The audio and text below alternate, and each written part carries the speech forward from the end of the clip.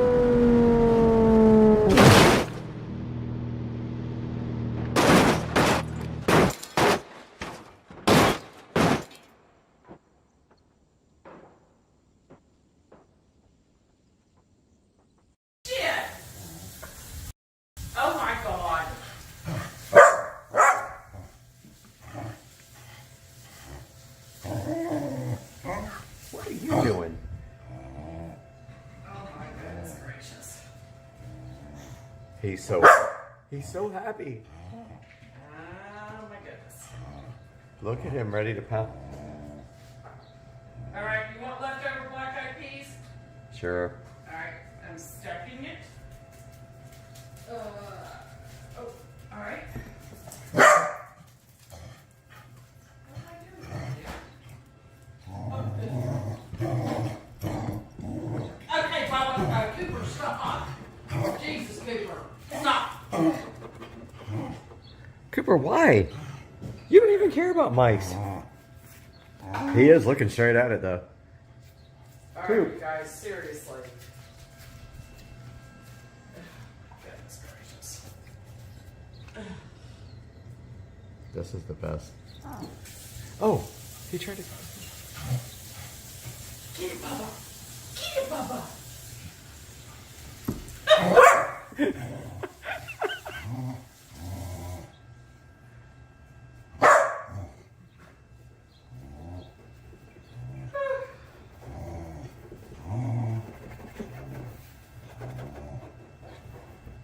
Oh my word.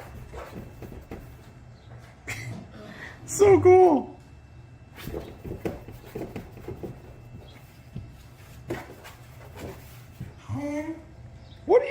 What? You're a grand old flag, a high flying flag. That's it. That's it. I don't know the rest of the words. Da da da da da wave. Da, da, da, da, the land I love, home of the free and the brave. Exactly.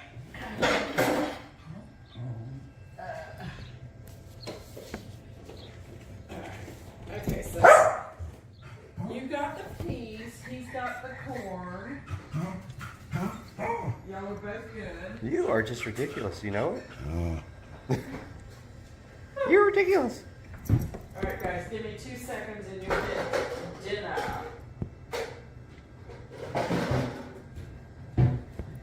This is the best video ever. You!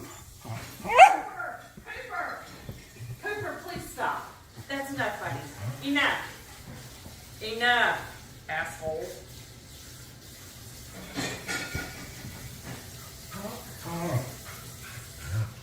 Oh, this is good. Mr. Binks.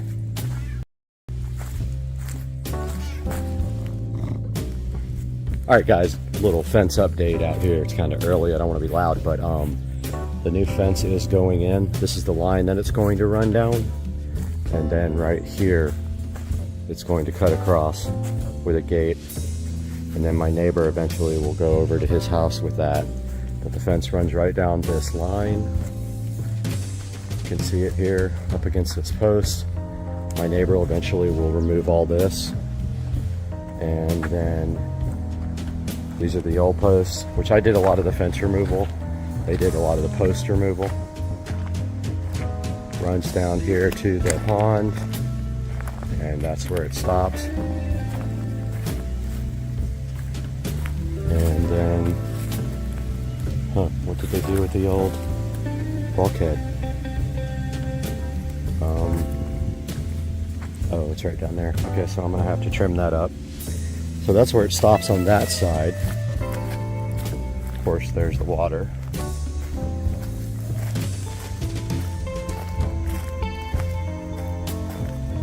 Starts up again right there. Runs along this fence line. There's one post hole, I believe. I'm not sure what that is. I actually cut the stumps out right here. That doesn't look level. I guess it is though. It runs down this way.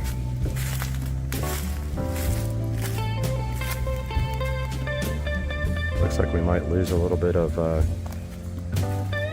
land here to make it straight. Runs right down here.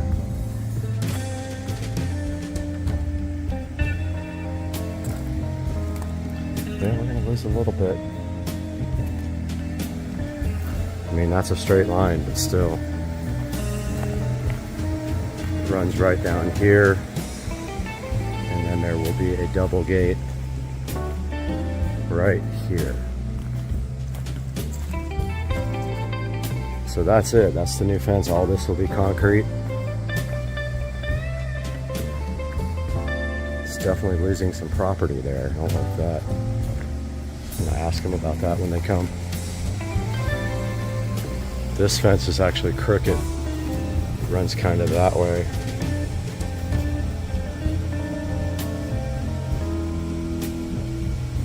Yeah, I'm not sure. Hopefully they come on an angle. Like, I'm gonna talk to them about doing an angle. Angling it this way and then that way. Alright guys, we gotta get this part of the house painted.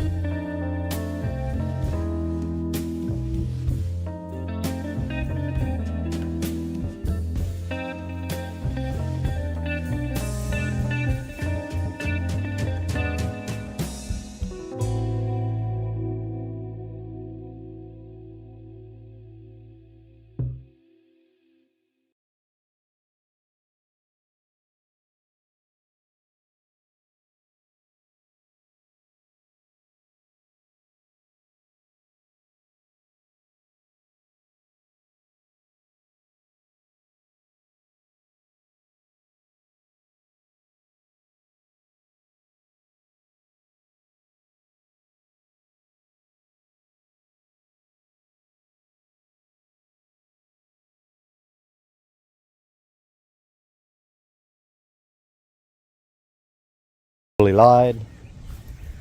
It's time to get this tree looking like the queen palm.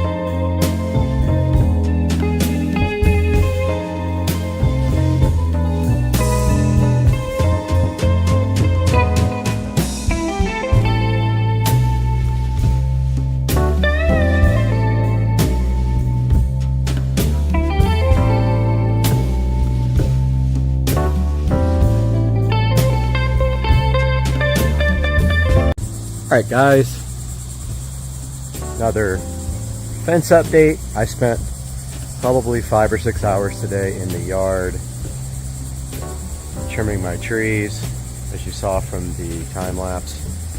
So that's what the fence looks like on that side. There's going to be a gate right there. I'll probably take a lot of that tree out, and it runs all the way down there, and then it starts over there. I trimmed all those palm trees up, by the way. They look awesome. And it runs all the way to there, just to give you guys an update. I'm asking them to push these further back because they're too far this way. I want them to be up against that fence, but that's just a little update. Alright guys, welcome back to the channel. It is a beautiful hot day in sunny Florida, and I wanted to give you guys an update on the pool project. The fence is complete, 99.9%. That gate is sticking down there, but as you can see, we moved the gate from right here past the air conditioner to all the way up here to the front. So that allows me much more space for my backyard, and the plan right now is that all this will be concrete.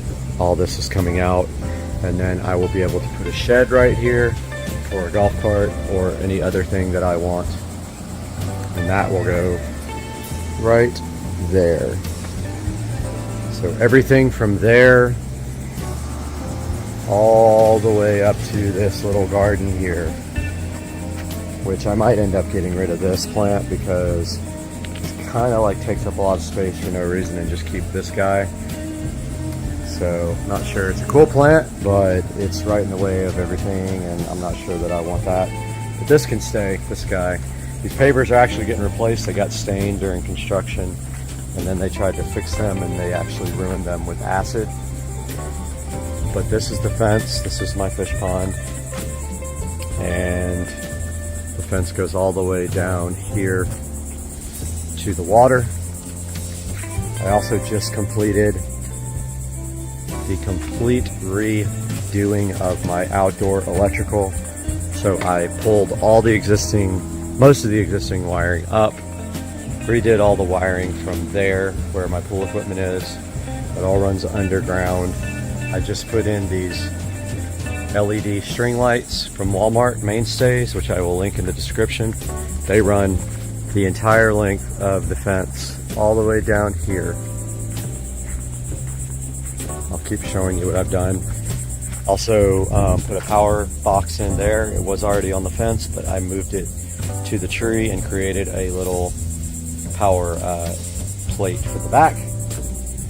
I ran the string lights down there, back where they were before on the dock, or on the bulkhead, so they run all the way down the bulkhead here.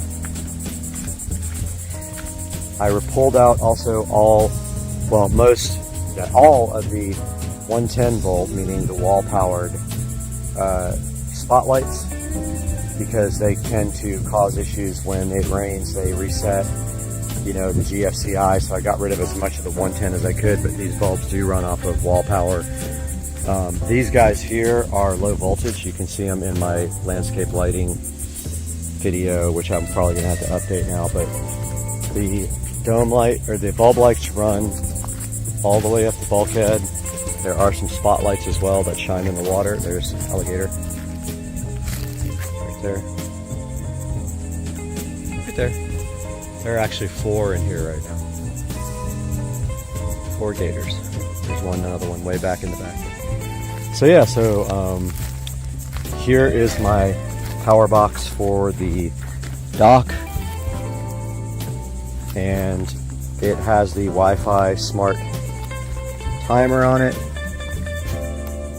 I never even checked all the bulbs, but yep, they work. Cool. They're all on. That also powers the blue LED rope light on the dock that lights up the water in blue. Everything continues up here to the fence.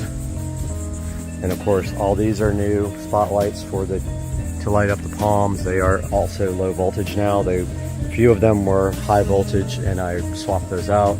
We've got some ground lights that need to be refurbished. And the fence continues on this side of the house where it was right here. Now it goes all the way to the front, so I have this whole entire side as a yard. All this will be concrete.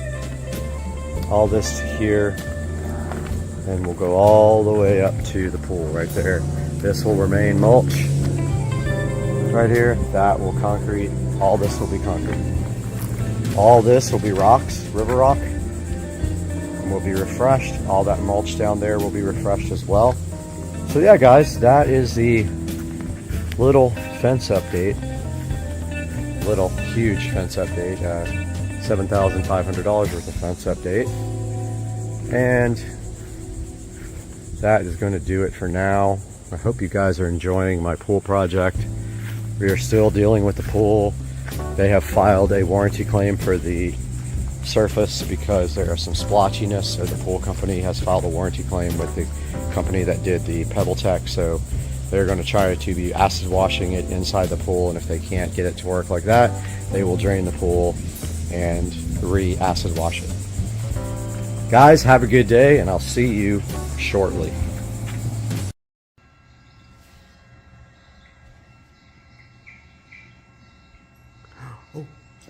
Oh. He's going to get it. He's going to get it. He's going. He's going. He's going for cat. Oh my god. He's oh, butt wiggle. There it goes. There it goes. Your TV's going down. Oh, you followed it off the screen. Boom. Here it goes. Oh! Ah! Did you get it? Oh my god. Look over to your right. There you go. Oh, there you go. You got it. Oh, crap. This might be 10 million views. Oh my. Coop. Coop. Oh, he's so into it.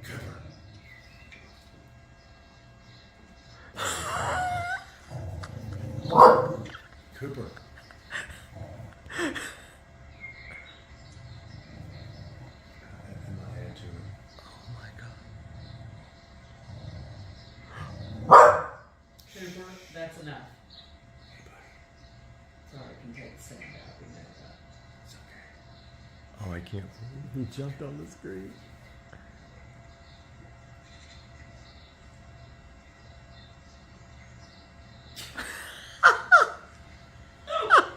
Oh my god.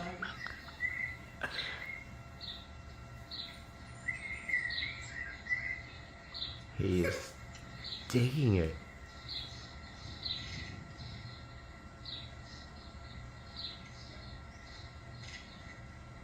I love how he watches it run back in the hole. He's like, where'd it go? Get it, dude.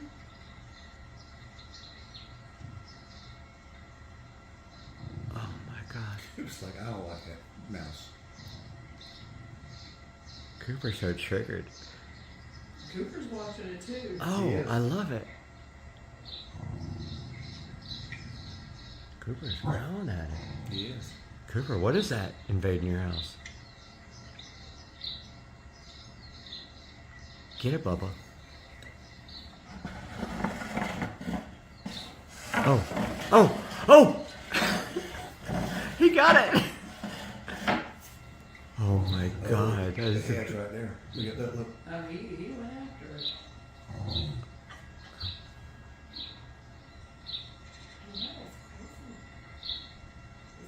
Oh my god, he is having the best time with it. Get it.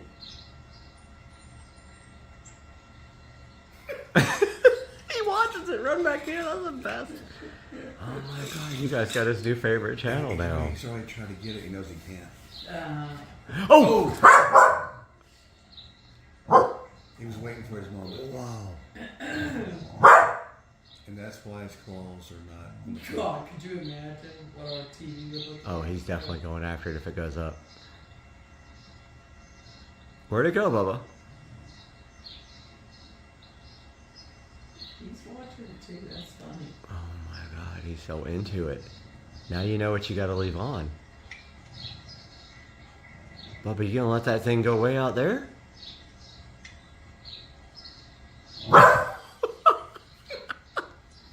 Cooper doesn't like it when it goes back there. Oh my God. It's okay. We found their trigger. What is it, sunflower seeds or something? I think so, It looks yeah. like, Bird pumpkin seed or? seeds. Looks like pumpkin seeds, but Oh, uh-oh. Different Uh-oh. angle. Coming at you, big boy. Stop!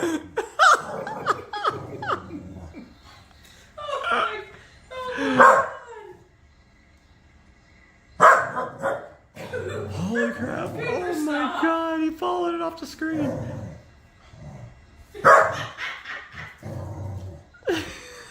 Are you getting coop? 10 billion views. Coop, you gonna let that mouse go in the hole? oh my God. You gonna let that mouse go in the hole? Get it. Get it. Oh, he is just loving it.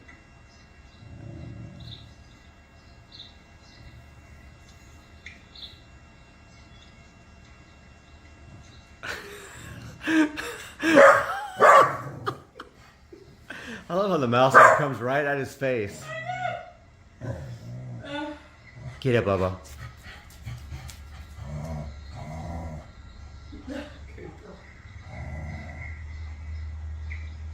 Oh my God, they both are like. Get it, Cooper. Cooper's just. Get it, Cooper. I know, Black. Alright, now you know his favorite channel on earth. Holy He loves mouse. Cat TV. Oh!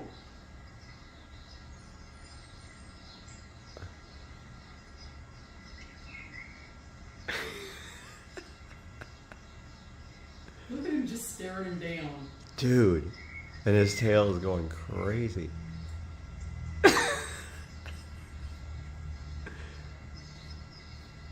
Oh, you missed it. Oh. Oh, a new scene. That's just the scene. They started it over. Oh, did it? Yeah. I remember that pumpkin seed, that array of pumpkin seed. He first comes out. Oh. Doop. The first one he grabs and runs back.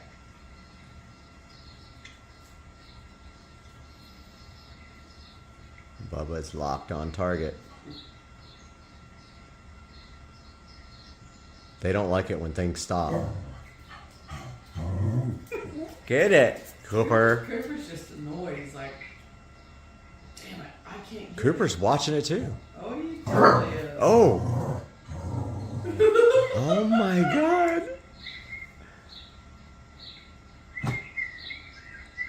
Get it, Cooper. Get it, Cooper.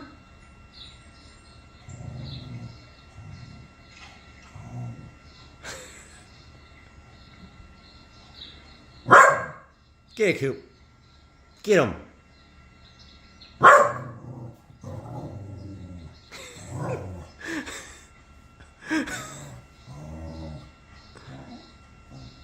Cooper, you're too short.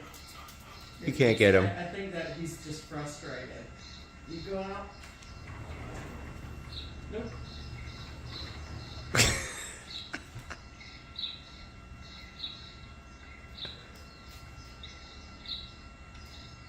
Bubba's just fascinating. Bubba's into it. Oh, yeah. Totally. Yeah. Oh, get it, Bubba. Then he gets bummed out when he realizes he's got He it, can't. nothing happens. Can't get it. Yeah. And of course, Coop's jumping up there at him, distracts him. Get him, Coop. Oh, Bubba wants the seeds. He's like, okay, so what is he after? Look at that. I know.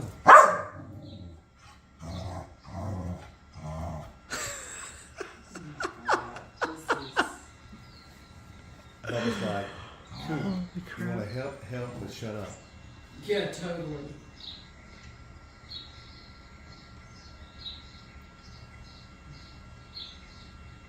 He's eyeing the big seeds. You can tell the rat, mouse, whatever it's a mouse. Is it a little mouse? It's a little mouse. Oh, Coop. I almost went for it that time. Yeah.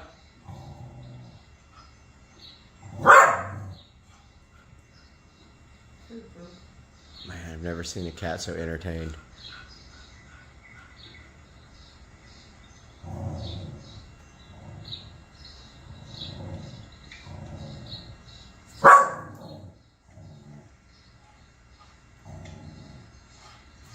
Bubba, you can let him eat all your food? Oh, he was stockpiling on that round. Oh. Get him, Bubba. He thought about it. Tail is going crazy.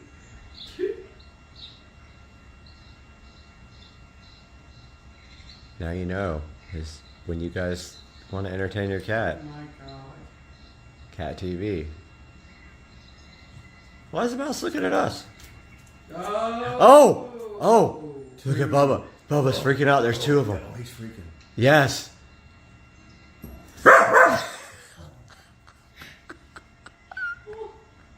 They don't know what to do.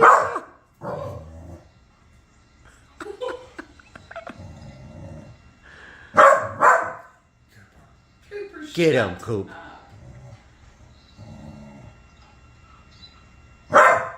Cooper. It's okay, buddy.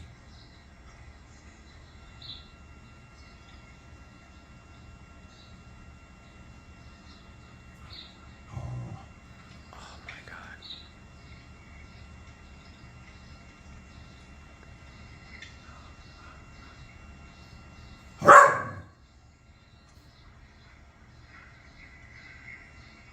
Man, dog love cat TV. Oh. That triggered him. He was like, what? Now Cooper's watching us. I know. Alright, that's enough. Bubba? Oh my god. Guys, welcome back to Supercar Street Racing, and today we are starting another project, and that is the parts are laying right here on the table for what that is going to be, and we will tell you that here shortly on Supercar Street Racing.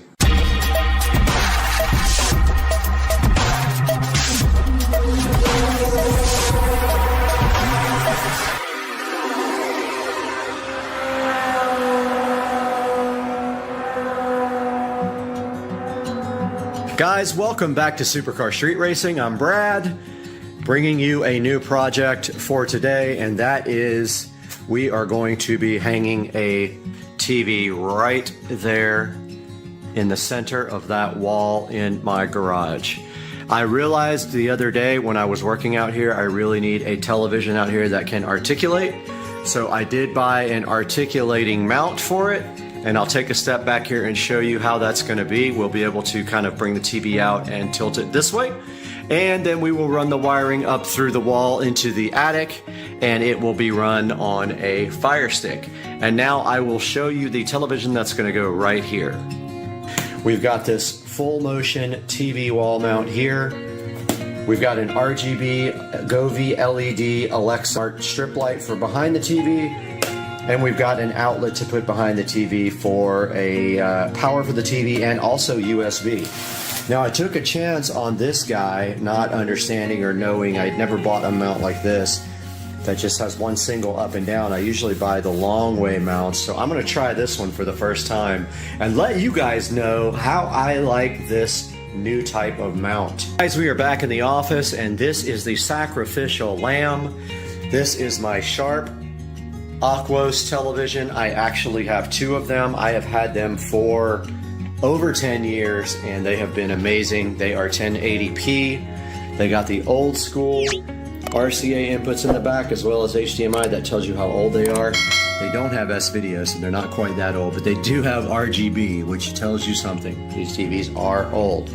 So this TV is going into the garage, and then I will get another TV out of the closet. I have plenty of them to replace this one until I get a 4K TV for this wall, which is coming up soon. Here we are in my closet. Yeah, so I have a number of televisions here that are smaller that will probably go in place of that one until I get a 4K for the wall. This is kind of my electronics overload in the closet here. You guys have never seen it, but yeah, that's the Supercar Street Racing electronic closet overload. Okay, it does tilt, so it's staying. It's right here is the tilt mechanism. It does tilt slightly. So that is the TV mount. The electrical outlet, which has USB, I'm thinking if I need any USB power behind the TV, it's convenient to plug straight in and not have to use a brick. And our Govee light strip right here. And yeah, so I'm already seeing that I might need a USB power because there's only 2 outlets here and I've got 3 things to power. And inside the Govee USB strip, this is the smart Wi-Fi strip. There's our actual strip. You guys know I have a lot of these already. So yeah, we can't use this to power the Govee strip. We actually have to use the adapter. But that's fine. I'll put a little multi-plug on the back there if I can. Yeah, so that is what we have to do this project starting tomorrow.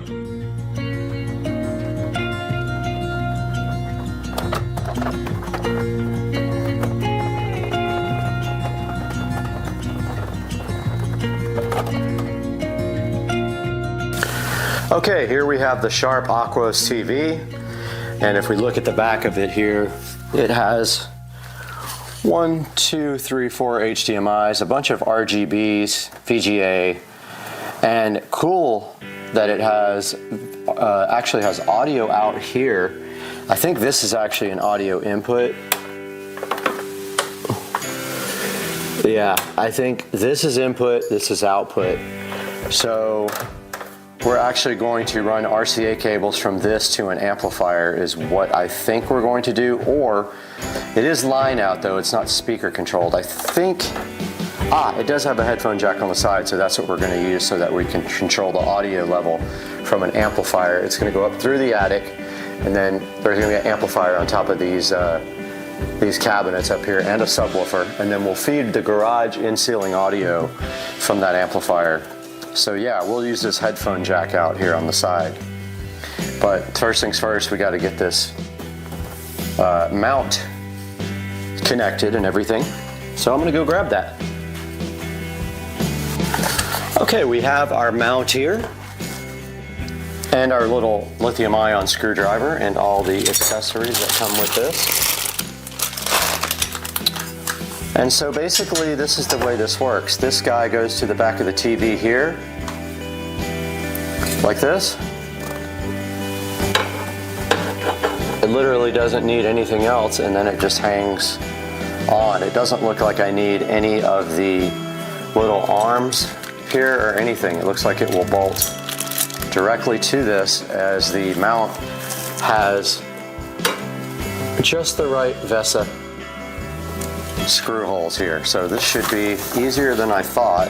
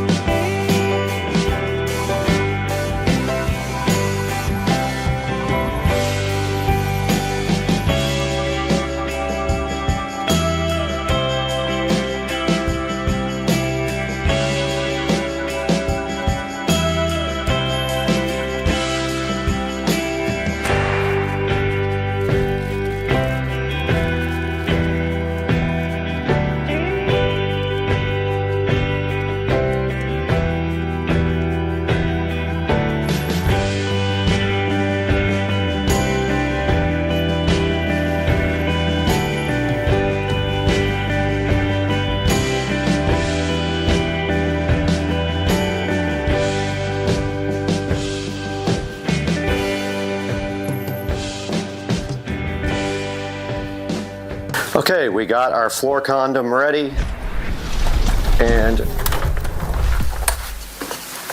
we will be gentle in putting this on its face to remove. Still got the plastic on it, I think.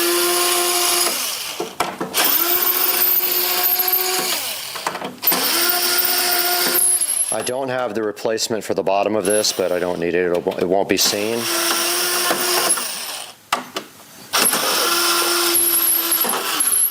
And there it is. The stand is off of the TV. Easy peasy, pumpkin squeezy.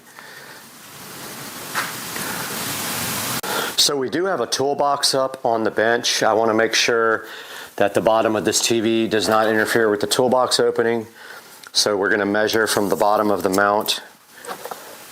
Actually, we're going to measure from the center of the mount to the bottom of the TV,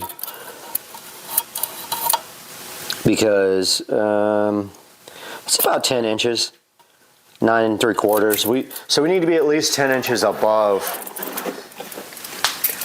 the toolbox right here, so that the bottom of the TV doesn't hit that. We need to at least open the door that much. So I would say there's a nail pop right there. If we go just a little below that, just like right above the nail pop, then that puts 10 inches of the TV below it. Maybe right here.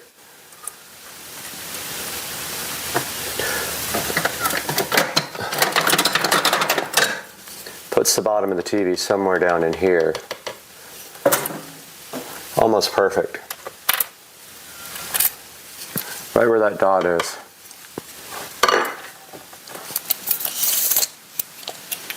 So, using our stud finder here, I see the nail pop. Notice the arrow there on the stud finder, and there's the nail pop. So that's where we will put our mount. Now this mount, unlike other mounts,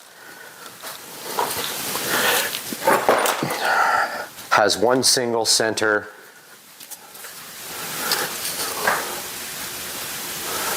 So it will actually mount like that. So that's the center. Then all we have to do is, we just need to put the center in. Then all we have to do is literally level by going left to right. And that's how we get the TV centered left to right. Unlike a mount that goes this way, you can kind of fudge it if it's not level by putting something under one side of the mount to raise up one side. But on this one, we don't have that capability, so it has to be perfect left to right like this. And the center gives you the opportunity to move it this way, left to right, to get it 100% center. And we'll do that with a level up against the edge right here. But first things first, we need to get this thing mounted, so I need to get the appropriate tools out. Okay, here's what they provide us to mount the TV. And it is just a bag full of drywall inserts and lag screws. We don't need the drywall inserts, we're going directly into a stud. We do need the lag screws. Really only need two, one for the middle and one for the top or bottom. And here's a good look at that hardware that they give you.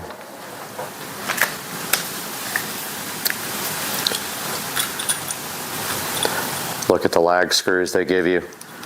So that's what we will be driving in. And we're going to need our impact gun and a socket to fit this. Let's see what we have here. Okay, here's my sockets. looks like maybe a 8. Ah, it's way bigger than an 8, it's an 11. And then we need our adapter here for the impact gun.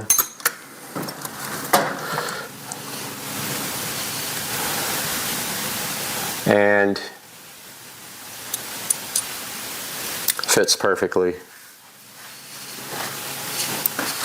Grab the impact and get to work. Okay, we're ready to go. Set to pre-drill. I don't know if that's necessary. These are heavy stones. I'm going to chance to break the wall. So I'm just going to run this a little bit first. There we go. All right, now we got it started.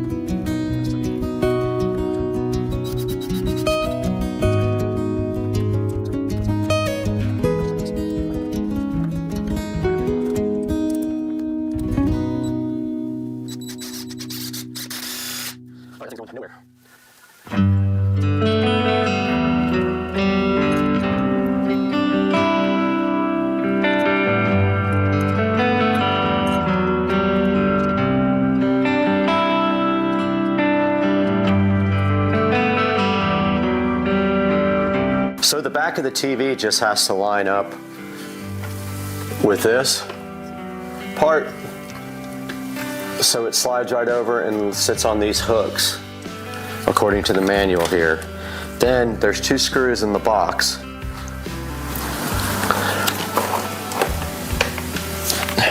that I took out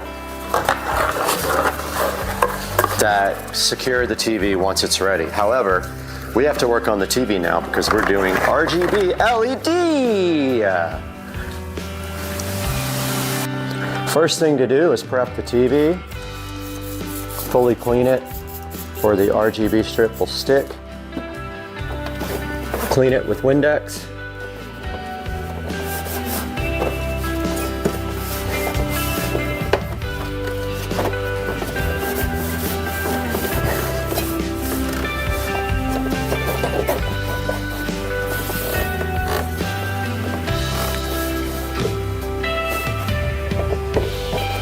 Hate these towels that don't actually dry. You know what I'm talking about? They don't soak up water. You run it over them, water, and nothing happens. It's like, what? Why is it a towel? Doesn't do what towels do.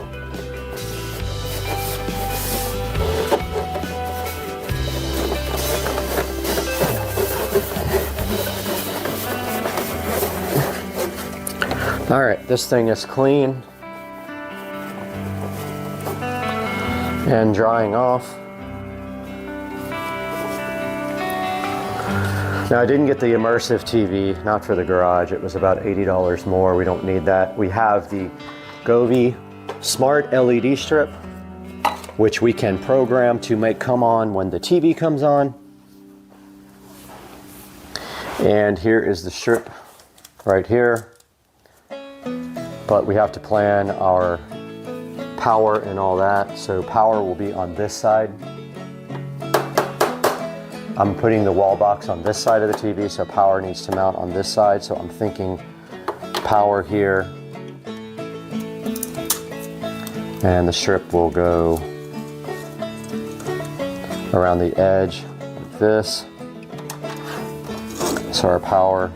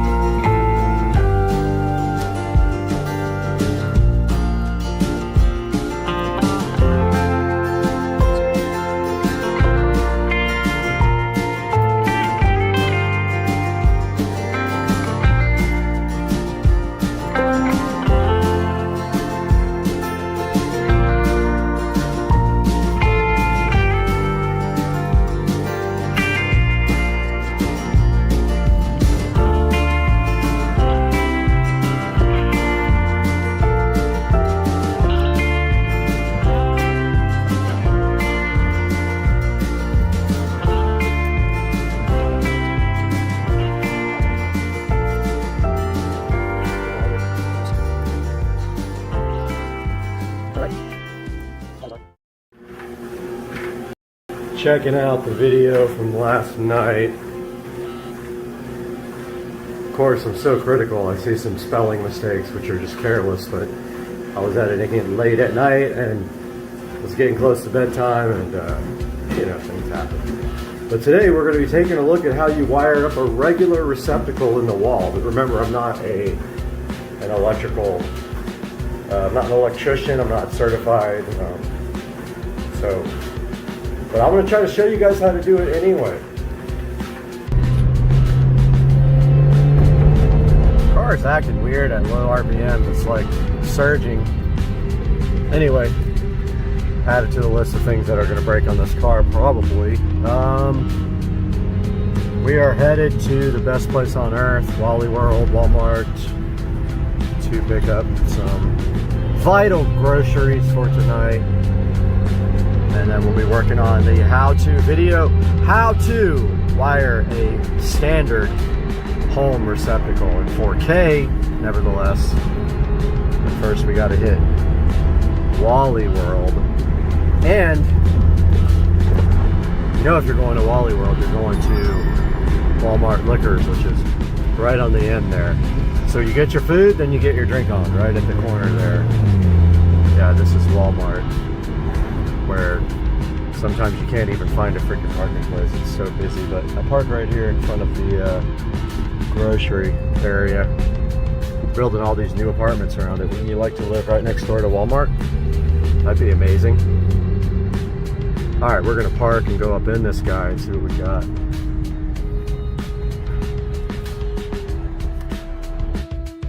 Alright guys, welcome back to the channel. Had a successful trip to Walmart and want to talk a little bit about what it's going to take to wire up a receptacle. Now this is just a standard receptacle that you can buy at either Home Depot or Lowe's. It's a duplex receptacle.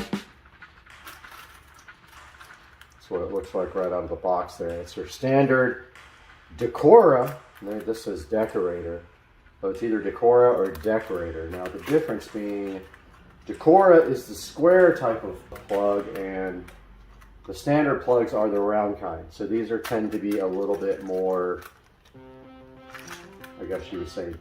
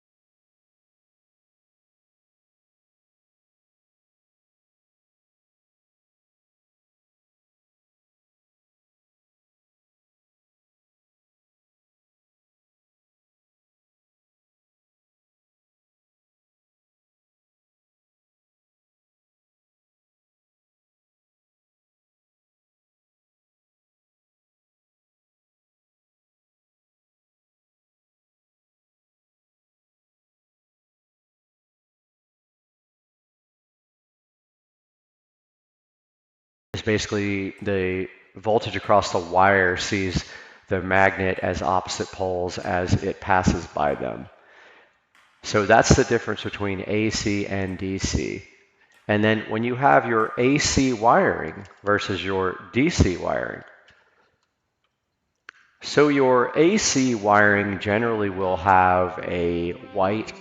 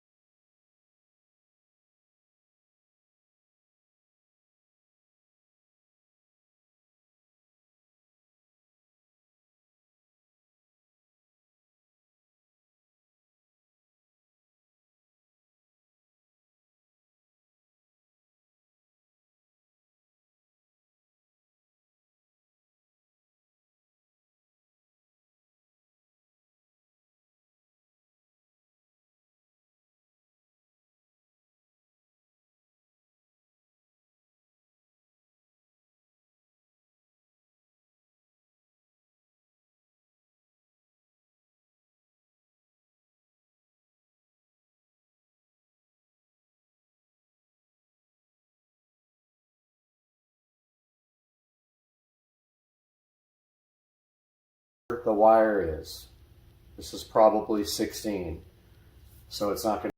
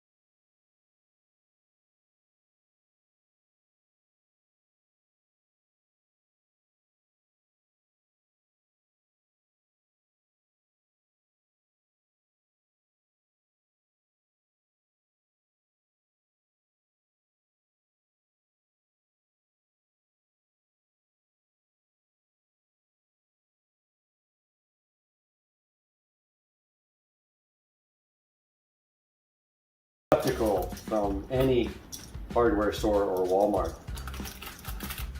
Romex wire. These are workman pliers. These guys are designed to deal with cutting Romex. So they're thick, they can cut through this no problem. Workman's pliers, you gotta have those, link in the description. Standard Phillips screwdriver, gotta have that, or a flathead for these.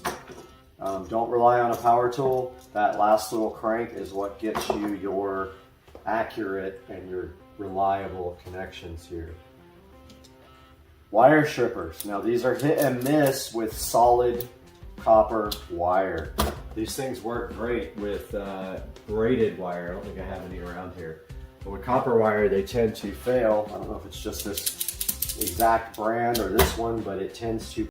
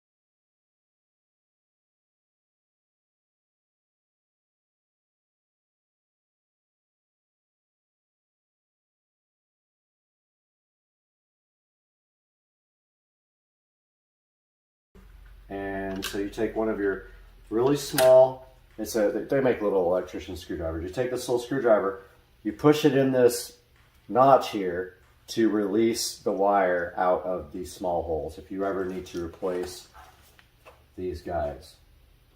So let's add that to the list of things you need. You need a small flat blade screwdriver if you're going to use the quick release and quick connect on the back.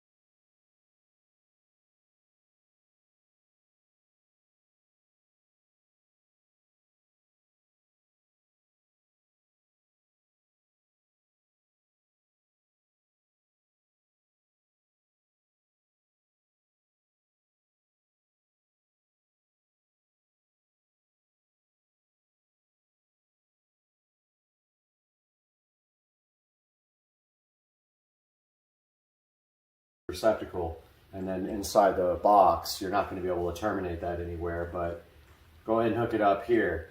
Now what you want to do for stripping the wire back is take off about 1/4 of an inch of wire. These handy auto strippers don't work well with this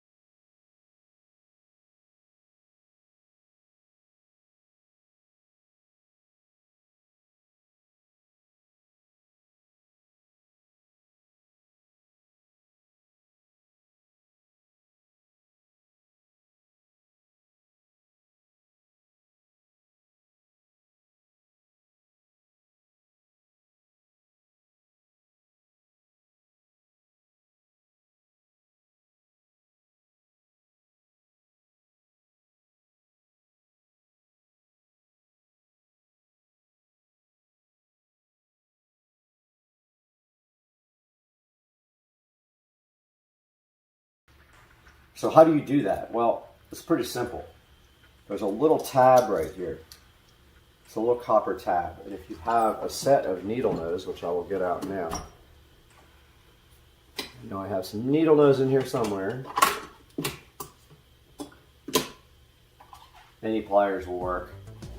You take this tab, you squeeze it with your pliers here, you turn it and turn it and turn it, and this will break off on both sides. You got to do it both times. What does that do? So that separates the circuits here. That makes the top two screws independent from these bottom two screws. That way you can have your bottom part of your receptacle switched from a switch and your top part constant, or vice versa. So in that case, if you're not familiar with electrical wiring, you would need assistance from an electrician, but basically the output of your black wire from your switch would go to here, meaning your white wires would all combine together inside the box, and that would go to here, and then this bottom would be switched, or the top if you do these top two screws. Doesn't matter if you do top or bottom. But if you separate this little tab here, this becomes a separate circuit. But let's concentrate now on how you do the wiring. And I can tell already this is a little bit too short, so I'm going to take off some more of this guy. So you just squeeze and turn, not too hard, you'll clip right through the Romex sheath, but okay, that didn't do it all the way. So if it doesn't, just try again, and that time I got it. Notice I made a little notch by pressing too hard. And now that we have our bare wires, let's look at the back of the quick connects. There's two holes right here where you push in. All you do is push. Clearly labeled white right here. So take your white Romex wire, push that in. Now look at this. It went in. Look at that. I want to show you guys up close, but it went in and that guy is not going anywhere. See how I can't take it out now? All right, so that's what you want on that. Take your black wire, and once again, it's clearly marked. Hot wire here is your black. The other one's neutral. Take your black wire. Get a little bit closer here to the camera. Take your black wire, push it right inside that hole. And notice how it went all the way in with no bare wire. It went all the way. So about half an inch was good. A little bit less than half an inch maybe. Went all the way in to the back. Now this is good. It's wired. Now, if you are just using quick connect, now you can take your nice electric drill and run these in.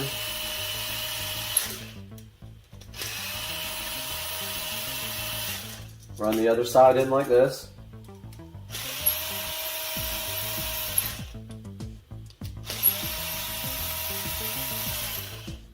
Now, more than likely inside your electrical box, you're going to have more peeled back than this from the Romex insulation, because you need to be able to bend this about like this, like that, to push it inside the box. And notice I made a U shape.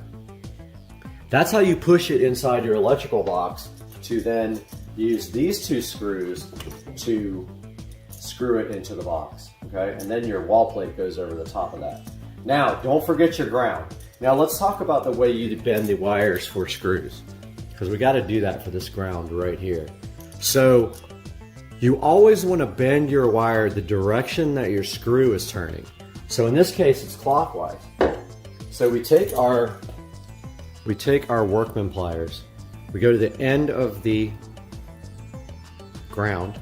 Ground doesn't have a quick connect. All we do is turn like that. Notice I made a nice hook right there, okay? All right, now we take our ground. You'll see the green screw at the bottom. You always want to go the direction your screwdriver's turning. It's got some safety catches right here, and we just wrap it around the safety catch so that the wire touches these two little metal tabs that are there. That keeps the wire from backing out. I don't know if you can see it there. There's a little tab right there, and there's one on the other side. Now, we take our manual screwdriver, since we're using screws, and it wants to pop out, of course, and we tighten. And a lot of times it's going to come out, so you got to keep pressure on it. Like that didn't stay in all the way. It's not properly in there. It's got to be in all the way. And if it gives you problems, take out the hook and make it a little bit more pronounced. Put that bad boy back in. Hold pressure on it like this while you're screwing it in. So I'm pushing on the wire with my thumb to keep that pressure on so it doesn't back out. Give it a good, nice twist there. Really tight, all right? So check it out. So that's how you properly put in the ground. And then you take these back wires, you make that U shape, and you push it right into that electrical box. And then you screw that in, okay? This receptacle is ready to go. Let's pretend this other end is connected somewhere up in the wall, okay? So we're good to go on that one.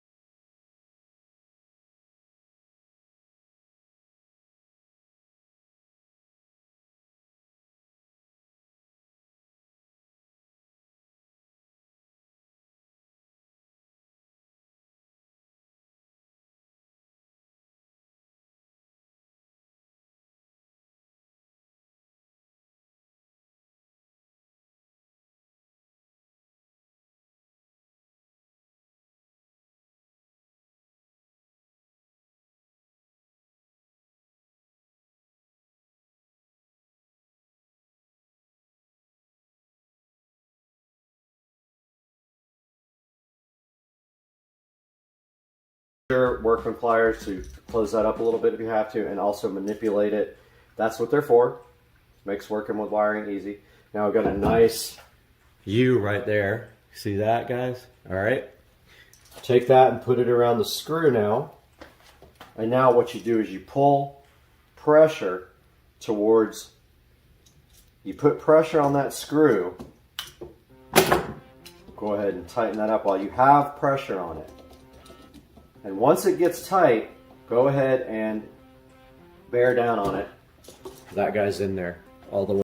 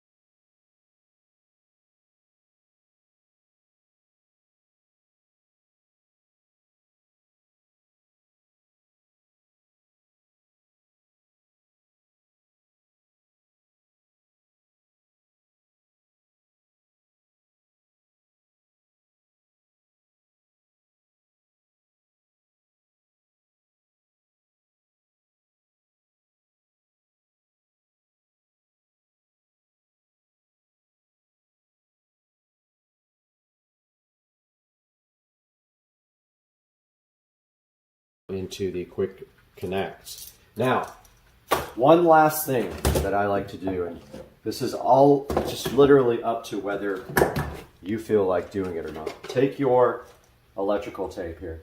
Got a set of regular electrical tape, a roll here. Of course, it's annoying, you can't find the end, but take that electrical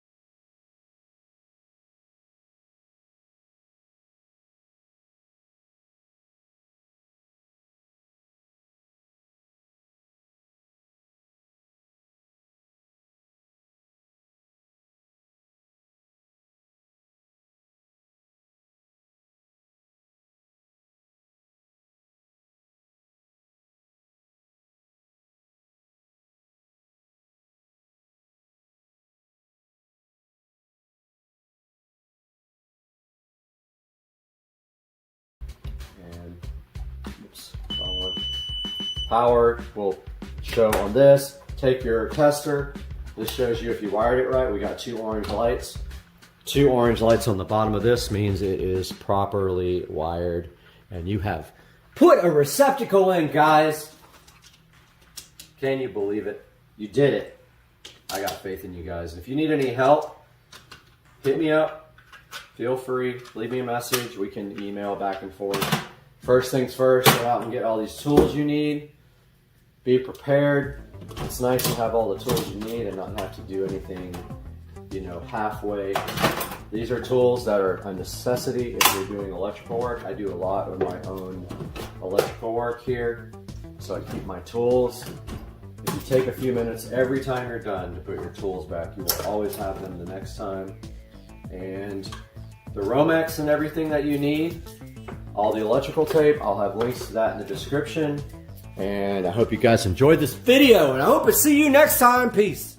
All right, I am currently in the process of leveling this out. I'm taking everything out of here and bagging it up, and I'm trying to get this garden at the same level as these pavers, which will be the same level as the yard. And then tomorrow the sod will be coming in, so let's get to work here.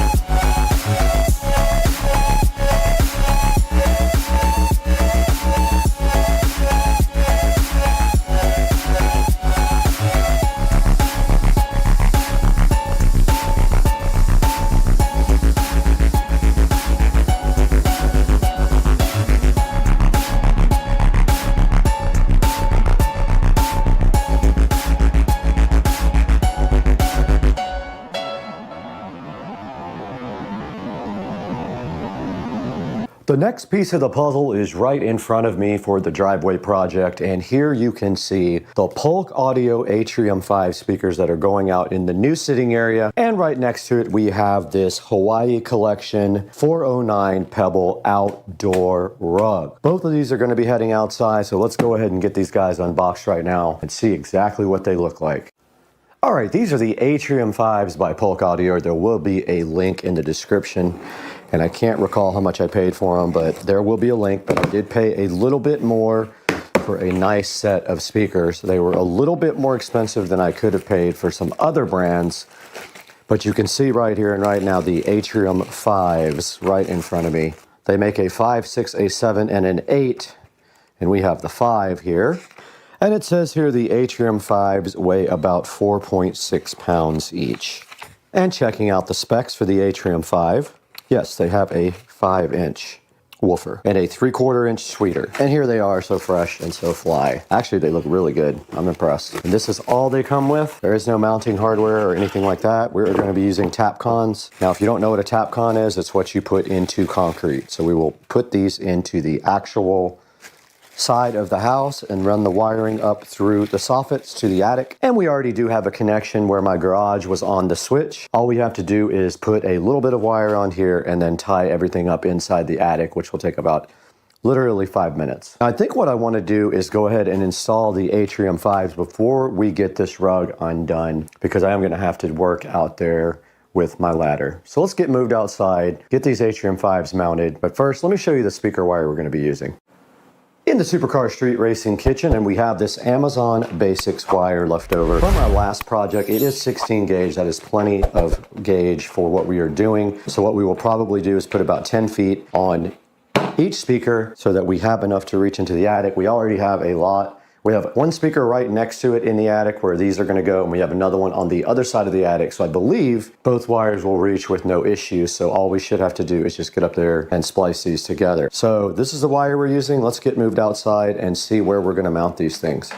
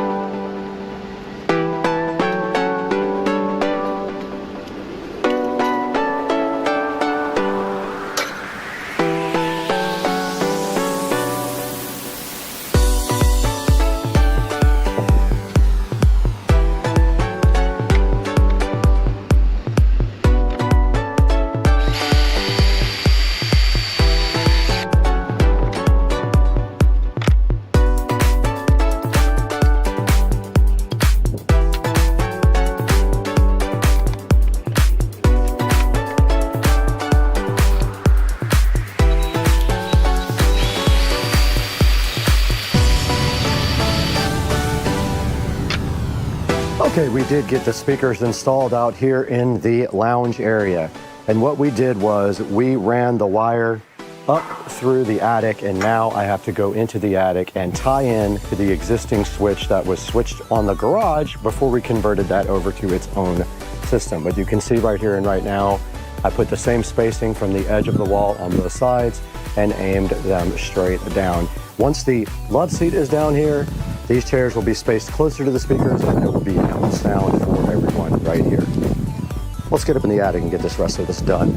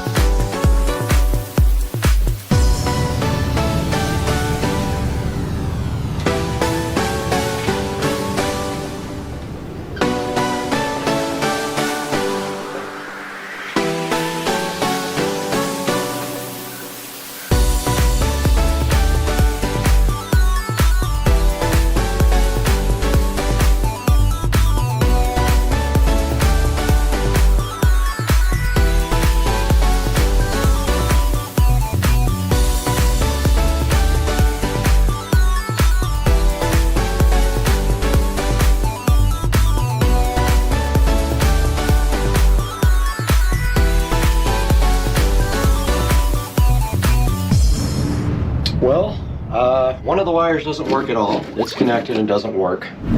No clue what's going on with that. I did put the fish tape up here so I could find the other one, and I do see it. I'm trying to get back up here, and getting up here is tricky.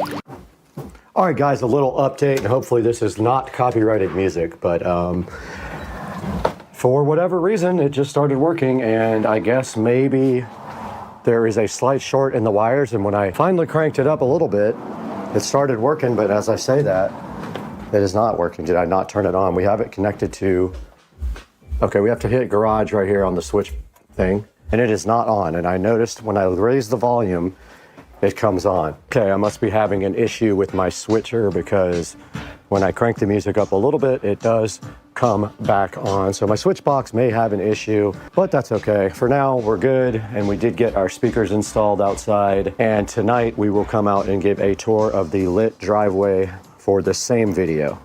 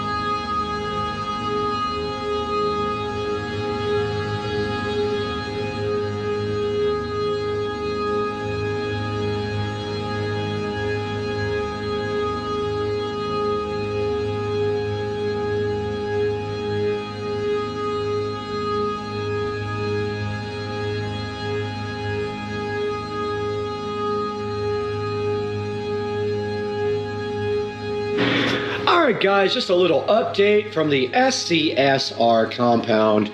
Heading outside while dinner cooks, and you guys can see right here that we have all new sod, and it came out amazing. And so mulch masters came in today, they leveled out the yard, they graded everything. That's just a sprinkler pipe, so no big deal. But they did all new sod right here, all new sod right here. And then tomorrow they will come back and finish this section here where they busted the sprinkler pipe and a little bit of extra fill in. And then we will update you guys again on the new sod situation. But this is the way it looks now. And it actually looks kind of crazy. I'm hyped to have grass finally. Tomorrow we'll get another update, and I hope you guys are doing amazing. All right, we are out here in the Supercar Street Racing front yard where the yard guys just left. We were unsuccessful in coming up with a plan to edge the gardens. However, they did repair the sprinkler head that they broke, and so the sprinklers work now, but now we just need to get something done with the actual patterns on the sprinklers, because they are, and yes, they ran out of sod, so they will be coming back to finish. But yeah, we could not come up with a plan for any of this stuff over here, and it looks like they didn't even finish that part. And so it's a good look at what we have to do now. We have to get this part painted on the bottom of the bricks. We have to get that part at the bottom painted as well. But I think I'm going to repaint the whole house white and do the trim in black and the front door in black, because the garage door is black and it is coming in the next 2 weeks. But yeah, this is it, how it looks from the outside. You guys can see right here that the driveway looks awesome, the lights look awesome, and the new sod with no tree there looks pretty dang awesome. But so my next project is literally to figure out a way to edge these gardens and then put rocks in the garden that match the pavers. We tried using the pavers for the edging, and it just simply did not work out for that. So guys, I hope you enjoyed the video and an update on our little project. And I guess I'll give you one more view of this part. So this is my seating area that just got all wet from the sprinkler, but this is going to be a lounge area, and we did get the speakers installed as you saw in this video. Now that's going to do it and wrap it up from the Supercar Street Racing compound, and we will see you guys next time. But no, that phone holder thing. Yeah, so the camera overheated, of course. That's what happened. You have to take off all this corrugated crap or it won't fit through the hole. Oh, it won't? And then you got to go all the way to the top, and then the dash goes on after you put this through the hole. Where's your stool? Oh, I'll put it inside.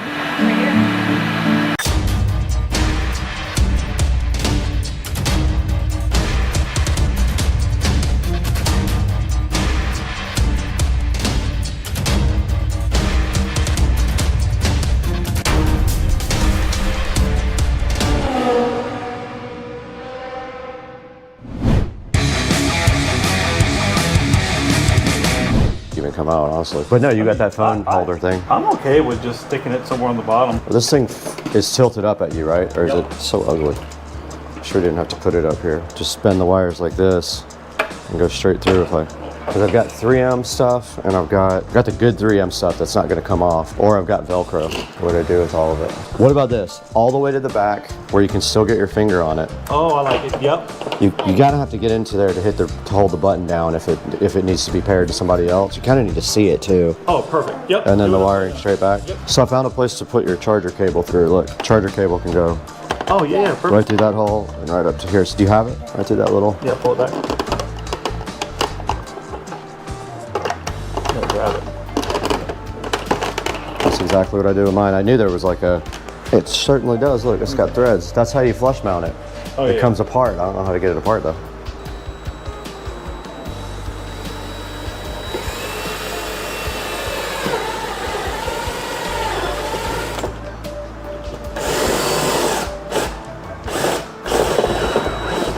That's a couple times.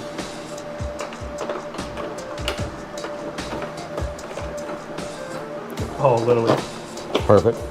What's it hitting?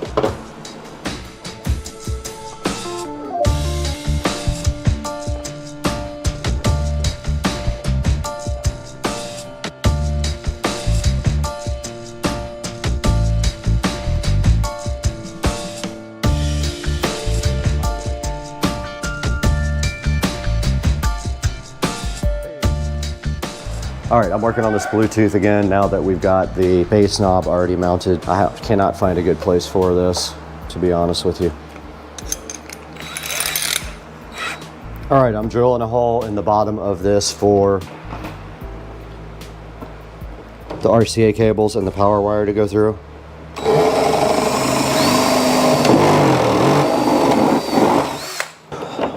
So I sent a hole straight through to the back here. I'm gonna put the Bluetooth adapter on the top. But first I gotta feed all the RCA cables through the hole. Camera's 1,000 degrees for no reason. All right, I got the Bluetooth adapter mounted. Sorry about all the noise, but it's very hot in here. We're good to go on the Bluetooth adapter. We got the bass knob mounted, and I got the power run for the charger for the iPad. So pretty much this dash is ready to go in. Everything is done on the dash. I used double-sided 3M tape on the Bluetooth adapter and ran the wiring back through the back. So now we can go ahead and get this thing installed.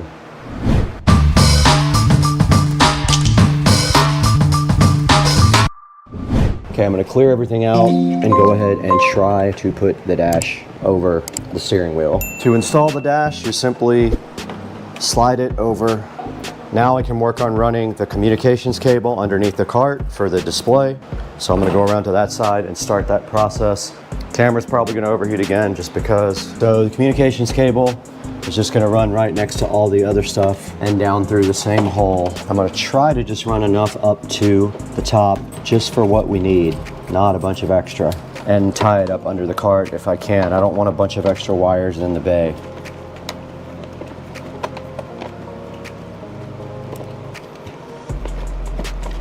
There's plenty of wire, that's for sure. Okay, I have to get under the cart to do the rest. Got the first zip tie on. Now I'm just following these other cables and I'm gonna zip tie to them. It's got its own hole to pass through though, the one that I drilled.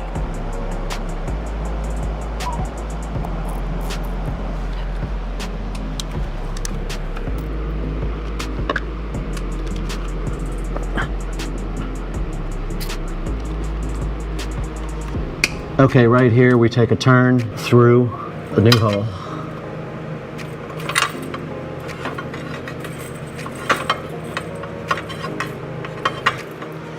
Okay, I got the comm cable run into the bay here. I'm gonna try to pull some of it all the way over here so it's not all in the bay.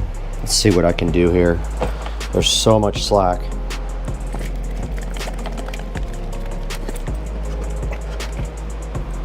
Yeah, so this is gonna work out perfect. I'm gonna come down like this. I'm gonna stuff the rest on the side of the battery, and I'm gonna come just like this and zip tie to these guys.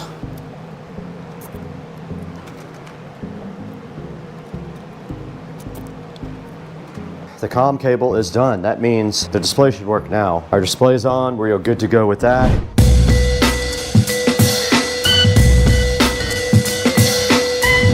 To get this plug through, you have to put the wires through first, like this, before you slide it over the wheel. And then there's just enough room, I believe, for the wiring to go down. But you have to take the corrugated stuff off of the wiring. See how it goes on now? No problem. And you can also pull it till you get to that part. Now, I need to know if I have enough. I don't think I do. I think all this needs to come off. It can go back on after, but you can't get the dash on with this.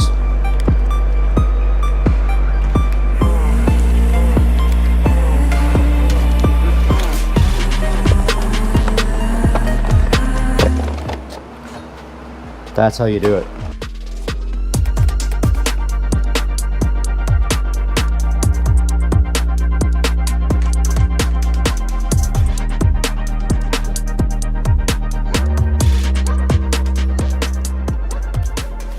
It took me about 10 minutes to figure out how to get the wiring through the dash. You have to take off all this corrugated crap or it won't fit through the hole. Oh, it won't? And then you got to go all the way to the top, and then the dash goes on after you put this through the hole. Hilarious. Yeah. Because there's no notch. We need to connect some stuff and we need to finish this real quick.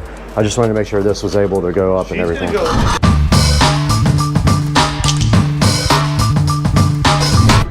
All right, so here we're back, gonna work on the subwoofer. Found this thing actually on the side of the road. Somebody had a sign that was just said free stuff. So I found this subwoofer along with an amplifier, and it's been sitting in my garage now for probably 5 years. So I'm like, perfect time in. break this thing out, clean it up, get it working. The porthole was rattling around in there, so I'm gonna take the time. Brad already screwed it back in, and I'm gonna take the time to seal it off, caulk it up to make sure we got a good seal on it. And then after that, I'm gonna go ahead and carpet it, fresh and new, put the subwoofer back in. Hopefully we'll be able to hear some sound out of it here in the next couple hours. We're on the home stretch with just probably 5 or 6 more things that need to be buttoned up, and then hopefully everything will be done and we'll be able to fire it up and test out the new system. All right, while you're doing that, I'm gonna go ahead and finish up getting your blinker control back on and start plugging things in your dash so we can get this thing back together.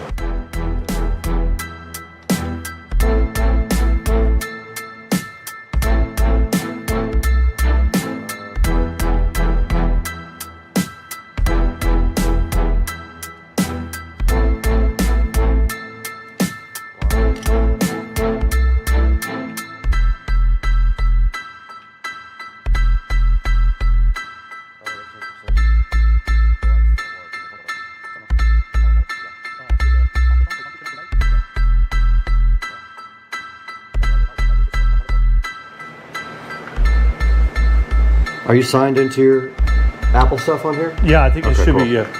Where's the SCSR whatever scissors? These nuts. Oh, that's a good sound. That's going through the speakers, isn't it? Mm-hmm. Trying to get the pair. Yeah, I just don't know how to get this thing in Barry mode.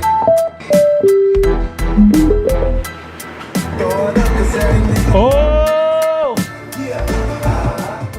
Okay, we're back in the garage. Joe has carpeted the enclosure and he's over here working on the quick disconnects for the subwoofer. I have the entire dash back together, minus the bezel. We're gonna leave it kind of open just in case we gotta get back in there for now. I've got to reassemble the turn signal and get the steering wheel back on here momentarily. And all 4 speakers are working and tested. The iPad is connected to Bluetooth. And yeah, that's it.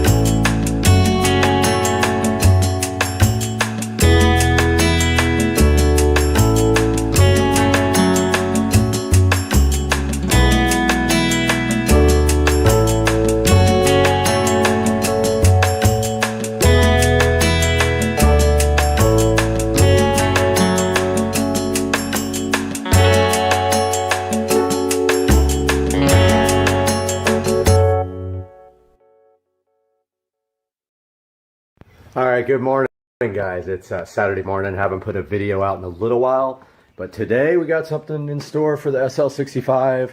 We are headed to the muffler shop, and we are going to get the muffler delete done. The car is just not loud enough with just the downpipes.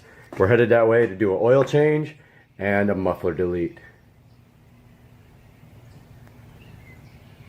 So I'm going to show you guys a cold start now. with mufflers. So here is a cold start. I'll try to jump out and get to the back.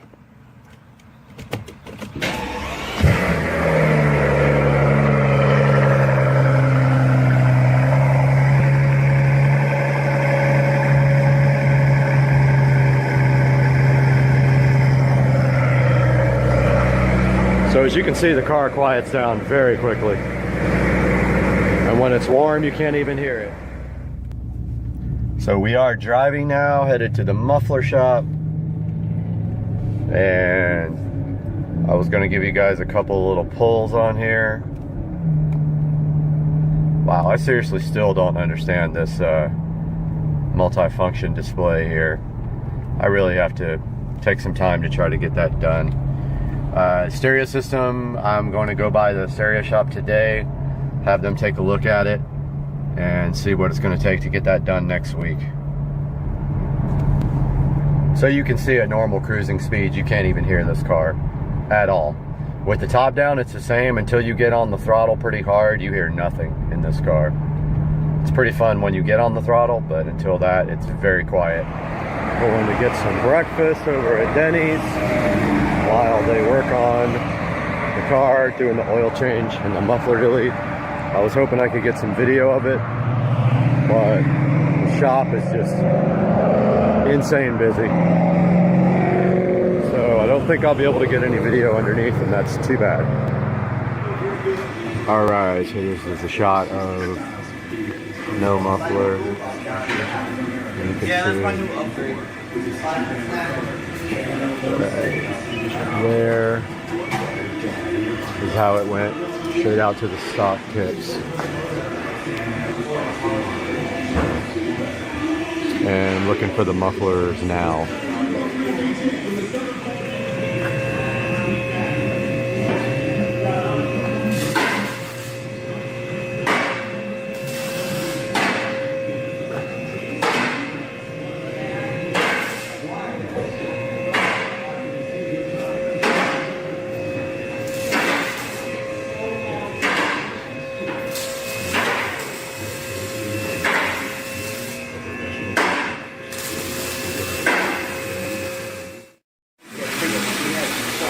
Here's a look at the factory mufflers.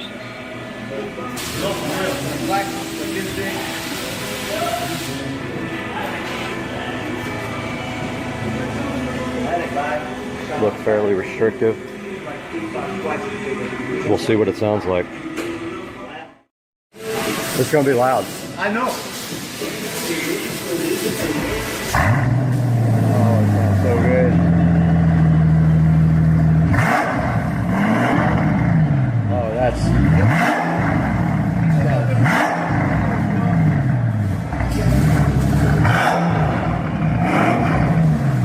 So mean.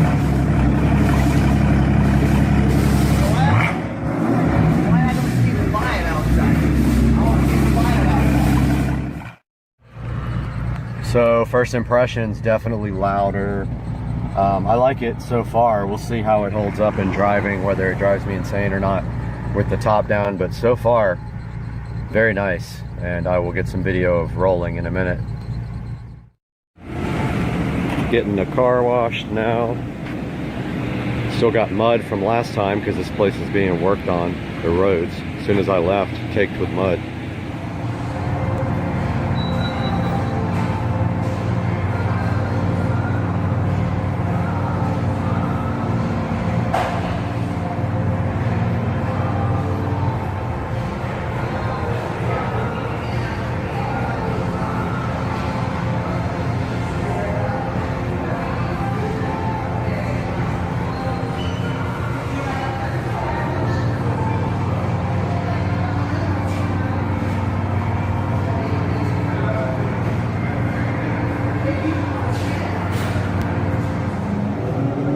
Just got the car washed, looks beautiful.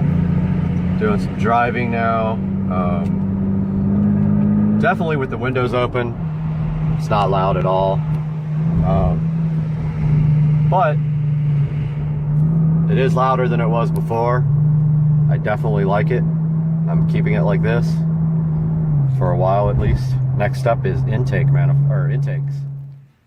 All right, guys, here's some video of the car right out of the car wash.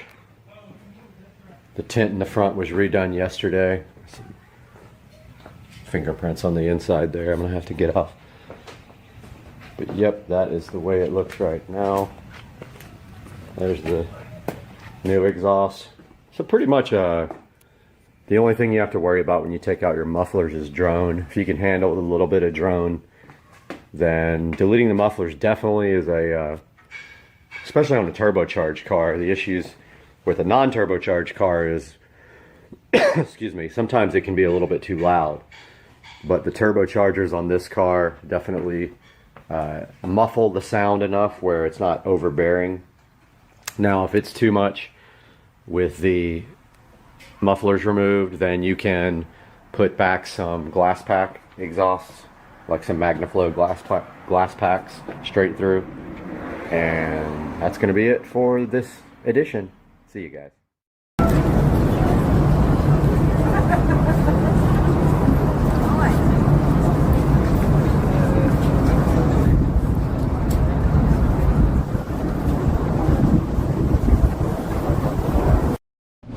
We are back in the beautiful Supercar Street Racing bathroom, where we have been granted access to the Neporol Magic Pro rechargeable light bulb. Now, this Neporol Magic Pro does work in any regular light socket, and you can charge it there or with a USB. Now, this takes 2 hours to charge. It costs $1.81 a year. You can do warm white, neutral, or white light, and it can be adjusted infinitely on the brightness. So let's see what they had in mind today when Neporol was gracious enough to send us these Magic Pro light bulbs to check out on Supercar Street Racing.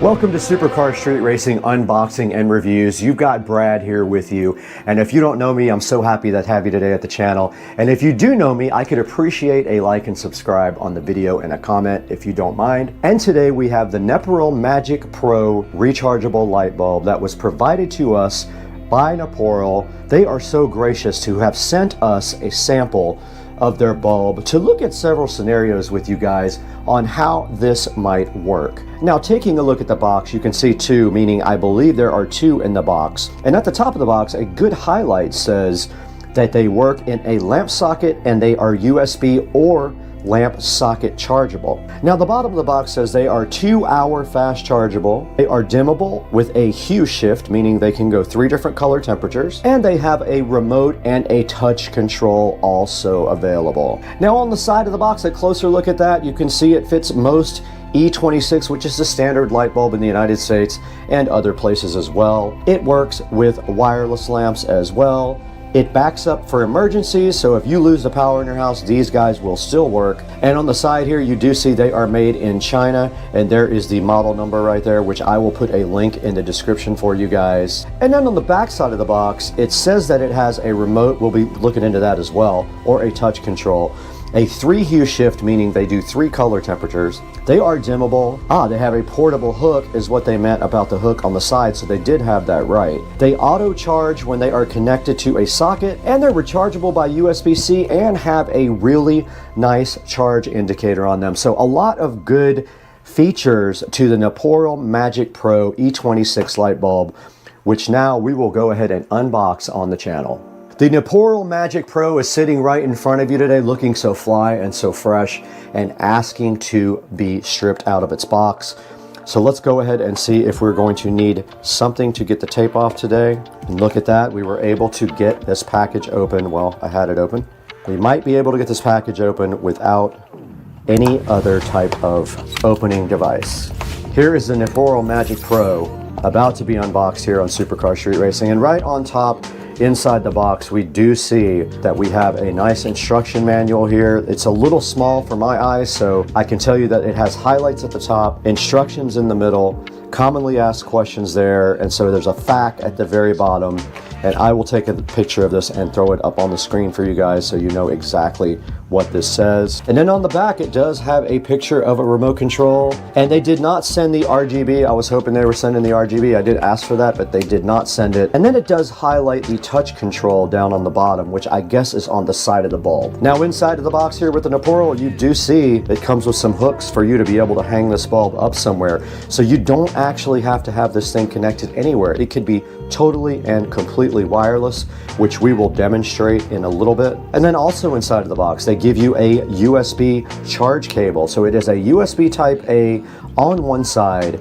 to a USB type C on the other side. Moving forward, there is another hook here for these guys. It does not charge, but you can charge it while it's on here. This does not charge it. This just hangs it up for access. Now the first Neporol Magic Pro is coming out of the box right here, and you can see the standard E26 base here. I do have the RGB lights, which I'm excited about. Now let's see if it actually works before we unbox the rest. Okay, it is not charged. And we do have our second RGB Pro here. Let's see if that one works. Does not work. So both of these bulbs need to be charged. And moving further into the box, we do see our RGB remote control here, and opening it up, it probably has a little tab for us to pull to get the battery working. Let's go ahead and get it open. And here is the remote control, and there is our battery activation strip right there. We did pull that, and I'm assuming nothing's gonna happen because I think the batteries are dead. Oh, okay, interesting. All right, so I wasn't holding it long enough. They did work right out of the box. At least that one did. Okay, let's see if the other one works. Maybe I wasn't holding it long enough. All right, this one is not charged. The other one was. You can tell because when I push on, only one of them comes on, and look, it's completely wireless. Nothing connected to it whatsoever. So let's get these guys onto the base lamp and get them all charged up first. And there, it just came on again. I pressed the button. And it looks like you cycle through the colors there, but I want to get both of them charged up. And there's a dimmer if you hold it down. Let me go ahead and power this off. And let's take it in there and get it on the lamp base. In the Supercar Street Racing nice office, we do see this fan going insane. So if you hear something, that is the fan.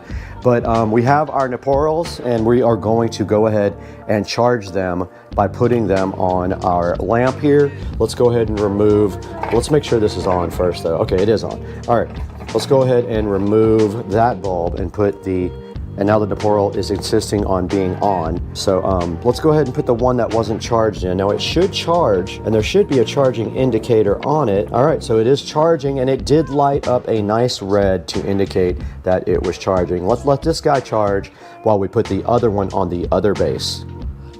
Now we are going to put our second Neporol bulb onto USB-C and charge it that way. It is already charged, so it shouldn't take as long. However, I'm curious to see which one charges faster if they were. So plugging this in, I already have my USB available right here on the Supercar Street Racing side table that we built on the channel. Check that video out if you haven't. And these are standard type A, so whoever built them doesn't understand that there is a backwards way. And let's go ahead and get this plugged into the Neporol bulb. You can see the USB-C sitting SoFly right there, and all we have to do is plug it in right now, and it should light up in red, and it did. So this bulb is now charging, this bulb is now charging, and let's see in the manual what it says about charging.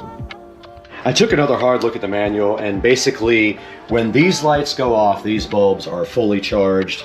It says a charge time of 2 hours. It does not specify whether that is with the USB Type-C or with the socket. So let's go ahead and let these guys both charge up all the way, and then we'll take them somewhere and demonstrate how they work in a good dark environment. All right, we are back with our Neporol Magic Pro lights, and we did let those guys charge for about an hour and a half. And when the red light goes off, they are fully charged, and now they are ready to test. So for our first test, now I do notice they come on pretty easy if you touch the power button there on the side. That's the little touch screen right there, or touch button right there. And what we want to do right now is grab the hangers and go ahead into a dark room and test them. So to put the hangers on, all you have to do right here is just screw one on the back of the bulb, just like this. And then you can hang this guy up anywhere you want. Let's say that you need light in this closet. Let's hang one right there. Let's grab the other guy. Go ahead and get that one rigged up. And you can see it did come on because I touched the touch button. And if you press it a number of times, it will go off. Let's get this guy hung up. All right, we got our lights in the closet right here. Let's go ahead and grab the remote control and the instructions. And you can see right here on the remote control, you've got your basic on-off control at the top, and you've got a 1 and a 2 mode on the very bottom where it says MM. Those are timers. Now the mode at the very top right is where you can set what it does as far as the pattern and the style of the light. And these 3 buttons here are supposed to be for the color temperature. So it's either warm, cool, or very cool. So let's go into the closet right now and see exactly what we have. All right, we're back in the closet with the Magic Pro lights, and we did get a good idea here of what everything does on the remote. Basically, these 3 up top are for white, so it's warm white, cool white, or very cool white. This gives it in a color mode, and then the plus and minus here on the remote are for dimming the lights, but they must be in a solid mode to dim them. Mode 1 is a dissolve between each color, and mode 2 is a flash between each color. 50%, 100% don't seem to do anything and are not in the instructions, and the very bottom buttons are a timer. So let's take a look at these, how cool they are. If you went camping or something like that, and you needed some light where you don't have batteries, let's go ahead and get them on a same color and sync them up. And now we'll go to the mode where they will dissolve between colors. And they didn't quite see it that time, so they're not quite synced up, but very cool how these things operate. And then if I go into a solid mode here, I can use the brightness control. You see I'm dimming it, and I'm raising the brightness there with the plus and minus. And if we put this guy here on white, I can also dim this guy here. Look, I'm dimming it down with the minus, and I am raising that up with the plus. So these lights are pretty awesome. They are rechargeable, like we said before, with either this USB-C on the side or the regular E26 base. And so later tonight, we are going to go ahead and show you guys what you can do outside. Guys, we are back with the Nepperl Magic Pro lights after they sat on the charger for about another 30 minutes and they were topped out. And now we have screwed their hook on them right here. You can see it goes right on the E26 base. We got one on that one, we got one on this one. That means we can now take these outside and show you how cool these things are at night. We'll take our remote control out there, we'll take our lights out there, and we will strategically place them around the pool and let you see how cool they are. Oh, and FYI, the red charging light did go out on both of these to indicate that these guys were fully charged. Let them go until they get fully charged, and that will definitely go out for you. Now let's get outside. Okay, we are out by the Supercar Street Racing pool, and we have one of the Nepperl lights hanging directly across from me and the other Nepperl light hanging over there. There's one, there's the other one. Now you can see they are quite bright. That's with, and then we just hit off. So they are not very long range. Let's turn them back on. Just like that. And now let's change them to colored. Let's step back and see how that looks. And there is a good look at the wireless rechargeable bulbs around the pool. And now let's set them to cycle.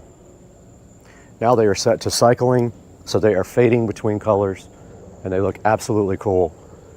And remember, these are rechargeable. You could get, technically you could get 6 or 8 of these around your pool if you don't have wiring to go around your pool. And these make a good amount of light. As you can see right here, it's lighting up the entire side right here. And then if we want to go back to white, we can go warm, cold, or very cold. Warm, cold, or very cold. So those are lighting up the edge of the pool now, and you can see how good they look. And there is one single remote for both, and that is on pink, purple, red. And then you have a brightness control. I just dimmed it, and then I just raised it. So guys, I hope you enjoyed this video. Let's throw that into the studio now with Brad to take a look at these very cool wireless, colored, rechargeable bulbs. We are back at the Supercar Street Racing 4K production studio. You got Brad here, and I have spent some time with the Nepperl Magic Pro rechargeable light, and I happen to have one right here sitting in front of me for you guys to check out. These things are very cool. The manufacturer contacted me and said, hey, are you interested in promoting this product? And I said, of course I am, and they sent me 2 of the RGB lights here, and I'm actually giving these away to someone after this video. So these are already gone. They have been given away to a subscriber. But these Magic Pro lights are so cool. You can literally hang them by their E26 base with these cool little screw-on things here, and you can take them off and they will charge from either the E26 base or they will charge from a USB Type-C right here on the side, which I think is just very cool. And you can see right here we also have the remote, and we can change colors with the remote. We can change modes with the remote so they can dissolve between colors. We have a brightness control, or they can go white, warm white, or cool white. And then you can also do brightness when you're on any of those three. So these things are awesome. I really love these, and I know the subscriber that is getting them is going to get a lot of use out of them. I know a place where they would actually look really good. So pick up your set of Napoleon Magic Pro lights today. There is actually 3 promotions going on right now. They have a 15% coupon available, a 5% promo code, and if you buy any 2, you get 10% off. It is absolutely insane. And I am going to be putting a link in the description for the Magic Pro by Napoleon. And guys, please like and subscribe to Supercar Street Racing. Your support is what keeps the channel going. We don't make money off the channel. The little bit of money we make barely covers any of the costs on the channel. So go ahead and like and subscribe, leave a comment for us, and tell us what you think about these really cool. Look, you just press this little button or use the remote. There it goes. You press a little button and it does come on the side of the bulb. So tell us what you think about these Magic Pro bulbs down in the comments. They have good reviews. They have a 4.3 star review, and I plan on giving them a review myself because I really love the way they work. Guys, thanks again. We got to get out of here though. We got to get this over to our subscriber who's waiting impatiently for it.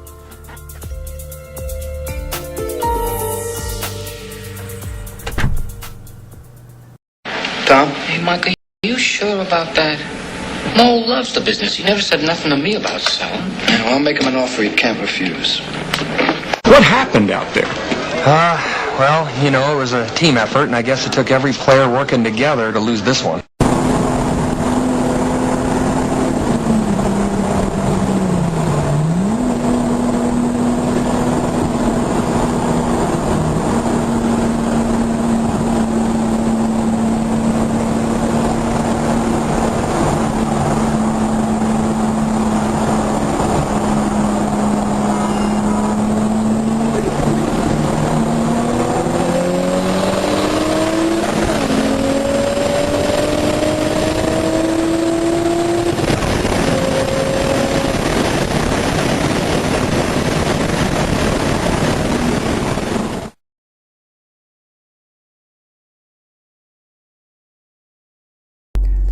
We are inside the Tesla, about to watch a video about me buying the Tesla.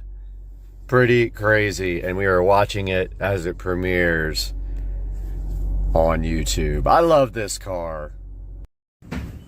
This thing right here went into my brand spanking new foothole. All right, we're over here across the street in the Rich Street Racing shed, and the flow switch I think is bad on this Pentair because it no longer shows salt levels. So we ordered this new flow switch off of Amazon right here, and today we're gonna go ahead and install this for the Spivey team.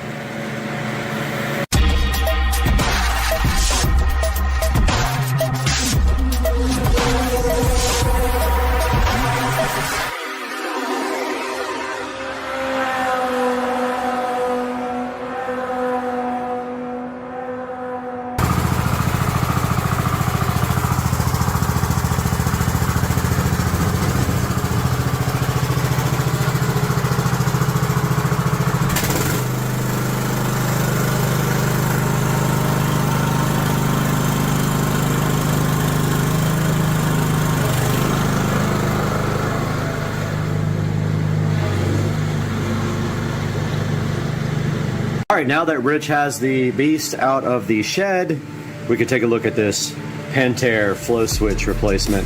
Now, Pentair wants you to spend money and get a whole new salt cell. If we go underneath this little cover here, there should be a flow switch that is probably bad and causing not to show a salt indication on the app. And so we see right here, right now, this flow switch, notice it is hardwired to the salt cell. So we have to cut it and put our own on it. So we are going to do that right now. Here's the replacement, and hopefully the wires are the same color codes. Otherwise, I don't know what to do, but I'm going to find out right now. All right, we got the existing flow switch wire cut here. And if you notice here, this is a 4-wire with black, red, green, and white. And the new flow switch is white, green, red, and blue. And so going on to the purchasing link, there is a wiring code there. I'm going to throw that up on the screen for you right now, right here, and then I am going to start splicing these wires.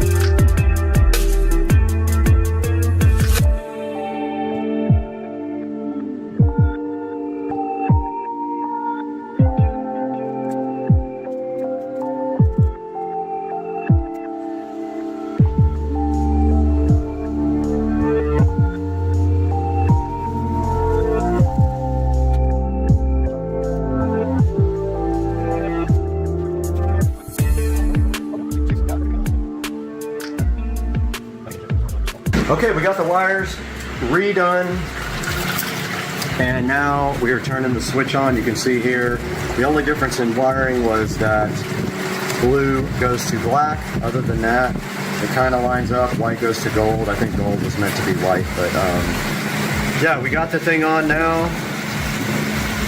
and we're just trying to see if it is going to work or not. And if not, I'm out of ideas. All right, we got the replacement flow switch in. These lights for low salt flashed for about a minute, and now we have solid greens. Now Rich has to go on his app and see if it actually indicates that he has salt or not, and we'll let you guys know if this was a successful replacement or not. We have reading 3200. Salt is perfect. So is that what they said at Pinch a Penny, that you had 3200? 3200 is perfect. Okay, but what did they say? I have to look at the sheet. I don't know. I can't remember. I'm curious how accurate. I'll check it out and decide. All right, guys. So that is how. Yeah, that's how you replace a flow switch on a Pentair. Like I said, blue goes to black. So the new blue goes to the old black, and the new gold goes to the old white. And other than that, it's red and green match up directly, and that will save you about $350 to $400 on a new one of these salt generators, because they won't let you just unplug the flow switch. They make it difficult. Hopefully that saves you guys some money.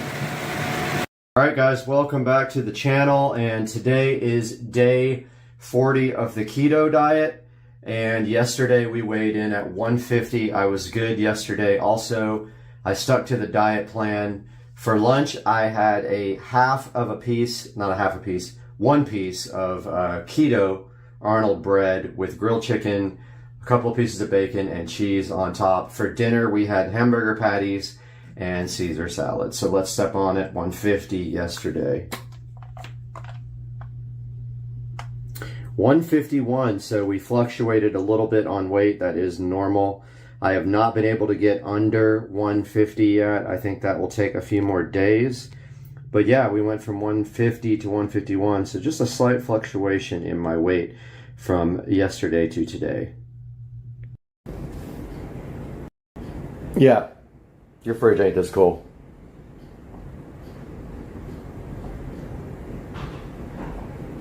But you can get Govee lights and it could be just as cool.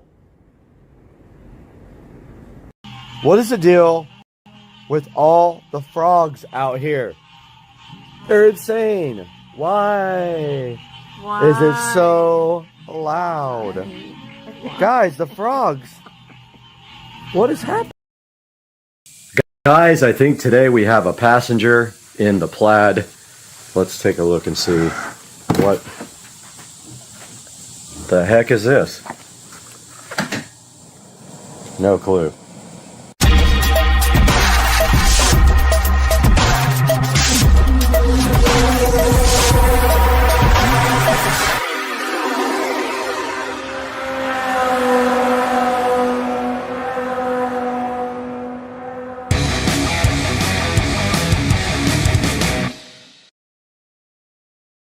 Guys, welcome back to the channel, and today we have something exciting, and that is the Plaid is headed back to All Set Auto, and today we have this carbon fiber apron that they will be installing and correcting some things going on with the wrap. So we are headed over to All Set Auto this morning on a Thursday. We will update you guys as we get to All Set Auto. All right, guys, we are pulling up at All Set Auto in Jacksonville, Florida, and we are going to go in and see how those guys have been doing and deliver the car to them and see what they're going to do to it next. It might be a surprise right here next to me. And that might be, I don't know who that was. That might be Julie. Let's go find out. Everybody, we are back at All Set Auto in Jacksonville, and we're taking a look at what they're doing now, and they are incredibly busy in here. And back here on the table, they have the carbon fiber front apron from T-Sport line, and they're going to be putting that on for me as a favor, and then taking a look at some of the things on the wrap that we need to get corrected.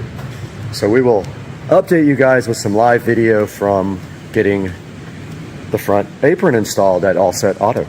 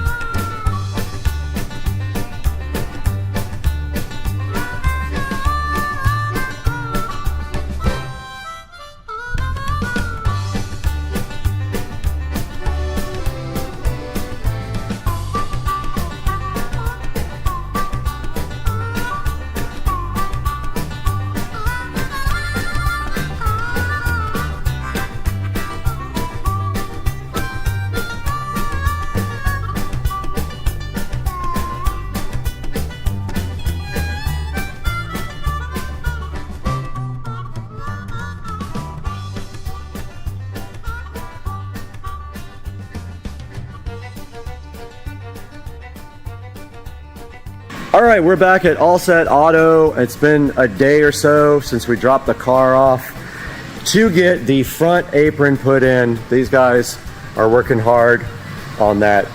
Is that a Model X? Model Y right there.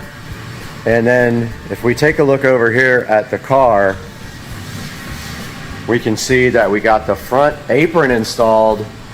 That matte carbon fiber apron looks so good on the front, and it fits absolutely perfectly. And that is why we came here, and they did such a good job putting that thing on. And check out how the car looks under the lights. It looks so good. Now we got to drive it in the rain, maybe, for the second time ever. But hey, this thing came out so good. These guys treat the car like it's their own. And they've got a whole shop full here, so you know they're doing something right if people want to bring their cars here. And then we got the shop puppy over here chilling. But yeah, guys, so we're gonna take this car home, throw it in the garage, never drive it again, and that's it. That's it. It's the end of life. 600 miles. It's retired.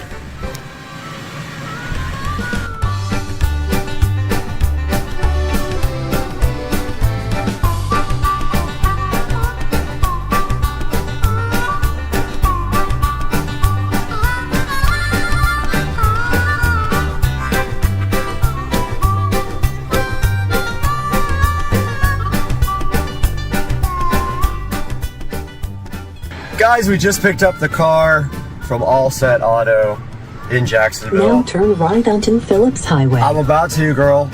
But yeah, we picked the car up. They put the front apron on, fixed a few little minor issues with the wrap, which is normal. We did our 2-week checkup, and now we are headed home with the car. Once we get there, we will give a little bit of a final view of the awesome carbon fiber front apron installed right on the 2023 Tesla Model S Plaid. Looking so fly and so hot. And we'll talk to you guys here shortly once we get back to the house. Guys, back in the Supercar Street Racing Garage, and we are taking a look at the 2023 Tesla Model S Plaid and how it sits right here in the current state. So the exterior mods are almost done. Thanks for ruining my shot. The carbon fiber camera covers are not done, and I just figured out that they left out, they forgot that part right there. They missed this issue with the wrap, but I will let them know. So yeah, the car is exterior almost done. We're waiting for the carbon fiber mirror covers, and here is a look at the front apron installed so nicely on the Plaid, and it came out really good. As you can see here, the fitment, this is the T Sport line front apron, fitting so perfectly on the Plaid. And like I was saying earlier, the only thing left to do now is the carbon fiber mirror caps, and I'm really considering the carbon fiber rear splitter, which is kind of an install pain. You have to take off the back bumper and all that, but it might be something worth checking out. And it looks like the car is charging right now, and it's at 79% and still going, 2 hours left. But guys, I hope you enjoyed the channel today with the carbon fiber apron, guys. So hyped.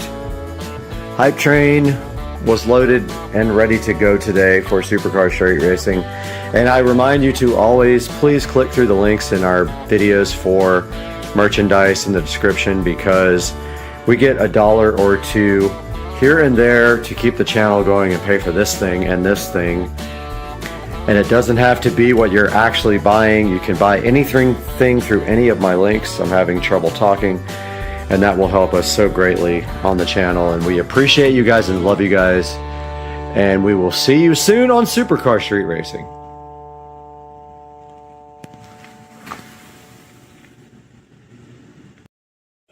Homemade nuggets with panko crumbs and lemon pepper. Lots of pepper. And Caesar salad. What is that? What's so amazing about this box? I need to know. He likes all boxes.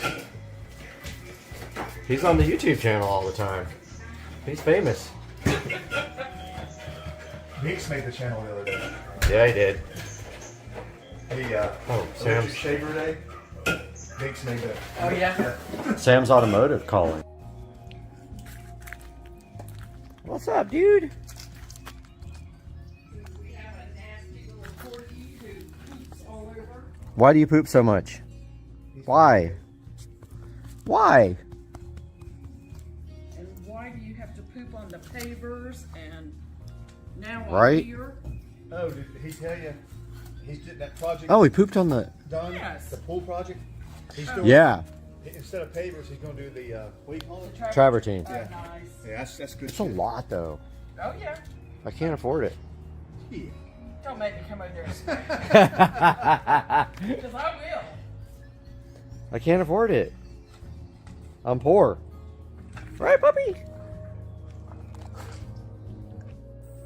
Another foggy day in Florida as we wake up. It looks like it pretty foggy outside.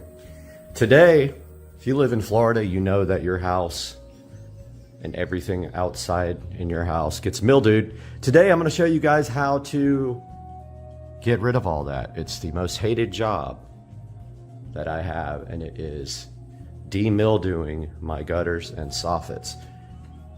And we're going to need a few things to do that today. I'm going to show you guys that in just one moment. Chicken with beef preservatives. Okay, good. I don't want my chicken to go rotten. I want preservatives in it.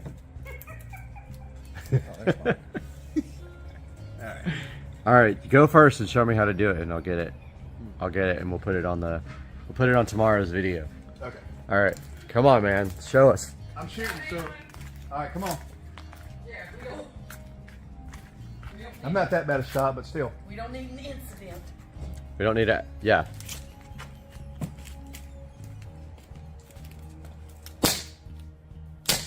Nothing's coming out. Nothing's coming out, is it? Nope. Oh, That's weird. We did that the other day. this guy wants to be in front of the. Nothing. Yep, it's jammed. Whoop, there you Nope. go. BB just Okay. fell Yep. out. One just fell out. Okay. Mm-hmm. All right. It was damaged. Oh, wait a minute. Oh. All right, now it's good to go. Yep. Is it going? Yeah. Yep. Yeah. Oh yeah, right in the red. Heck yeah.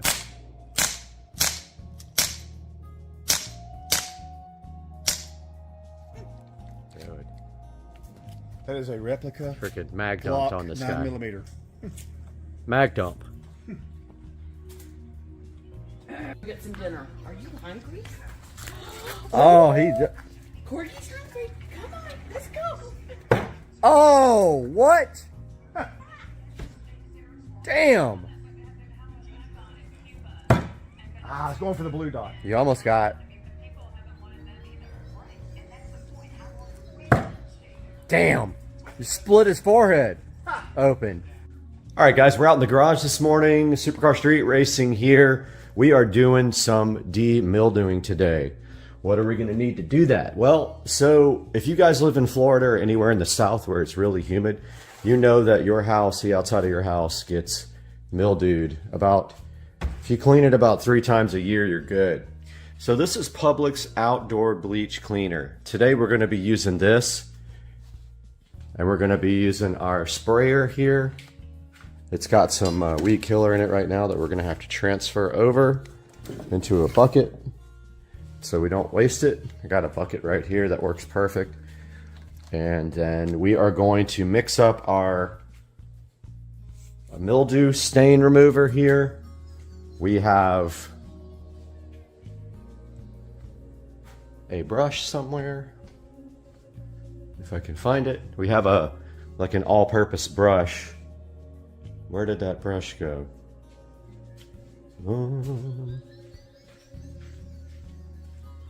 Well, I can't find the brush now, which is really important. I'm gonna look for that and I'll get back to you guys. Not bad. Somebody got brain splattered. Oh, but like this is where I hit on the axe. I hit like the upper right thing. Yeah, that's my headshot. That's yours? Yeah. It's not bad. Wait, where do you shoot from? Here? Yeah. This is the line? Well, you can use what you can shoot from wherever. You don't have to be back that far. I mean, I can't hit. I'm gonna light one of these bug things. Yeah, I was getting eaten yesterday. Yeah, bastards. Probably get like. Probably won't show the video on YouTube if we put a gun on it because they're so anti everything. You know, you're right. That's probably true. They probably won't. They will ban, Well, they'll demonetize it. they will ban supercar speed racer. Street racing. Street racer. You could throw an There- axe. Huh? That was a good video though. Yeah, You but were you like, you're a star. You could throw 7 million views. the one where I bent over and I said, "Dude, you asshole." If you put that on there, I You put a no. You threw it. You threw a bullseye with this. Okay. Dead center. Okay. And we were like, what? Community was like, what? You want to shoot? Yeah, let's do it. All right, you video, I shoot. All right. Is it got safety? Is it good to go? It's ready. It's on. It's on. Okay. All right, is it? There's no safety, right? Nope. Nope. You're good to go. So, all right. Here we go. Oh, dude, stop it. No, it's like going. Okay, hold on. It's definitely going higher than I'm. All right, yeah.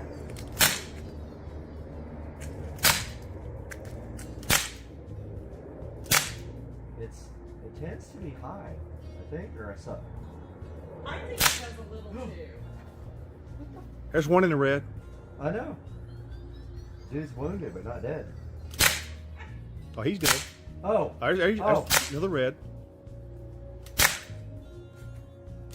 Okay, so a lot of this is my fault because I'm getting eaten by mosquitoes. All right, wait. Let me hold it. Should I hold it sideways? Gangsta style. Yeah. Oh my God! Where'd it go?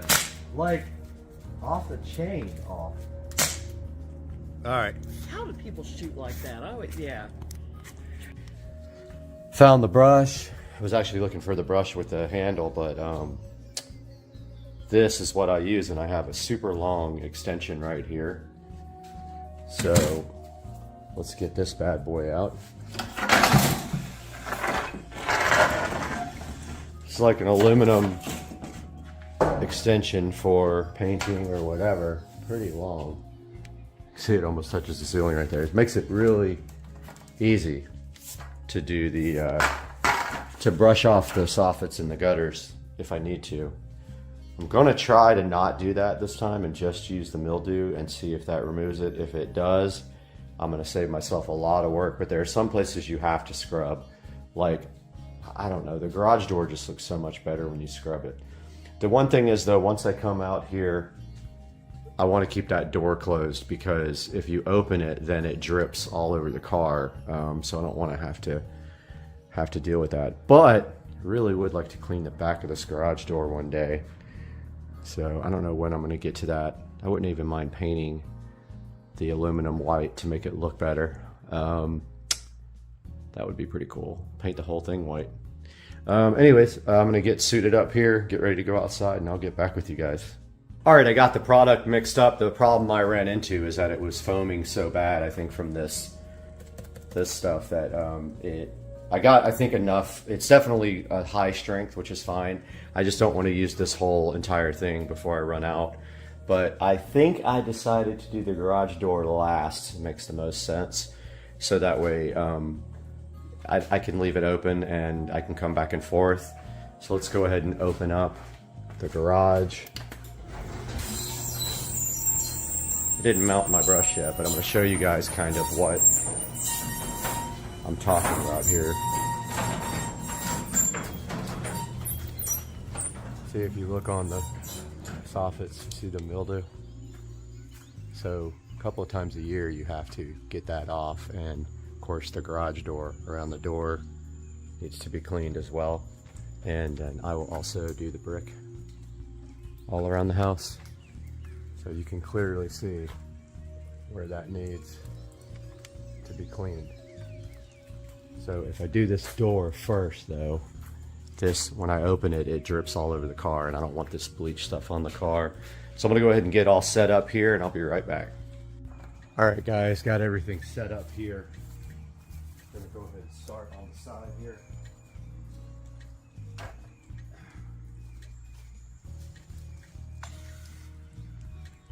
Get my hose ready.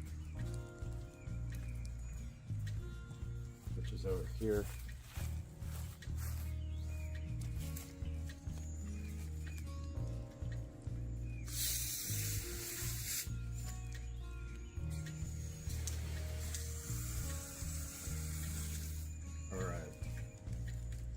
Undo my hose a little bit here. Have it ready. Sorry, I'm off camera, guys. But my hose all ready to go for now. Let's get moving. Start spraying.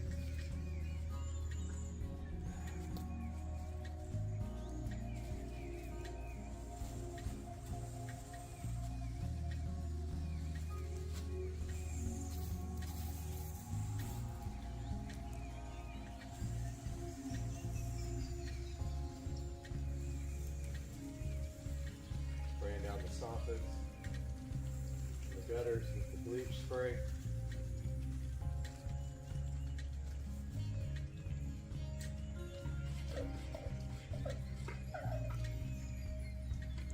Much easier with an electric one.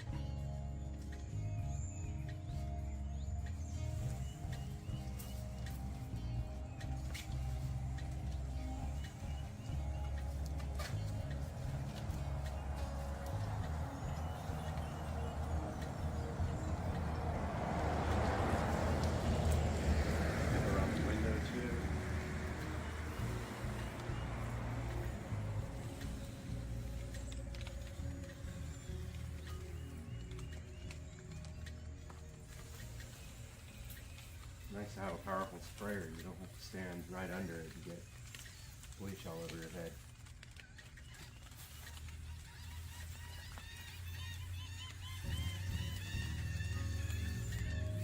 It gets really bad around the string.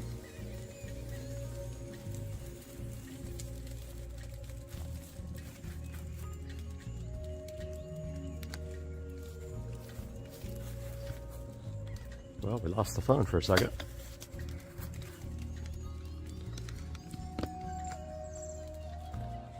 There we go.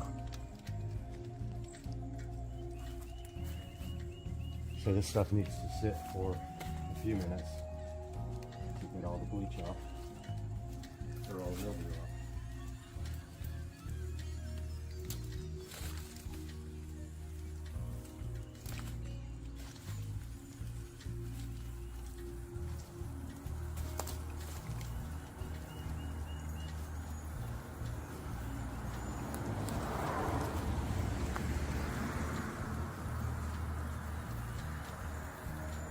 There we go.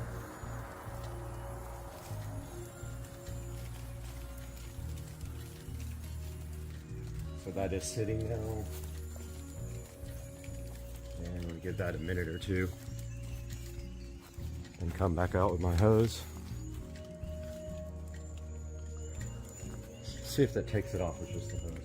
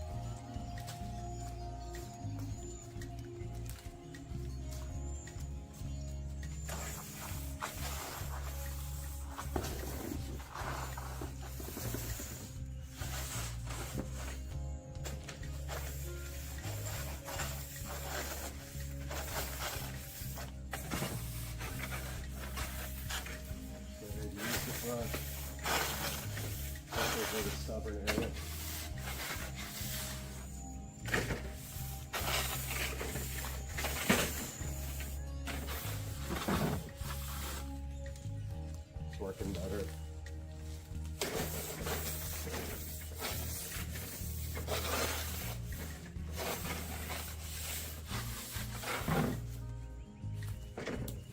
Some places are hard to get to with this brush. Broom works better. It's not long enough.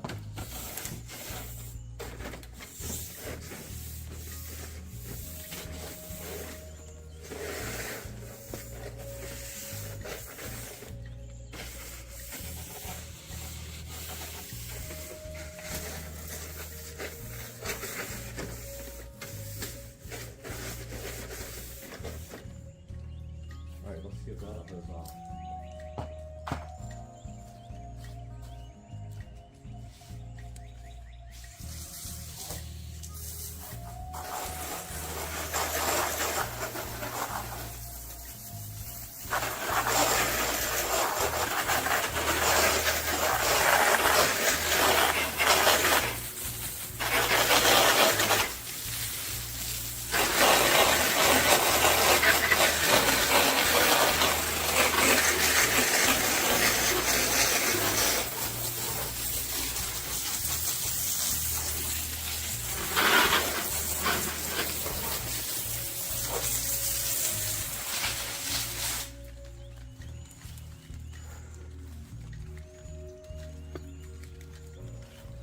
Over here a little bit.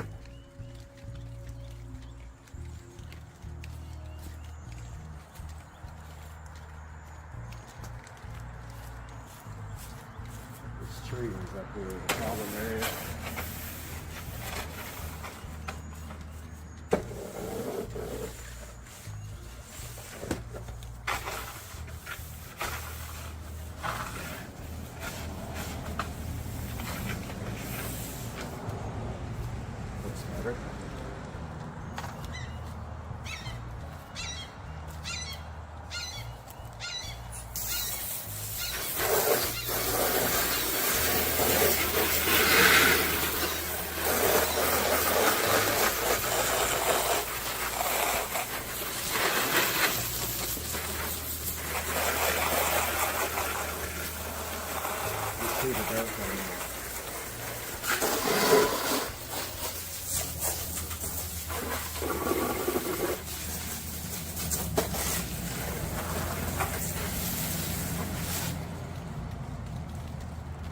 Well, I accidentally sprayed my security camera. Hopefully it doesn't mind getting wet. So this side's done. I'm going to take you guys around front. All right, moving on to the front.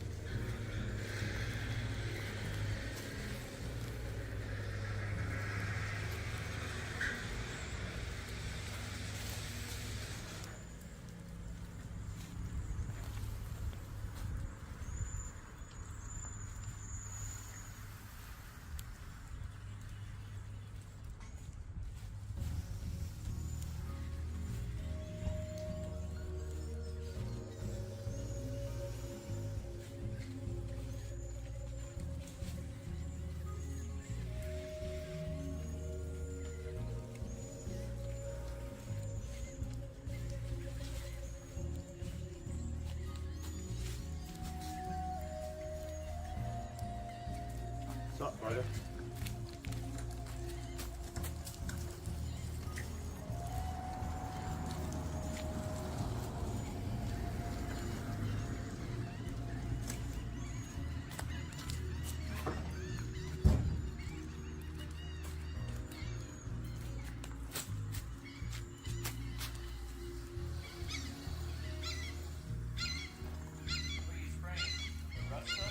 Bleach spray.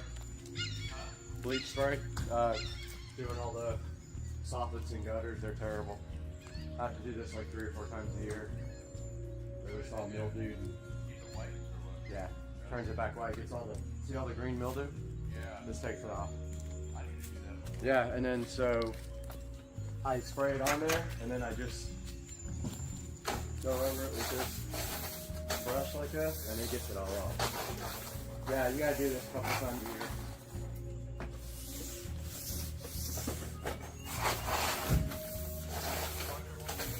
Huh? Nah. I never really tried pressure washing it, but I know a really strong hose won't even get the mildew off. This stuff just breaks it down first. I'm sure like spray it down with the mildew spray and then pressure wash, I bet that kicks butt. But like under these soffits gets you really bad. So it's no fun at all, but 3 times a year.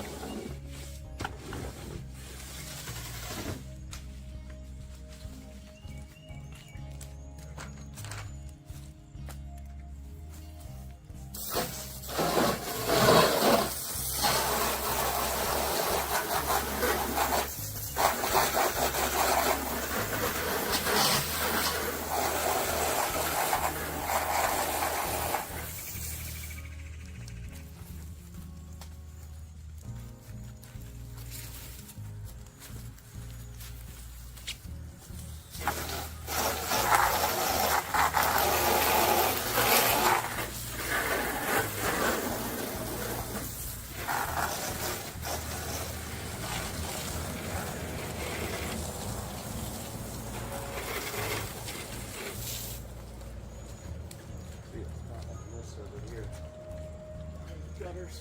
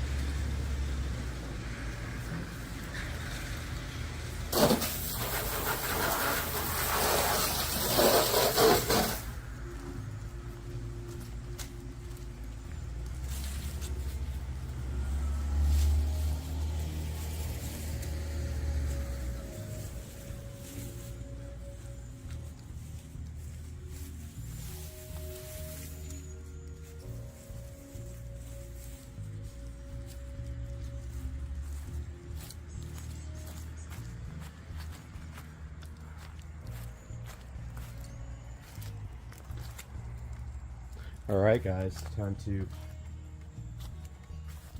do the front. Let's move the hose over, you guys. Get our sprayer pumped up again.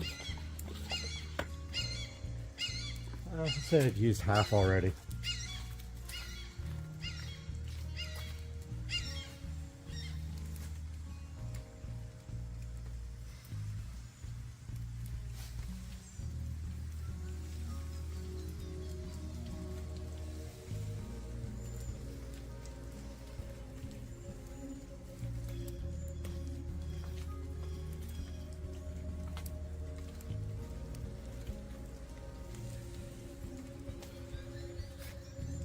Should have done that last. I'll have to walk in it.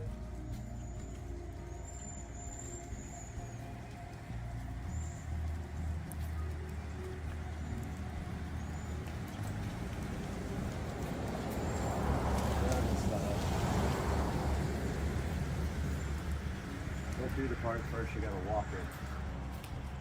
Do underneath that porch.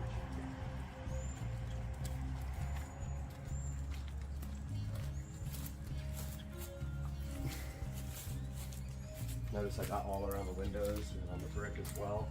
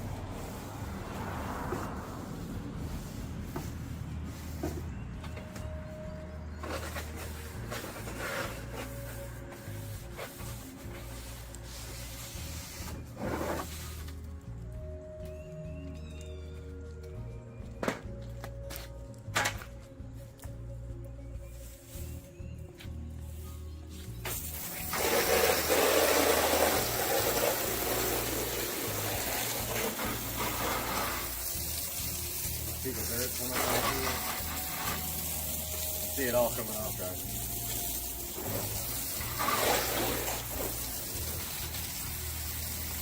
And the brick as well.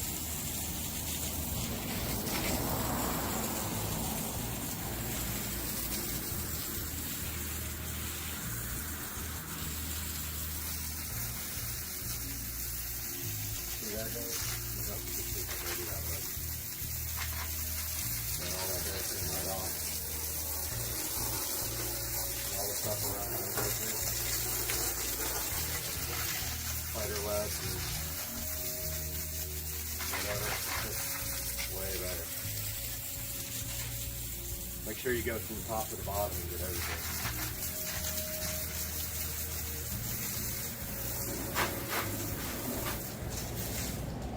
Alright, now I gotta walk in the spot that I already did.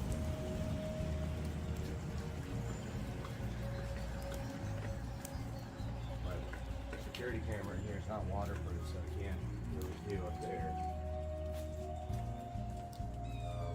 So that makes it tough.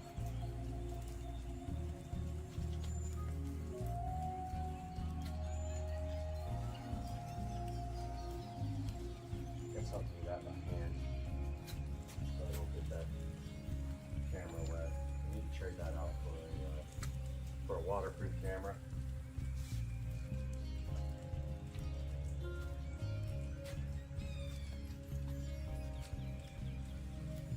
I don't know if you guys could hear that, but I've got a camera there that's not waterproof.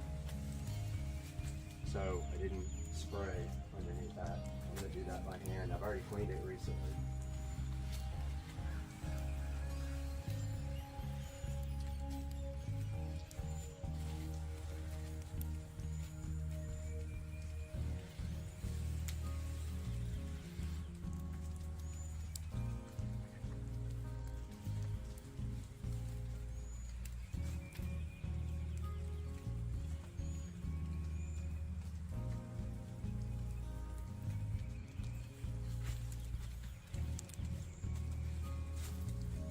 There's a lot of spider webs and dirt and stuff underneath here.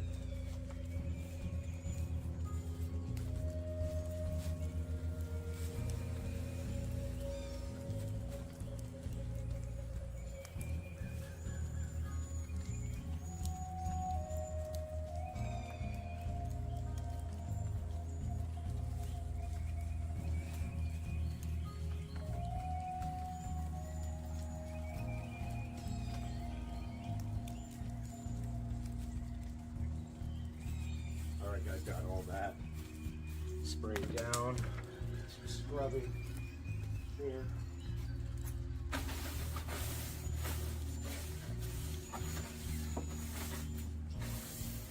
And all kinds of dirt between these soffit ridges.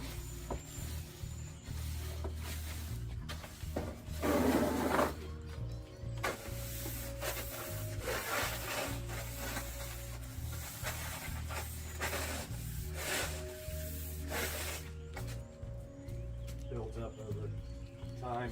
I think just the hose will get it off.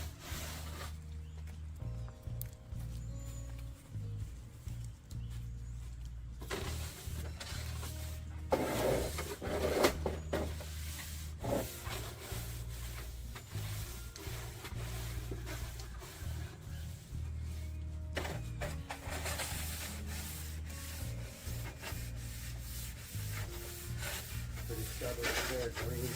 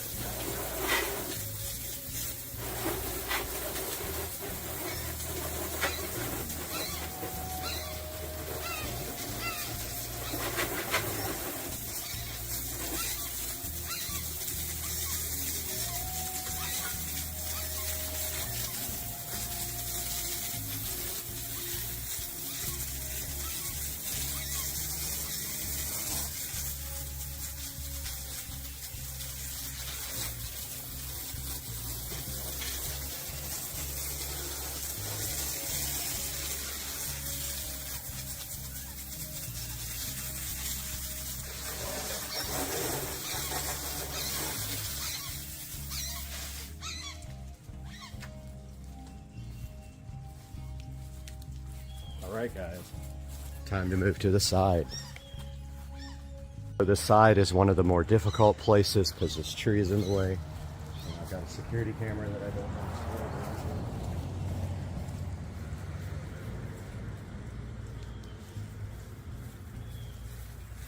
Got about a quarter of a tank left. Cleaner here. Have to go make some more. Try not to spray this camera down. I don't want to directly get it wet either.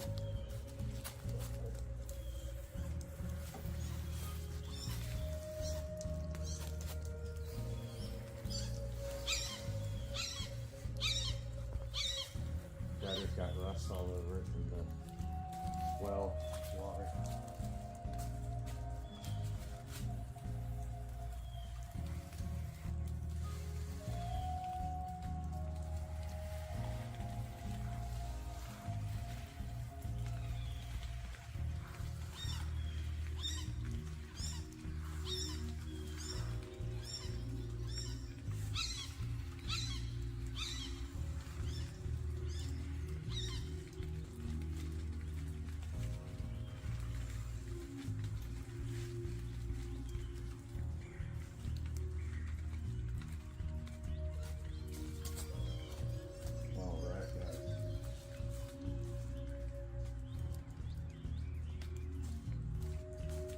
Time to scrub. I need to get my broom.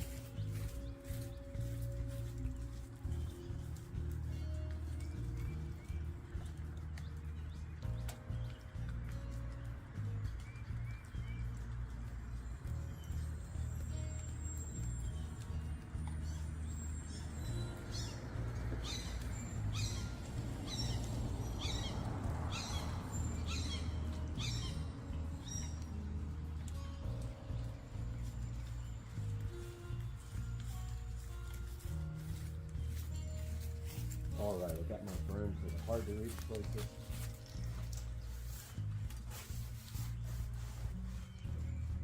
Like that.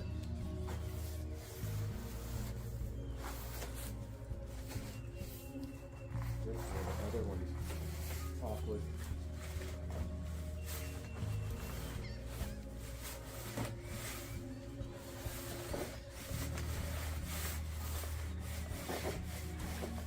Get in that little crevice.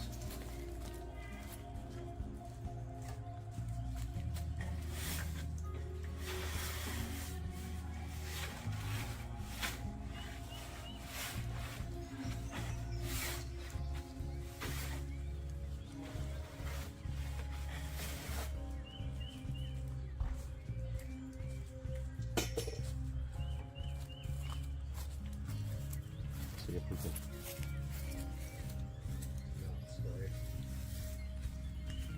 Camera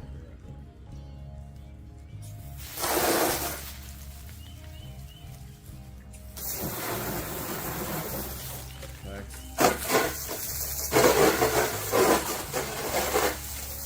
That looks pretty good. I think I'm gonna have to start using the other hose now.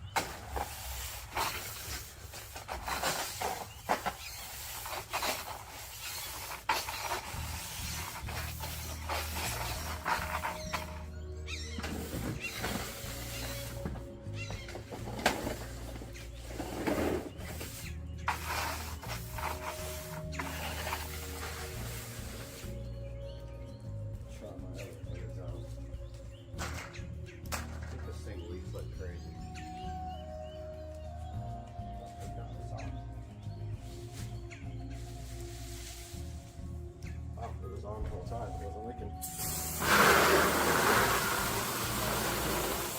Oh yeah, this thing's got some juice.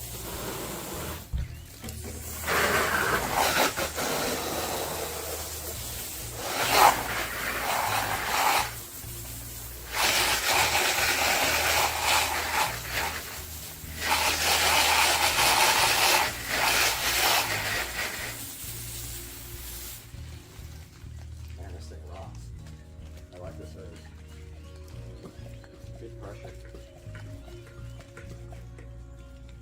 I think I got enough to finish the side, at least maybe more.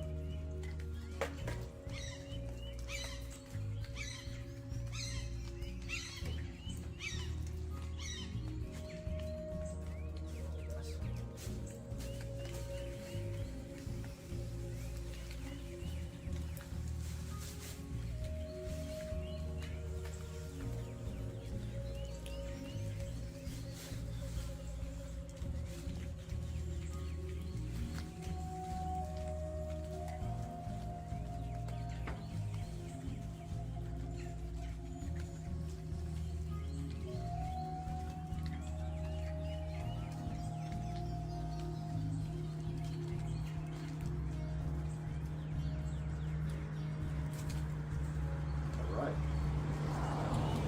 Give us the starboard.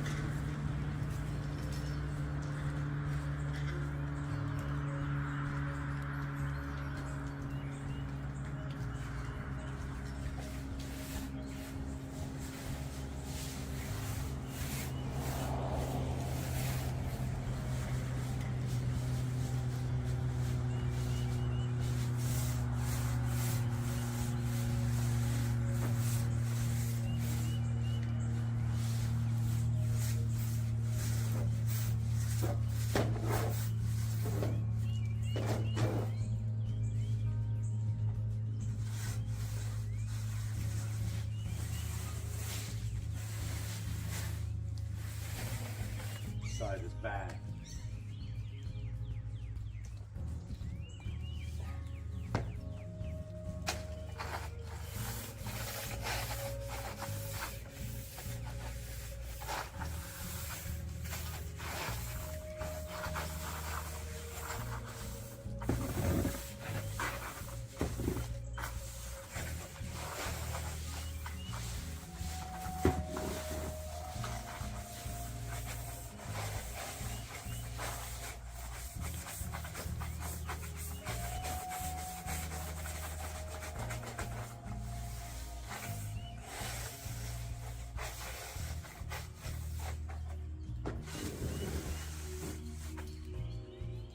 Yeah, that's actually really bad.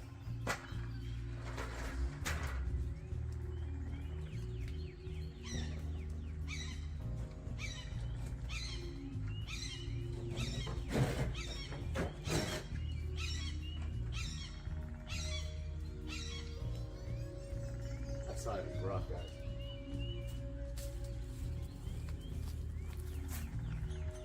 I want you guys to see.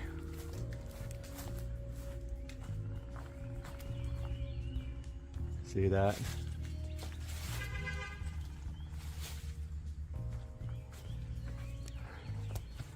That's how that looks.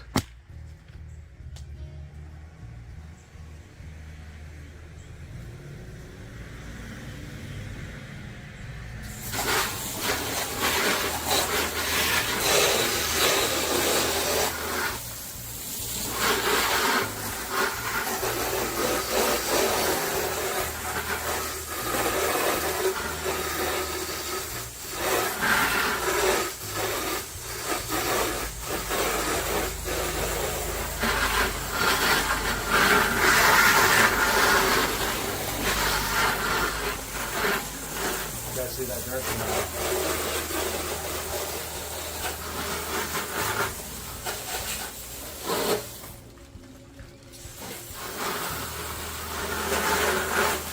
That's a stubborn spot right there.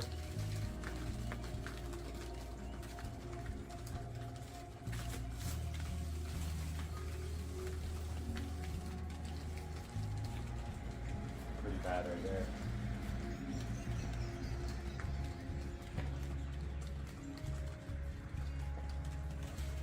Try to hit that spot one more time. And this spot here, before we check that. Yeah.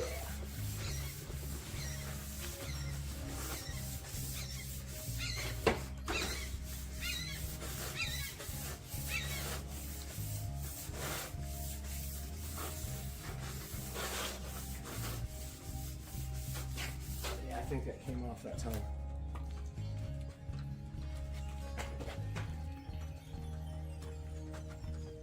Check it out.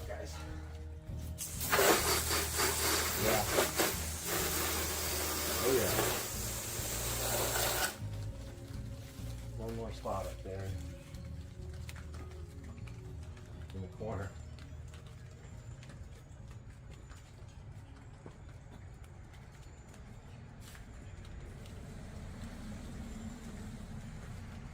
Get that spot one more time.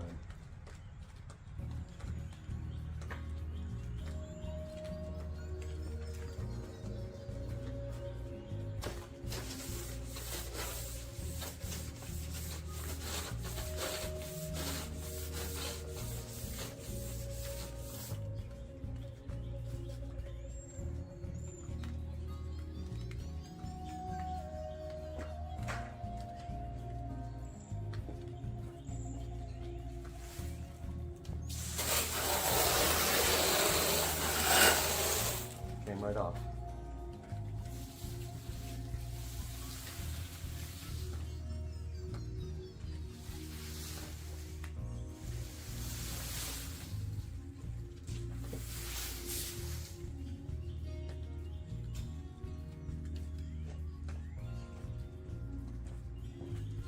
Alright guys, let's go to the back. Alright guys, we are around back now. One of the tougher parts to get. Because it's covered with trees and stuff. All kinds of stuff to get around.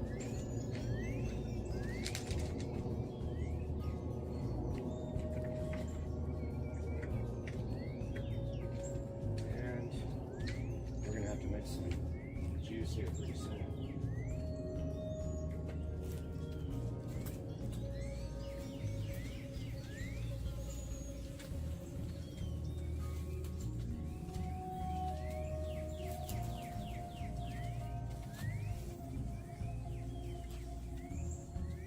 Can't spray too hard around this window because it'll spray right through to the inside of the house. There's the air conditioner. So I gotta be careful spraying on this window AC. Hopefully I have enough to finish this corner. I'm almost out.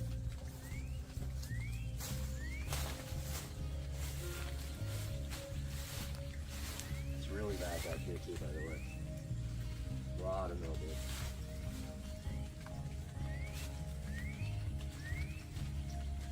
Come on, baby, don't run out.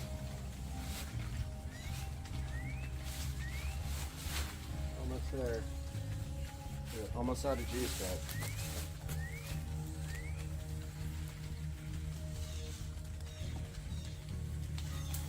I think we're gonna have enough. Yep, we made it. Yeah, it's really bad. It's going to be hard for you guys to see on this. I actually got a little bit more in the jug, and then after this we got to switch hoses to the other hose that's on the other side. I almost forgot to brush.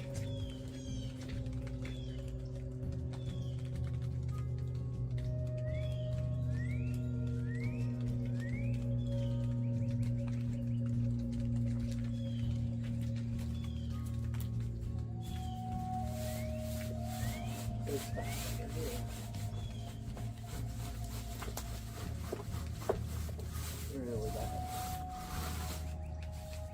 And the top of this AC is terrible.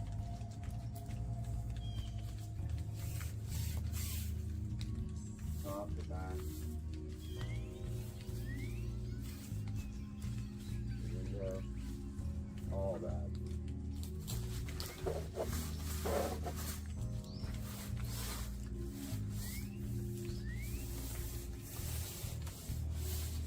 I used to use brooms to do the whole house until I realized that was stupid. And we got that nice bristle, heavy bristle brush.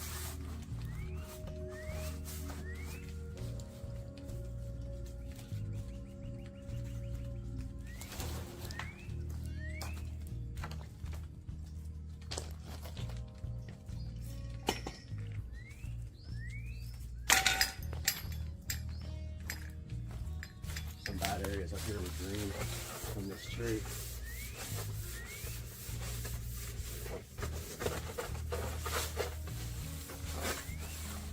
I don't think I sprayed it that well.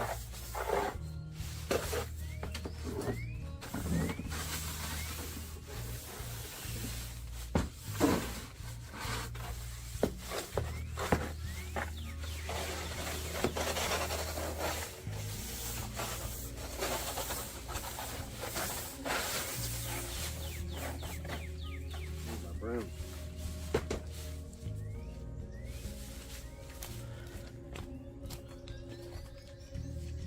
Yeah, this is the worst part, guys. Sure.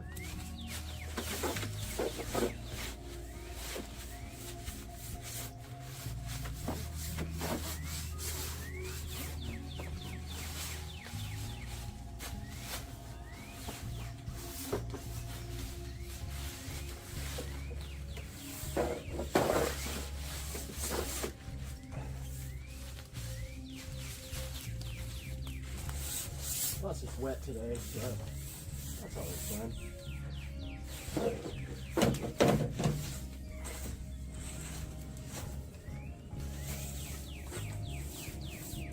Alright, let's give that a rinse. That's satisfying. God, it's soaking up from the dew and the mist.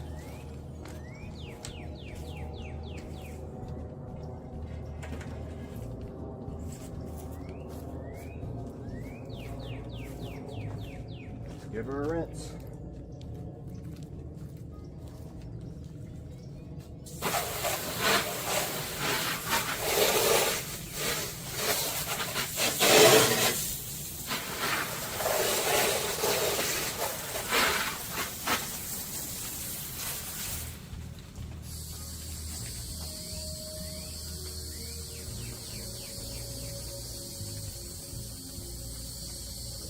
That's going to get straight in the house.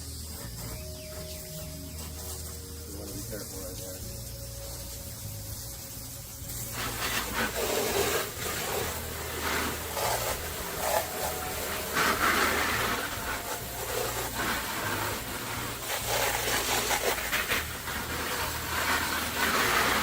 Oh, that looks so good, guys.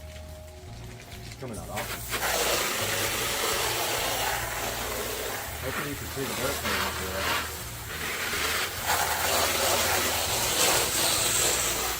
Alright, this top part up here needs another shot.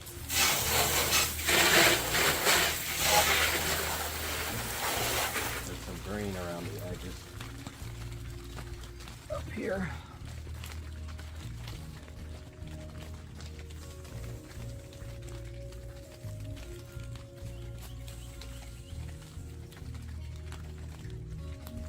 Give that one more shot there,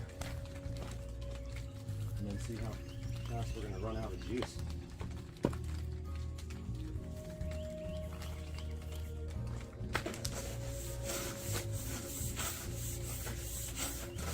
Getting eaten by mosquitoes. I need to put on mosquito spray.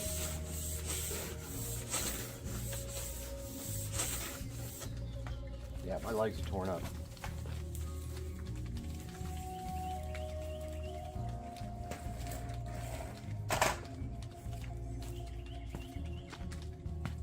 Yep, all that stuff came off this time.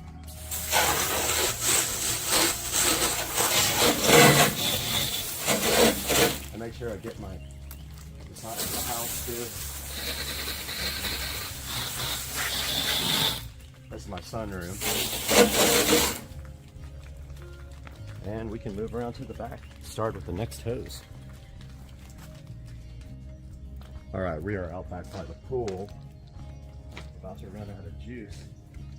But we might have enough to do this. I highly doubt it. Nope, we're at the very bottom, so we won't get much of this done.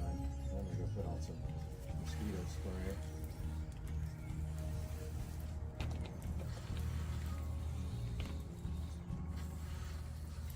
Sunroom really doesn't get bad on the side of the walls.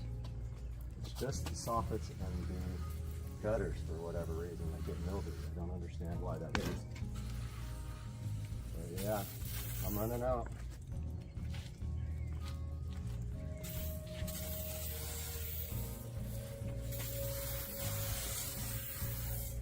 Not gonna make it.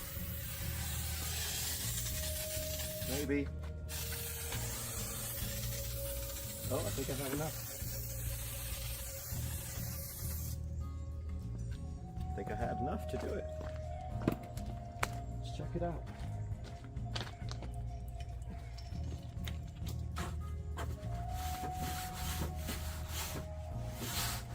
So dirty. So satisfying.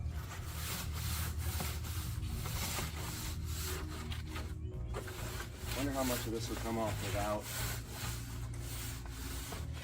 Right in my face.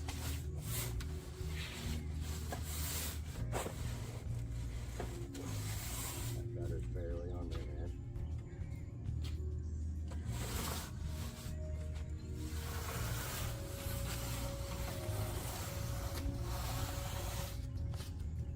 Yeah, that gutter's like needs to be reattached, and I paid a dude that said he reattached them. So he lied to me. Hope you guys can see that. How good that's working.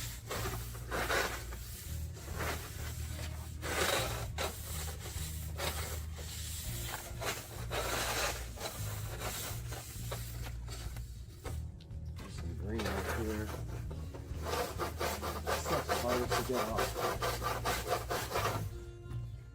I think it's from plants, or maybe it's just green mold. Either way, it sucks.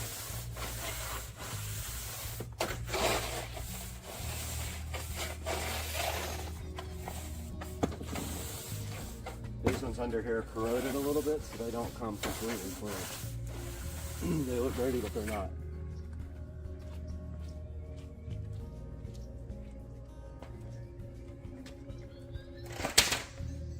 And let's give that a rinse, and I'll go mix some more juice. Oh yeah, that corner needs it a little bit more when I get some more juice in that. You can see the green stuff coming off of it, but that corner needs to be good again. And then I get all the cobwebs and stuff off the house.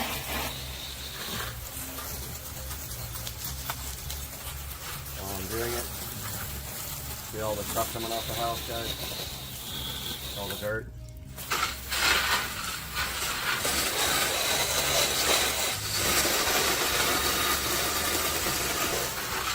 Awesome.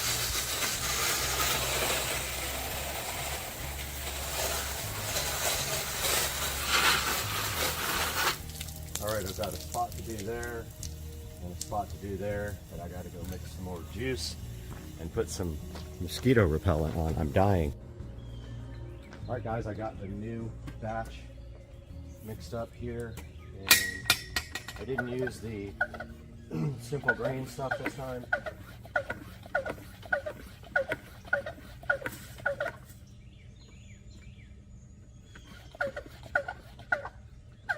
I just used the Publix cleaner. That spot. It's a good sprayer. It was expensive, but I'd rather have an electric one, obviously.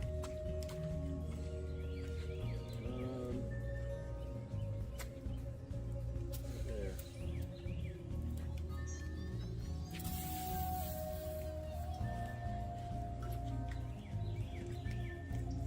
Get these two bad spots.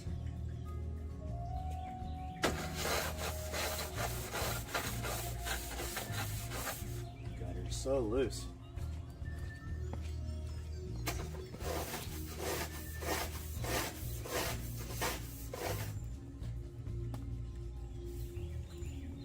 think that got everything off.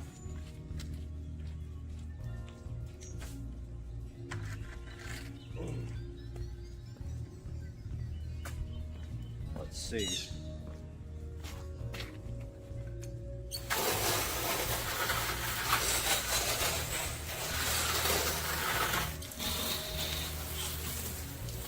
Yep. I'll just do around the windows and get all the cobwebs and stuff off.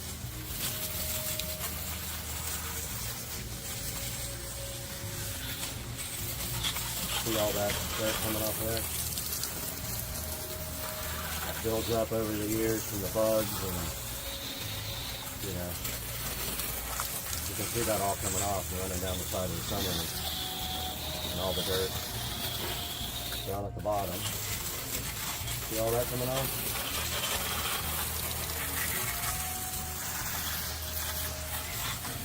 I like that one. What kind of string? Look at that guy. See all that dirt on this white hammer?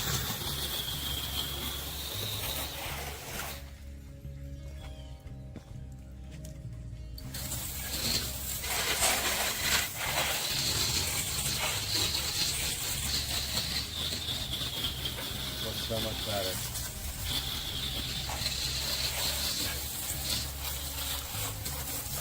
Oh, and this time up there, a lot. Around these little windows.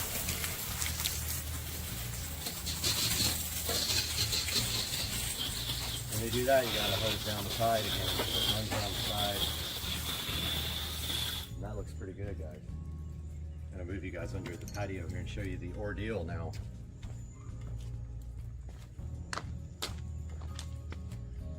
Well, I almost fell in the pool, which would have been great video, but the camera was off. This is the worst part about doing this is that I have to move everything, all the furniture out. However, this furniture is metal now. Oh yeah, they are Velcroed to it. So we're gonna get these out of the way. I might even wash these.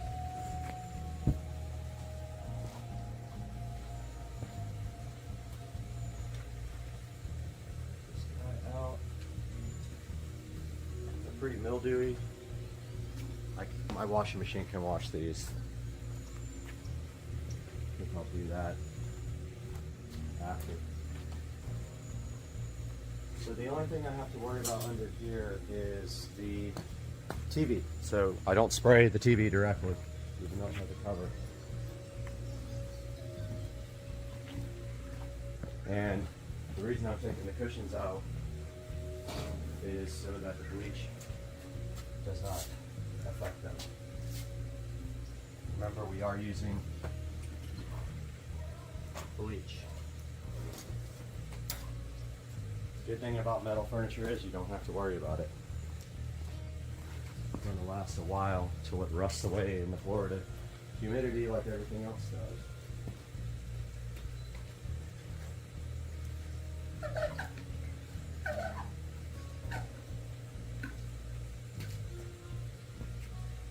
Alright. Some dirt on this wall.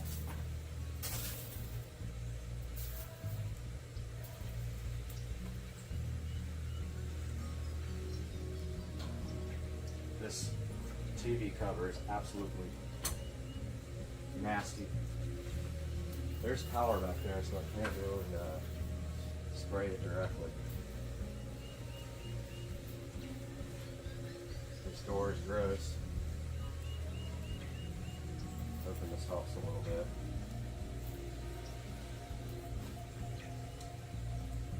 These speakers are shot, I think, anyway, but they are outdoor speakers. So I'm just going to hit top real quick.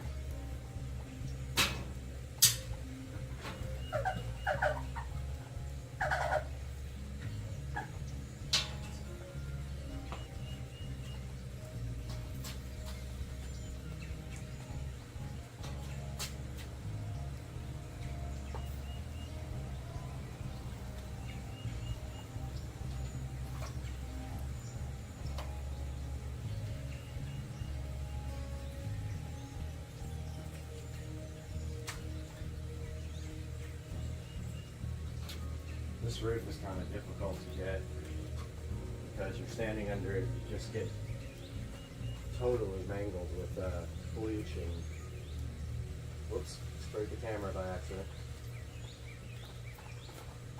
Better rinse that off.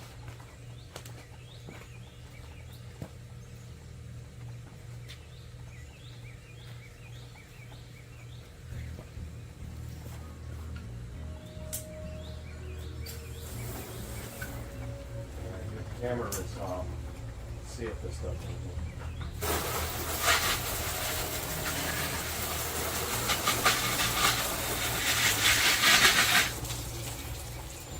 There's electrical back there. kind of don't want to spray it.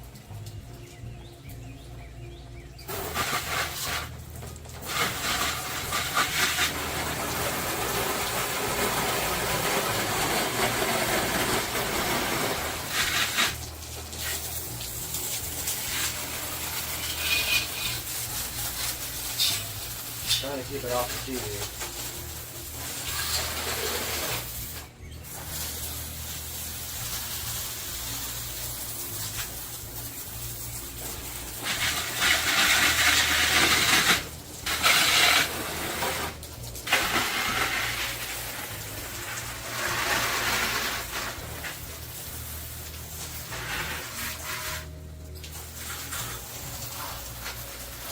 All this stuff is outdoor rated except this television.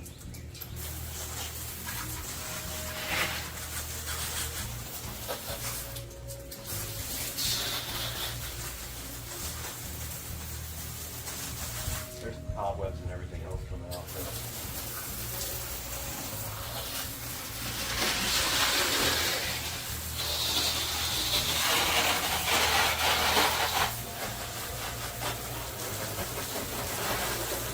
Absolute must. You have to do this a couple times a year. You guys aren't seeing on the ceiling there's a bunch of bugs or dirt. It's all coming off with the hose.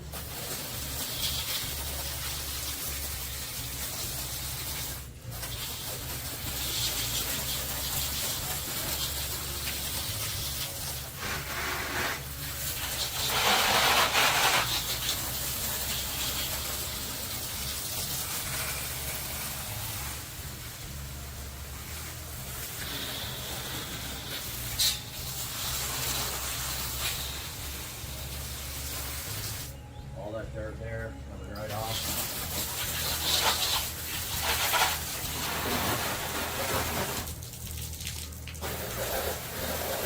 That too. Now I painted this roof about a year and a half ago. Now all you have to do really is just kind of hose it off with a power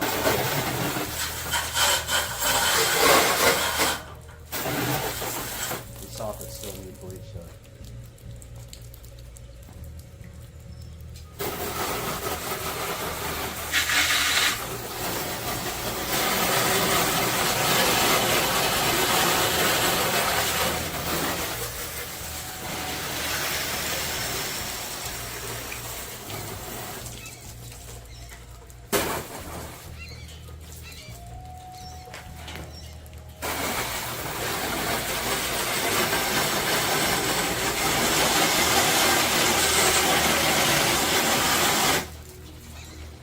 Still some areas that are going to need a brush, I see.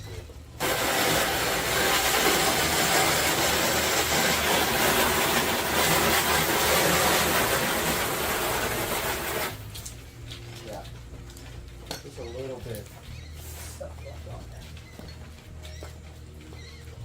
A little brush right off.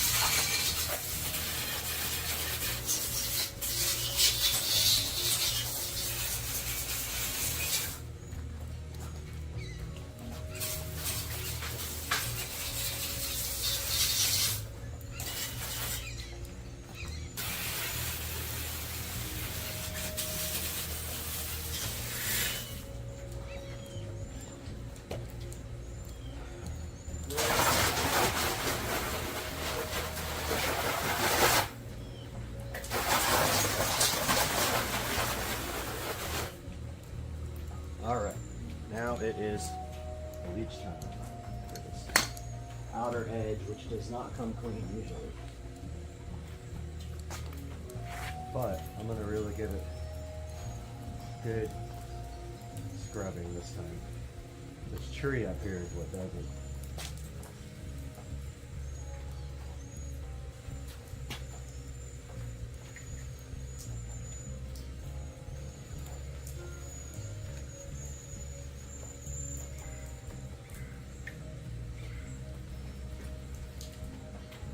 There's a lot of green up here.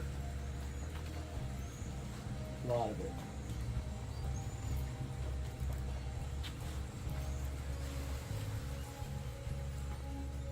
Gutter too.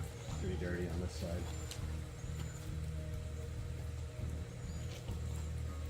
Spray this.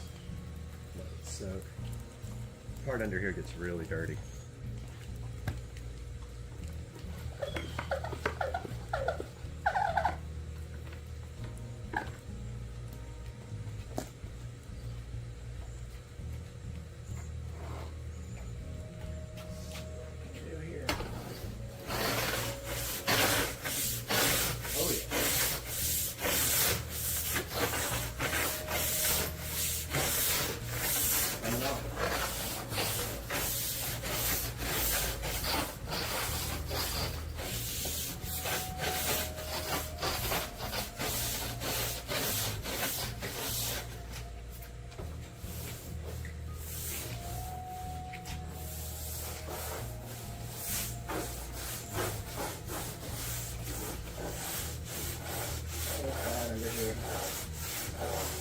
This green, like algae, mildew, really bad right there and up here.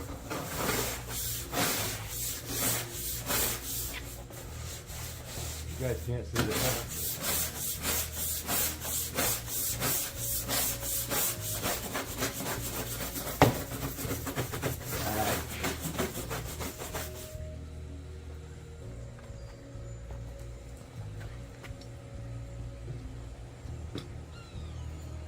The very top there that you guys can't see.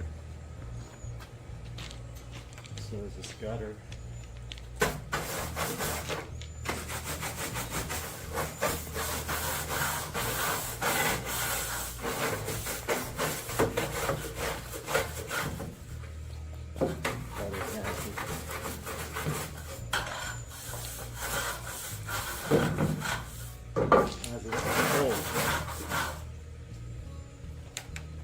Let's see how that comes off.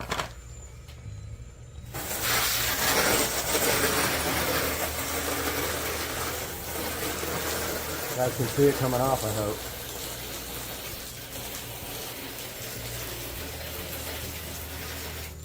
So it got a lot of it off. It needs another coat.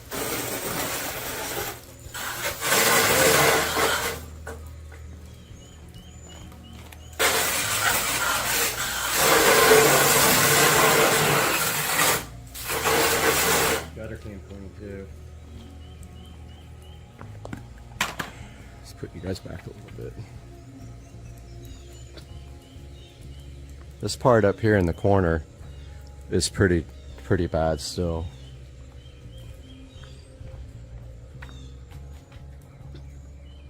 Right up there in the corner. I'm going to get that again.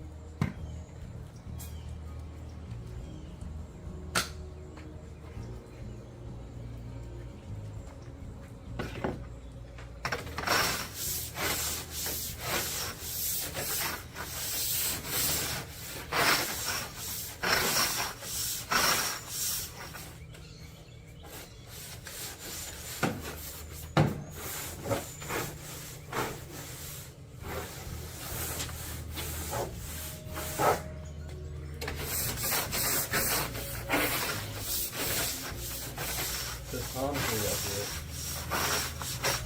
That corner gets bad. I think I got it. I think I got it.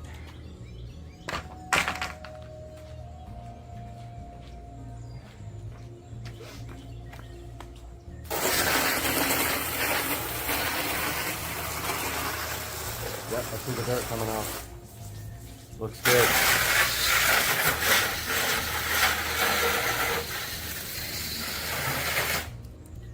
Alright guys, the patio is done. Time to move on to the side of the house. Other side of the house. Alright, we are on the side of the house now. And this side is really bad from the concrete.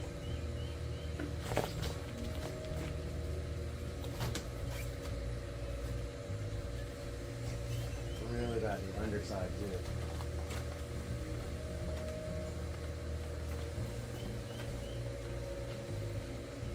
Really bad, dude. This bleach stuff is getting all over.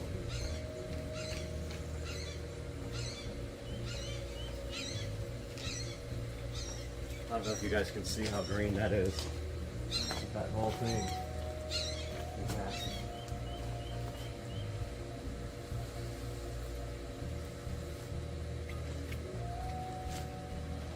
Letting that soak up there. I guess I might as well do this whole side here.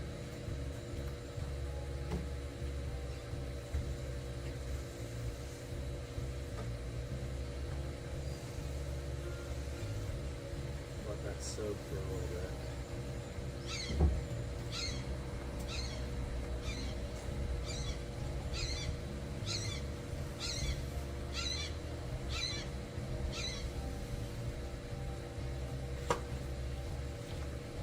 This is bad over here as well. It's got the dark mildew stains on it.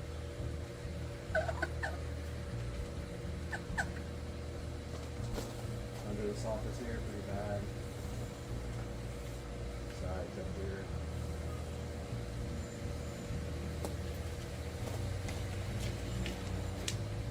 Alright, I don't know why I'm bringing this back.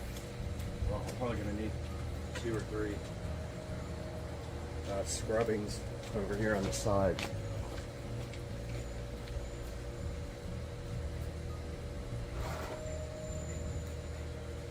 Let's see how bad this is.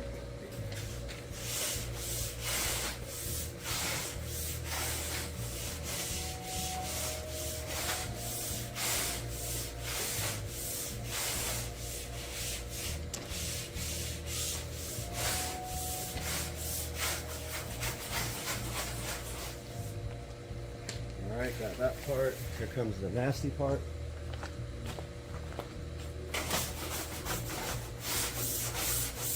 Totally green.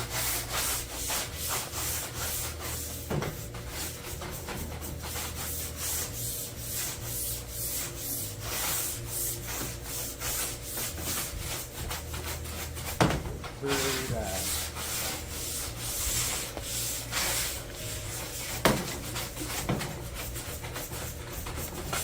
Gonna need 3 or 4 scrubbing.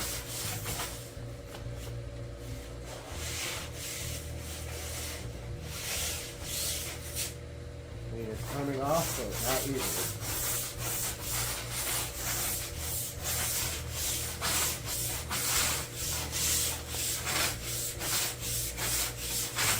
Let's give that a little rinse. Let you guys check that out as it comes off.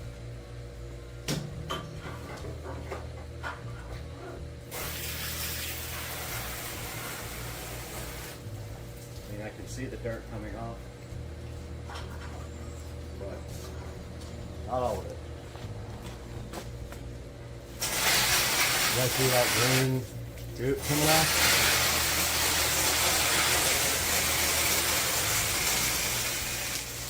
Oh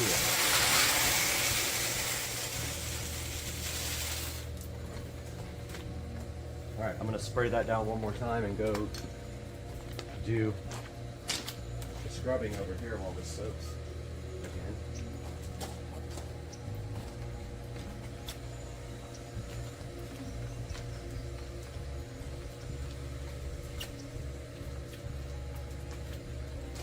Let that soak for a minute. Grab my broom.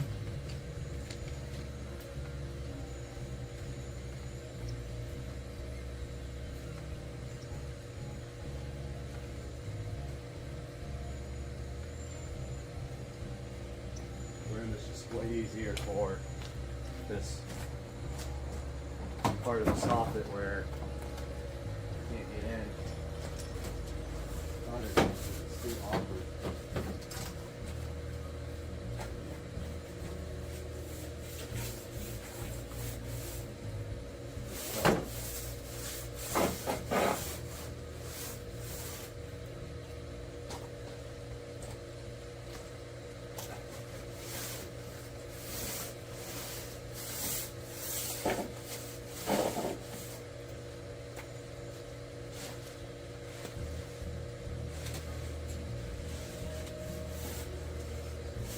Almost no gap over here.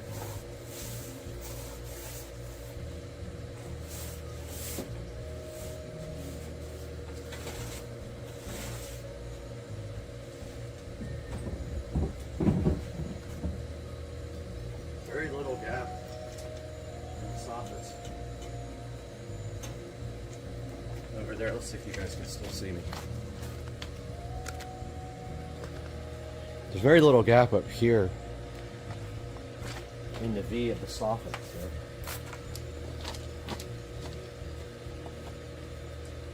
There's a clear line here where I stop.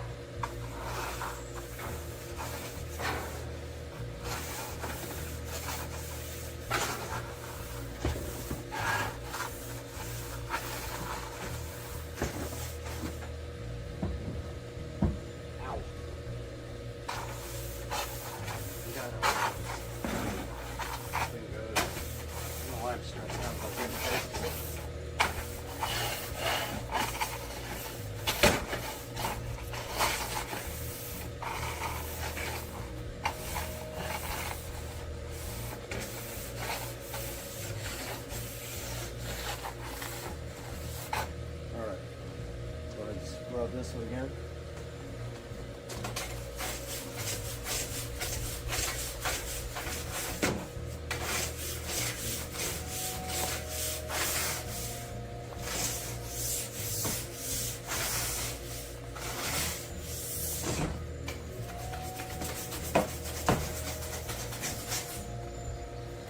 It's not perfect. Better than under rents, guys. And this side of the house is done.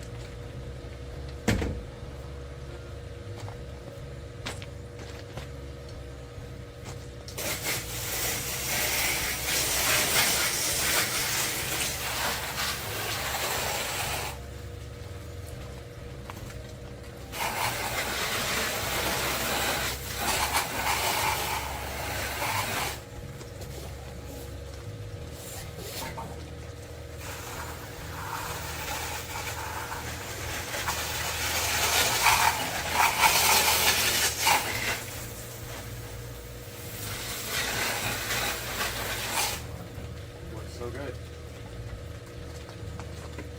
Now all we have to do is go do the front, the garage door, and the bricks in the garage. All right, we are up front now. Let's get this garage door closed.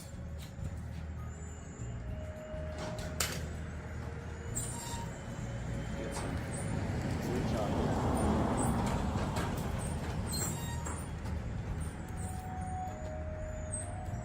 Garage door is pretty dirty.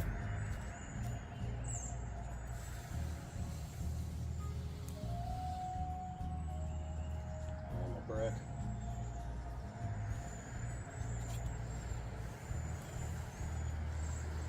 Get the soffits first. And the gutters. Come back to the other side.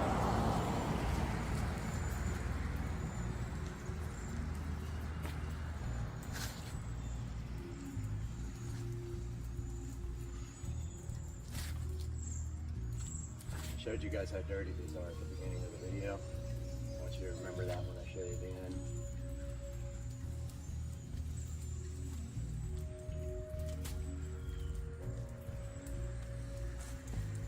Too gross.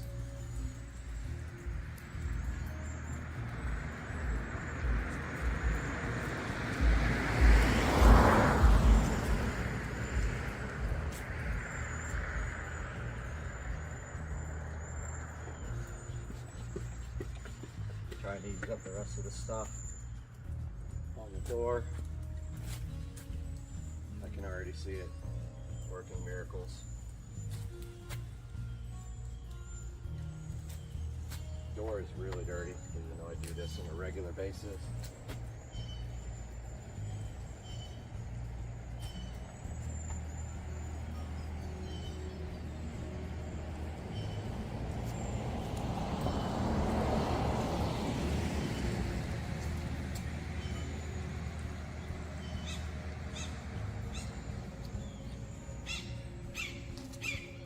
There's a lot of cobwebs and bugs and all kinds of stuff on here. You'll see. Gonna be good. After.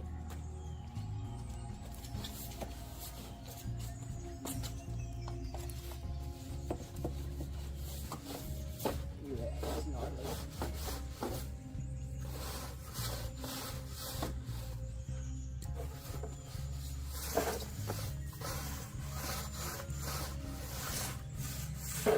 It's bad.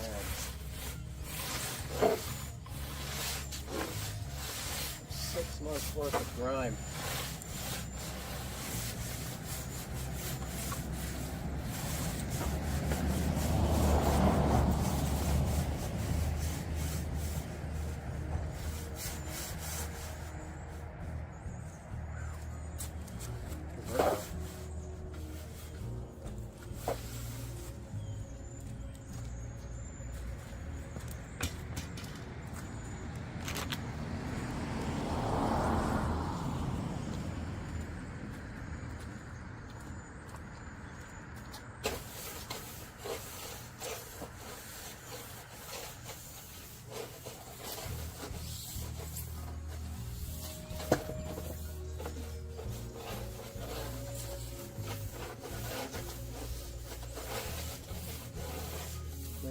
Trees right here.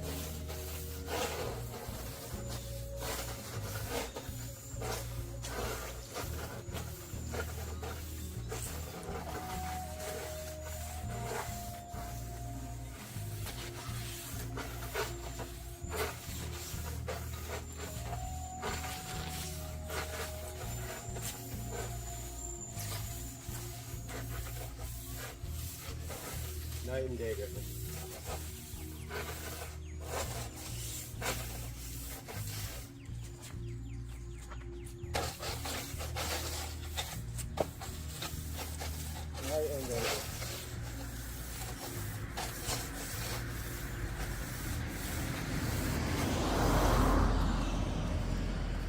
Watch this.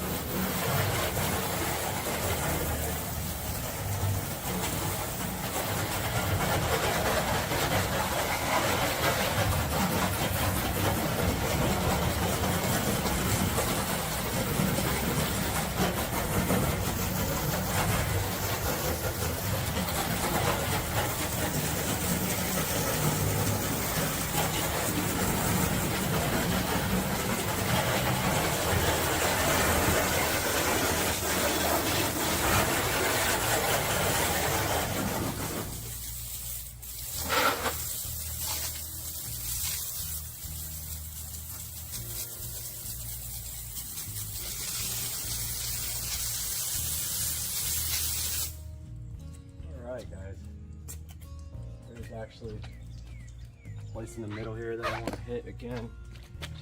That looks like night and day. Big difference. Looks so good. Yeah, just that top edge right there makes another scrub. And then after that, kind of good to go. Too bad I can't edit because it crashes every time.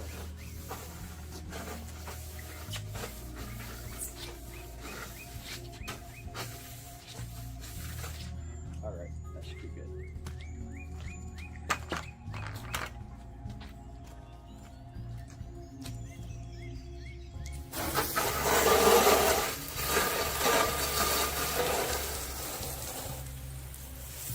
Alright guys, I hope you enjoyed this.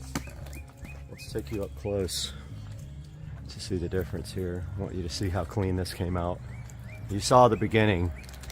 Check it out now. How good that looks. And the garage door is awesome.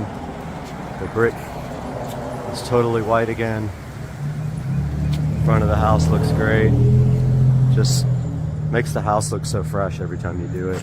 You have to do it in Florida. It just, all these houses, if you go up to them close, the guys who don't do it, their houses look terrible, but I take pride in my house. I want my house to look good. So hope you guys enjoyed this video. I'm going to attempt to edit it, but I'm having massive problems with Adobe Premiere crashing using all the memory, so I don't know what I'm going to do about that. But hope you guys have a good day, and hope this is helpful for you if you want to do your soffits and your gutters or clean the outside of your house.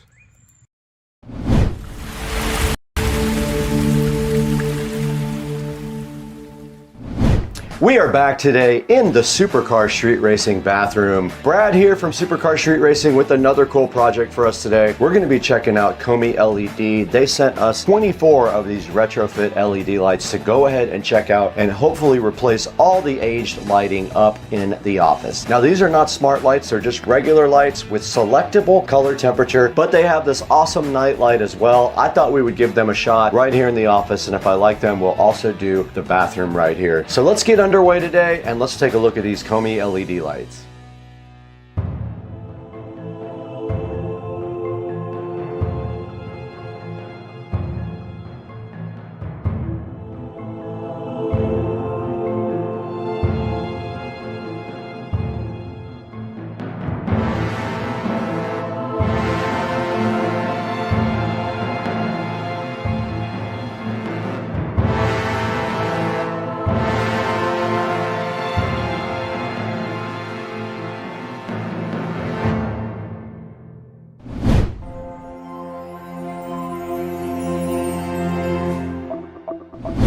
Guys, we're still in the Supercar Street Racing bathroom now, where we're going to unbox this awesome set of Komi LEDs. You can see they provided us an entire box of Komi LEDs here. There are 12 in this one box. Let's go ahead and see what is inside here. Fail.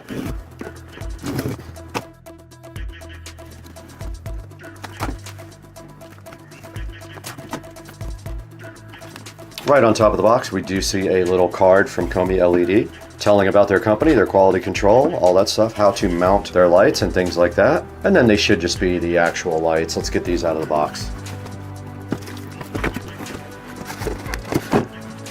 Don't need that box where we're going. And here's a great look at the packaging on the front. It's 6-pack here of their LED recess nightlight kit, and there is a 5 color temperature selection on it. You can go anywhere from 2700K all the way up to 5000K.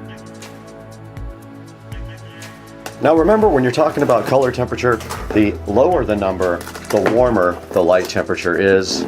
Most of these lights in the house are 3200 Kelvin. Up at 5000 Kelvin, you're approaching the bluish, purplish range. And inside the box, there is a nice brochure telling you here how to install the lights. And they are controlled with the switch to change it to nightlight mode. There is the actual size that you have to do, 4.1 inches. And here is a look at the actual light itself. There's a twist-on connector there for you. The light is very slim, very cool looking. You should just be able to pop it into the hole and these drywall clamps right here just clamp directly down. Now let's see what the connection method is inside. Just wiring nuts, so we just have to unwire the old lights and wire up the new lights. And checking the back of the light, there is the actual switch for color temperature. It was upside down, but you can see right now it's set on 3500K. All the way down to the bottom is 2700. That would be your warmest setting. You can't go any warmer than 2700K, which is very warm. I'll probably put them on 3000. And that's a good look at what's inside the box of the Hdmi LED.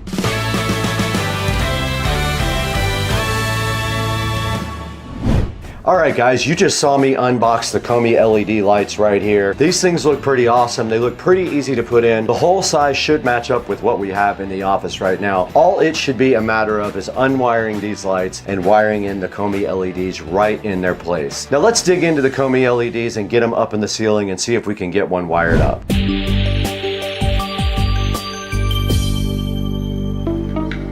All right, it's going to be stool time again, so if I die, it's not my fault. Okay, we're up here with the old fixtures. I'm gonna go ahead and remove this bulb. Don't need that where we're going. And then, yeah, there's just two levers in here. There's just two levers there that keep it inside the ceiling, and it should just come right out.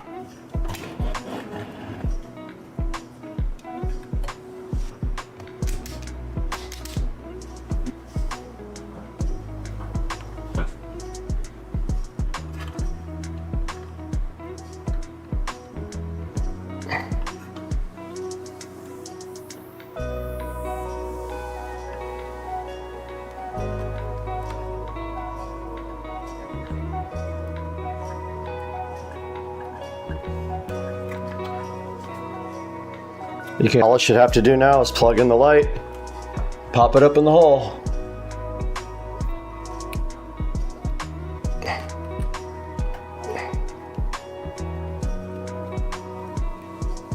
And it is on 3000K. And then you just pull these springs back, just like that. That one's done. 5 minutes. Oh, it's on nightlight mode.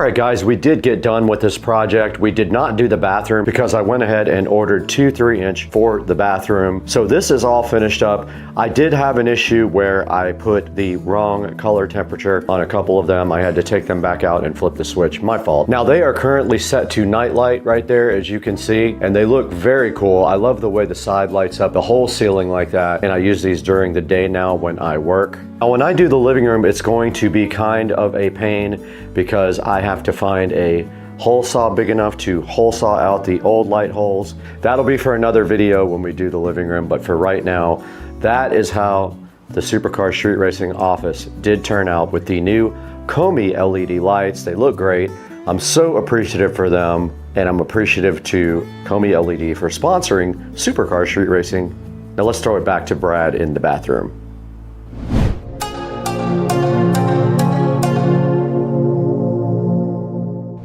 Now what we need to do is wrap this up in Studio A. Let's walk over to the Supercar Street Racing Studio A editing facility and see where you can pick up your Hdmi LED lights online.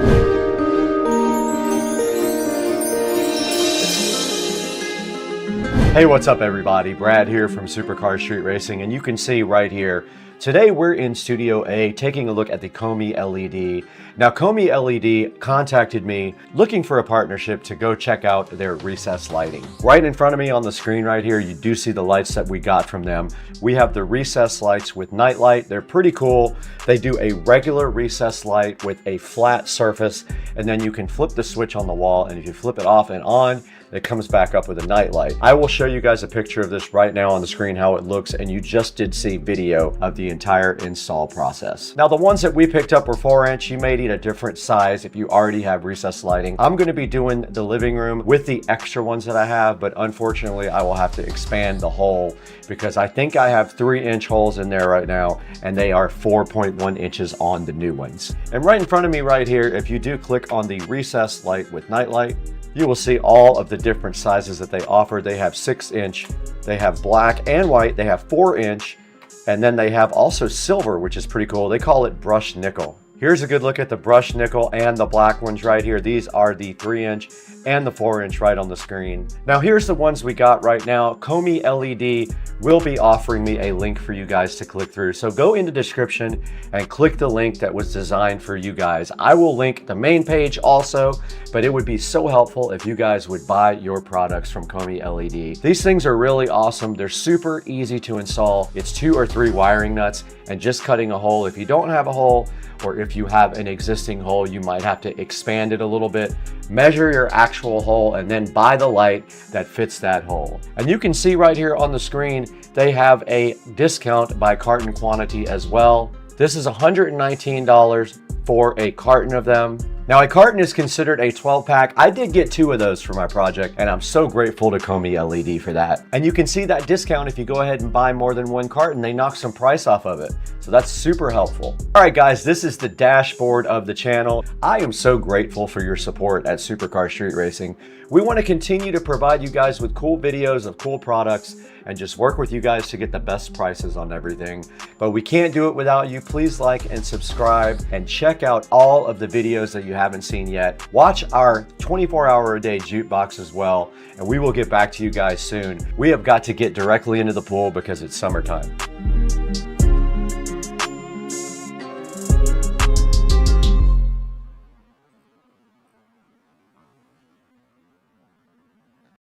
All right, we're in the 23 Model S Plaid, and this is how you punch it. Oh yeah, just like that. So this is part 2 of the Avon review and install video. So yeah, so once again, recapping, the wiring nightmare, getting the wires back in here is ridiculous. I did not get the camera working, the rear view camera working, because I ran out of time and I didn't know whether I wanted to use the wireless receiver that I bought or just go for the wired unit.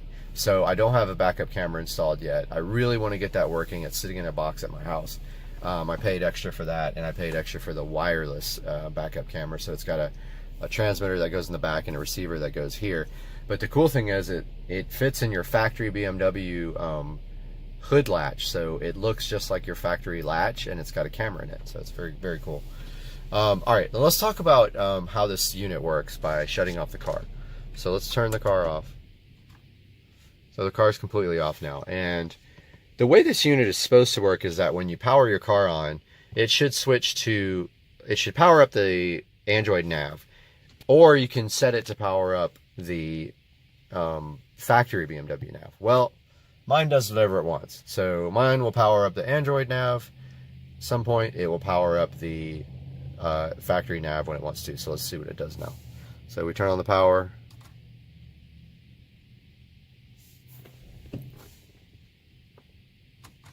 Yep, there's a good example, which I'm going to send Abe in this video because they don't believe me. But it powered up the BMW navigation instead of the Android nav. And one time it'll fire up the Android nav. So what you do now to switch to the Android nav is you hold down this menu key for 3 seconds. 1, 2, 3, and it switches. Now what you didn't see is you didn't see the boot logo and everything for the Android. When you boot it up, it says BMW. It has a BMW splash screen that you can choose. And then it has the Android logo, and then it boots to this menu. Now this menu is changeable. You can change it to look like the brand new BMW NBT, and I believe the one right after NBT. I don't personally like that look. I like this screen. I don't care if it looks like BMW. I think the BMW one is very ugly. So as you can see here on the top level, and turn this light out so we get a better view, we have get that focus. We have our splash screen here, and we are in the Android nav. Now, this is what's interesting, is the iDrive control works. See how I can go through the menu? Now let's talk about a little bit of the things that we have here. We've got the music player, which is basically an MP3 player. We have Bluetooth, which is a Bluetooth interface for your phone. Now, the one thing is that the Bluetooth interface does not work with Torque, and that is one of my biggest complaints about this unit, is that you have to use Wi-Fi.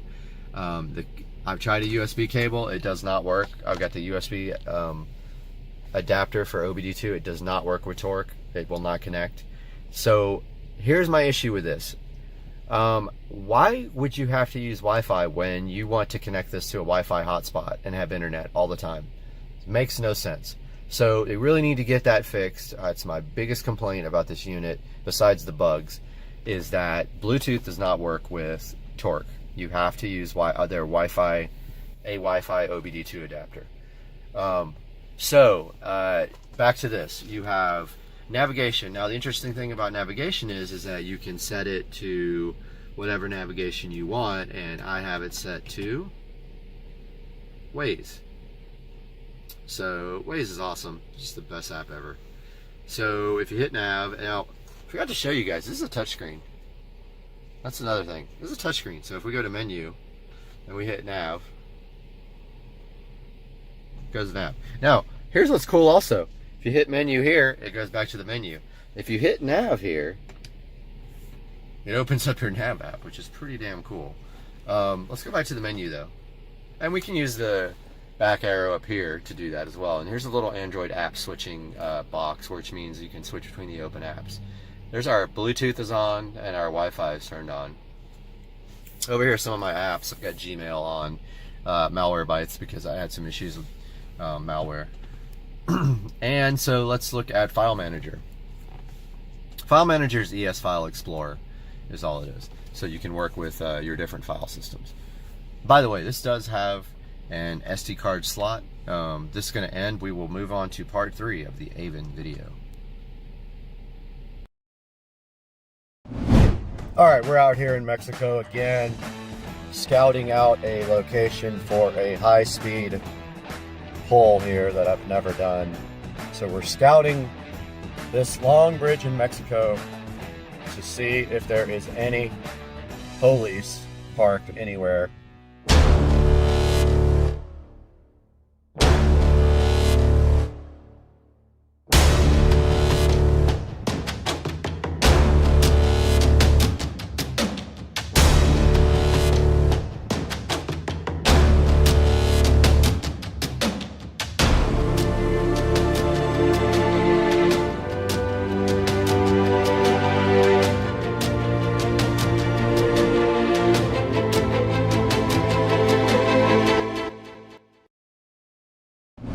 So we're scouting this long bridge in Mexico to see if there is any police parked anywhere before we come back down. And there is a dude riding some kind of weird something on the other side. But so far, this Mexico bridge is pretty good for a short pull in Mexico. We'll see what happens once we get to the other side, but I'm looking for Mexican police officers parked on the side of the road here, and does not appear that there are any parked here, so we'll try it in Mexico. All right, we're coming over the top of the bridge now, and there should not be any reason why right here on this stretch right there we can't open it up a little bit and maybe get out by ourselves.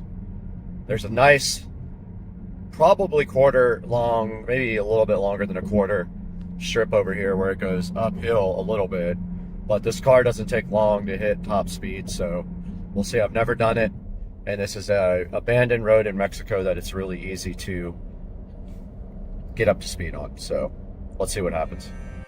Today, our sponsor on Supercar Street Racing is a returning sponsor. Red Star Tech, who we've worked with a few times already, was so kind to send us this presentation clicker here for PowerPoint. This presentation clicker is so cool. It has multiple controls on it that allow you to provide a control for your presentation. It also has a presentation pointer, as you can see right there. And it has triple action controllers here. Holding these buttons down in various different ways will allow you to do different things on the controller right here. This thing is plug and play, and it works with almost any operating system. You don't need drivers or anything like that to make it work. And it does cool things like volume and blanking the screen. What's really cool also is it has a little storage at the bottom for your USB adapter, so it makes it easy to carry around in your briefcase and then just pull your little USB Type A out from the bottom and plug it directly into the machine you're going to be working on.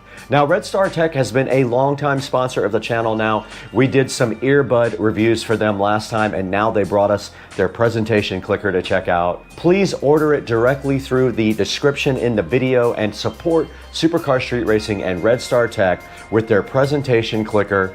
More online here from them in the Amazon link. I'll put it in the description. Thanks again, Red Star Tech.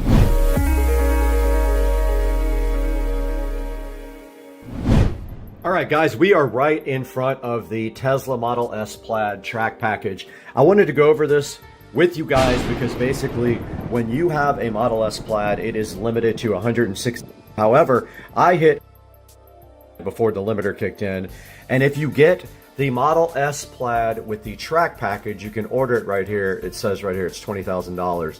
Or you can just get the carbon ceramic brake kit, and it is unclear in the writing here if you can get it with just the carbon ceramic brakes, because it says top speed 200 achievable with carbon ceramic brake kit and proper wheels and tires for those speeds.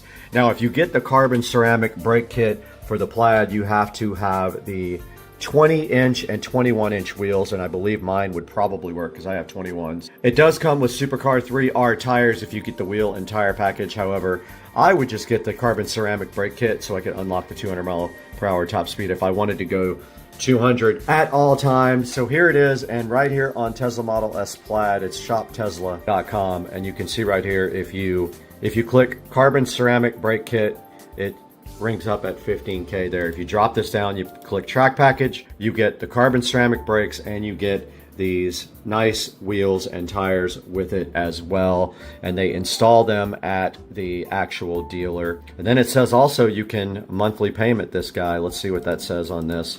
Yeah, they want you to use a firm. You can actually pay a super high interest rate to go ahead and get your Tesla Model S Plaid equipped with the Model S Plaid track package or just the carbon ceramic brake kit. And right there it tells you a lot about how the carbon ceramic brakes work. They feature continuous fiber technology in 3D matrix and tells you what they come with there. They're 2x4 10x40 carbon silicon carbide front rotors, 2x4 10x32 rear rotors, and then you get the calipers as well. You get the integrated caliper mounting parking brakes and brake fluid, and you get the firmware updated which does give you the high speed as well, the 200 mile per hour.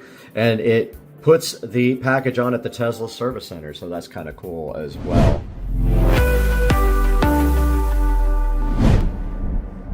All right, we're not going to want any traffic anywhere near us when we do this, so we're going to let this go by and then flip a U-turn at this light here. Okay, we have let traffic kind of go for a minute. We have a straightaway right here. I'm going to just do a roll-on pull and see right when I round this corner and see what we can get the car up to. And hopefully there's no Mexican police officers on that side. So let's roll into this now. That's full throttle. That's 100, 10, 20, 30, 40, 50, 160, 165, and that was the top speed. 165 is the speed limiter. I hit the top speed, and now we are coming off and on the brakes, which are terrible. I smell the brakes. That's the first time I've ever hit the top speed. I believe it's 165. And then this car has awful brakes, so I didn't push them too hard. And that was it, guys. That was about 30 to 165. All right, I double checked online. The top speed of this car is 162 miles per hour. And we did achieve that just now in the deep, deep South Mexico terrain. And you can see it didn't take long to hit that top speed. And that's the first time I've ever gotten it up to that fast. So that's the fastest I have ever gone in this car. And it was kind of fun, you know, to see what this car can do.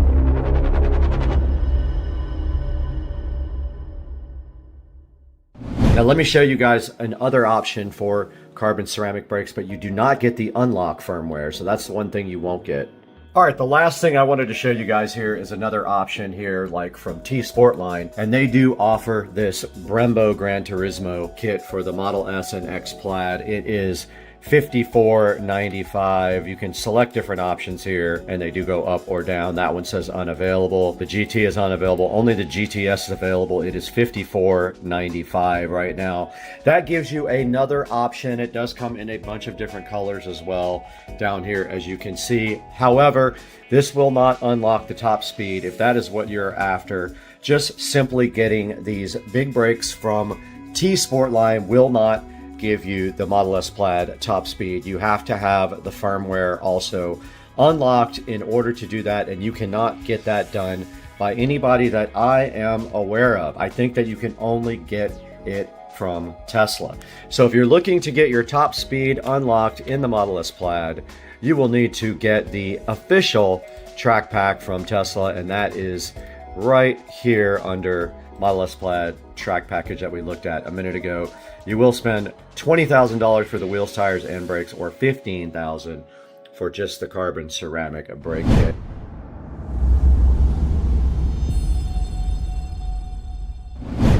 We have another option right here for you, and that is the Unplugged Performance Model S Plaid Super Light Carbon Ceramic Front Big Brake Kit. You can see this runs up to $9,000, and this is just for the front. They do have other kits available, but that one is the performance brakes for the Model S Plaid. When you click on it right there, there are some other options. You can get larger rotors for just the front and the rear, or you can go ahead and get the full carbon brake kit, which is right here. $91.95 for this. Your options here are big brake kit or replacement brake pads. If you choose big brake kit right here, you can choose your caliper color, red or black, and then you can choose your brake pads if you want racing or street. And it looks like right here, right now, that is going to be around $8,400 is your total if you would like to go ahead and get the Unplugged Performance Big Brake Kit. Racing Brakes also makes a big brake kit for the Model S Plaid. We are on RacingBrake.com showing you their options here.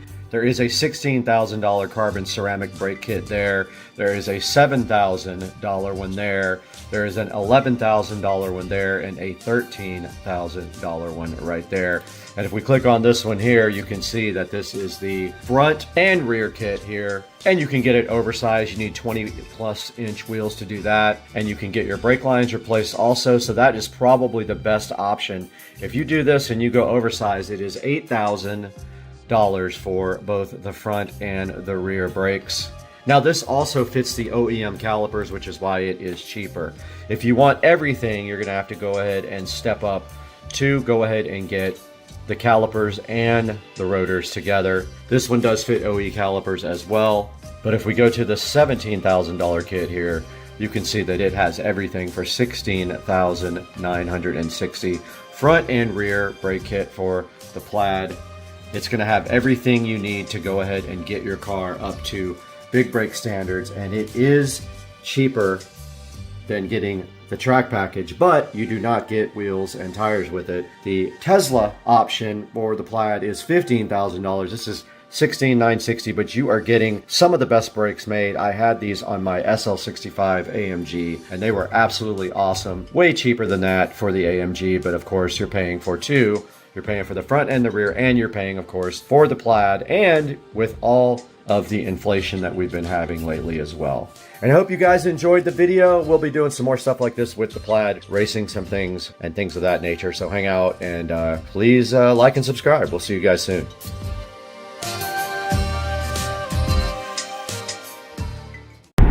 Wow, the water looks crazy. It's got like all this steam coming off of it. It's really cold today in Jacksonville. It's 41 degrees. I just drove all the way to the Best Buy out by the airport. That's about the same distance as the other one to get some thermal paste, and of course they didn't have any, even though they said they did online. So now I'm headed all the way to the town center to try to get some thermal paste.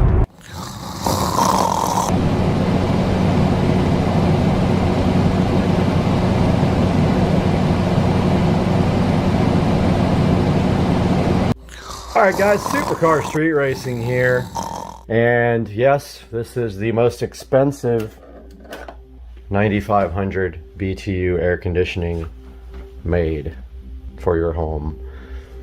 So today we're taking a look at the LG window air conditioner, and there's some little info right there on the side about it with its model number and everything, which I will put a link in the description here. And basically, why is this air conditioner so expensive? So there's a couple of reasons why. First of all, take a look at the styling of this thing. So most air conditioning units have vents here on the front. This guy has a nice clean look on the front. No vents at all. And so the vents are on the side right here. So that's the intake vents. Has a nice design, and the best thing about this guy is that it is smart, and I'm going to show you guys a little bit about it today and clean the filter with you guys so you see how to do that, explain how it works, and let you even see what it sounds like. So first of all, this LG window unit works with the LG app called ThinkQ. I think they call it ThinkQ. It used to be called something else, a little bit more complicated, but I think it's ThinkQ, I think. I will put a link to that here, or put a graphic up that shows that. Now I know what you're thinking. You already see this part here. So the reason that I have that there, this is tint. I have that there because it's a little bit too bright at night, so that knocks down the LED lights quite a bit so that it's easier to sleep in here. I do that for most of my devices. Have a difficult time sleeping sometimes. So if we take a look at the front here, we can see that we have cool, energy saver, fan, and dry. So it looks like to me, and I'll have to verify this in the manual, that dry just dehumidifies and doesn't cool. Of course, fan is just fan, which I use that a lot during the winter time. Energy saver is a lower energy usage, and it turns the fan off when it turns the compressor off. Cool is your standard cool. Got a little indicator here to tell you to clean your filter. There is a sleep timer. This is how you know if you're connected to Wi-Fi or not. And then last one is just a regular timer. This guy here adjusts your fan speed. And then this guy here, your temperature up and down. So this uses the app, the LG app. And I will kind of show that to you guys after we take a look at the filter, which does need to be cleaned right now. So there's the filter there. And the filter light warning light is on. So let's go ahead and get that cleaned. All right, to get the filter out on this guy, you just kind of like, well, thought I knew how. Take 7, kind of just slides out there. Take that guy to the kitchen sink in here. Give it a nice wash. You can see already it's getting it really clean. And so every couple of months, if you use this every day, you're gonna have to clean it, maybe even more than that. So you see the dirt coming off?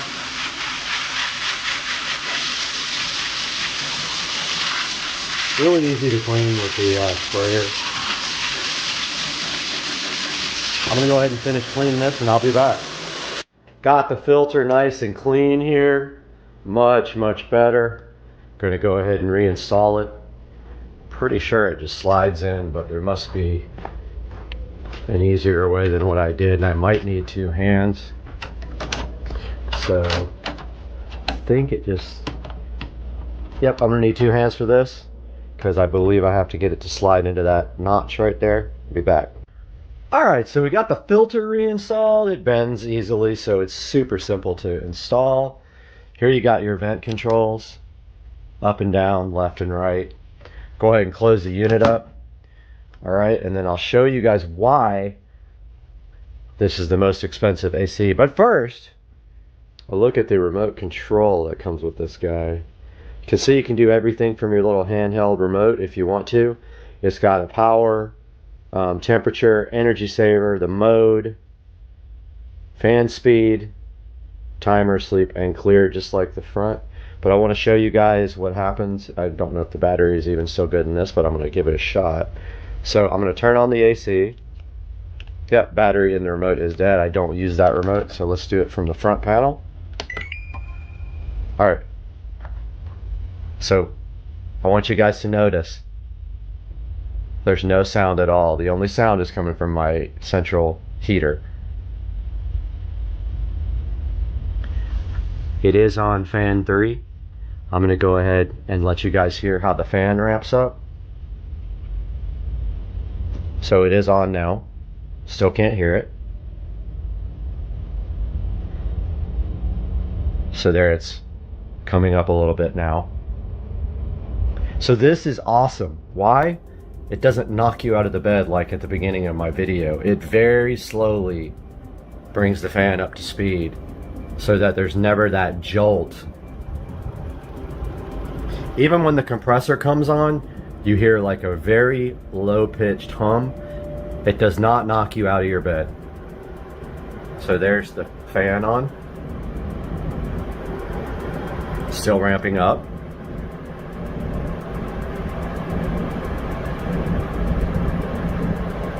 Very quiet. I think it said 42 decibels is what it is. So that's probably about full speed.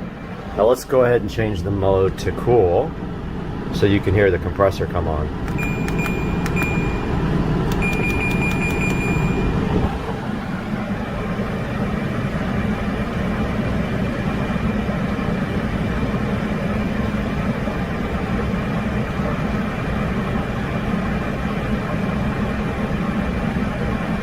So the compressor just kicked on. I saw the lights dim. That's how good this air conditioner is. You don't hear it. It doesn't knock you out of your bed when it goes off and on, like when you're staying in those hotel rooms and the thing like comes on and you're up 45 times a night. So this thing is on cool now. It's set to 60. The air is very cold coming out of it. You can hear the compressor now. It's a kind of a lower frequency, and that is what the dual inverter does. This thing's awesome, by the way. It keeps this room's maybe 150 to 200 square feet. Keeps it absolutely cold at night, which I love. Go ahead and power that off, but that's full volume, full cool, and you barely hear anything. But I like a little bit of sound. So now when you turn it off, there you go. So it's completely off now. Now I know you're gonna ask me, why do you have a window unit in your bedroom when you have central AC right there? Well, so long story short, it's about energy savings and comfort. I like it to be cold at night, and I don't want my whole entire house to be cooled to, you know, so I typically keep it between 65 and 67 degrees at night in here, winter and summertime. Now, cooling your whole entire house to 67 degrees is going to be expensive. This little guy is energy efficient, Energy Star, has all the certifications, bells and whistles, all that stuff, and it'll keep my room here at 65 to 67 degrees and will not have to cool my whole house down. Now I do also have a skill set up for good night with Alexa over there. She woke up. Never mind. So I have a skill set up, a routine set up, not a skill. This guy uses a skill to connect to her. I have a routine set up that does multiple things when I say good night. It, first of all, turns off the VESA thermostat, which is there in the hallway. It also turns off all the ceiling fans that are connected to Wi-Fi in the house. Then it turns this guy on automatically and sets it to 65 to 67, depending on how I feel. It also turns on this box fan via a smart plug.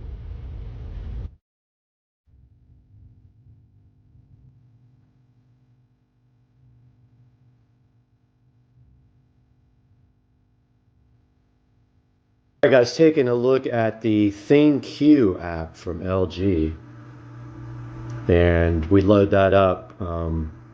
Had to blur out my email address, I guess, but let's take a look at this. You can see all my LG appliances are on ThinQ. You see my fridge there, Sub-Zero. You've got Fireball, my cooktop. You've got Plate Destroyer, my dishwasher. Then you've got Winona Dryer. And you've got Luke Skywasher. At the very bottom, you've got Air2D2.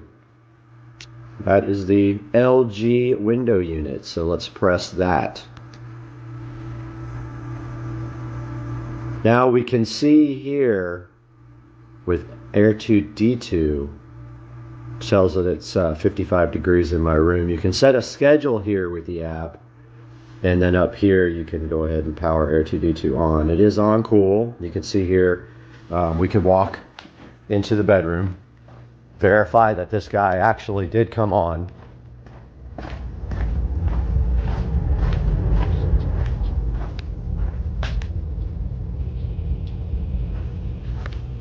Let's check it out.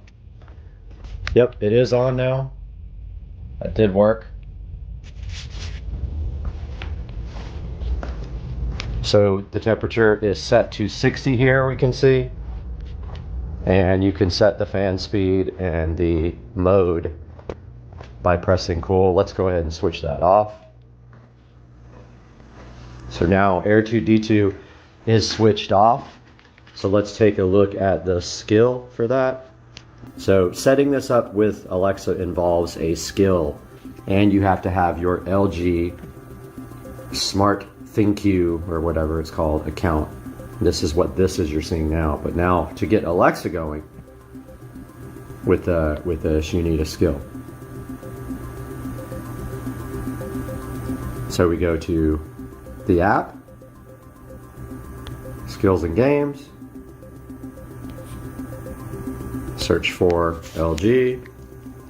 It's confusing because several of them come up, but here's the ThinQ Basic. You go into, now it's going to be disabled if you've never done this before. You hit enable, and then you have to link your account to it from LG, and then that's how she will find your devices. It'll discover your devices on the next page, which I don't want to go through the setup again. But once it discovers your device, you can then use it for to be turned off and on via smart home. And now let's take a look at routine. So my routines are here. So let's take a look at good night.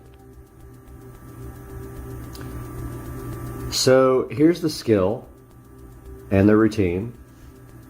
And here's when I say is how it's set up. It's named good night, but if I say it's bedtime, put her name in front, she will turn on the fan, set the house temperature up. Just be aware if the heat's on, it's going to go up to 80 degrees heat. So it can't turn off and on the system. It can only change the temperature. Then you notice there's Air2D2. It powers that guy on and sets his temperature to 67. Turns off the theater room ceiling fan. Turns off the living room ceiling fan. Turns off, it's supposed to be on. It actually turns it on. Oh, I'm sorry, that's the bedroom ceiling fan. Yes, it turns that off. Says goodnight to Susie and myself, and then it turns off its own screen by using the command Alexa turn off the screen. And you do it from the device you speak to. So that's a look at the LG air conditioner, dual inverter air conditioner, which is probably the most expensive at that BTU that you can purchase. There'll be a link in the description to buy this guy. And as usual, I really appreciate you guys watching, and please like and comment, subscribe if you can. Supercar Street Racing. See you guys.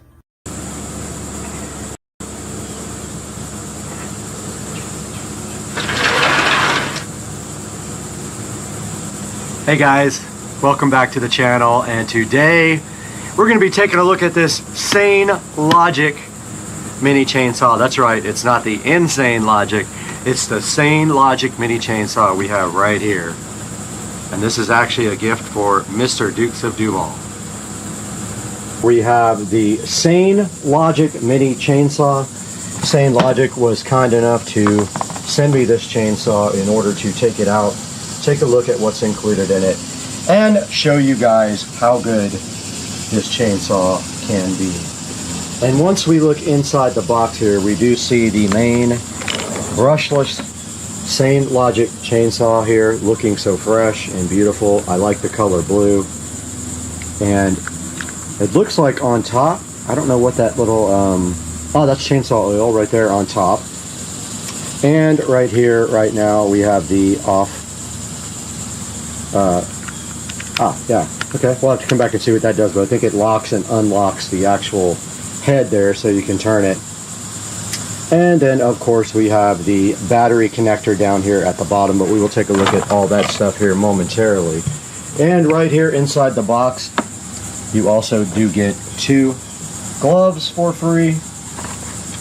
You've got the Sane Logic battery, and it doesn't indicate whether it is 21 volts, but right here on the packaging it does say it is 21 volts. And then right here right now you have a extra chain for your chainsaw. You have some safety goggles. You have the plug there for the wall outlet. And you have this little bottle here where, assuming you would have to add oil to it, you could use that. And now let's take a look at the instruction manual and see what it says. Alright, taking a look at the manual, it doesn't say much about oiling the chain or anything like that, but it does explain to you inside the manual how to loosen and tighten the chain, and also how to change the chain when you need to. And the loosen and tightening devices are right there on the side of the chainsaw.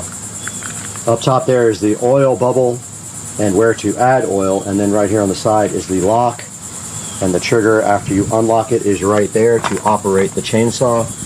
Now let's get these batteries ahead into the charger and see how long that takes for those to charge. So let's bring those inside. We are inside now with the chainsaw charging station, is what we'll call this. And we can just plug it in here just like this and see how long it takes to charge the batteries. The other chainsaw that I reviewed did not take that long, but it plugs right into the back of the battery like this. And the light has turned red, so we will see how long it takes now to charge. We're back with the Sane Logic chainsaw here, and while this battery charges, we're going to go ahead and load this battery onto the Sane Logic and go do some testing. And so the battery goes on just like this. And it's hard to snap it in with one hand, but there it goes. And then the Sane Logic lock mechanism is pressed. And the chainsaw works just like that. Now we will go test this thing and see what it can do.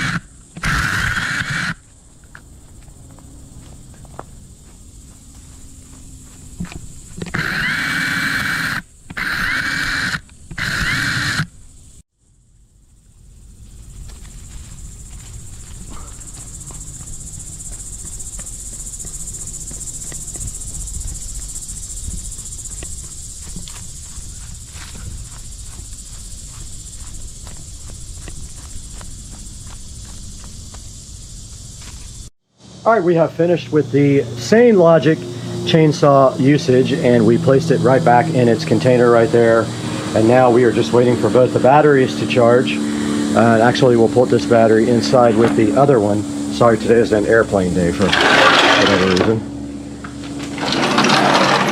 And we have one battery on the charger now, and this one waiting to be charged.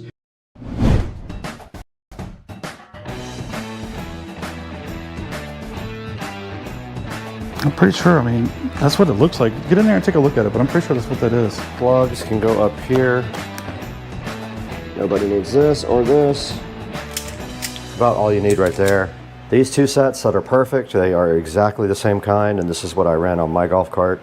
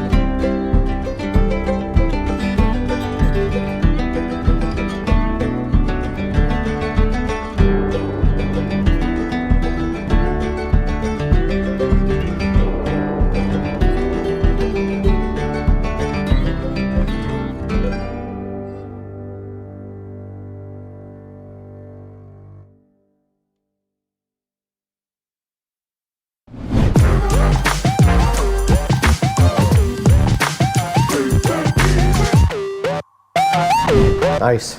Oh, it sucks. It's almost like right on an angle. No, it's good. It's perfect. This will go up here. Actually, I want it to be the reverse. Yeah, that'll work. Probably take a little bit more off. So that one's ready to go. We got to start removing this dash. So the speakers will drop in there. That's good to go. We won't put those in until we're ready. Wires will go down underneath and back up. We got we got holes all through here that we could use. 4 speaker wires, three technically for the back. 4 RCA cables. They'll go into the front, right? Yeah, this is just for the back. Oh, right. 2 to the back. Yep. I mean, we can start pulling the steering wheel off. Yeah, while you got my impact gun out, you might as well. All right, just a little update here. We went ahead and dry fit the tar amps amp right there. You can see we made some standoffs for it because it's not exactly on level ground there. So we made some standoffs out of drywall anchors. And now what we're gonna do is go ahead and pop off this steering wheel real quick. Does this thing have screws in the back of it? What's that? Steering wheel. No. Oh, yeah, it's been a minute, so let's... Right there? Hold on, let me see. That gets the cover off? Yes, that gets the cover off.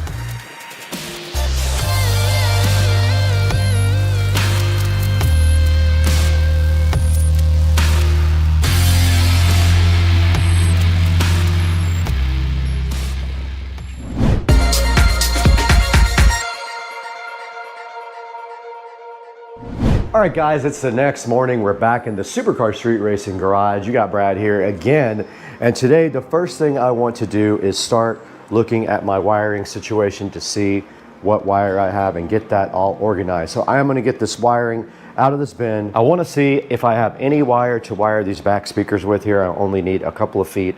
for each one. I have to redo the wiring for the amplifier power because we don't have enough here. We were gonna put it on the ground, now it's over here. I'm gonna run wire all the way around the top here, behind the inverter here or under it, around this. So I'm gonna come from here, all the way around here, down to underneath the amp and power the amp right there. And also the ground, maybe long enough, not sure yet. I guess we'll go this way since we already have wires going that way, I guess. I'm not sure. But I do have to pull both of these out. I don't think we have nearly enough here. We made 2 power wires for some reason. We only need 1 to go to the amp. But first things first, let's go ahead and get this wiring all organized. Apologies in advance for the fan, but it is warm in here, so the fan is pushing air in from the house. Okay, let's see what we got here. All kinds of tangled up mess.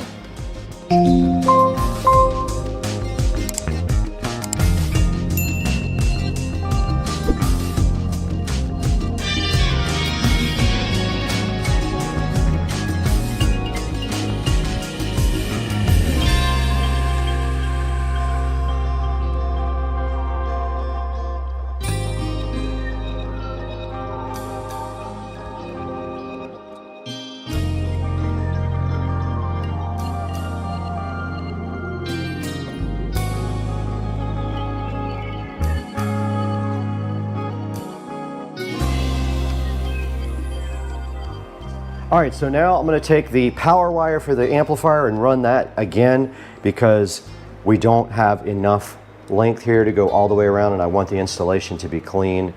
So I'm gonna redo that now.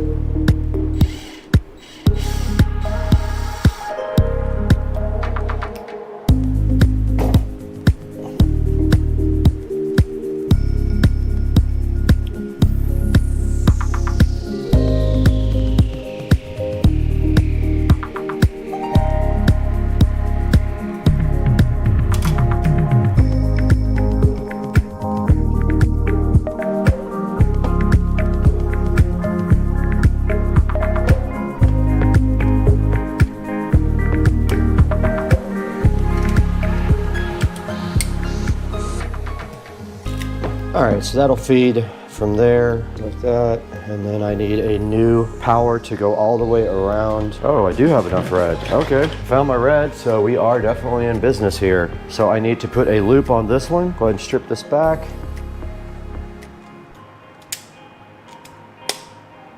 About all you need right there. Go ahead and get this thing all fixed up.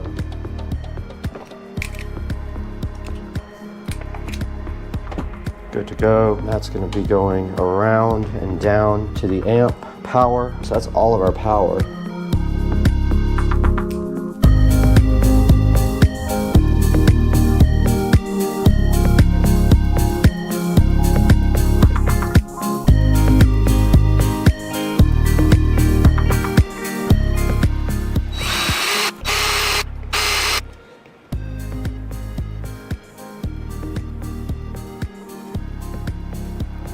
Awesome.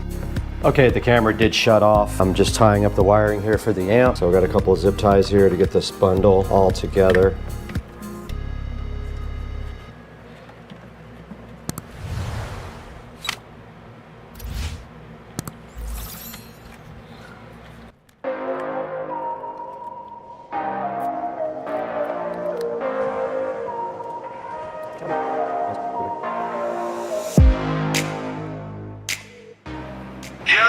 Hey. What up, dog? I'm rewiring the amplifier. Since we moved it across the bay, there's not enough wire, so I redid all the wiring on that. And I have enough speaker wire to go ahead and do the rear speaker, so I'm gonna go ahead and do those as well and get that over with since I'm already doing the amp and all that. Okay, I did find the correct bit for this, so we're gonna go ahead and loosen up the power. All you do is spin that open, and we need to create a jumper as well for the remote turn-on wire because we are using the battery to power everything. I'm gonna leave a little bit of extra wiring here so I can move the amp around. There's gonna be empty space behind it.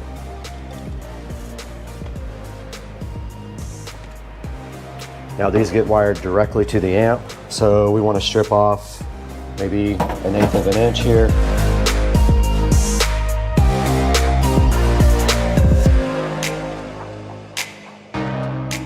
But let's make a remote turn-on wire jumper. So we just have this little turn-on wire. We really only need to go like just a little loop.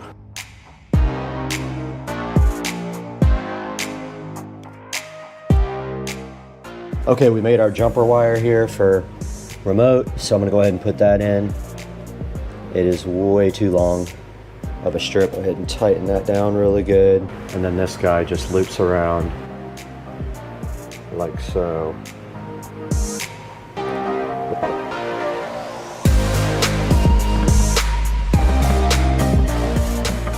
These can be very tight. We don't want them coming out. That's not going anywhere.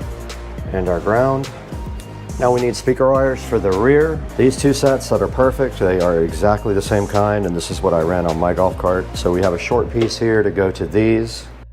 Now you notice on the back of this tar amps, you only see 3 connectors here. It's very weird the way this thing wires up. You have to wire the plus from one channel and the negative from the other channel into the center terminal, and that's how you get stereo. It's different for most amps, so make sure you look at that when you are installing your tar amps, because it is not the same as the other ones. Now, we are going to be Y adapting to the front speakers. We're going to be running 2 ohms, so we're going to go ahead and do that behind these speakers rather than right at the amp. It'll make sure that we have less clutter in the wiring, and also I'm going to go ahead and tie these up really nice before we get this installed so that we can go ahead and put the amp in.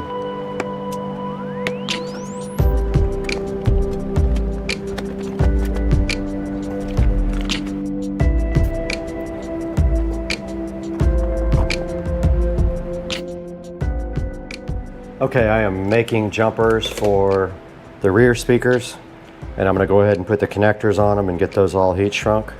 So these are going to go from each one of these wires to connectors where it will split off to the front, if I can get all the wire in the connector.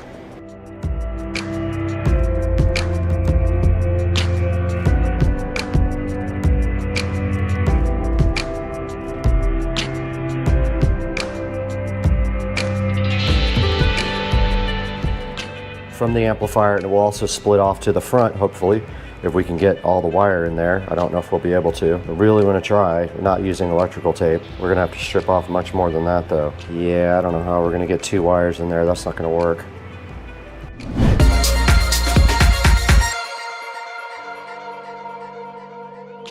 Okay guys, we're back, and sorry for the fan noise, but it gets hot in the garage, and the camera loves to overheat every 5 minutes. So we got Joe back here today. I did some work this morning.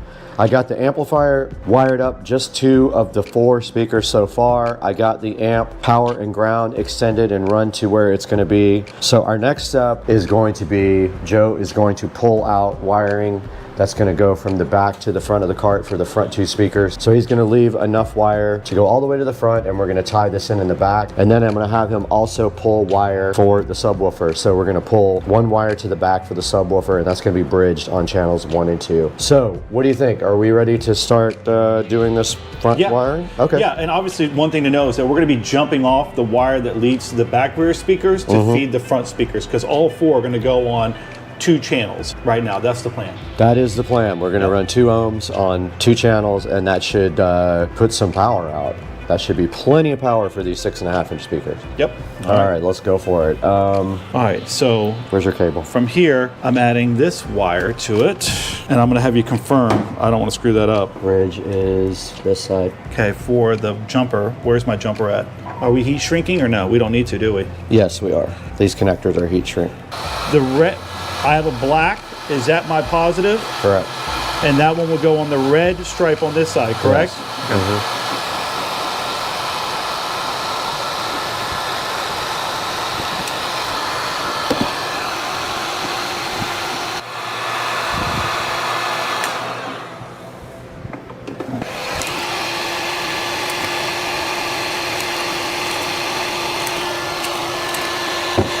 I forgot to crimp it. I had to crimp it afterwards.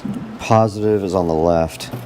You got a battery? Is that what we're going to test? Mm-hmm. All right, we're going to go ahead and test our speakers by popping it with this battery, just so we make sure, because I had kind of a bad connection on my side. My fault. Poor job. All right, my polarity is good. On both? I haven't checked yours yet. What we're watching for here is if the speaker goes out when you connect plus to plus. Okay, to positive. Good to go. Two eyes. Tell me what you think. Looks good to me. It's fine. Let's run them in.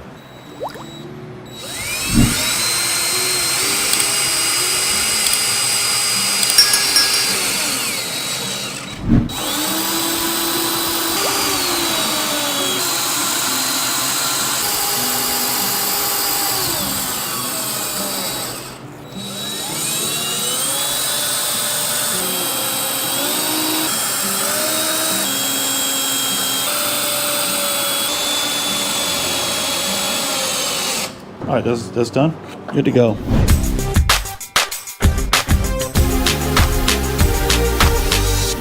This, we can go ahead and push through. This will come actually all the way over to the corner. Keep pushing. Hold it there for 1 second. Okay. Let me get some cleanup on this wiring real quick before we pull it all the way through.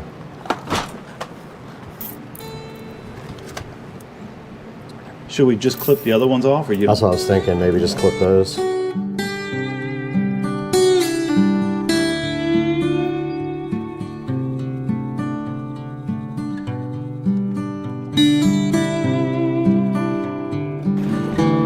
That's what my wiring run's gonna look like. Might as well go ahead and put these up. Put these on. Yep.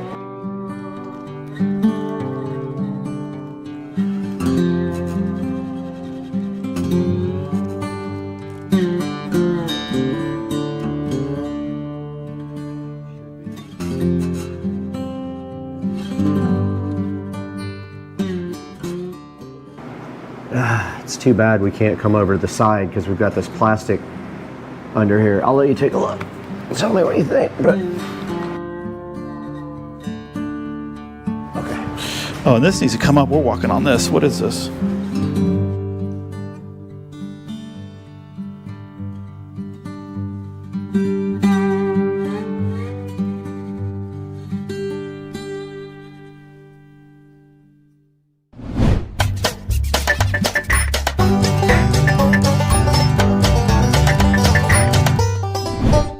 All right, guys, we're back out in the garage now, and I just wanted to give you guys an update. Joe and I did finish the wiring for the amplifier side of it, and we have our speaker wires all nice and clamped up here, and we have our power wire and everything working there. All we have to do now is get all the wires up to the front, but we're having the worst time with this steering wheel. You got it? And also wanted to give you guys an update under here. So I pulled everything underneath the cart here.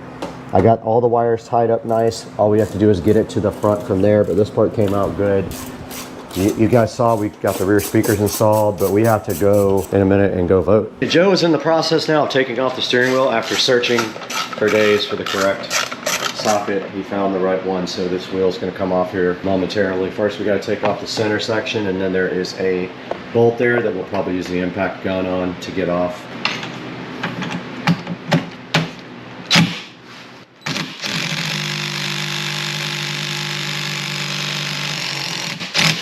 Thing's always a pain. All right, Joe's gonna just try to yank it off of there. Let's go. That's it. Good job, man. Got it off.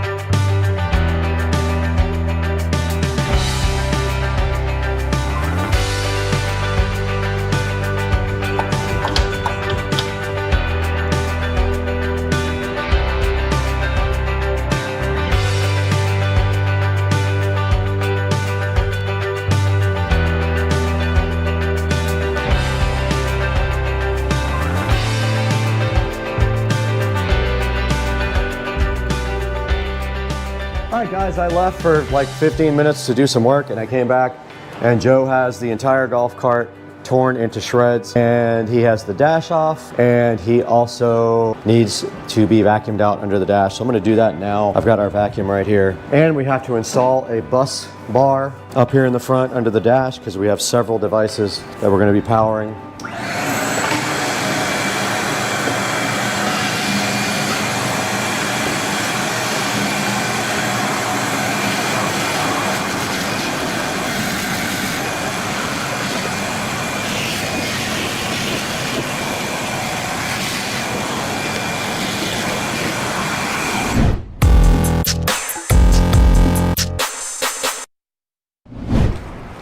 All right, we're back out here. Joe got the whole entire dash just assembled, and I'm about to clean the inside of the dash for no reason. All right, so this should be done. I got to pull the ignition. So I have hazards, but I don't think I'm going to worry about them. I don't really care to have hazards. I don't use those either. All right, guys, I'm going to go ahead and run our power up to the front of the cart for our auxiliary stuff. It doesn't have to be thick cable, so I'm just going to use this really small gauge wire to go up front. So all I'm going to be doing right here and right now is putting ends on this, connecting it to our fuse block and running it down through the bottom of the cart.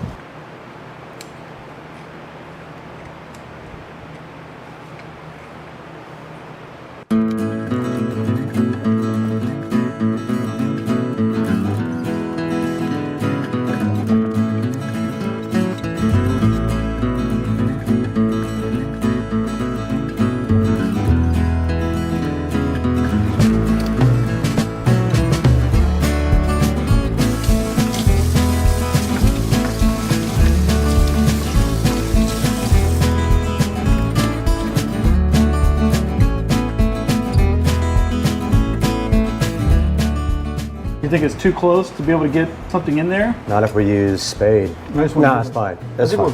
Yeah.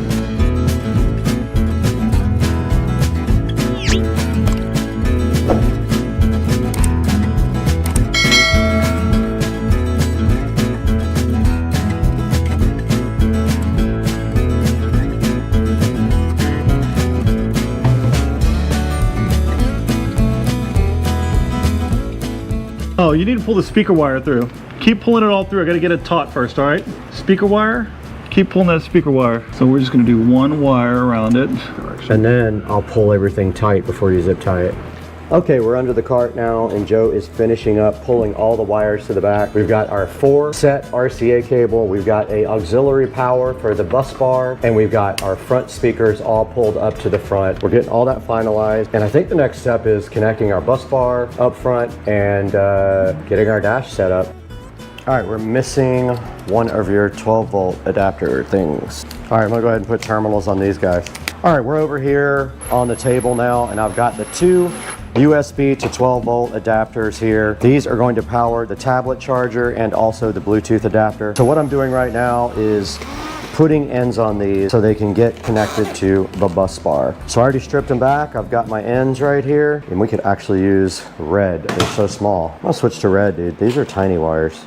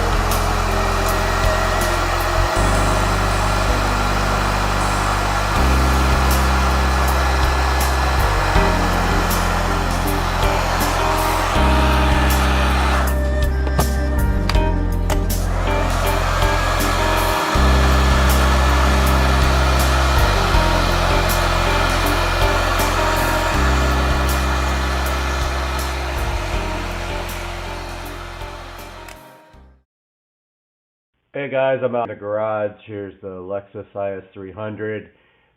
Just updating you guys because we had some interesting developments over the past couple of days.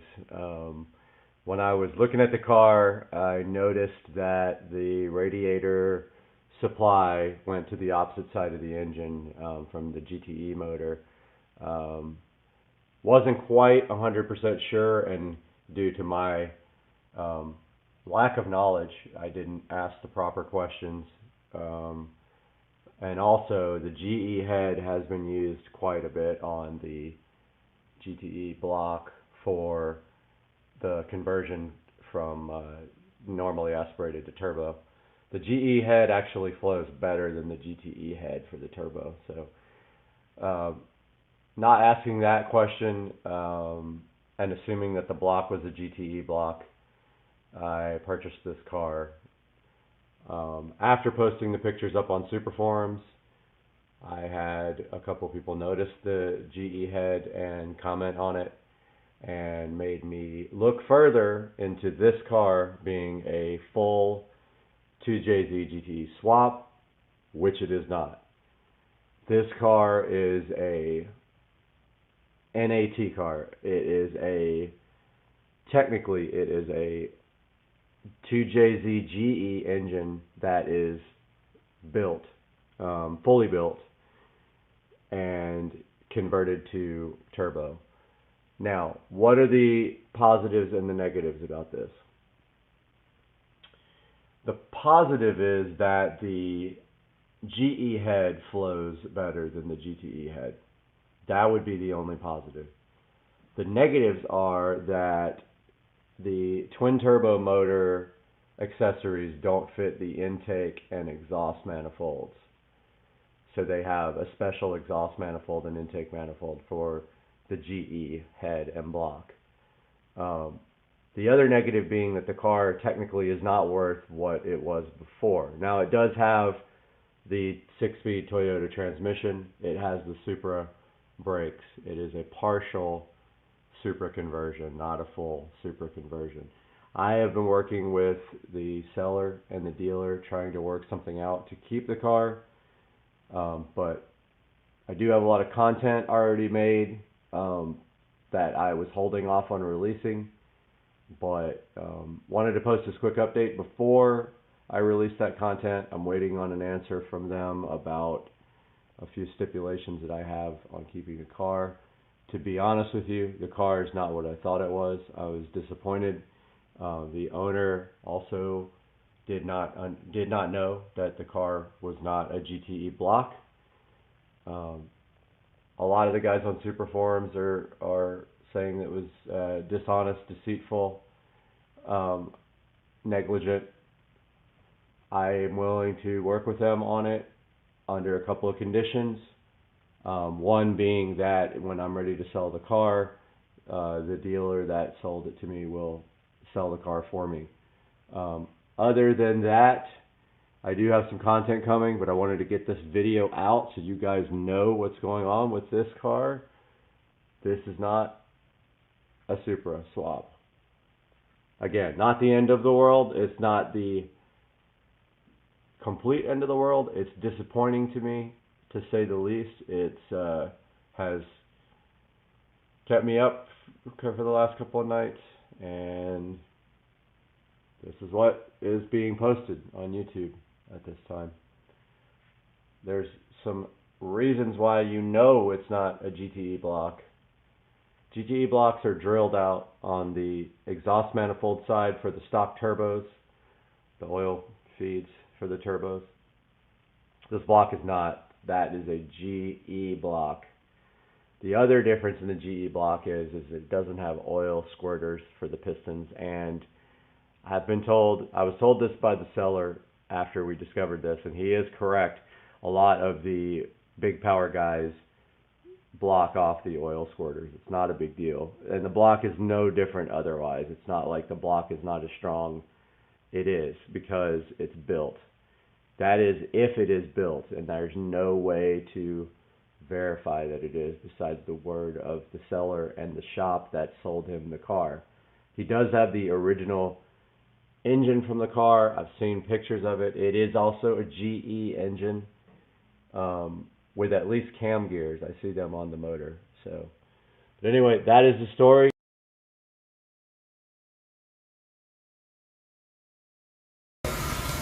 What are we doing? Fuck, that's gonna come up. What the? Why is it? Okay. Dude, whip up. Relax. Ow! I got caught. Okay. All right, we got Joe here and Tricia. Nothing's coming out. And he's really trying to get the last barbecue sauce out of it, but how do you do it? Centrifugal force. You look like you're in karate. It's all at the bottom. Can we just witness that? How many people did you kill when you did that? Oh, here we go. Oh, so good. Centrifugal force. So good. what's up, everybody? Got the 335i right here. Starting to do some modifications. Got the circuit works downpipe. Comes uncoated. So I've got some high temp coating, and we are going to do that right now.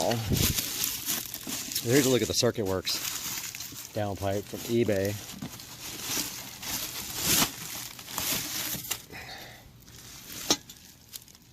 Gonna paint this right up. Pretty cheap. About $200 for the N55 version. Seems like things are a little bit more expensive for N55. So there's a good look at it. Oh, that's a bummer. It won't stay standing for me to paint. Yep, super bummer. So yeah, that's a look at the circuit works. $200 downpipe.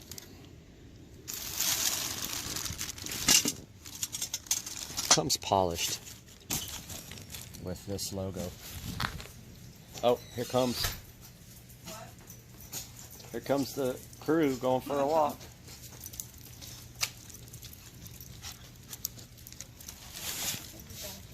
Okay, bye nerds.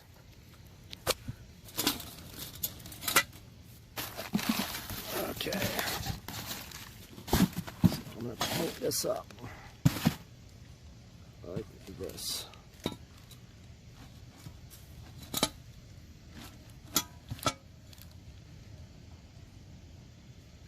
That one little part's gonna need to be, well, almost lost it. So I'm gonna do it like that. In here we got the high temp silicone spray. That's tire shine. That's not it. That won't be effective. But here's the DEI high temp silicone coating. I don't know if you guys remember, but we did the SL65 exhaust with this stuff. Give this a good shake. Those nerds. So I'm going to give this a good shot of DEI high temp silicone coating.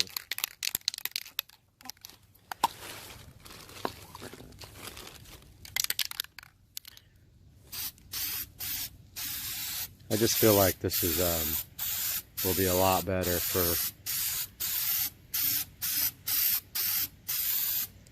I mean, it looks nice and everything with the polish, but I think 3 or 4 coats of this will be more effective for keeping the heat in.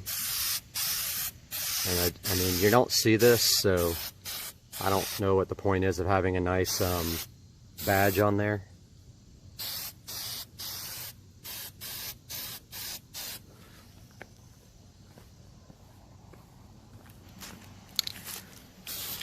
This stuff runs about, you can get it for around $10 if you really look. I got it at Advanced Auto Parts, And when you order online, you get, sometimes you can get a coupon code. Just keep this away from your other cars with overspray. And I think that 2 or 3 coats will be enough.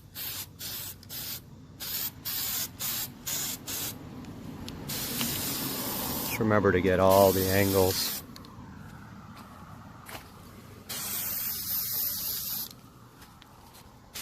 Stuff doesn't run very easily, I've noticed, so you can kind of go heavy.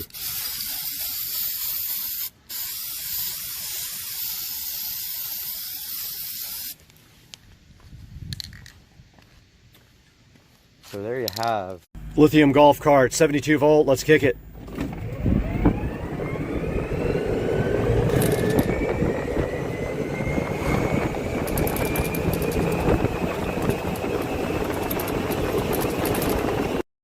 What's going on, everybody? Supercar Street Racing here, Friday, coming to you from my backyard. So my house back there, and just hanging out on my dock here. And I'm going to talk a little bit about interior trim and what you can do to refinish your interior trim. Now, of course, there's a lot of things you can do, spend a lot of money on, and you can make it anything you want. However, I'm going to show you a way to redo your interior trim with minimal effort to matte black finish. And for those of you who have wood trim and you don't like that, you can easily make it matte black. So I'm going to show you that now, and let's take a walk over here. My boat over here behind me, and just a little tour of my backyard. There's my pool, and here's my patio area. Gonna head over to the garage right now and show you guys what we're gonna do today. All right, guys, we're headed to the garage now. Take a look at what we're gonna do today. But first, we have some matte black Plastidip here. What we're gonna do is throw it right here in the sink like this. Throw that water on warm. Not too hot, just warm.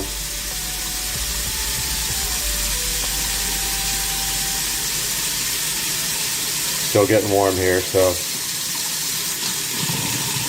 what we're doing here is we're going to warm up the can of Plastidip so that it sprays better, more uniform. Very important. Let that sit there for about 5 minutes and get warm while we walk out into the garage. Also got some Bondo spot putty here.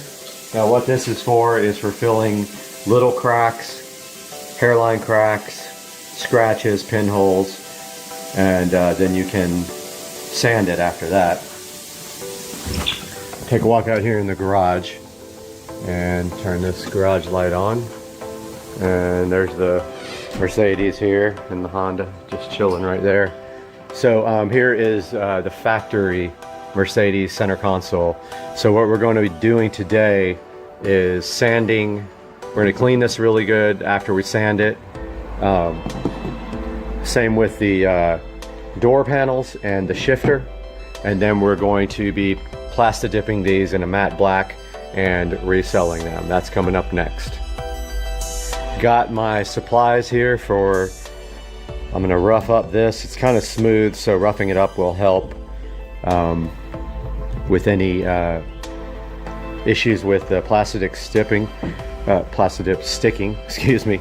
There is also a scratch right here that I don't know if I'm going to be able to fill, but I am going to try right there. I'm going to fill that and sand it after I get this nice and clean.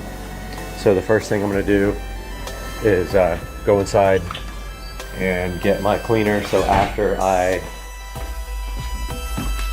get done sanding I can clean this off.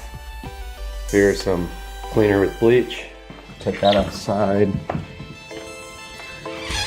Alright, so right now I'm going to take my sanding block here and I'm going to start hitting this pretty good with the sanding block, and I'll get back to you after that. Got the whole thing sanded down. Basically it's clear coat that sands down and it looks kind of powdery. Now I'm cleaning the area that is going to need the Bondo glazing and spot putty, just like that. Get it nice and clean. It takes about 25 minutes to dry. I don't have any thing to kind of spread it with, so I'm just going to use my hands. So I'm going to open it up, puncture the cap with this top part.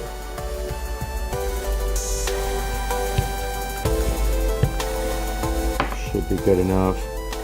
I don't need much here.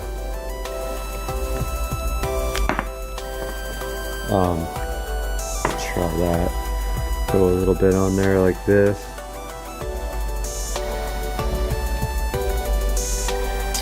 So that's how it came out. Gonna maybe with my finger kind of fill in that crack.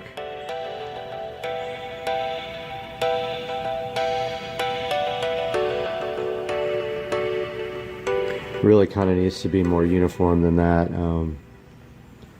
A flat spreader would be way better for this.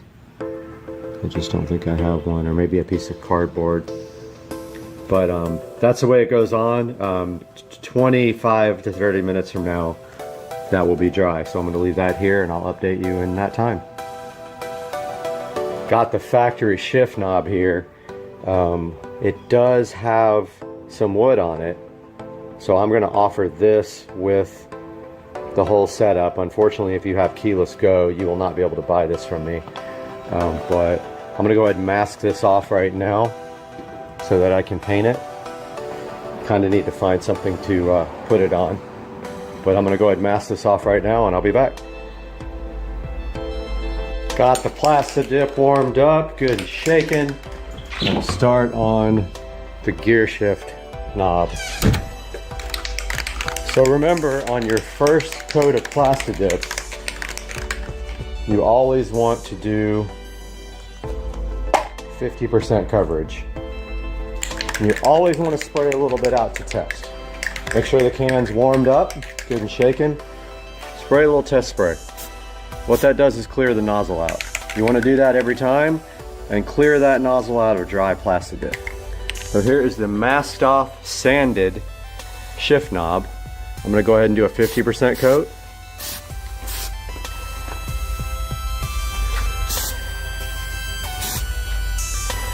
May not seem like much, but if you do any more, it will run. Make sure you get it from all angles. So that's 50%.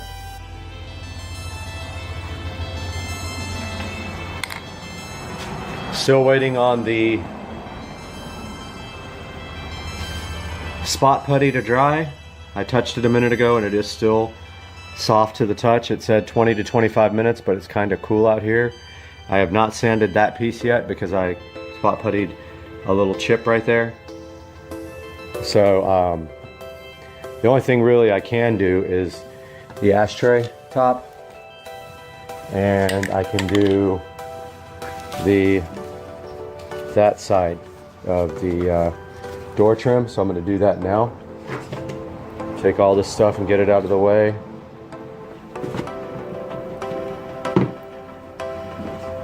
Get my sanding block out of the way.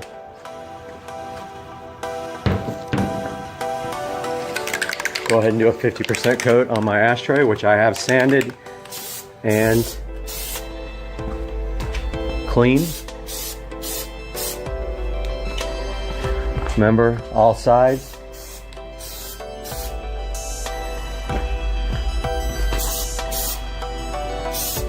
That's good enough. That's possibly a little bit too much, but I can live with that.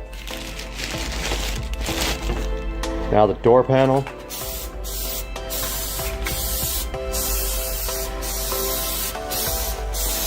Remember the sides, 50% coating.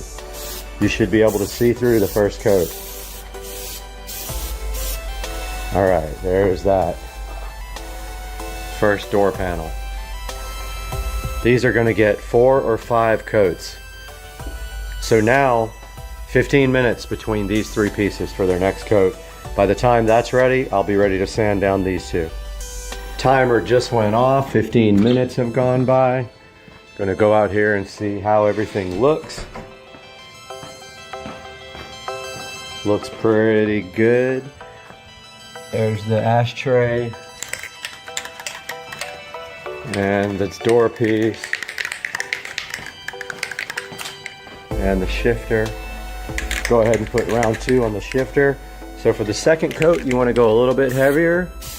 Make sure to spray a test coat first. That's good enough for the second coat. This is a heavier coat, but you still want to be careful about runs and drips. Make sure you go all the way around. On a flat piece, you don't have to worry so much about runs, but still, that's good enough for the second coat. And then here's the second coat on this one.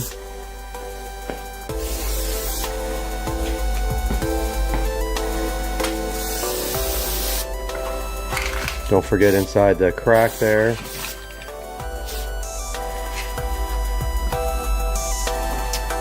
Now, while that is drying for 15 minutes, let's put our timer on.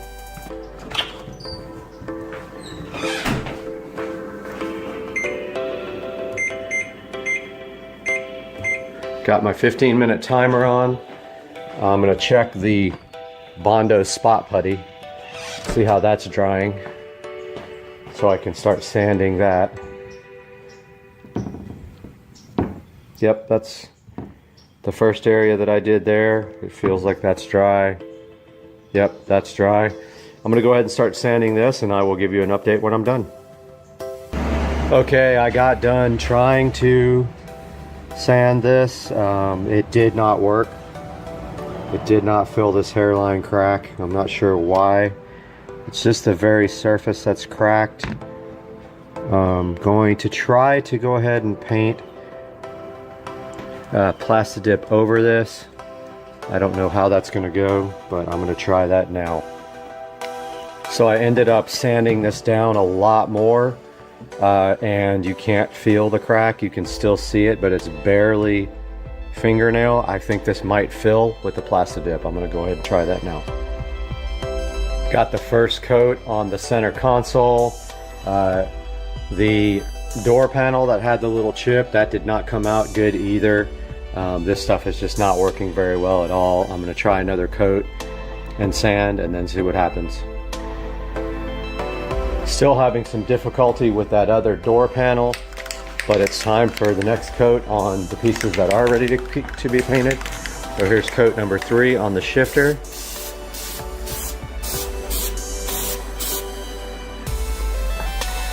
On the ashtray.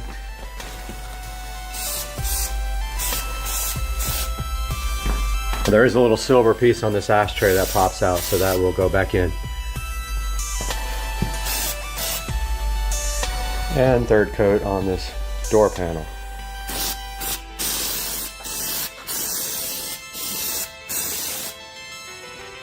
Make sure you get all sides.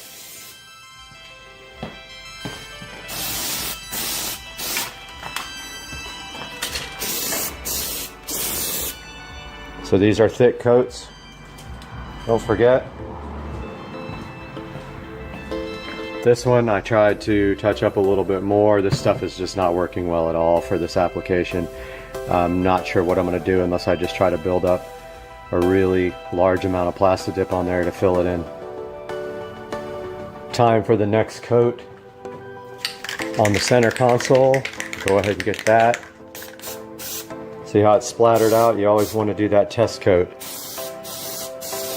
Make sure you're getting all angles. This is a good heavy coat. Looks like that crack is filling in pretty good. I might get lucky on that. However, I'm just noticing that I've been missing this part that's really hard to get to here. And I may have sprayed too much right there.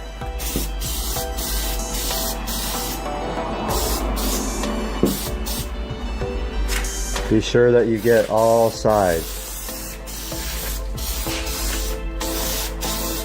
Hopefully that doesn't drip right there. Go ahead and get another coat on these.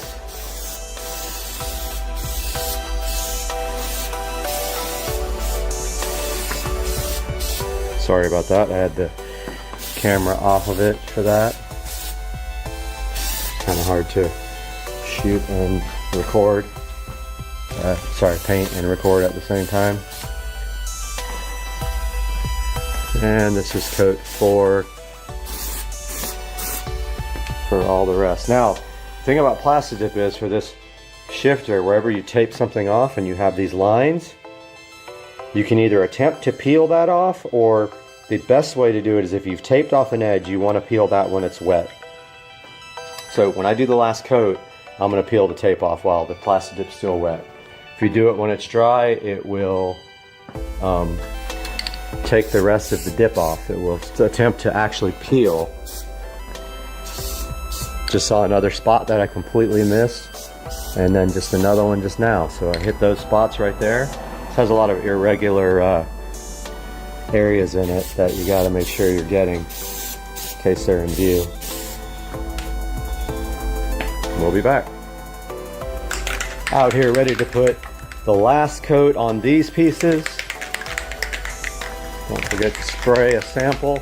Now right after we put this coat on, I don't know how I'm going to do this, but I need to peel off this tape, or either I can try to do it later. I might just try to do it after. Supposed to peel that off now.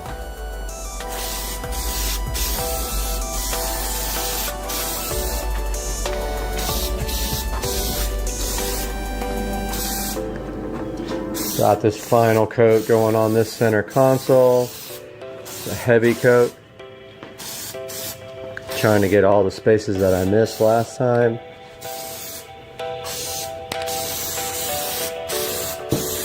Also assure that nothing scratches. I'm just taking a look at all these areas up here that are hard to see. And all the edges, like that edge that I missed. Which is covered, by the way. Most of this is covered.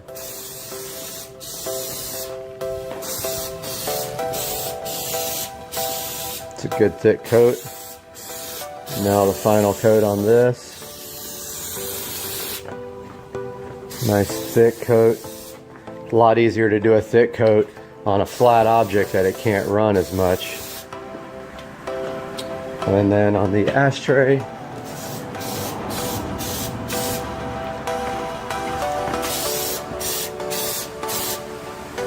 got all that done. Still waiting for this putty to dry. I'm gonna give it a while because I don't think it was dry last time before I can do that piece.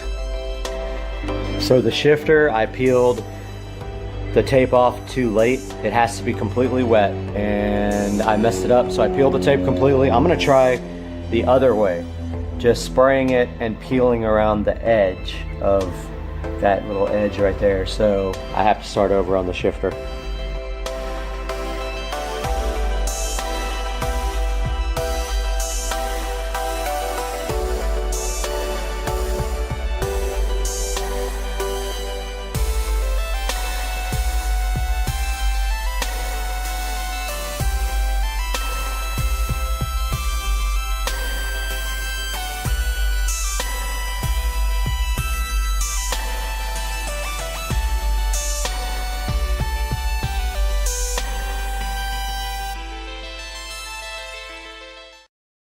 All right, we're back in the SCSR garage today.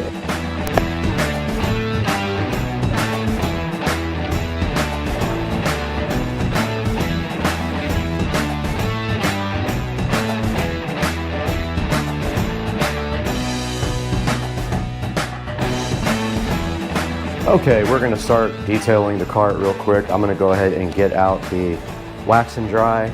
Yeah, so now this thing doesn't want to pop back out. Oh, this one got curved, dog.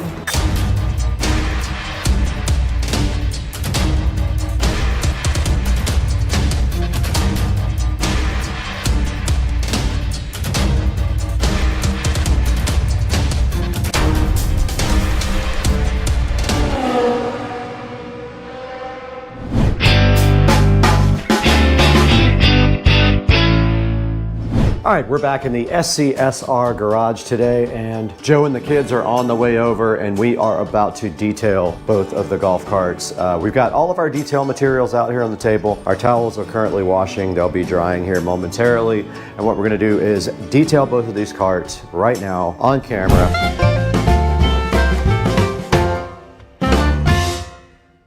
All right, guys, we are back in the Supercar Street Racing garage today. We're so happy to have you with us, and if you're a new subscriber, we welcome you. If you are here for a second or third time, we are so happy to see you. Please hit the like and subscribe button. But today we have a mission to detail both of the golf carts heavily. So we've got all of our protectant spray and cleaning sprays out here on the table. We have our towels all in the washing machine right here, and it's almost done, and then they get thrown in the dryer. But I've got the cart in here, as you see, and Joe will be over momentarily with his as well. So today, that's our mission. We're gonna do that now, so hang out with us. Right in front of the cleaning table here, we're gonna go through some of the products we have out here. First, we've got the 303 protectant right from Amazon. I'll put a link to all these in the description.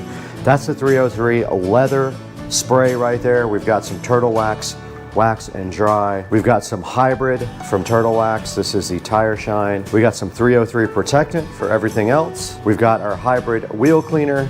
And then this Mother's VLR is perfect for getting all of the dirt off of any vinyl products, and you just use a magic eraser with this. Gets things extra super clean. Link in the description for all this stuff, so be sure to check that out after the video. And all the towels are almost done washing and drying here as well. Okay, so I showed you guys where I made a huge mistake last week. I accidentally dripped Goo Gone on the cart, and it actually melted my Plastidip right there, so you're gonna have to deal with that at some point. I also got to put this railing back on, which I've got some tiny screws I'm going to use for that because they won't stay on with just glue. So let's see if we can get that done now. Okay, I've got my silicone here, and what I plan on doing right here and right now is actually repairing my armrest here, which will not stay on. So I'm going to put a bunch of silicone on it on the inside. It just had 3M tape originally. And then I'm going to take this painter's tape and go ahead and wrap it really tight so it can dry overnight. But first thing we got to do is get some silicone sealer right on top of that.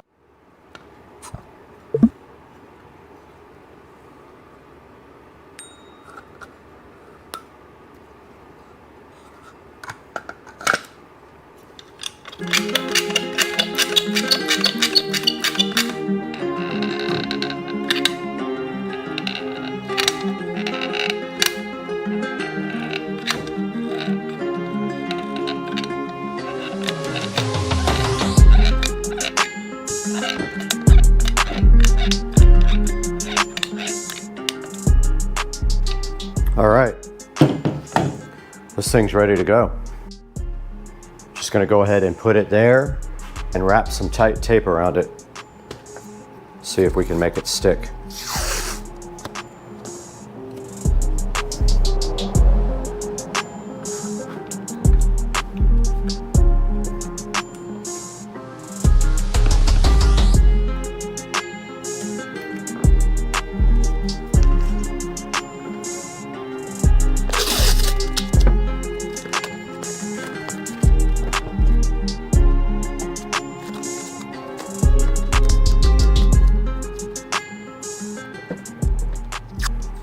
All right, looks like that's gonna work.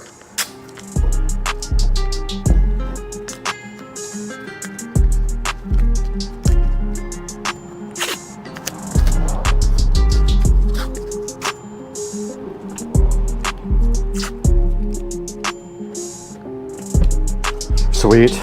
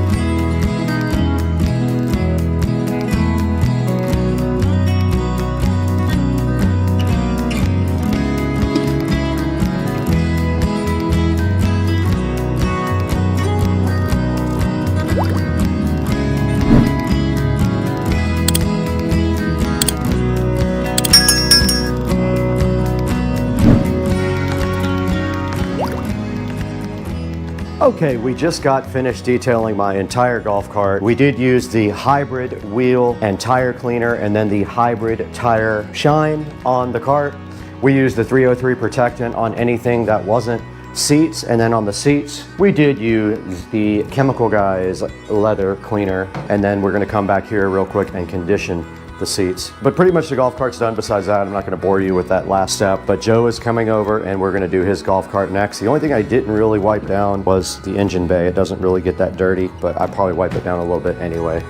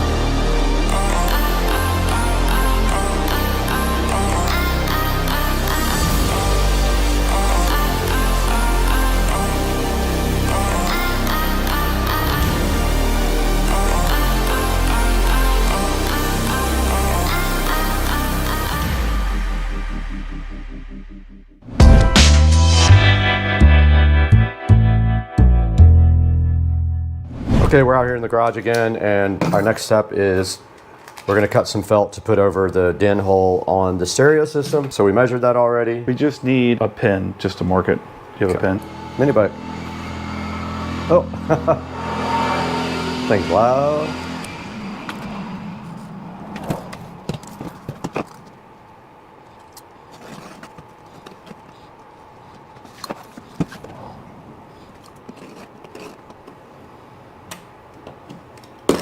Perfect. All right, should I round the corners? Let's see how it looks without it. You have scissors? They're patented. Did you bring booze? Yeah. We're out here. All right, well, we just finished putting the felts on the dash. It came out factory, but now we don't have much magnet here. There's not much keeping that thing on there. It really slides off quite easy. So he might need a couple more magnets. I mean, it comes off real easy now. So might need a couple more magnets on there. Can I use this to clean the edge? You want like a household cleaner? Yeah, that's fine. Okay. Yeah. Okay, we're gonna start detailing the cart real quick. I'm gonna go ahead and get out the wax and dry and start detailing the actual body. Joe is working on the back there. Okay, got the wax and dry out. This is Turtle Wax Wax and Dry. I'm gonna do the body with this.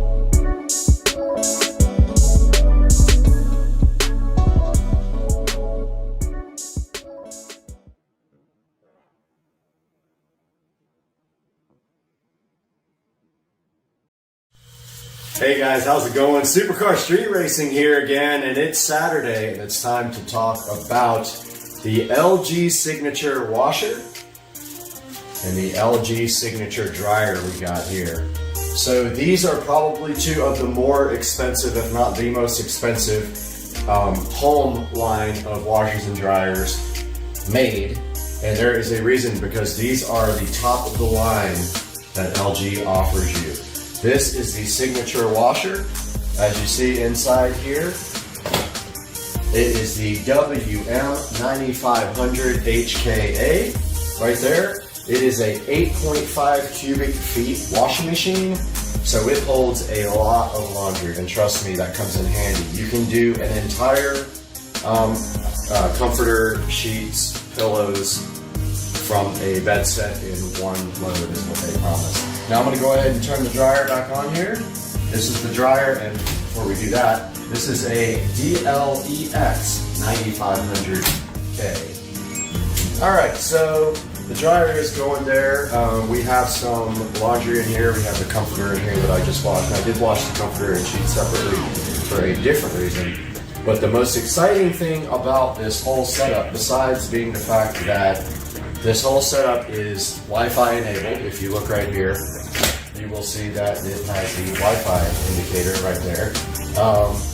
This is Wi-Fi enabled, and it will report back to the ThinQ app on your phone, the LG ThinQ app.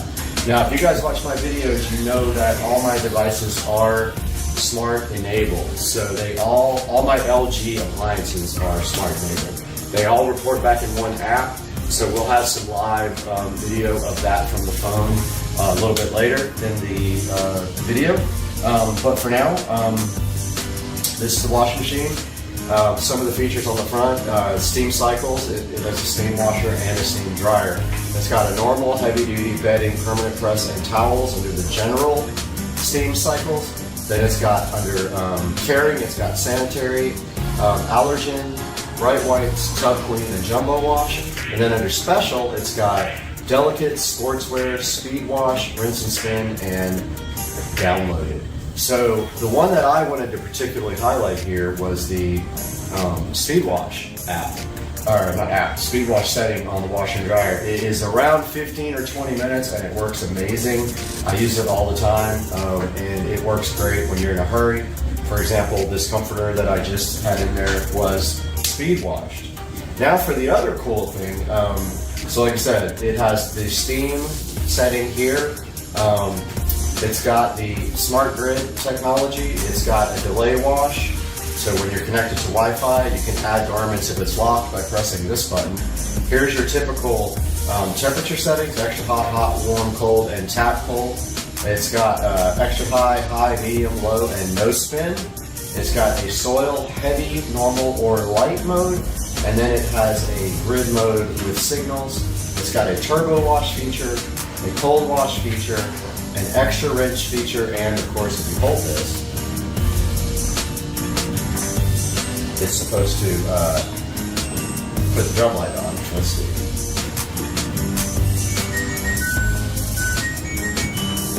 There we go. Drum light comes on with this, but it was ready to start a cycle, so it wasn't quite ready. But yeah, this comforter has already been washed on speed wash, and it is basically dry to the touch. This thing washes and dries, and you know, when it spins, it dries the clothes almost all the way, so that means less stress on your dryer. It's a high efficiency washing machine. It does have a direct drive motor with a 10-year warranty on the motor, so right here on the front.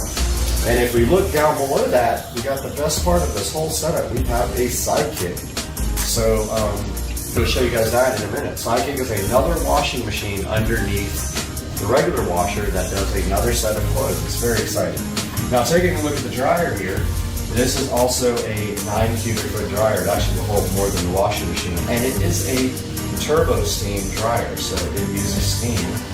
And it has the same type of settings as any normal dryer. It's got normal heavy duty bedding, permanent press towels. It's got antibacterial, steam sanitary, fresh steam, low temp, dry, and jumbo dry, and your caring. And then under special, it's got delicate, speed dry, air dry, and then it can download other I guess, programs that you can design. It does have turbo steam.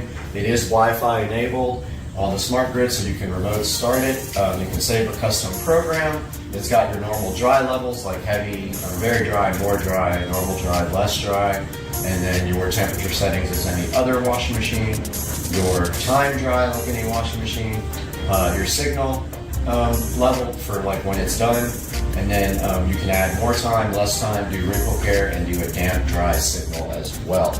Now, take a good look inside there. It does have towels in it right now, but you can see this is got a whole towel set in it, and there's plenty of room for other towels or other clothes. You just push it, and this is touch, by the way, so you just kind of push and hold that to start. Now, under there is not another dryer, of course. This is just a pedestal. Now, these pedestals do not come with the units, and they are quite expensive, but I was insistent that this time when I got a washer and dryer that I would not get one without a pedestal, because I wanted to have the sidekick, and of course it wouldn't look right with nothing underneath the dryer. So now I'm going to show you guys a little bit about the sidekick and how that works. All right, guys, here we have the sidekick, which is amazing. So this is its own washing machine here, built in by itself. Now, some things you need to know about the sidekick is you do not use laundry. You don't use these kind of laundry packets, what do they call them, in there. You don't use these. You use regular laundry detergent, high efficiency. For example, this Publix laundry detergent works perfect. We pull this out, we see that inside, you actually push the lid and it clicks to open. And then inside you will find a little thing to put your laundry detergent in. So you just fill this up and stick it in there. Now we do have some towels ready to go. So I am going to grab these towels right here to wash and show you guys the sidekick. So operating the sidekick is pretty easy. Click open the door, throw your towels in, get your laundry detergent ready with this. I'm going to do it over the thing because I guarantee you I will spill it. Pour your laundry detergent in the blue cup and just stick that directly in there. It just rides in there, no problem, it's rubber. Push down on your lid, it clicks closed. Now, you push the power button and you can select your program here. I'm just going to go normal, so I'm going to push start. Yes, and then you close it, and it is locked and closed. And as you can see here in the display, hopefully you can see it on camera, this guy's got 39 minutes, and this is locked now. To move it, you cannot pull it out now. It is locked. So in 39 minutes, that will be done, and that is your sidekick.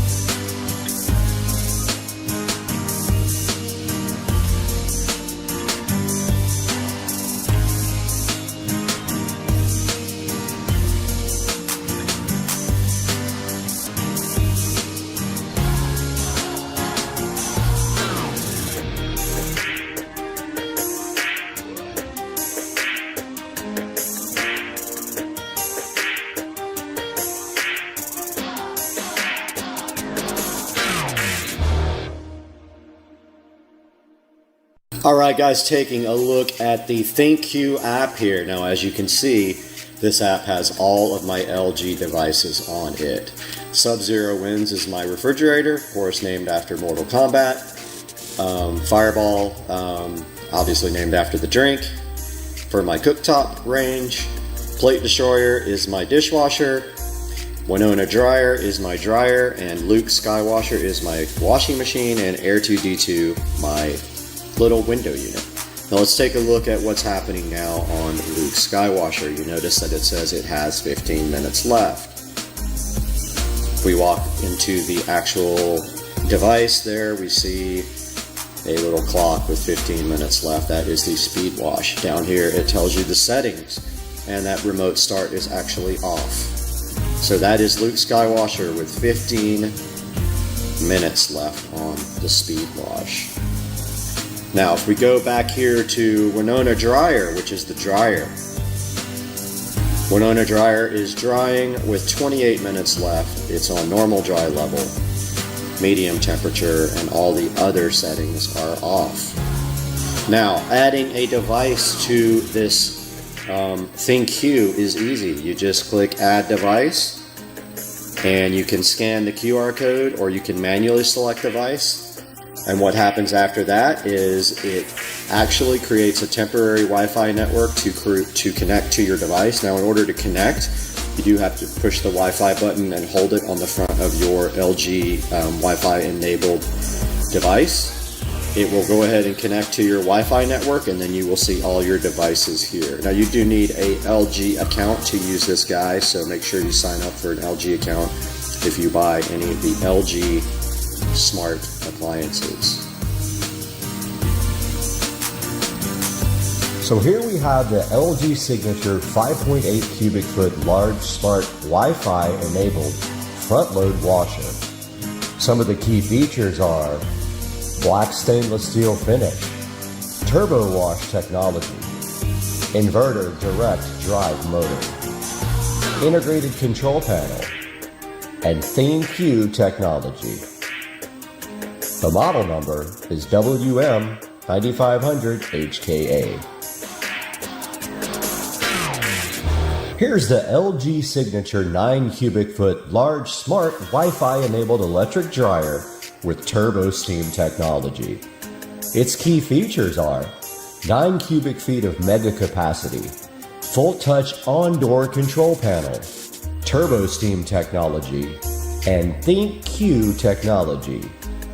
The model number is DLEX9500K.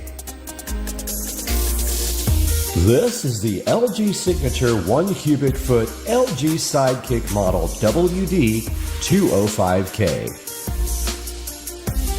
This sits underneath your washing machine. It comes with all the hoses to split the water, and it has a black stainless steel finish, 6 custom care cycles, and a magnetic remote. This is the LG Signature Laundry Pedestal, model WDP5K. Its key features are, it sits underneath either the washer or the dryer instead of the Sidekick, and it has a slide-out drawer for storage, making things easy and convenient. I hope you enjoyed this review. This is Supercar Street Racing.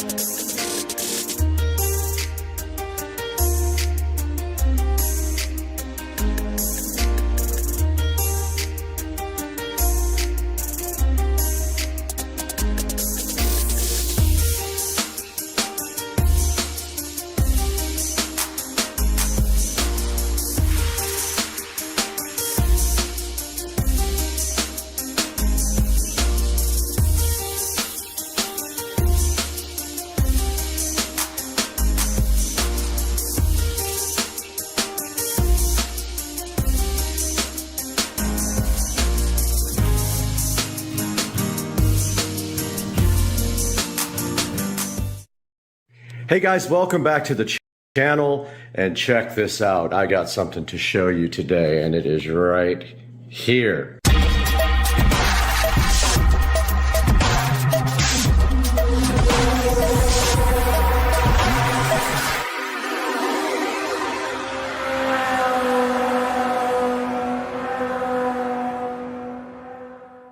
Hey guys, welcome back to the channel, Supercar Street Racing, and I woke up this morning to this wonderful Echo Show 15 with a lovely message on the screen that I will show you now. So check this out. I had no clue that Amazon was about to release an update for the Echo Show 15 that would totally transform the device into a cool multimedia solution. Is Transformers Dinobot Adventures Dinobot Squad Grimlock Dinobot. Exactly. So Credit King 3-pack. It's $27.99. Find delivery details at Amazon. that was absolutely wonderful. So yes, woke up this morning to find this lovely update on the screen and had no idea what it is, and apparently you can now turn your Echo Show 15 into a Fire TV. Here we are in the kitchen right in front of the Fire TV Stick 4K, which is plugged right into the back of this little cool television that I actually found at the thrift store for about 10 bucks, and it's awesome. It's does 1080p, and I have the Fire Stick 4K plugged into this in the kitchen where I can do cool things like show me the garage.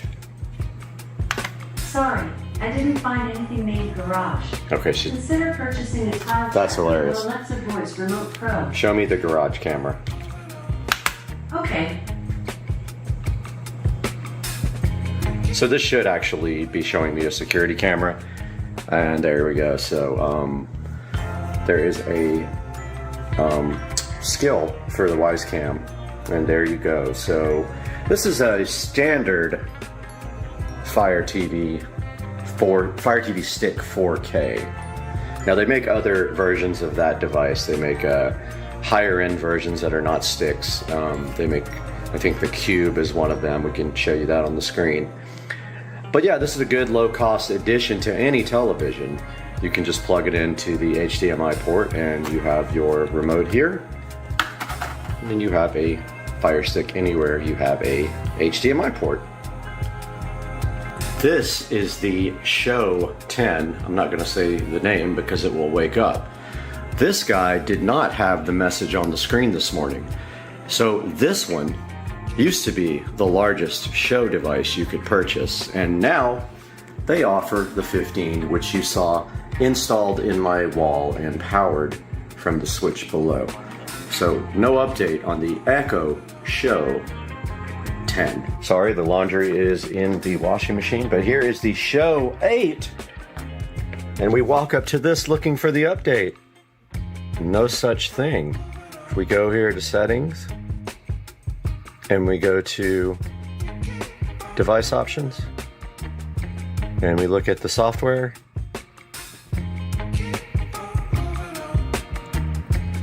we hit update. Aha, it is downloading a new update, but it is not going to be the Fire TV update, unfortunately.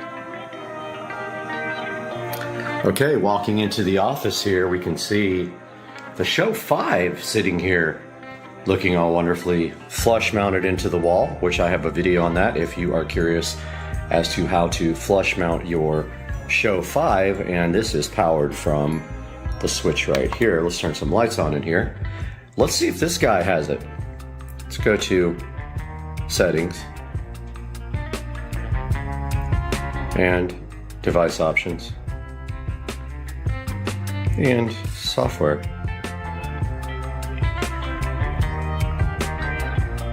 No updates found. We will not be able to make this into a Fire TV. Back at the beautiful Show 15 here, which is wired into this switch, you can check out my video on how I did that with the Show 5s. You can see here, this would look cool flush mounted into the wall, but instead I chose to cover the old hole for the Show 5 and mount the 15 here. Woke up this morning to that lovely message about getting the Fire TV experience on the Show 15. I hit the yes button, it downloaded an update, and now we have this lovely button right here that says Fire TV. Now, why is this cool? Well, let's push it and find out. And check that out, guys. This thing turns directly into a Fire TV. And this is cool because now you are not locked into the Fire OS limitations anymore, because you can get apps now that you can't get on the Show model. For example, the Show does not have YouTube. Let's see if we can find it. There's YouTube TV. Aha. No YouTube, huh?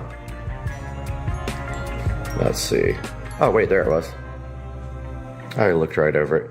There it is. This is absolutely fantastic and a game changer. Because now you don't have to use the browser in a Show to get YouTube.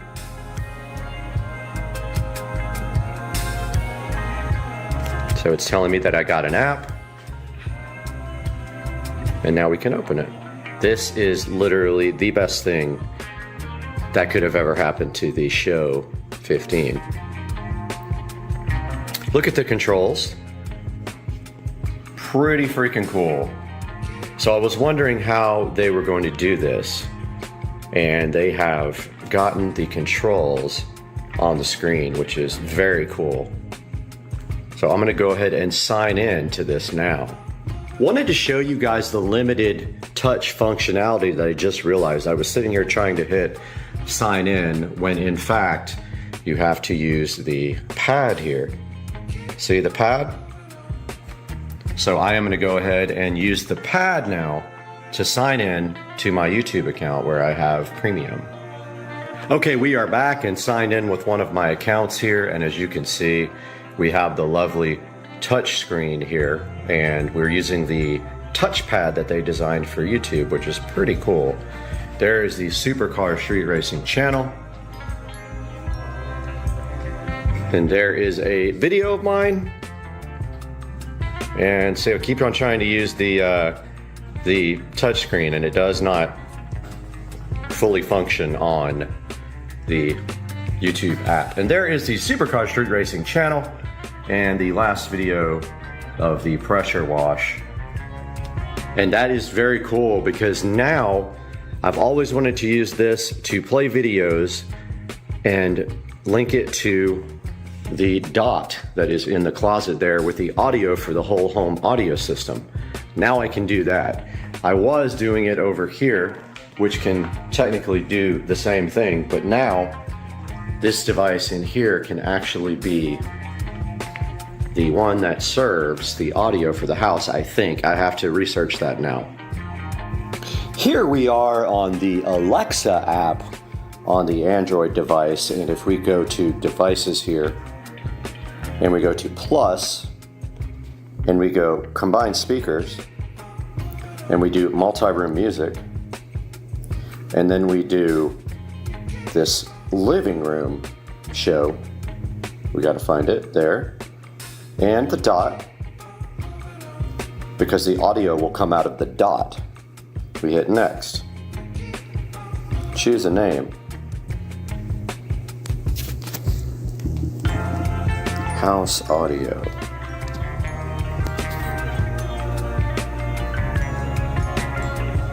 Okay, so now we can go back and see if that actually worked. Back in front of the beautiful Show 15 here, we're gonna see if we actually get audio out of this whole home audio system since we paired this as a speaker group. So let's try to find some music. Oh, I keep trying to use the push button, the touch screen. Let's do this. Oops, I pushed the home button.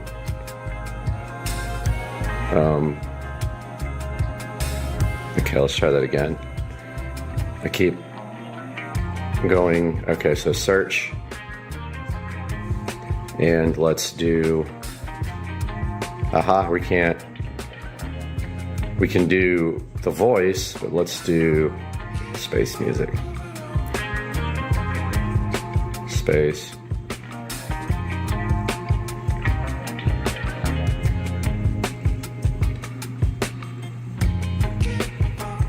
Music. My favorite. Space music. Here we go.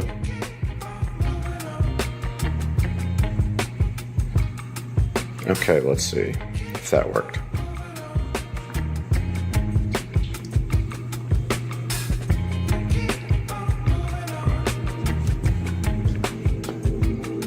Okay, here, audio here.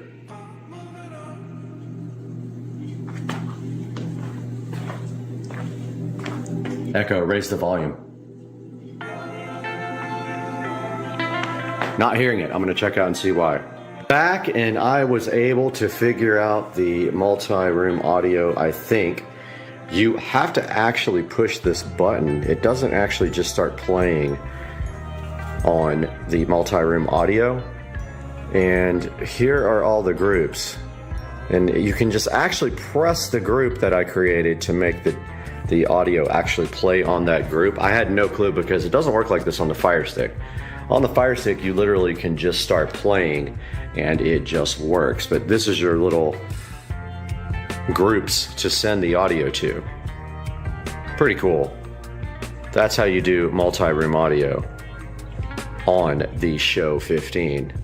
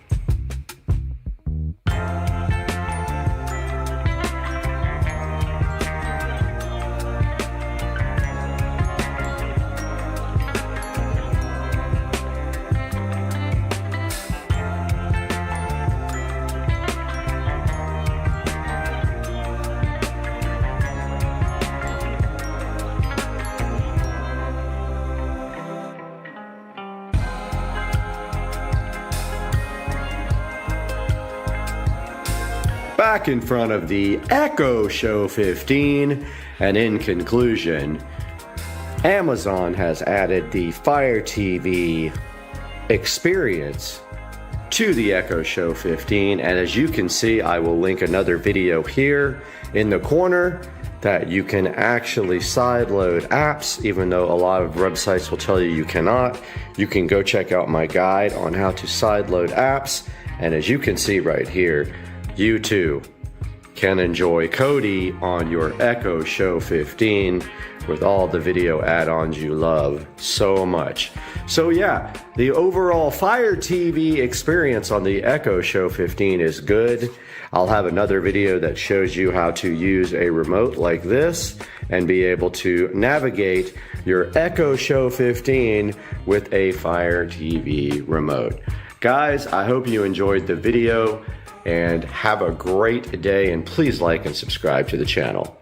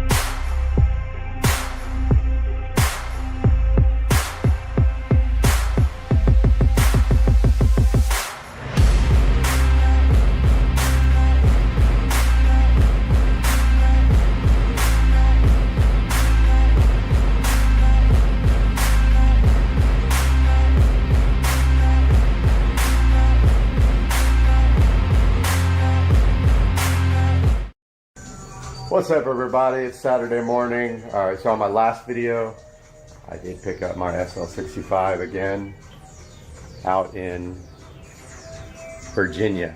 Drove it back yesterday. I took a one-way rental car out to Virginia yesterday, picked up the vehicle, and drove it back to Florida. And here is the car, sitting there desperately needing brakes, wheels, and an audio system upgrade. So today, we're going to take a look at the audio system upgrade. And I've got all my tools laid out here on the bench, things I may need. One or two things I'm really worried about is running the GPS antenna, running the microphone, and also a constant 12-volt power source. I have no clue where I'm going to get that.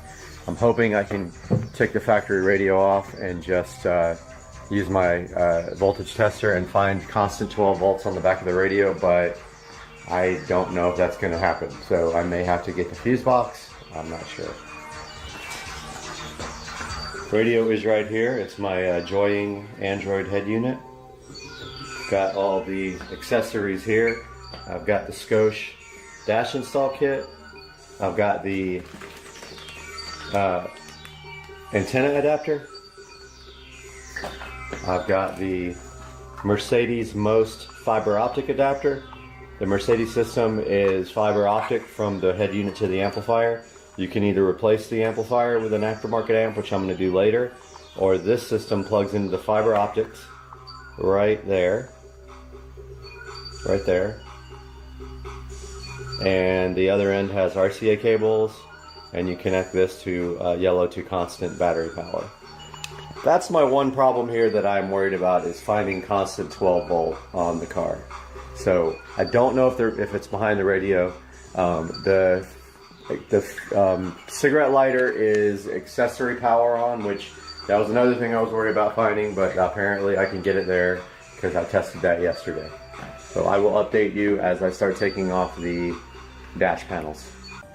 The first thing you're going to want to do is get yourself some of these dash kit tools. These are essential for not breaking the clips. See how they have claws on the end? You're going to need these for anything you do here in the any vehicle for doing audio work. So in the SL series car, that's pretty much all the cars. The procedure is going to be the same thing. First, you want to put the seats all the way back and all the way down. So as far back and as down as they will go. It'll make it easier to get the side panels off. I thought I had the seat as far back as it would go, but apparently it will go back further. No, it won't. Okay. And it's down all the way. Okay.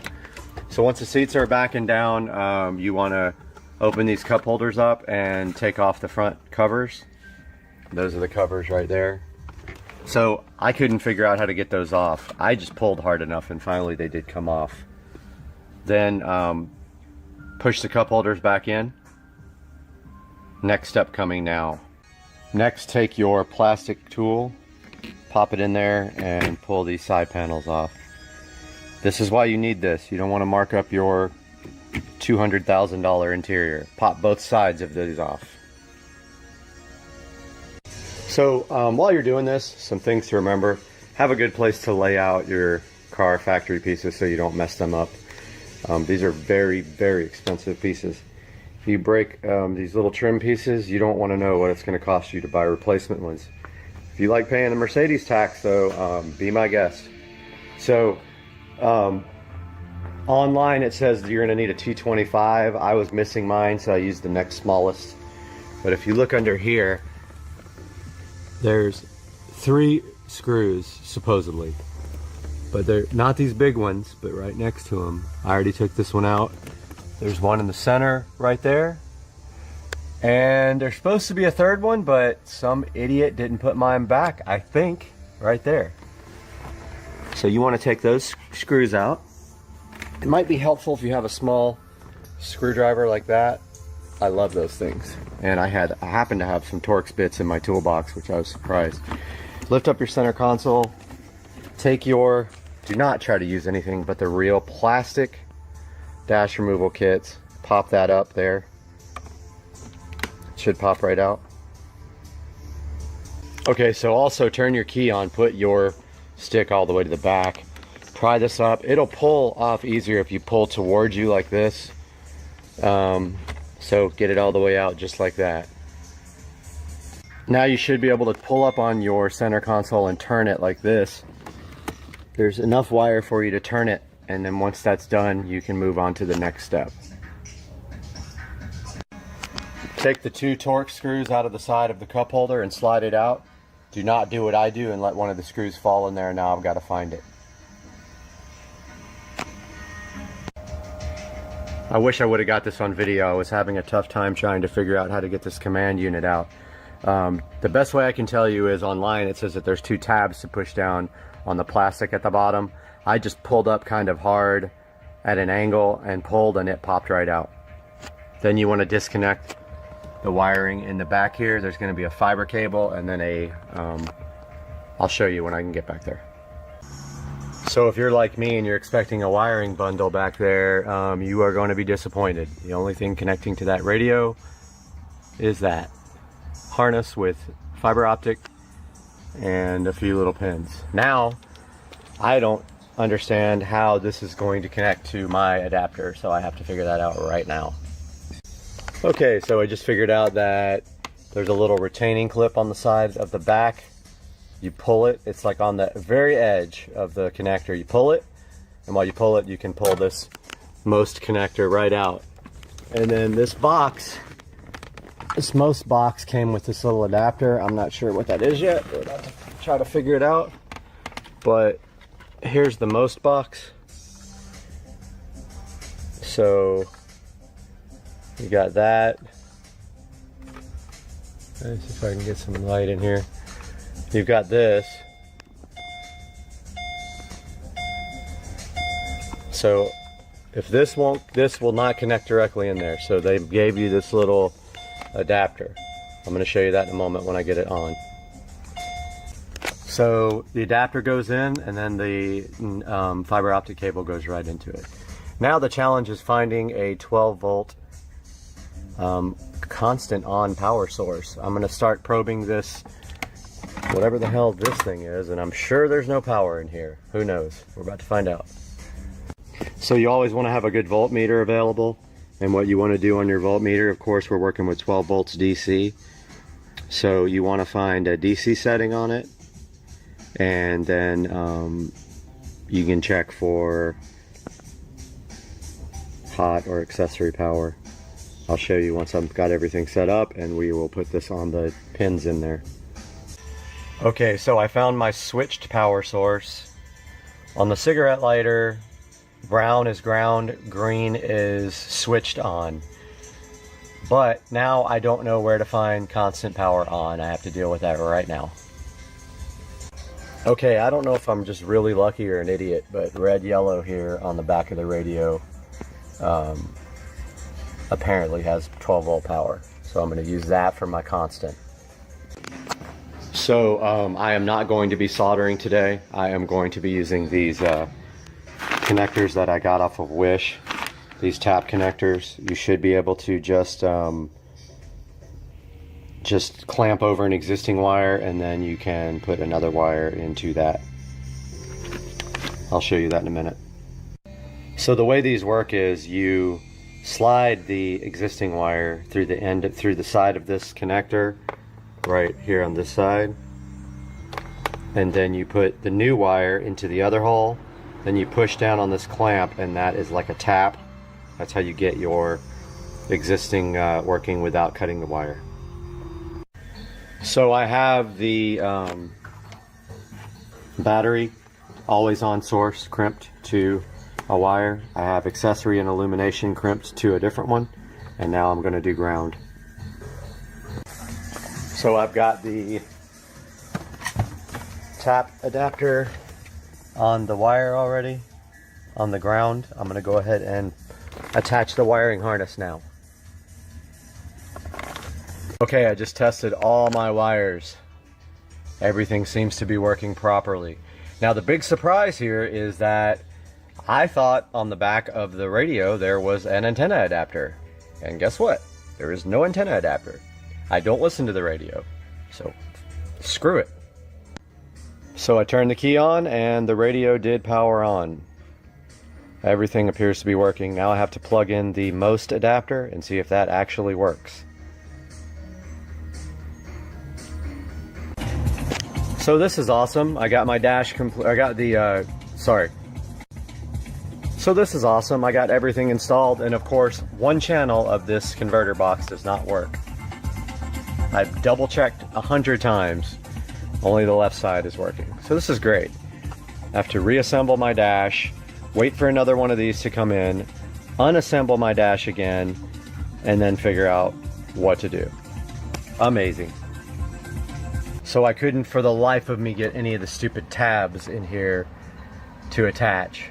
So I saw these screw holes on the sides and I'm like, Then I remembered I have this handy geek flexible drill bit, which is amazing. I didn't think I would ever use this, but dude, it's so good for getting inside here and bending. That was awesome. Now I gotta try to adjust the side tabs so that the radio fits in properly. See ya. The home button is doing ridiculous things. You press it once, it goes to every single audio source. It will not go home. It goes to then the storage, then the radio, then home.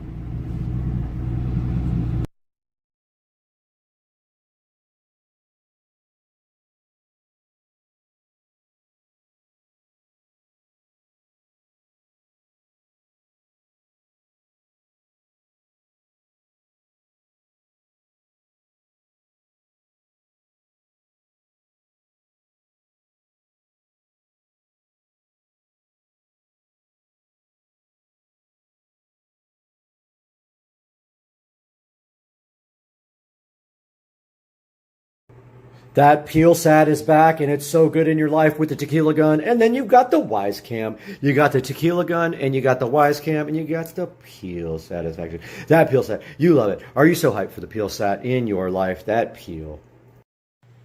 Guys, welcome to Supercar Street Racing, and today I'm going to show you how to add LED strip lights to any bed for a nice look of ambient lighting.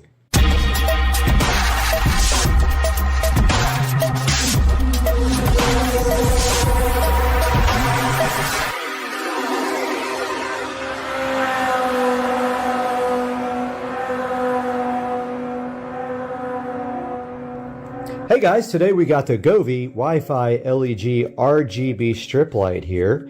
And what we are going to be doing right here and right now is adding this light to underneath the new Wayfair bed.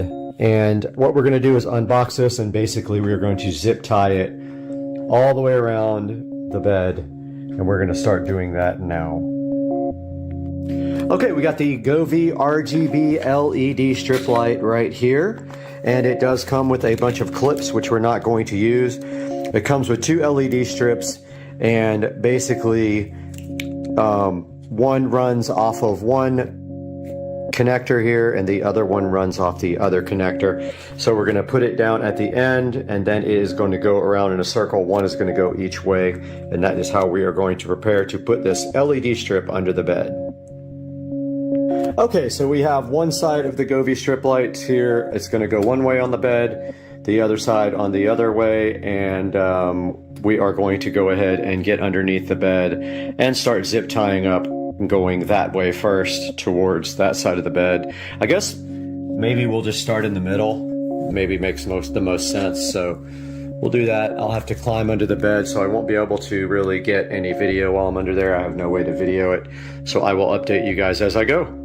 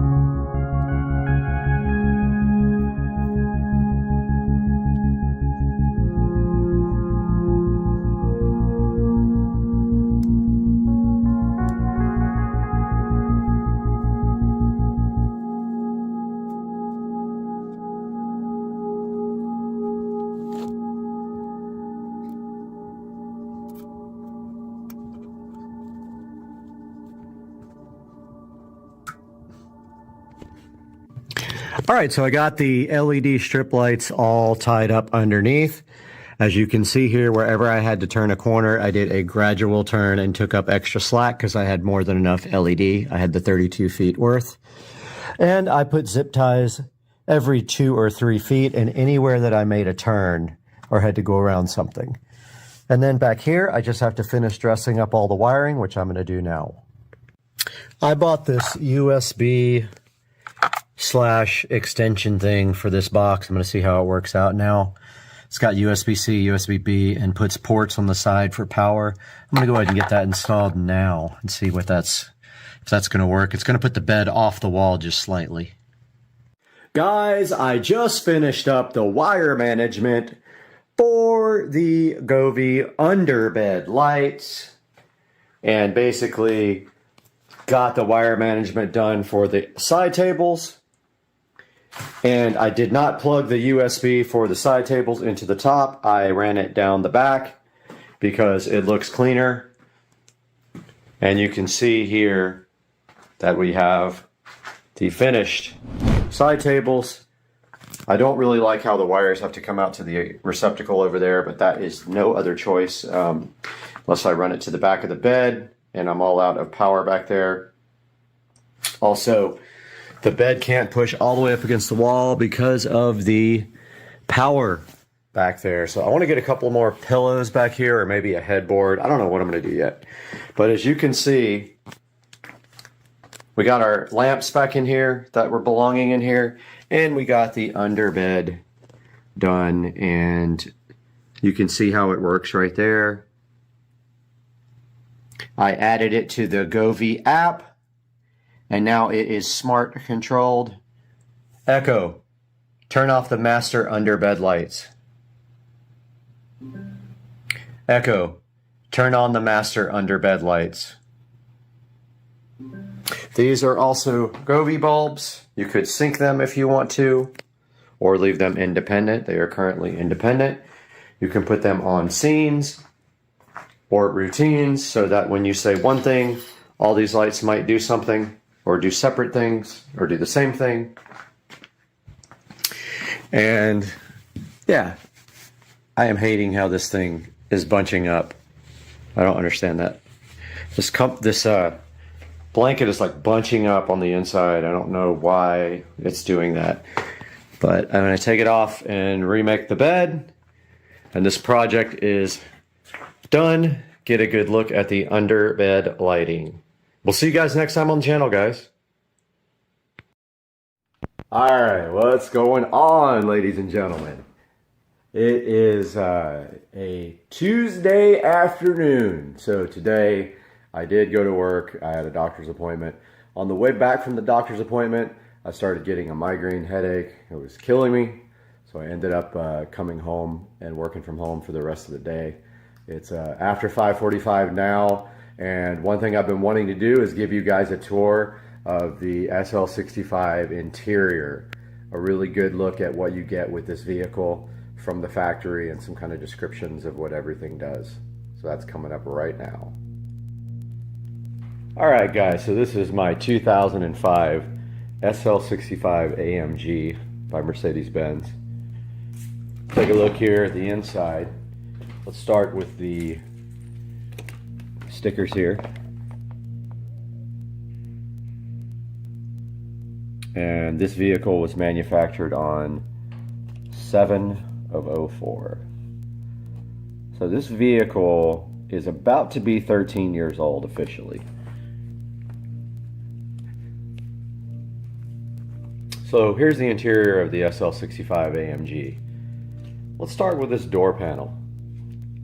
So the SL65 is a little bit different from the other SL vehicles. It is a more luxurious car and has more leather wrapped on the interior. You can see that here on the dashboard. Dashboard is all leather wrapped. First things first, here on the door, you can see that the vehicle has a wood trim to it. I'm not necessarily a big fan of the wood trim. I am considering taking those to a body shop and getting them painted. probably silver, the body color. But starting here on the door, you got your standard electric window switches. Then over here, so this is for the seat heating and cooling. The seats are ventilated, you can see. It's not air conditioned, it just blows, you know, just a little bit of air. Then you've got your memory for your seats and mirrors. Your actual seat control, which is shaped like a seat, so you know exactly what buttons to use. And the trunk release. You've also got this handy storage container over here. It's interesting because it kind of folds out and back in like that. This is one of the only problems with this car, is this little side piece has been bent a little bit. Moving on to the actual seats themselves, which are very comfortable. The SL65 has this option, not an option, standard, called exclusive leather. It is a upgrade to the regular Mercedes leather, and it is in all the SL65s. Flash just went off, but might have to do this with hardly any light.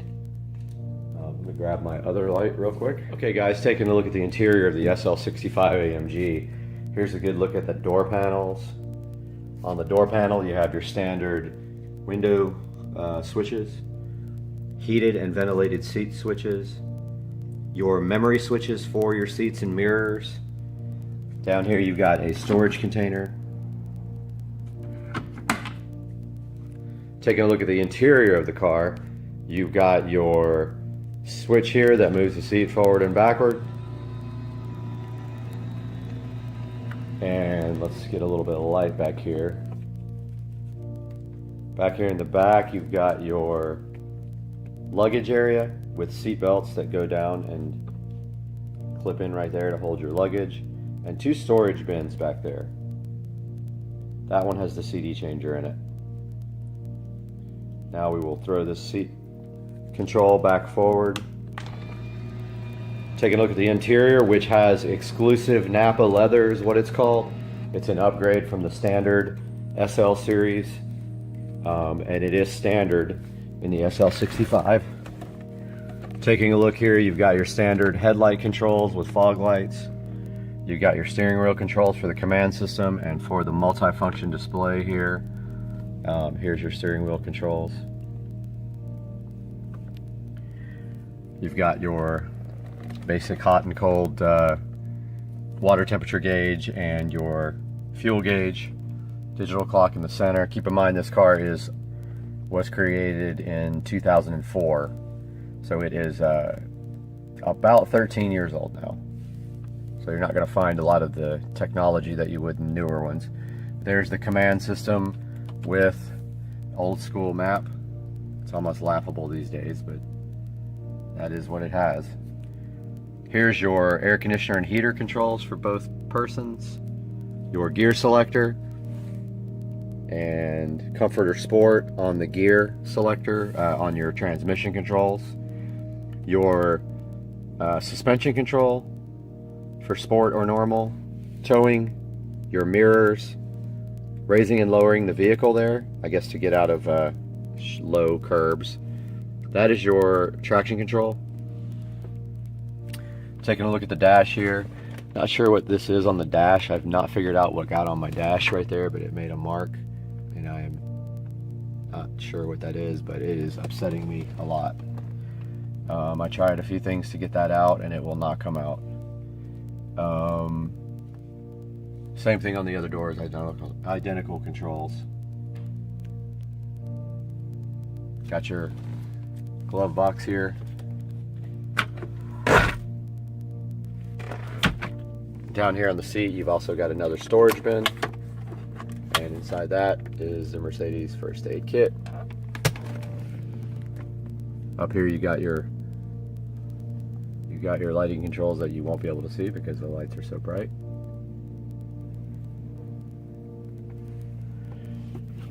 Down here you've also got your convertible top switch. You just pull it back to raise it, push it down to lower it. You've got your center console here, little coin holder, Be a little emergency Mercedes-Benz. Who knows if that even still works. Then inside here you've got another storage area with a CD caddy thing, which will never be used again. Some touch-up paint. And so that's going to do it for the interior of the SL65 AMG, giving you a little of an idea of how the car looks on the inside. This car is exceptionally clean. That's why that one little dot is driving me insane on the dash. Got to figure out what that is. But let me know in the comments if you have any specific questions about the car. Otherwise, that's going to do it for this interior tour. All right, what's going on, guys? We are headed out to the car meet tonight. And so, about to start up the car right now. Pretty much head that way. This thing sounds wicked. Cold start. I'll update you more when we get there. So a lot of people have been asking what it sounds like with the windows down. That's moderate throttle. It's definitely louder than it used to be. I'll roll the windows down. So here it is with the windows down.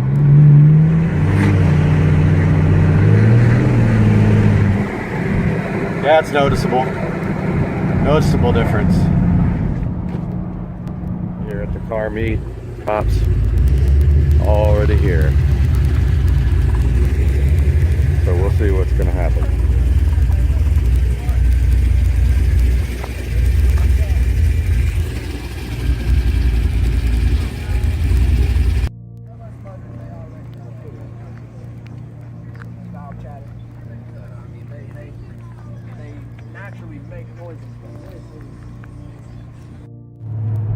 Just went to the car meet and it was fucking dead as hell.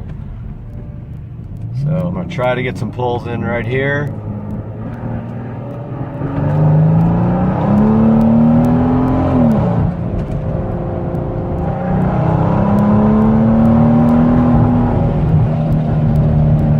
So that's what it sounds like, full throttle. That was about 85 miles an hour. Just filled up with the 85 and 93 mix. This is Supercar Street Racing, and this is the 2018 Mercedes GLA 250. And we're going to review it. Take a look at the front of the GLA 250. Check out this stylish silver grille that Mercedes added. Down here, it has fog lights. This is almost like the grills on the SL65 AMG. The front has a pretty aggressive stance, as you can see here.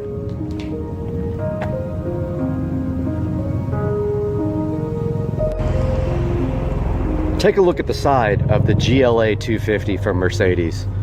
This is the 2018 model. Here are the wheels and tires they chose for this car. On top, we have a nice silver trim that runs the length of the car.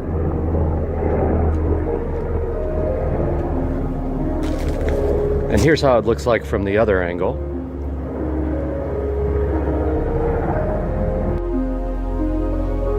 This is the back of the all-new 2018 GLA 250 from Mercedes-Benz. Have a look at that rear diffuser and these aggressive square exhaust tips. And this nice rear spoiler. On the tailgate, they've got this nice chrome accent strip here at the bottom. And then another accent strip here below the car emblem and the Mercedes logo. This one looks especially good with the nice dark tint on the rear. This 2018 GLA 250 from Mercedes-Benz has their 2-liter, 4-cylinder, turbocharged engine. This engine makes the GLA 250 seem really quick. It's rated at a 0 to 60 time of 7.2 seconds, but I found driving it that it feels much quicker than 7.2 seconds. However, it does have a little bit of turbo lag, and especially when you have eco mode on and the car has to start up at every stoplight, it can be kind of noticeable. But overall, this vehicle makes some impressive performance numbers from its 2-liter turbocharged inline 4-cylinder. This GLA 250 is not the 4MATIC version, so it's only 2-wheel drive. And it does manage to break the tires free on occasion. It has that much torque. As a matter of fact, the engine feels much larger than it actually is. I found the power to be more than adequate for everyday driving.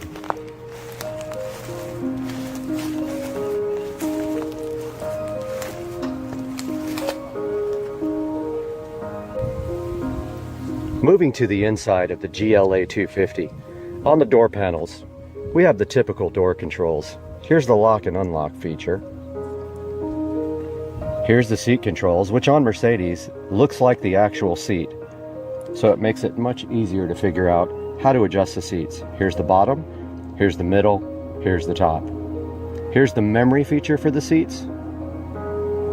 And for the mirrors, it stores your personal preferences for any person who gets in the car, and there's 3 available choices here.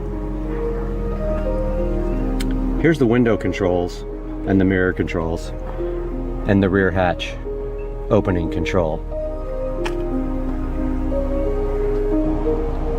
Here's a good look at the seats on the GLA 250 from Mercedes-Benz. This leather reminds me a lot of the leather in BMWs. This particular vehicle has all black interior, which I think looks rather nice. The back seat of the GLA 250 is very roomy. You can see here there's plenty of room for 3 people to sit. And on this base model, there's not many controls back here. But right here, we do have a 12-volt outlet for your passengers in the back.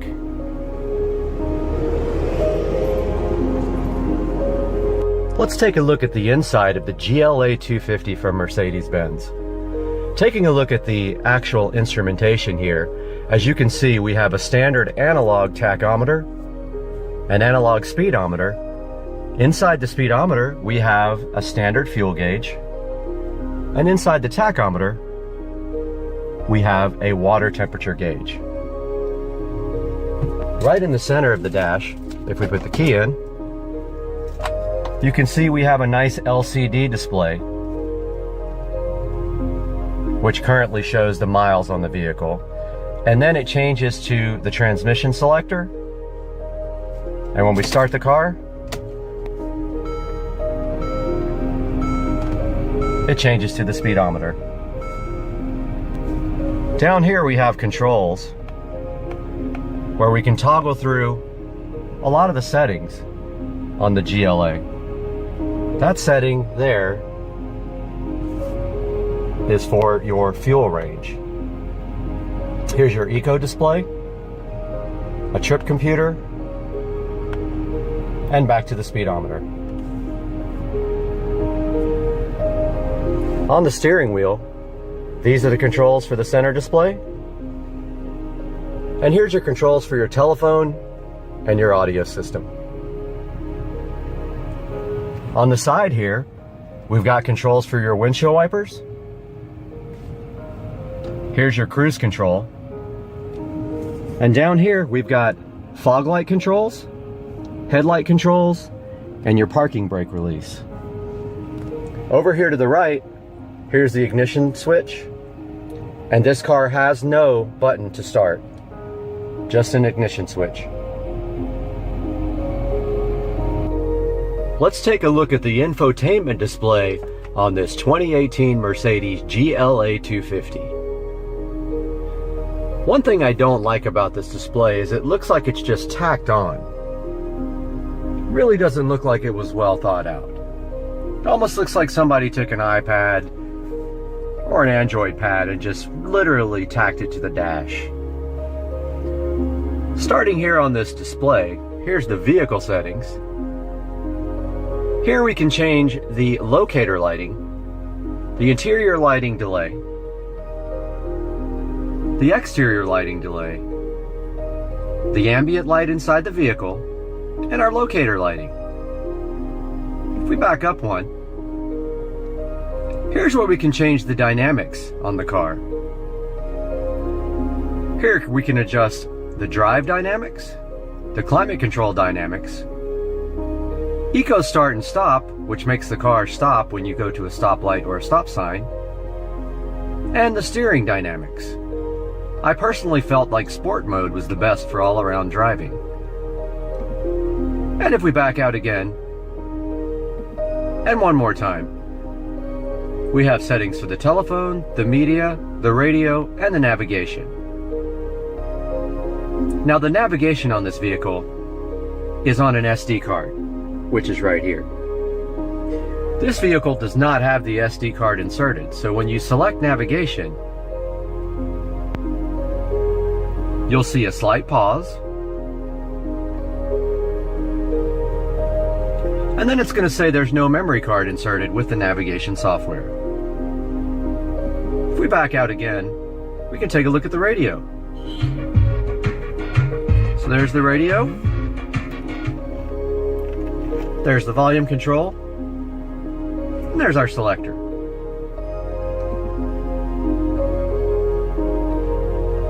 This vehicle does have Bluetooth streaming, so you can connect your device to here and stream Bluetooth audio. Here's your telephone controls.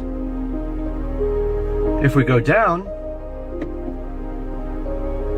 we can change more options on the radio.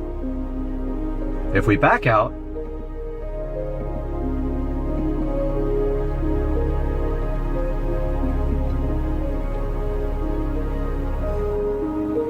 pressing the star button on the control gives us this menu. It has icons for everything you can select.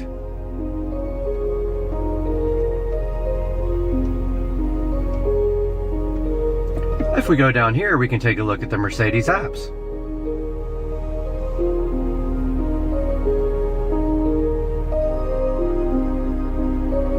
I've enabled the Mercedes apps function. It wants me to subscribe for a trial period, but I'm not going to do that.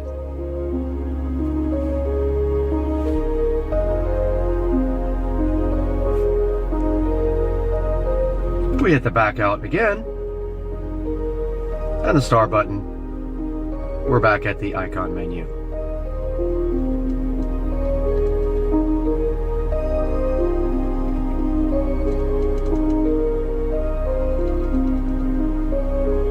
So there's a look at the infotainment system on the 2018 GLA 250 by Mercedes-Benz. Here's the control panel,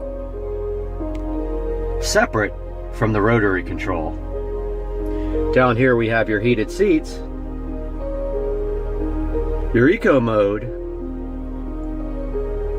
your hazards, and down here your climate control, which can be set to zoned or global. Let's take a look at the rear hatch in this GLA 250 by popping this. And the rear hatch just opened. Here in the back, we've got ample room for luggage. A couple of cargo nets here and here. Inside here, access to the lighting.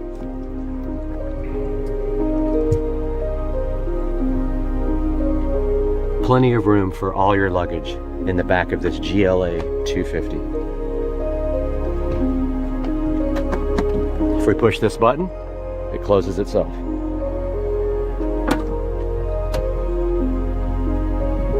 And it locks itself.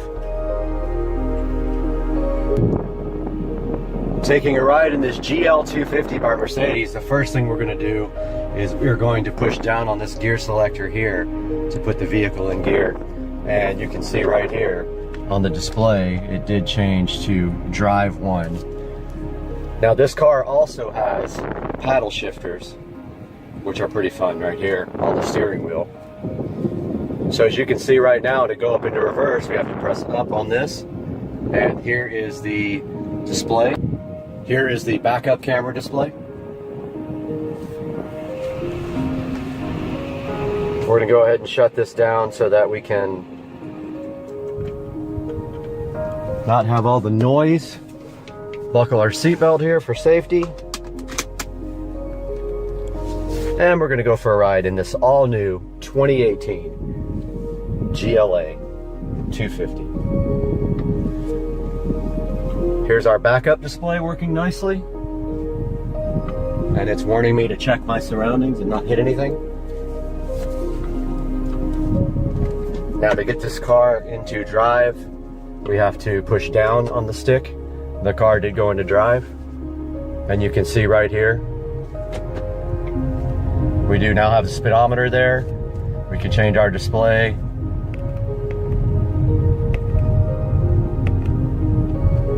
To the eco display if we want to.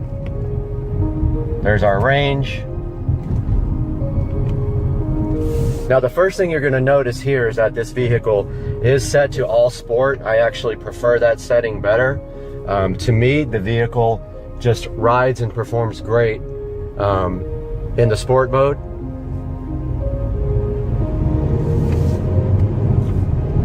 It does have quite a bit of torque right off the bottom. Right off the bottom end, you can feel the acceleration. It feels really good. The one thing I will say about this car though is that it does have a moderate amount of turbo lag.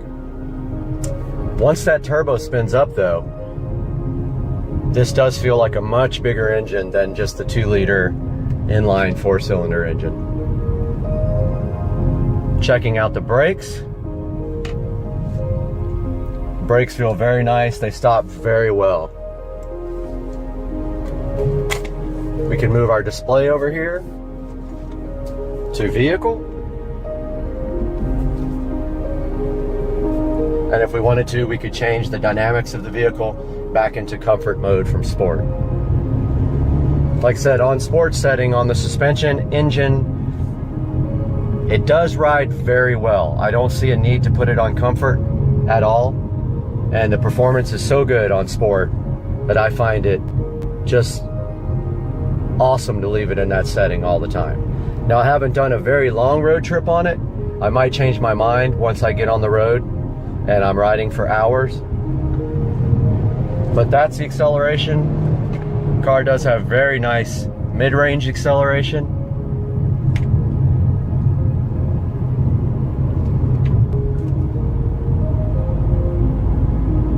Very nice car to drive so far.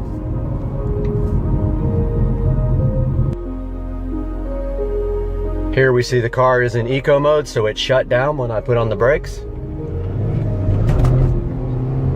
Accelerating from that start right there, we did spin the tires. It does have a great amount of low end torque, which causes that to happen. And remember, this vehicle is front wheel drive. This is not the 4MATIC. Taking a look here at the stop sign.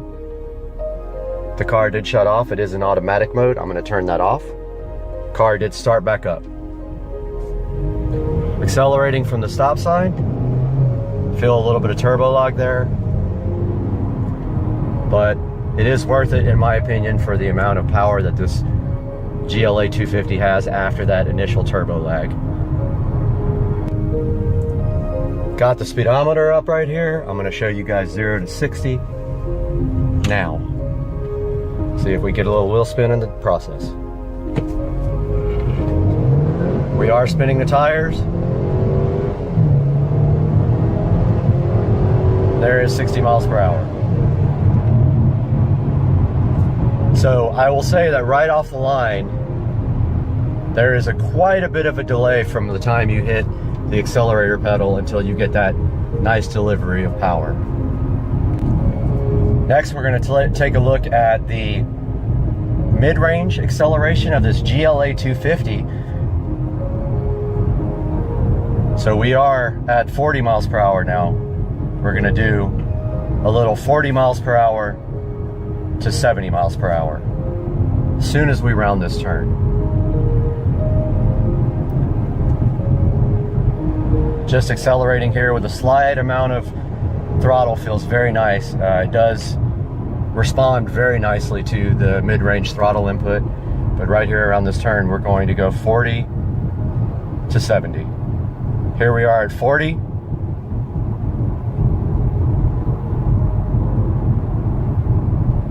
And we're going to put it to the floor there. There's a little bit of delay. There is 70 miles per hour. 80. And 93. Braking from 93. Very good.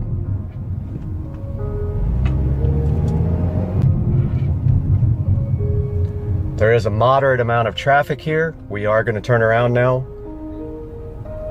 And I'm going to show you another acceleration run. Turning around.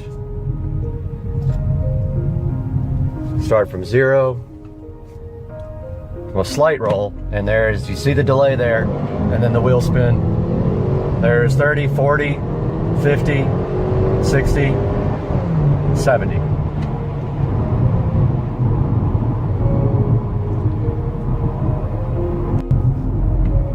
Cruising along at 38 miles per hour, this car feels very composed, very comfortable.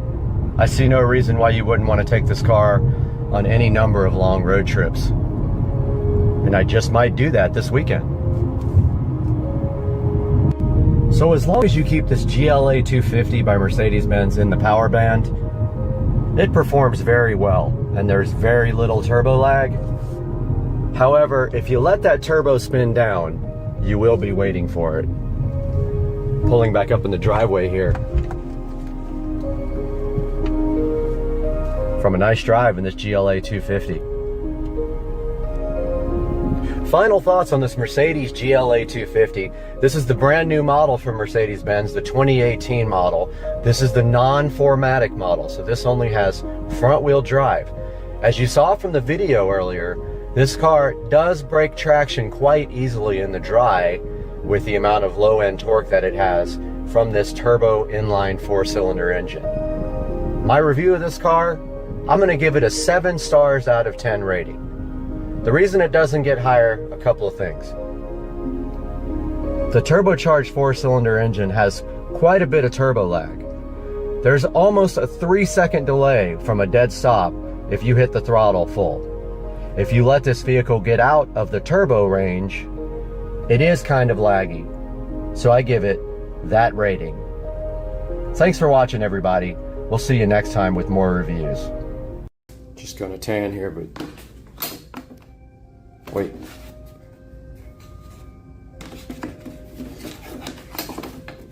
What the? How do you? Very dirty.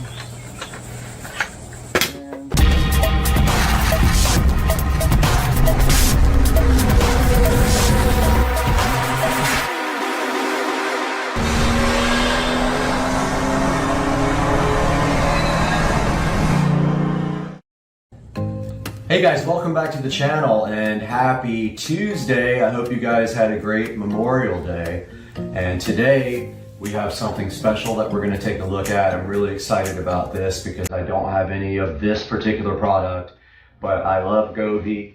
Govee is probably one of my favorite companies in the world. Their lighting is amazing. They have all kinds of different solutions for different types of LED colored lights and normal lighting. And today we are taking a look at replacing the light bulb that is in a lamp on the patio here. Now, what is on the lamp already is an old school color changing light bulb. and it uses an RF remote to change the colors. We're going to be upgrading that today to a Wi-Fi enabled smart bulb from Govee. We have it right here in the package, so let's take a look and see at what we got here. All right, so here is the unopened Govee smart LED light bulb. So what I like most about Govee is the fact that you can take these bulbs and you can basically use them all with the single Govee Home app. So I buy mostly exclusively Govee products now.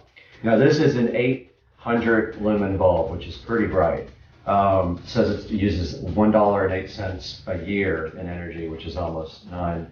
And if you run it for 3 hours a day, it'll last you 13.7 years. The model number is the H6008, and it is an E26, which is just a standard Edison bulb. It uses 9 watts of total power. Again, this works with Google, IFTTT, the Govee Home app, and of course with Alexa. So let's go ahead and take this guy out of the box and see what we got here. Traditionally, these are pretty easy to set up.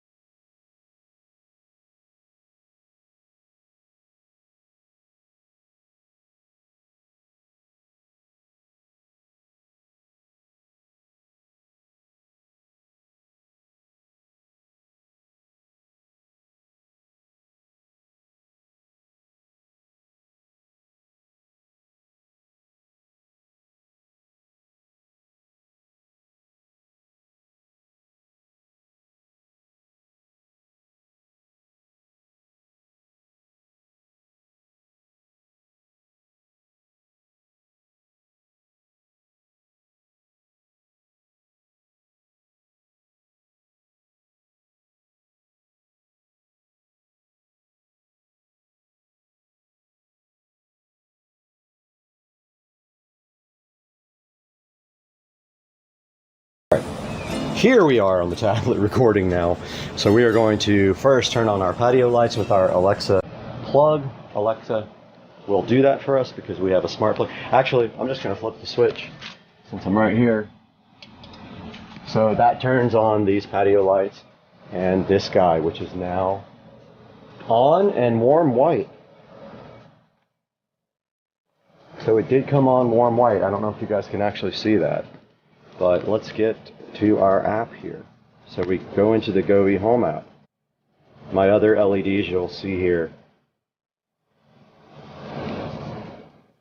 Let's see. Welcome to Govee Home.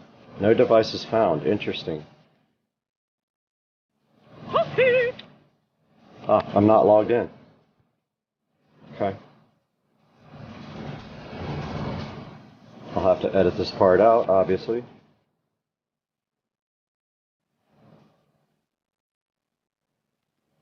Alright, so here we are logged into the Govee Home app. And you can see here my devices. Bluetooth is off, so let's turn Bluetooth on my tablet. We are on now. To add a device, you click the plus, so I'm clicking it now. And then you have to know which light you are adding. So let's see, indoor lighting. So we have the H6008, so we pick that on the tablet. It's one without the bulb. It doesn't have a bulb symbol, it just has a G. So it's found the bulb. Here it is, H6008. So we click on it. It's connecting via Bluetooth.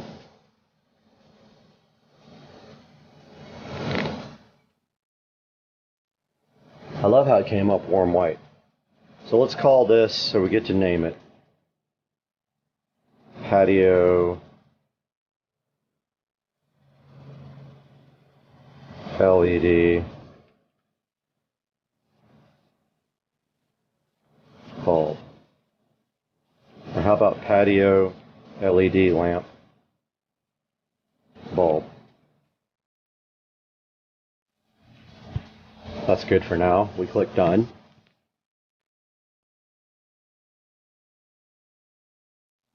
Now it's looking for Wi-Fi. Now don't forget I have multiple Wi-Fi, so I'm going to join one that is closer.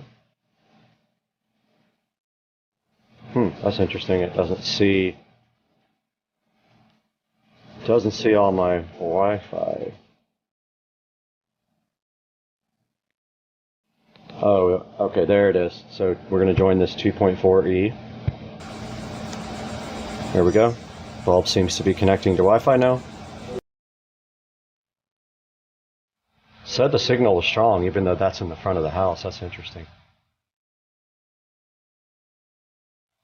And let's see if we have the ability to upgrade the firmware. There's usually a firmware light. Let's see, firmware version 1. Yeah, there's no place to... There must not need a firmware update. Usually it shows the firmware update right here next to the little bulb. But as you guys can see up here, it is white. And you can do scenes and color wheel. So if we go to scene, we can do the same ones that we have on our bulbs for our smart mirrors. And there we go. You can't see it, but it is running colors now. So that is basically it. You can also sync up multiple devices. Like you can have, that's a different color there. You guys can't see it, but it's a bluish color now. I don't know how much of that you guys can actually see. But yes, I can change it here in the app, and you're seeing that live as I do it. So then if you have like devices, you can actually pair them all. And you can make them do the same exact colors. So that is the, I thought that was falling. That is the Govee Smart Bulb. The Govee H6008 Smart Bulb, guys. I hope you enjoyed this little review and setup of this device. And I hope you guys have a good day. I just finished cooking a burger and my air purifier is going insane because of the smoke. This thing is losing its mind. It's like, yo, let's run. Eat your dinner, man. Before everybody else eats it. He's more worried about that grass. Yep. Turtles are tormenting him. We ran out of date last time. The guys are right behind me. We're gonna do the rest of the string lights.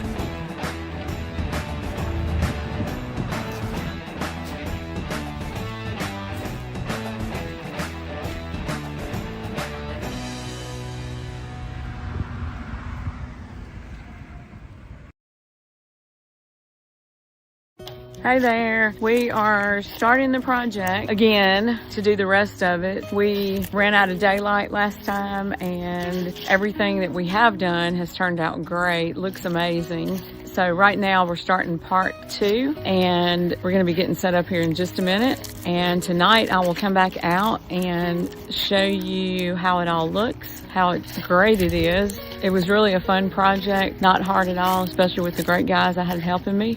This is the part that we're going to be working on right above me there. That's where we let off last time. So anyway, it's been fun. Here we are again getting started with the project. The guys are right behind me. We're going to do the rest of the string lights. These things are amazing. There's even a do-it-yourself. You can change each individual light if you want to. That's what's so cool about it. But anyway, here we go. The guys are getting started started over there, and we're going to get the rest of this top part of the house done.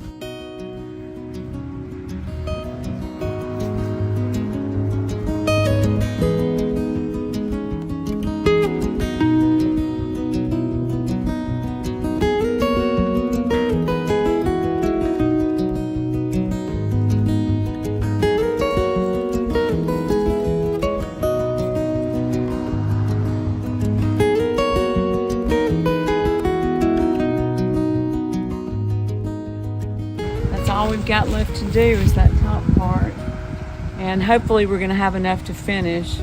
Not quite sure about that.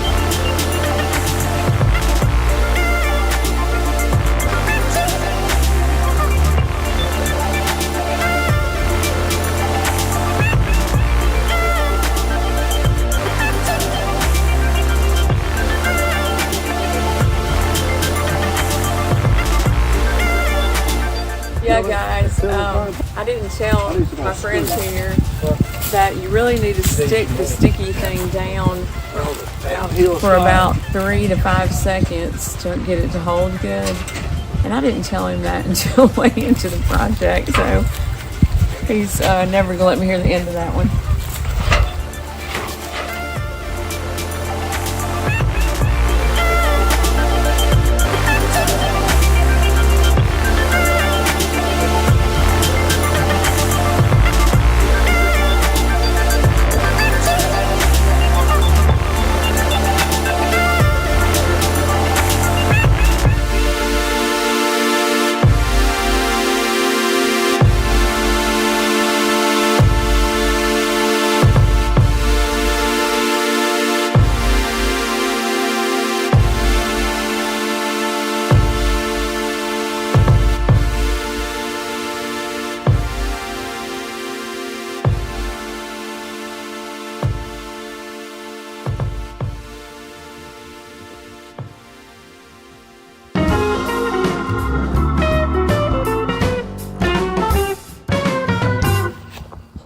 just realized that the camera went off before we finished.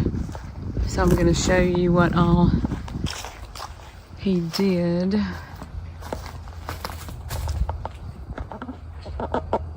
All that. And then we came around this corner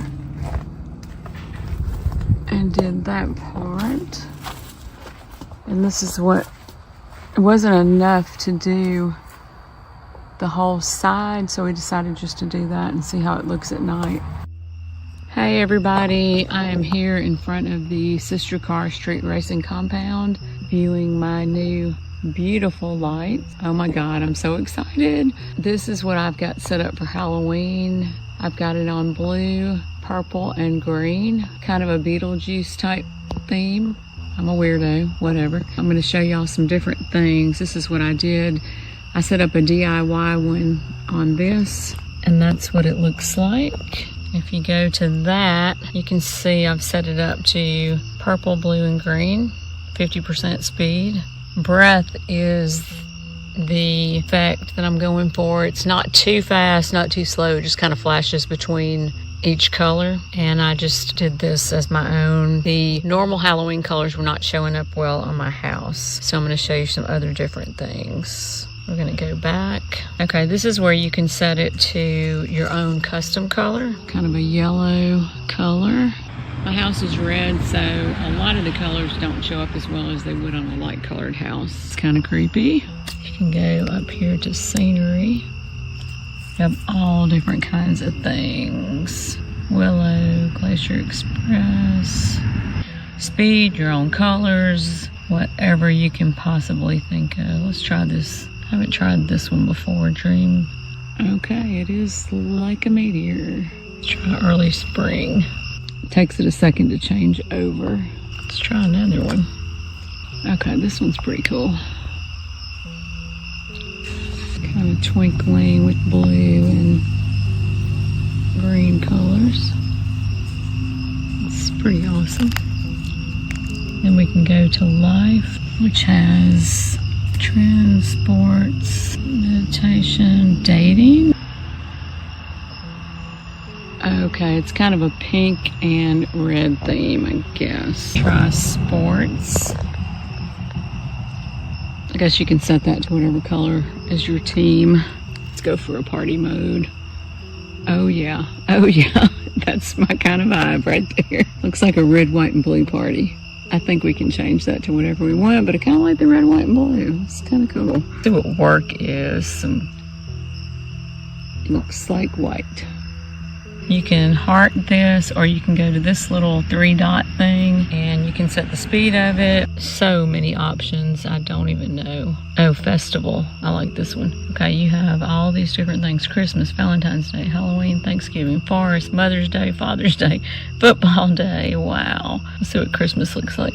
Okay, let's get some green. Oh, there's our, I don't know what color that is. Doesn't look like green, but we can change that if we want.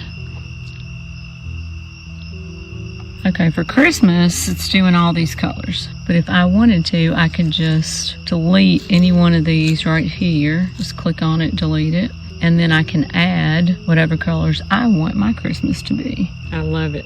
Love it, love it, love it. It's too cool.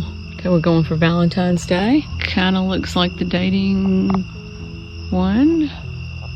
Like that. Let's see what Thanksgiving Day looks like. Okay, this is our colors for Thanksgiving Day. And you can do that speed however you want, if you want it to be faster or slower, or... Oh, Neon World. I love that. Well, kind of looks like it's about as fast. This is it, and I could go on and on all night, and I probably will stay out here for a while.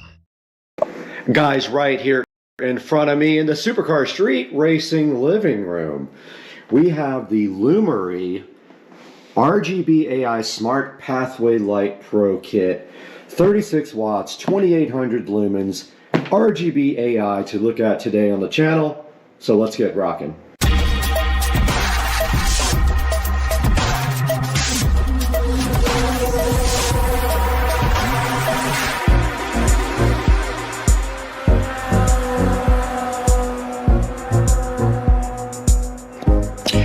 looking so fresh in this box, and it's sitting right here in front of me, and it is right now also in front of me.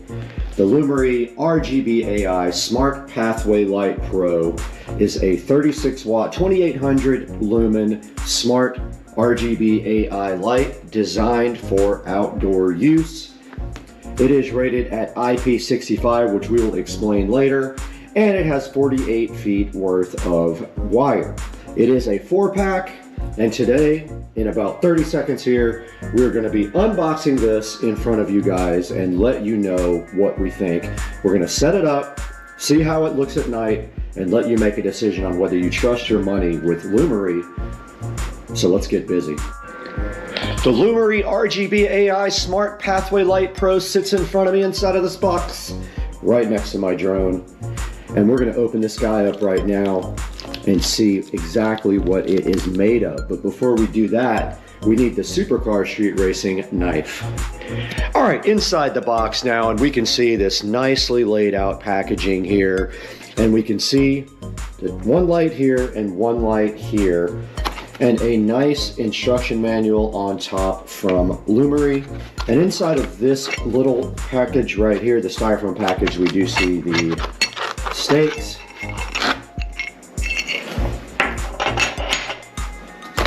And here is one of the lights, and they are very, very solidly built. Pretty heavy. There is a good look at them. And if you're wondering if these rotate, they do. So the actual light will rotate. And I would say these weigh a good 2 or 3 pounds. And if you expected them to be plastic, they are not. They are solid metal, so very well built. And they do have on the ends here the quick connectors. The only concern being, of course, is that what do you do with the extra wire if you have less than that amount of space between? And right here and right now is number 2 on the set, which I am just placing back on the table. Then we do have the Lumery remote right here.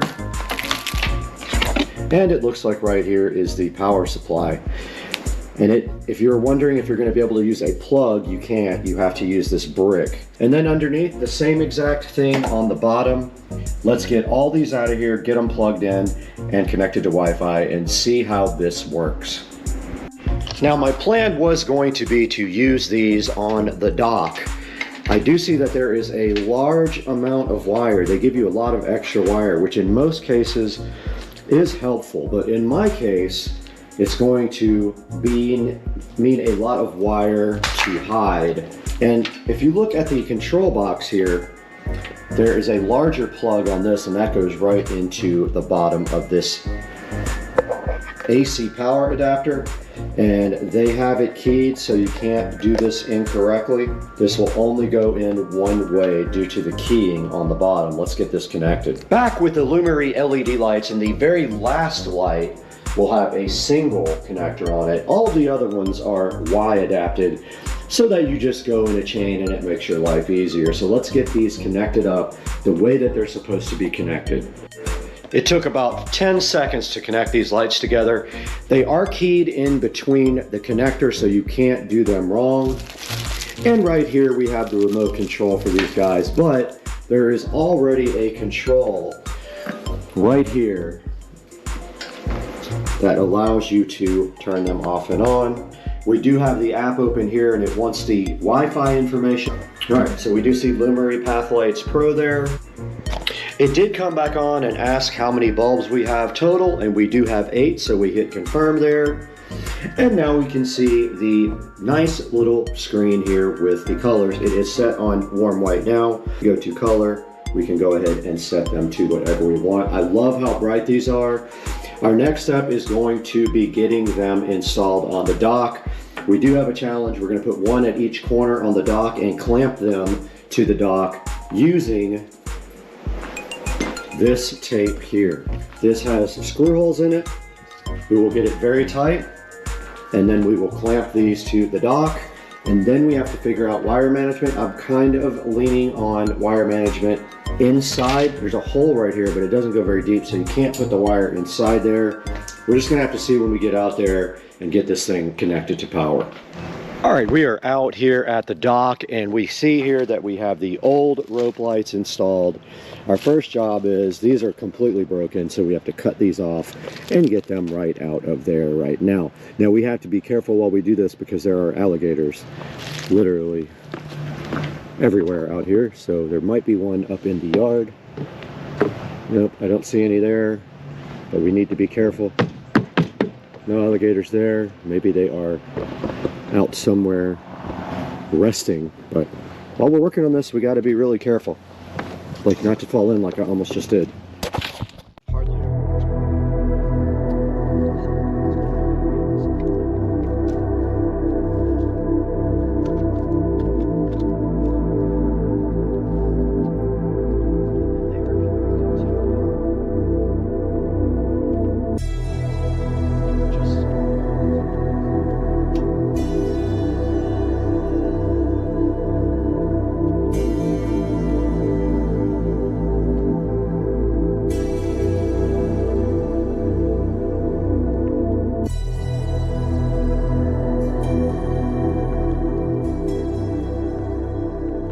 All right, we have our little friend out here watching, but we have our first light, and what we're going to do is connect this light to this power source here, and then we are going to attach it to the bulkhead, or sorry, the dock, not the bulkhead.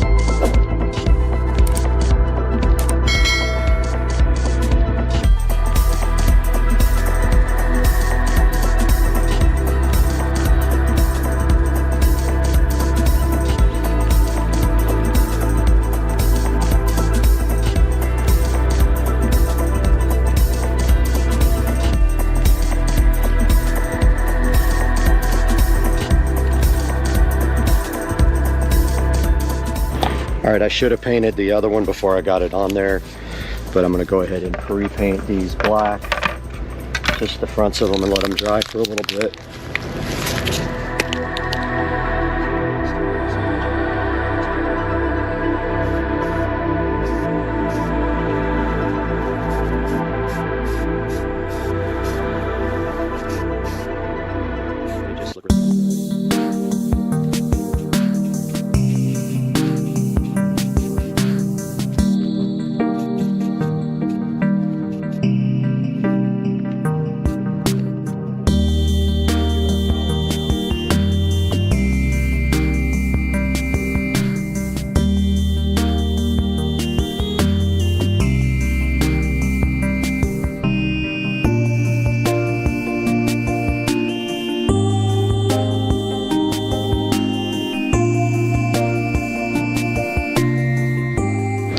All right, I went ahead and taped up and painted the existing strap so it would not stand out so much.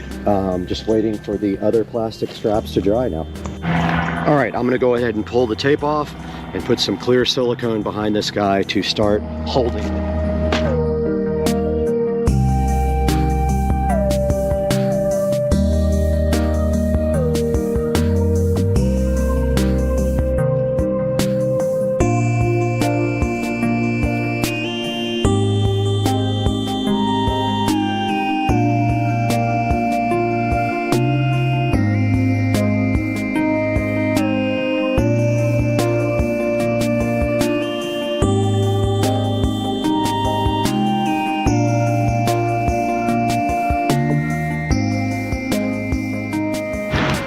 Our next light is going to go right in the corner here, and we need to make sure that we have it the same distance above the dock. So we're going to grab our measuring tape and just see how many inches we have it below the edge here and match that up completely and try to get it just as tight this time, and then go ahead and silicone seal it together.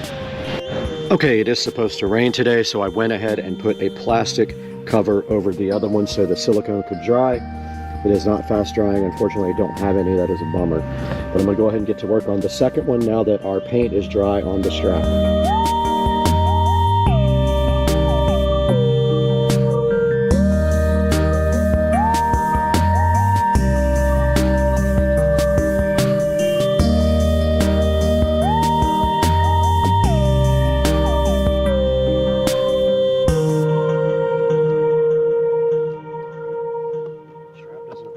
Okay, I did get the third light installed. It is a little loose, so I brought some long screws out. And there is an alligator nearby, so I just have to be careful if he starts coming towards me. But I'm going to throw another screw in this one.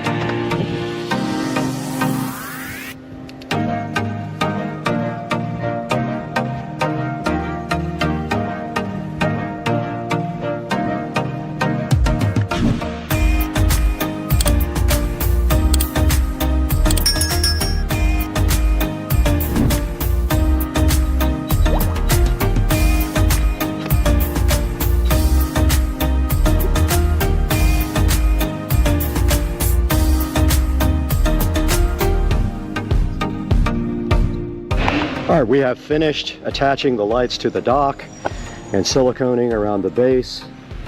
And now all we have to do is run the wires and clamp them up. And I brought clamps out for that. I have a whole kit.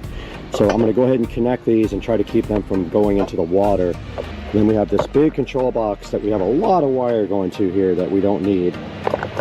So we have to tie that up somewhere too and get this control box out, probably up on top of the deck here, the bulkhead. So let's figure this out. All right, we have a ton of power wire and control box wire. We are fine there. That would be the last thing. But we need to get this wire secured under the dock somehow.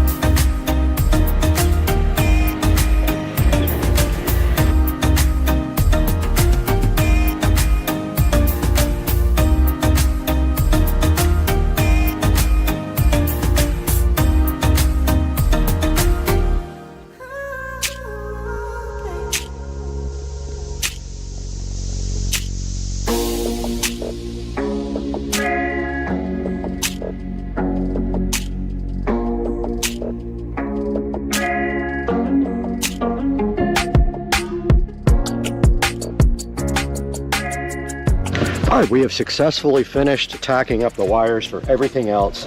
Now we have to worry about this super long amount of wire for the controller and how we are going to get that. And I think that we are just going to have to bite the bullet and just tie it up here and be done with it. So we have a good amount on each side here to zip tie up and somehow tack the controller somewhere. I'm thinking right about there.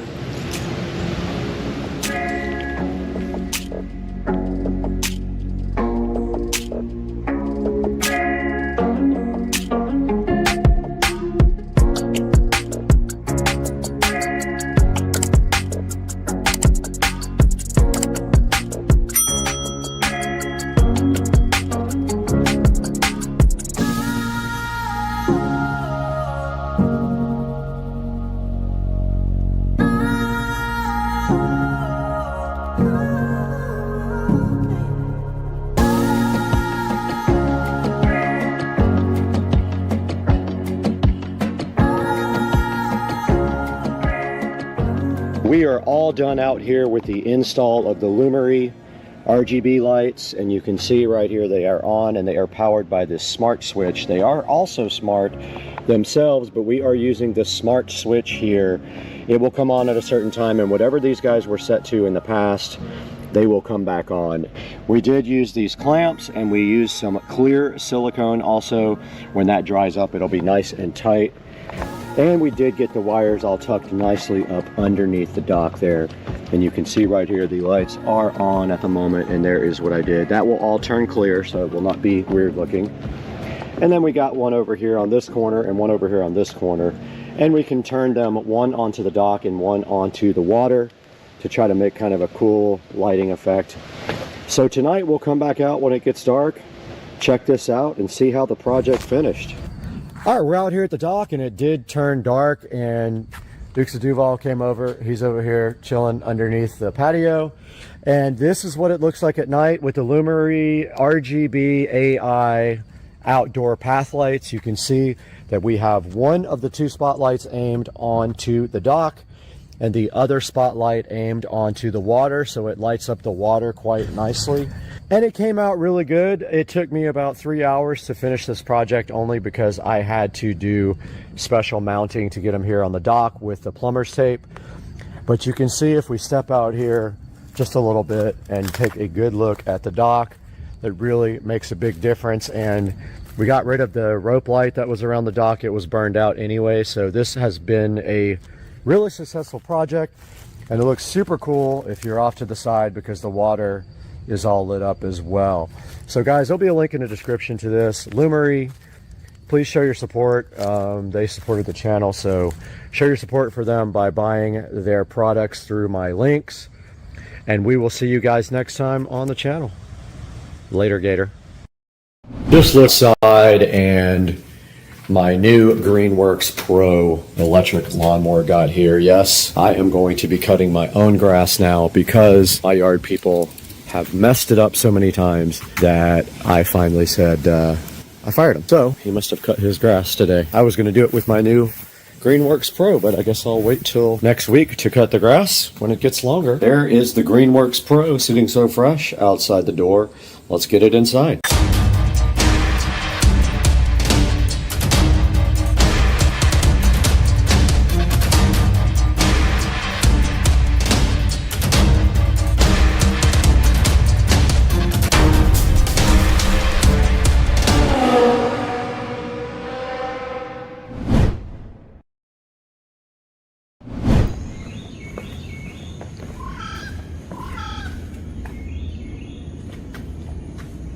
That is insane. Look at all the bugs. Whoa.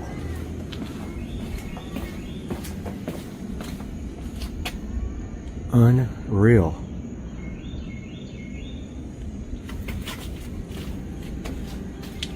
There's millions of them. I've never seen anything like that.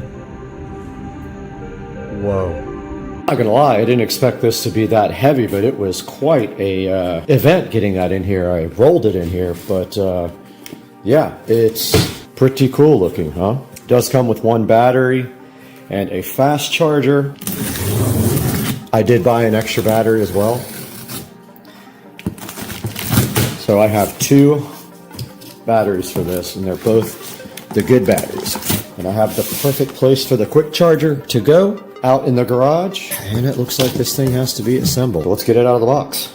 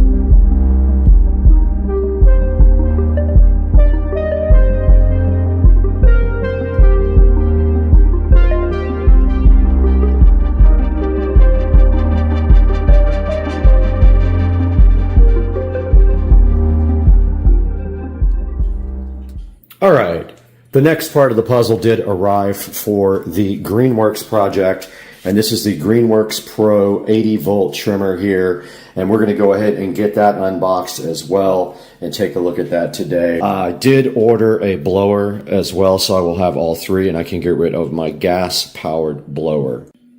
This is the cover for the Greenworks lawnmower. We're going to go ahead and get that out of the vacuum seal here.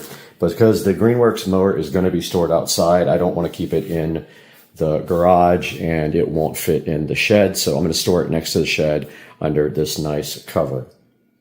There's the cover laid out on the floor right now for the Greenworks lawnmower. You can see here that this fits right over the Greenworks. It's got a hole in the back here that you just slide it straight over, and it has some quick clamps there to keep it on. Pretty nice.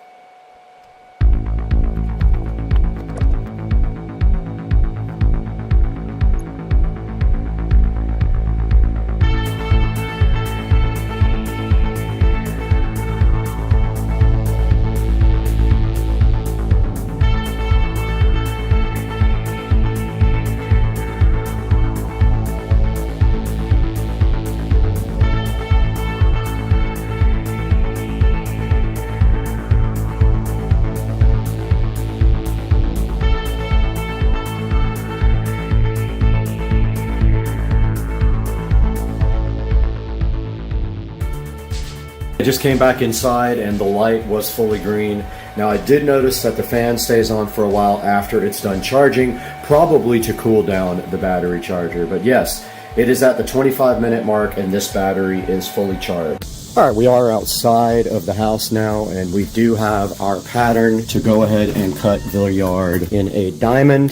So I have my battery pack here for the phone. I've got my pattern here. There's going to be a few little areas where I have to make some modifications because there's stuff in the way, but I think I can make this work. I've never cut the grass with this before, so this is a first time thing. I got to get set up and get my tripod out and all that. So we'll get back to you guys when I'm ready. And it is almost time to cut the grass, and you know what that means. We need a battery, and so we have to come out here to our charger and get our biggest battery out of here. Is that big boy right there. is what we're going to use. I'm just giving it time to dry. It's wet from overnight, and also the sprinklers were on briefly because the sprinkler repairman was here replacing my valve, but I have never put one of these in, so let's see how that works. We got the 80 volt lawnmower here, brand new, never been used, don't know how to use it.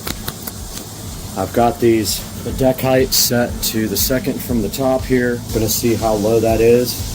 If that's too low this time, next time I will crank it up a bit. But we should be able to just put this battery. Okay, so it goes down. So this insert's basically, this should be facing up in the back.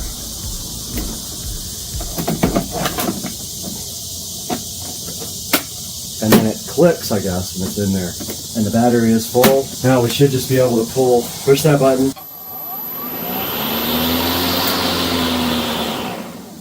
And that is how you use the lawnmower. Now the self-propel functions are on here. Pull it back to go slower, push it forward to go faster, and then you pull. You gotta hold this to keep the motor running. You pull this to self-propel. And you see it is on now, so it will go right now. So my plan is to follow my pattern, cut the outside first. So I'm gonna go to the corner of the yard here, start at that corner, cut diagonally to the bushes over here. That's my first pass. So you always make one pass one way and two back the other way, heading that way in the yard. So I'll start down there, cut one stripe there. You can't go backwards, so you have to go all the way either around the outer edge again to make your return stripes, or get on the concrete right here and go around. So it takes a little bit longer, but it is self-propelled, so we should be fine. But yeah, I'm gonna start on number 6 on the deck and see how low that cuts the grass.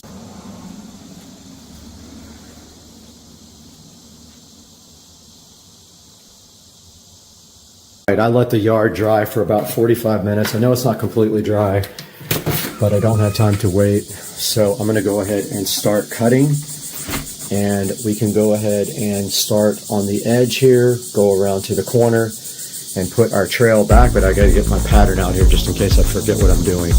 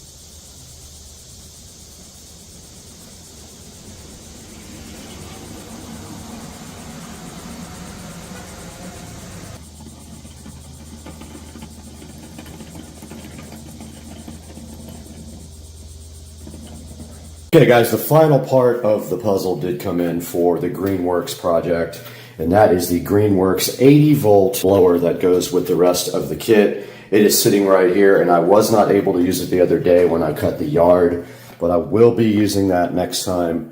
And just to give you guys a little update on the yard, this is what it looks like the next day after I cut it the other day. All right, here's a good look at the yard after I did cut it with the Greenworks mower. Looks pretty good. I did also edge it with the electric trimmer, and you can see it came out really good. This lawnmower absolutely rips through everything, no problem whatsoever with it, so I do highly recommend it. Let's take it into the studio now. We'll look this stuff up on Amazon and give you guys a link for it if you want to buy it. Oh, hey guys, I didn't even see you there. Welcome back to Supercar Street Racing. You're with Brad, and if you haven't been with our channel before, I'm so happy to have you here with us. And if you have been here before, I'm happy to have you back. Please like and subscribe is the first thing I would love for you to do to support the channel.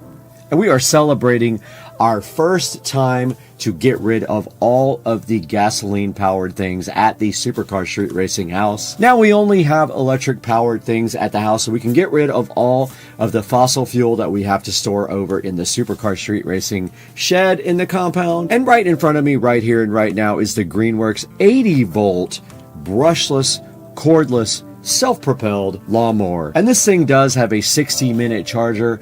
I went ahead and verified with you on the video that it charged in about 31 minutes, but I don't know how much power it had left right from the factory. And you can see right here and right now, we did cut the entire front yard, the entire backyard, and we still had one bar left on the 80-volt lawnmower. And this thing absolutely rips. It's so cool. It does get right through any amount of tall grass. It is self-propelled. It has a slider on the left side that controls the speed of the propel. And on the right side is where you press the start button and you hold down another lever for safety purposes. And then the self-propel lever is back in the back. If you let go of that, the lawnmower will stop going forward. And this thing did rip through the front yard like it was nothing at all. Now this thing does come with a very big, strong battery that did take about 31 minutes to charge, and it was plenty enough power to rip through the yard. Now complementing the Greenworks 80-volt mower, we have the Greenworks Pro brushless trimmer that I did purchase as well. And you could see in the video that I did trim the entire front yard with just a weed eater. Everything looked absolutely amazing. It did a great job. Absolutely no worries about the power or whether it can handle big grass and trees or brush. It has no problem at all with any of that stuff. And it does come with a battery also, the one that I will link in the description. And it's a smaller battery than the one that goes into the mower. It's less amp hours because you don't need that much for the trimmer. Right here in front of me is a Greenworks 80-volt, 170 mile per hour blower that I also bought and have not even unboxed yet. I had to go ahead and cut the grass, and I didn't have this yet, so I used the gas blower for the last time. That is up for sale now. If you're in the Jacksonville area and you want this blower, let me know. I'll go ahead and hook you up with it. And this thing I haven't tested yet, so we'll get another video going about that. This is an extra 80-volt 4 amp hour lithium-ion battery that I also bought from Amazon, and you can get that as well so that you have a spare if you have a larger yard. But like I said, this thing had plenty of power left after I was done to go ahead and cut the entire yard and still have one whole bar left. This is the toe-kept cover that I bought for the mower because it will be stored outside. But don't get any ideas about stealing it because I've got cameras and other things to protect my property. And this thing is pretty cool. It already went through a storm. The lawnmower didn't get wet at all, so it's doing its job perfectly. And guys, this thing sits at a solid 4.4 star reviews, and I can tell you firsthand that I love this mower. It does exactly what it is supposed to do. And I want to thank you guys for supporting Supercar Street Racing. 10,000 subscribers this week. We hit 10,000 subscribers, which is amazing. It's such a cool thing for the channel, and I hope you guys like and subscribe, and I will leave links to all these products in the description. All you have to do is click through any of my links on any of my videos, buy anything you want from Amazon from any of those links, and it does help us out so much, and we do appreciate it. Like, subscribe. We have to get out of here. The yard has already grown up so much we got to go cut it again.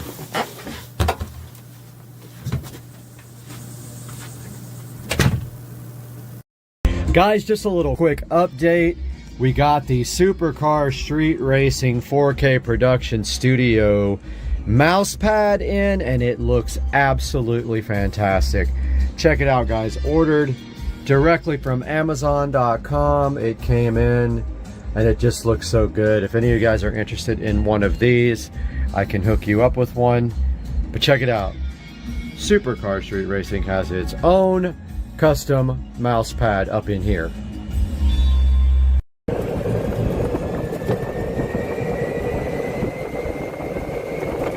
Oops.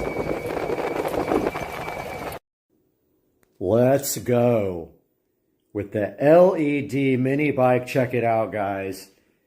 The LED mini bike is the new piece of furniture in the house, and this thing is sick with the LED mini bike. I'll never notice it.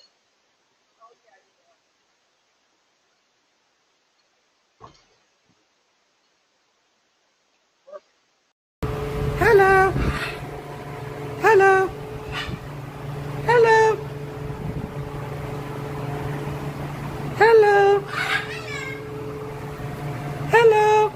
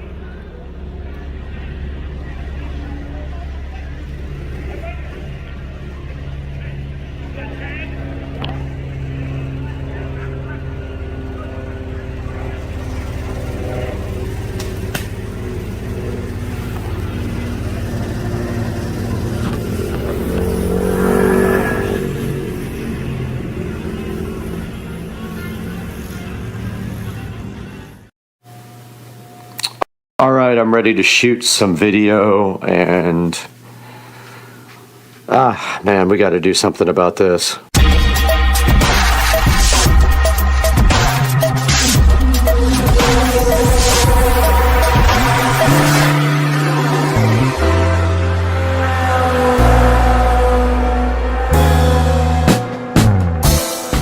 Welcome back to the channel once again, guys. I am so hyped to have you guys here today that I just cannot express it in words.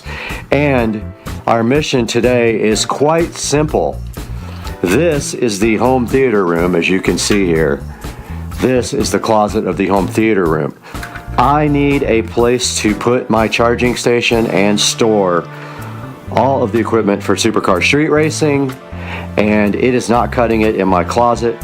So our mission today is we are going to get this stuff out of the closet and organize this closet, run power, do all that in order to be able to charge here in the Supercar Street Racing home theater room. So our first step is to get this stuff out of here and get it moved under the bed in the other room so that it can be stored. We don't need these closet doors under here at all. So let's get to work.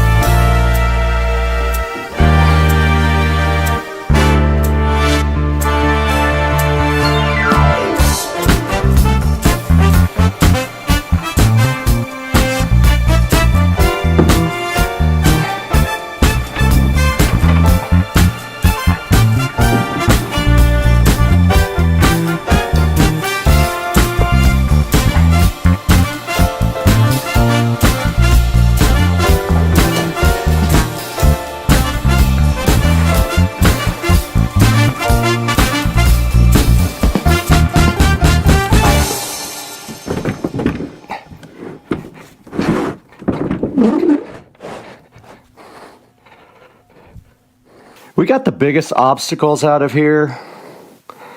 I save a lot of things that I shouldn't, but for example, this projector, I tried to sell this projector a while back. Nobody's interested in it.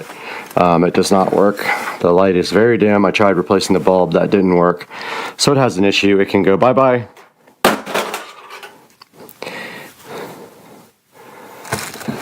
And here we have a box for the pile speakers. We don't need that anymore. That can go into the burn pile. This is a TP-Link box for the TP-Link router right there.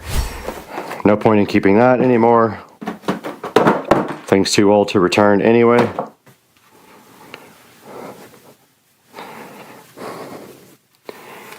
Up here we have a, looks like feet for my Fire TV in the bedroom. Probably never use those. Kind of pointless. Up here we have some old sheets, an old Govee RGB ICTV backlight that can be trashed,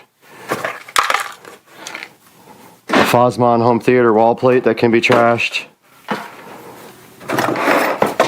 and a mount. I think this was for the Fire TV in my bedroom, no longer needed. The remote for the projector, no longer needed.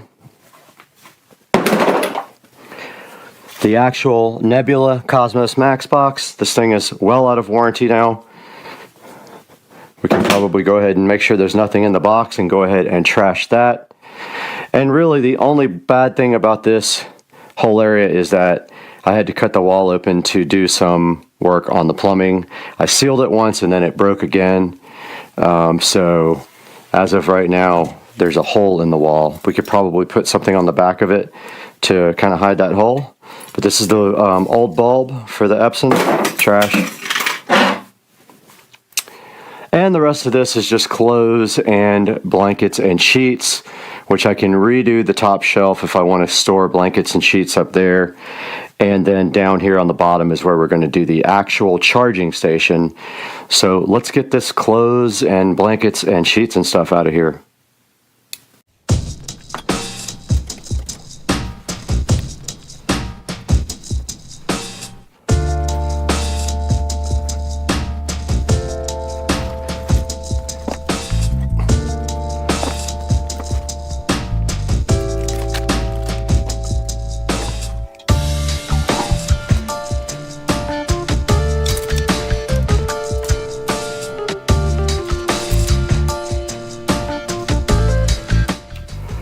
Okay, so I got the closet completely cleaned out, and of course the GoPro battery is almost dead after using it for 10 minutes, which is that is my life.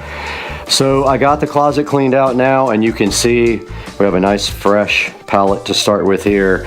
And what we are going to do right here and right now is we are going to clean this floor thoroughly. So let me go grab the cleaning supplies.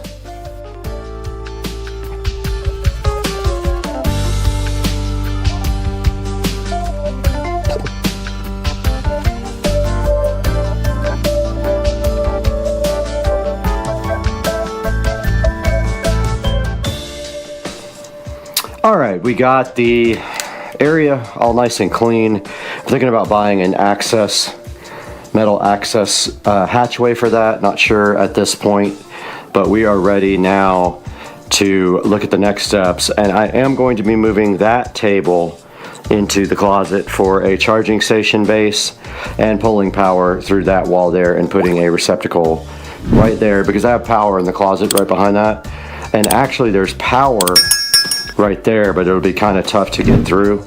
I guess what I could do is push power through the other side of this and put an outlet there and go from there. But really, honestly, that's probably what I should have done in here when I made the whole home theater closet, is taking power from there, but I wanted power from the attic, so I did it that way. So yeah, so the next step is get this old crappy dilapidated table into here where our charging station is going to exist.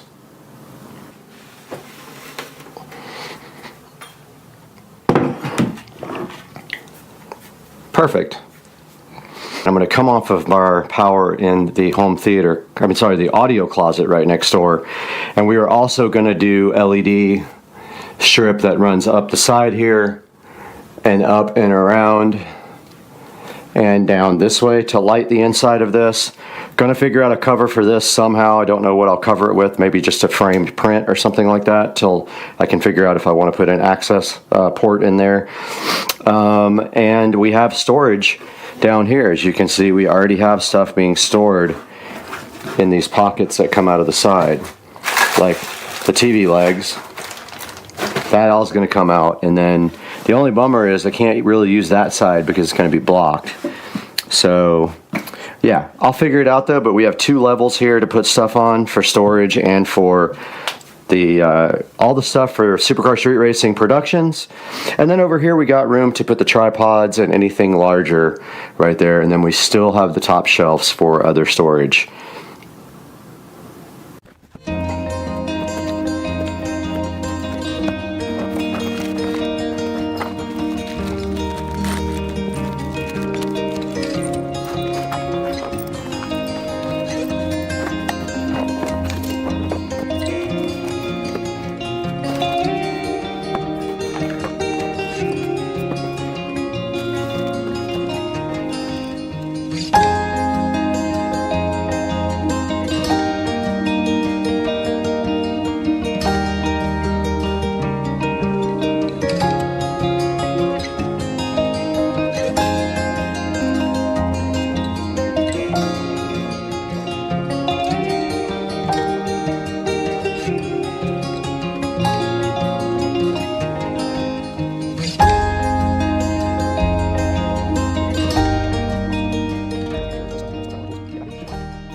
Okay, this is the wall we'll be making our cut in, and we need to make 100% sure that there is no stud where that thing is going.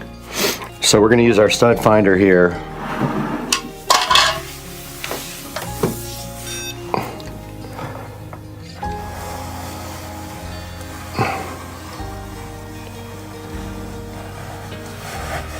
Okay, I don't think there's a stud between this.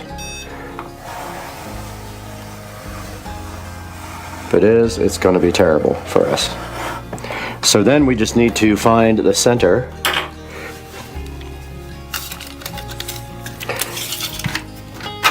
Alright, it's 24, so 12 is dead center. We need to know the height, so all we have to do is measure an existing outlet, and the top of the wall plate is generally about, looks like, you guys can't see this over here, but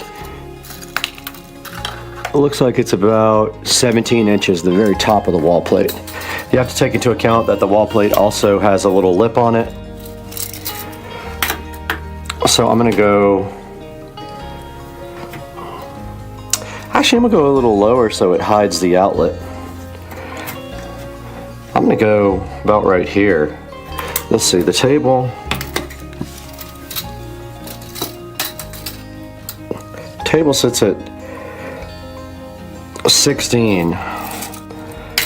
So I want the top of the box below 16, so I'm going to put the top of the box at 15. So right there, and then the center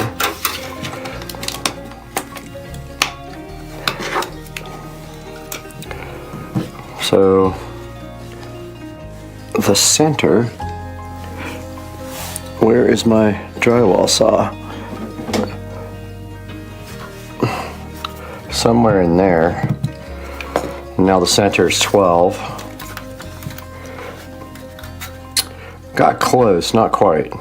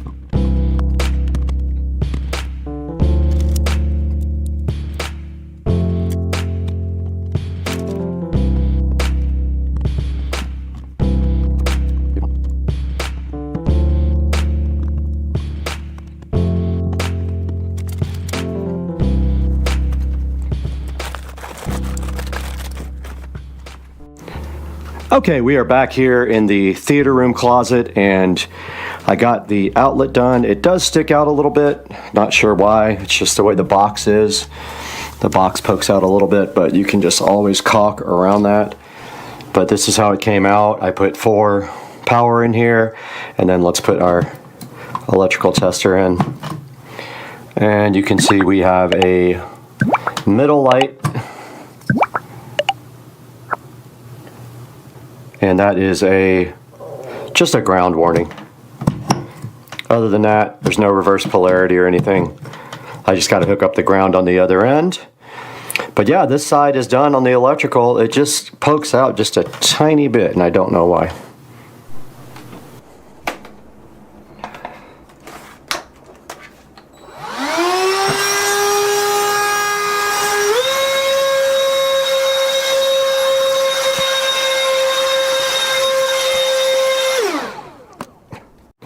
Back into the old charging station, and our next step here is to get everything disconnected and get this existing huge power strip off of this table and bring it into the other room and do our planning. So let's get that done.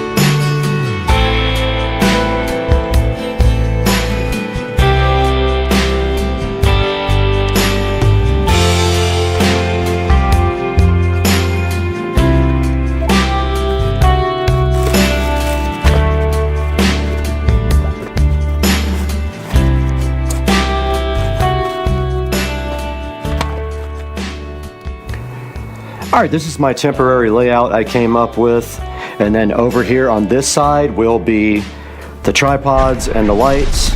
I'm actually about to order a light set, so I'm going to put that right here. I've got power over there for anything I need to do now. I've got the huge power strip.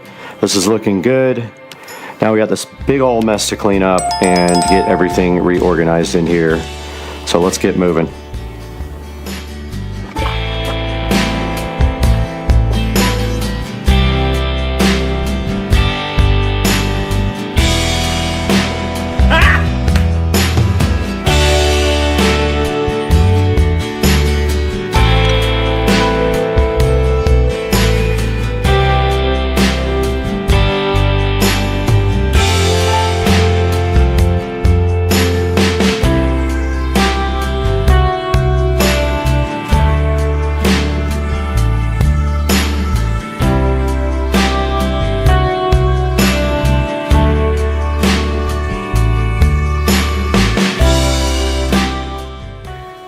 Hey guys, welcome back, and we're out here in the beautiful 4K production studio for Supercar Street Racing. And as you can see on the video right here, I got a new outlet installed in the closet today, moved all the charging stuff over to that area, and now there is also space for the tripods and lights that I'm about to order. And I will cut to the video of this finished product right here, right now. But yeah, we got all this done today, and I really encourage you guys to subscribe and like the videos. And please buy everything through our affiliate links. It helps us out so much. We appreciate you being here. We hope to see you for the next project on Supercar Street Racing. I'll see you guys later. I'm out.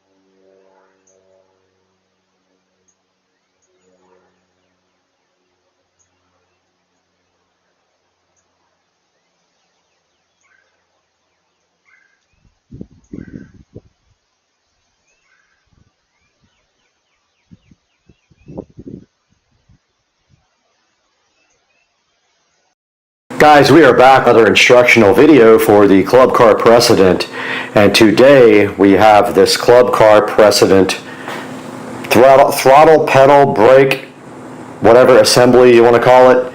Got this right off of Amazon, so we will hook you guys up with the link for that. But today we're going to be showing you how to install this on supercar street racing.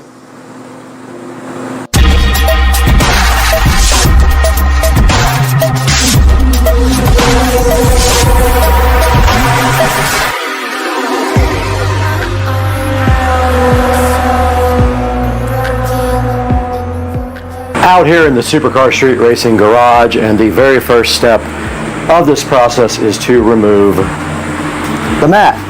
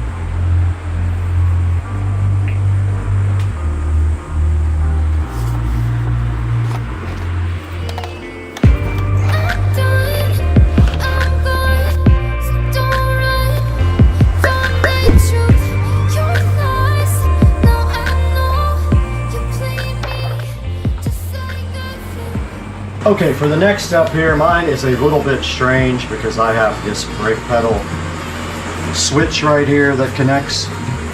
But the next step is to pull out this little area here, and it has one of those little Christmas tree things on it. Set that to the side, and you can see here the brake assembly that we're going to have to disconnect here in a little bit. But on my cart, we also have to remove this extra brake switch.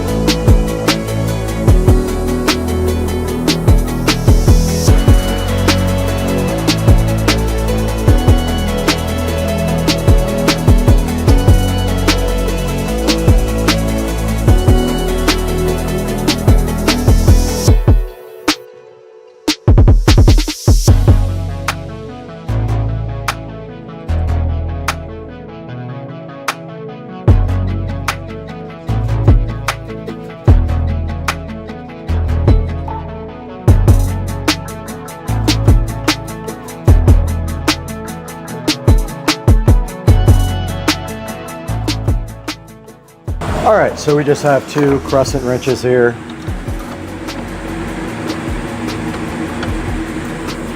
And all we have to do is loosen this guy.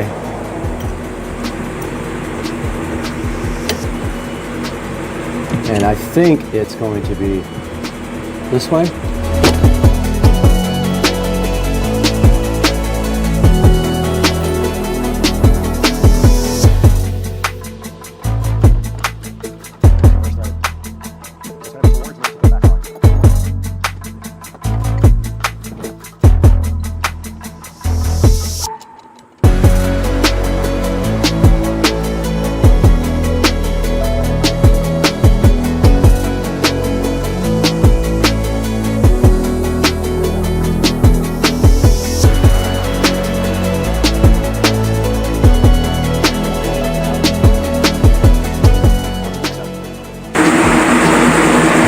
Now that we have the brake disconnected, we can go ahead and remove the pedal assembly from the cart. And that is that. It is out. On to the next step. We are back in the nice air conditioning in the Supercar Street Racing kitchen, and as you can see, this guy does not come with another one of these rods, so we have to trade this rod out.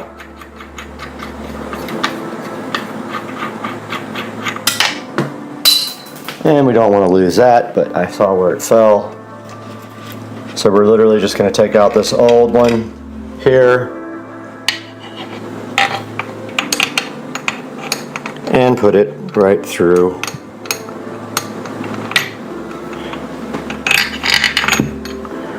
Yeah, easier said than done because I dropped the nut.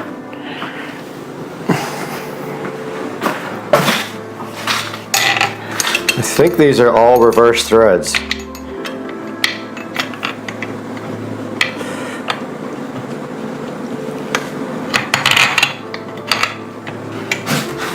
So that would usually be tight. It is reverse threaded.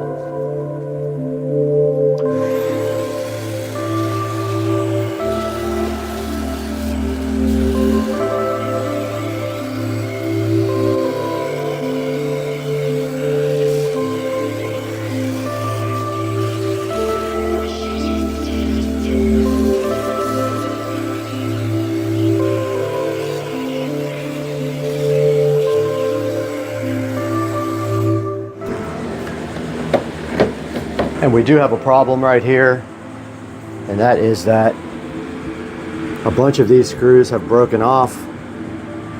So when we put this back in, we're going to have to actually drill and probably use some self-tapping screws right there to get this thing done. But we are ready to put the new assembly right back in.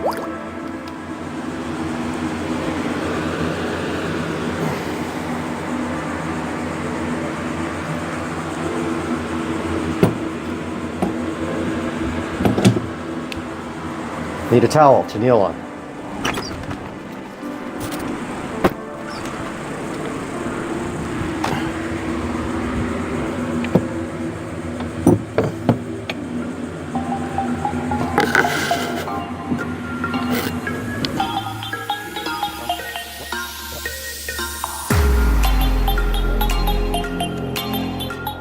This does not come with a new rheostat, so we have to remove this one with a Torx. Or is it a, oh, forgot to put the Torx head on there. That would help, huh?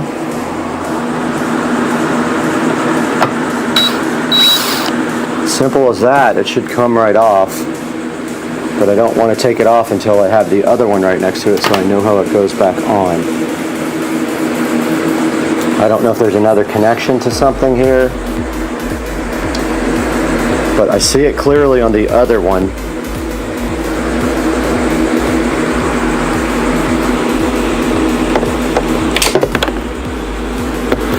Oh, I just lost the only Torx bolt I have left.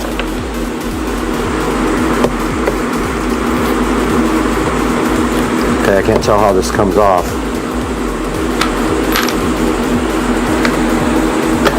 Okay, it just literally slides right out.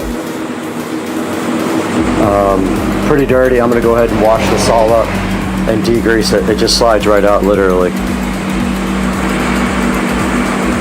There's no way to get it wrong. Got the old rheostat cleaned up. Get that out of the way. got the new part just like the old part was oriented.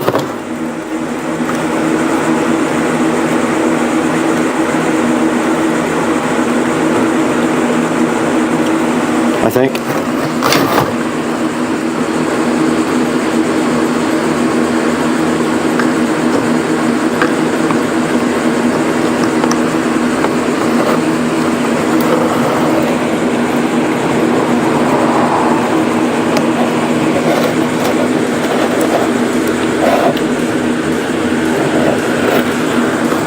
Okay, this is harder than I thought to get back on.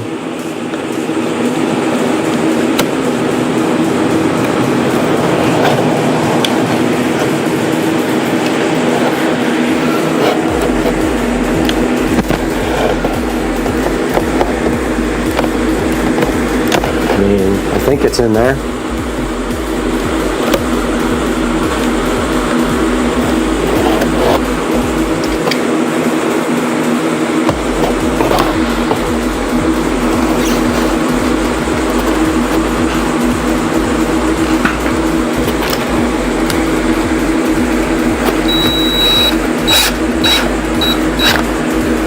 Looks right.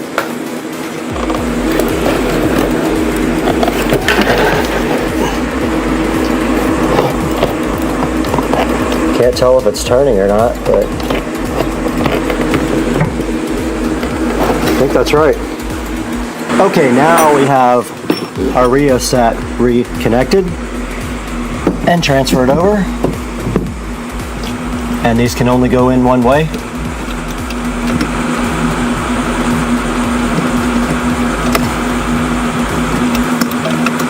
So you can't mess them up.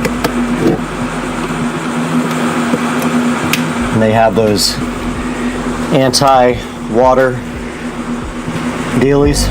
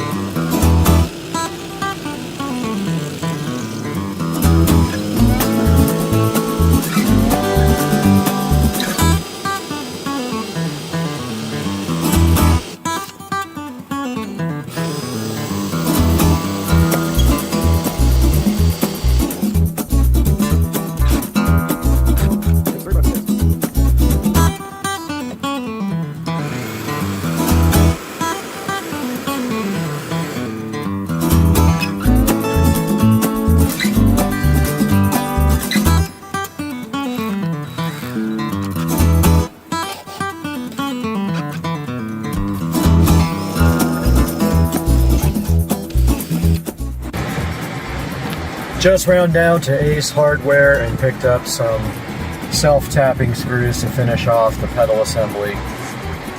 3 out of the 4, well actually all 4 were jacked up to the point where I couldn't save them, so I drilled and used one of the old self-tappers, and then I bought some more to finish off the other 3, which we will have to drill out here shortly. But yeah, just a little update, just ran in Ace Hardware, so yeah, that's what's up now. Alright, we are back from Ace Hardware and we picked up some self-tapping bolts. The trick here, I think these will be fine.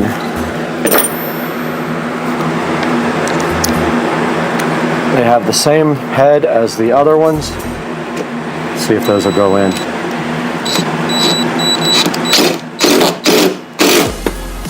That worked perfect. I have to drill out this other side though. And I broke all these drill bits.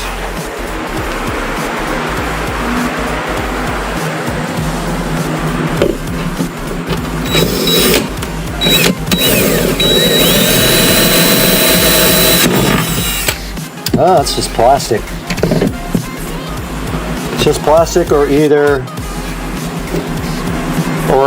there is metal down below there. Yeah, I think there's metal below it. If not, we'll use the bigger ones. Yeah, didn't do anything. That one won't either. We might have to use the big ones on this. Oh. They sold me one of the wrong one.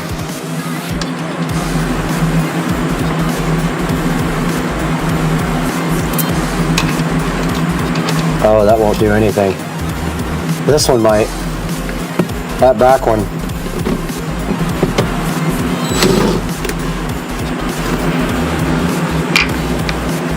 This one might go in. That back one is not going in.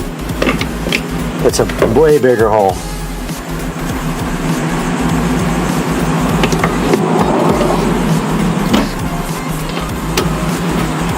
This one might go, maybe not.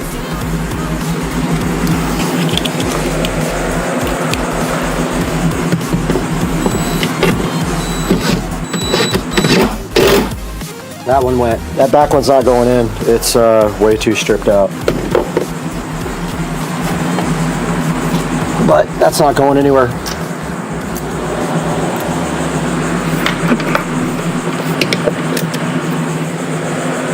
Alright, that part is done. I'm going to call it good with 3 bolts in there. Guys, we got our new brake pedal in, and it fits right over the old one after I was so dumb and couldn't figure out that you have to take the old plastic thing off. But I don't like the way the wire is going to be showing here. So I think what I'm going to do is notch out this little cover plate here, so that the wire can run under that and down through. And of course my light goes off every time I come out here. Ugh! What I was saying is I don't want my wire showing here, so I think this little plastic plate under here, if I just pull it off and notch it out, the wire can run behind it because there's a space back there, I think. Yeah, there is a space back there. So I'm going to just take this off real quick and notch it out. And hopefully it can go back on and the wire will run behind it instead of like over the top here. You guys will see once I get a better idea of how I'm going to do this. Okay, I think what I'm going to do is drill a hole right through there, literally right where my finger is, and pass the wire right through and behind, if I can. Yeah, and then underneath it. I think that's what I'm going to do. I'm going to work on getting that done now.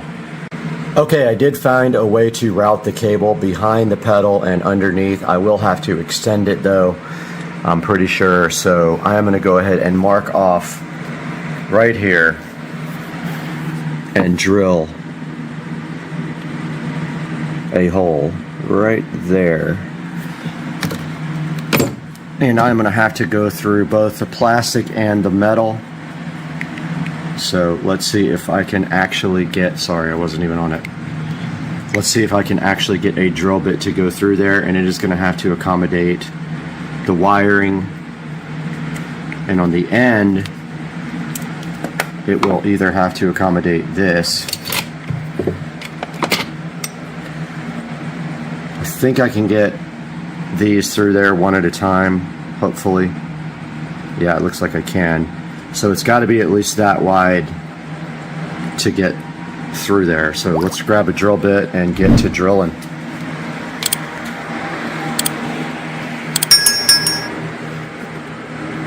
If I didn't break them all yesterday.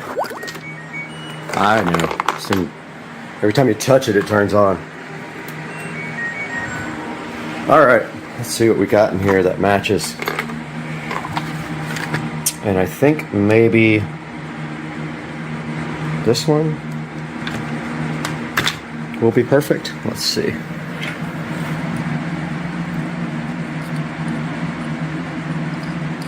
Either that or we just cut the wire and put new ends on it. Probably the best thing to do is just cut it and re-solder and heat shrink ends on it afterwards. Like go ahead and extend it right now. Probably the best thing to do. And then we don't have to really put a super thick wire through the hole. We can drill it out smaller. So let me see what I got for wiring. All right, my plan right here and right now is to just cut off the ends of this and then extend it with this cheap little speaker wire that I have. The problem being the speaker wire is very thin, so I'm going to probably have to double up the ends in order to get our T-Con solder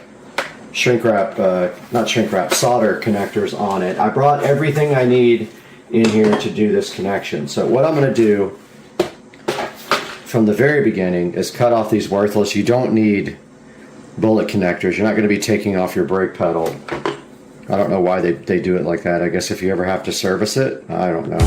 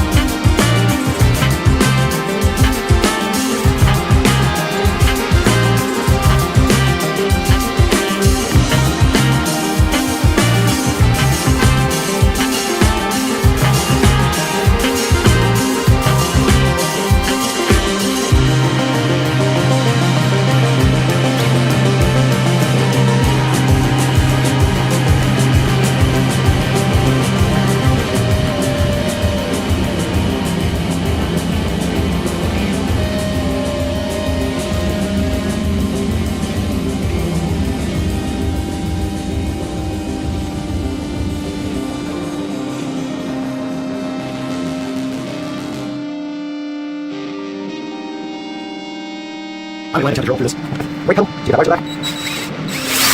Okay, oh, we can't do that. Nope. That's right, it's plastic. Okay, that's not gonna work.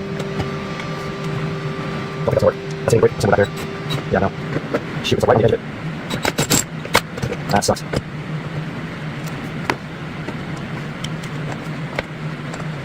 Oh man. Alright, well, I gotta get over here.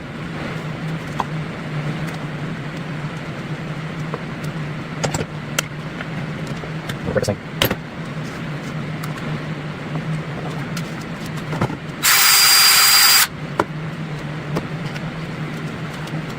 That's it. Oh, maybe. Oh, okay. This will. That's fine.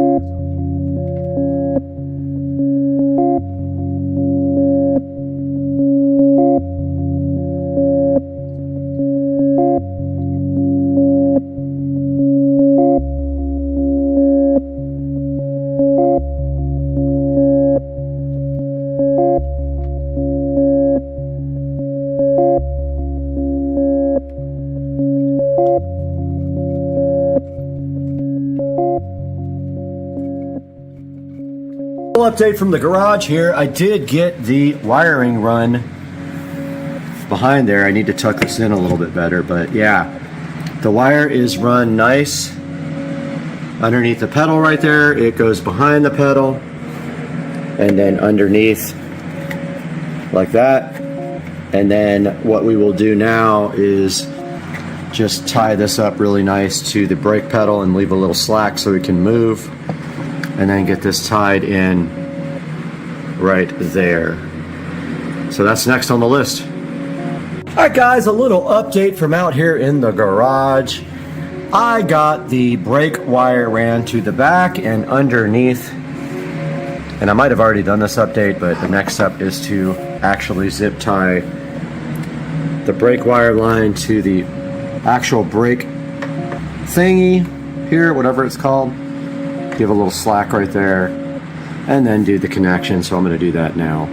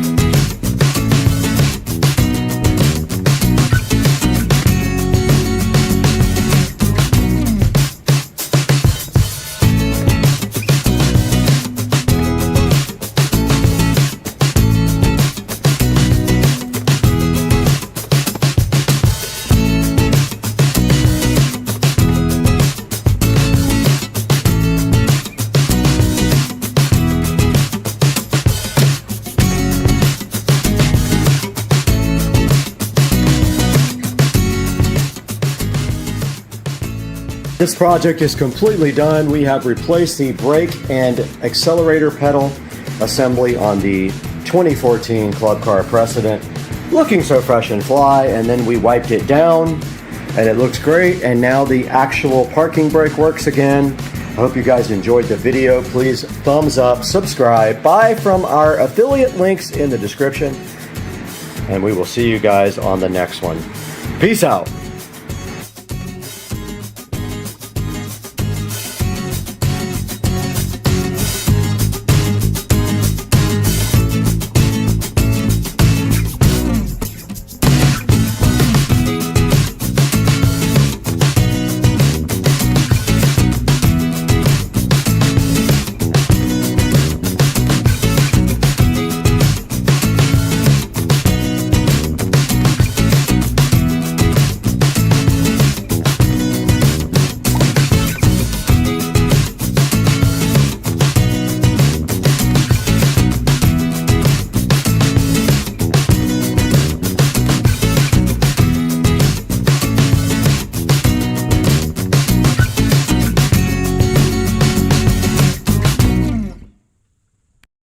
My sister donated this Jeep machine gun pimp with a duck float to Patricia because she has a Jeep.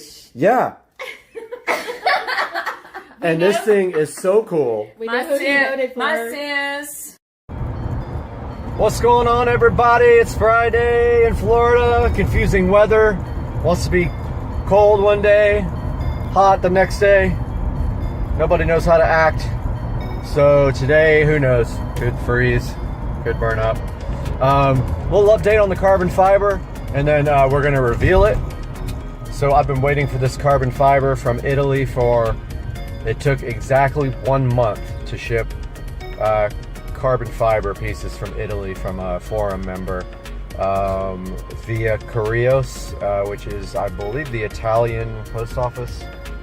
And finally got this stuff, been tracking it over a 30-day period and been freaking out because thought it was stuck in customs, but it did get here finally. Had an appointment to get it put in because I wanted a professional to do it. So because the door panels had to be taken off, and I also wanted to do the door speakers at the same time. I have had some Infinity Kappas, not the new crappy ones. I have the old school ones from 2008, brand new in the box that I bought about a year ago, and I have not put them in yet.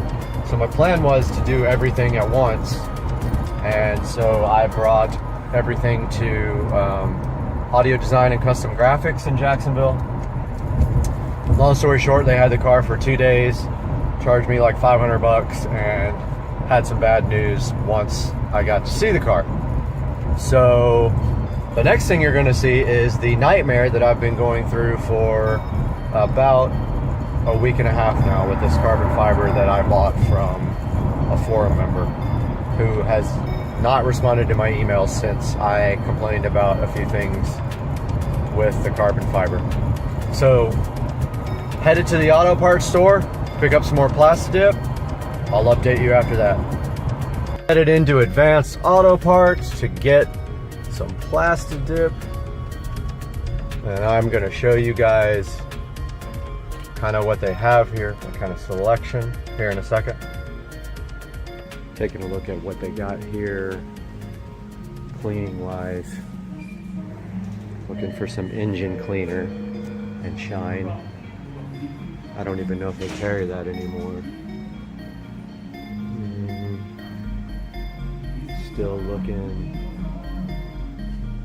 Where's engine clean?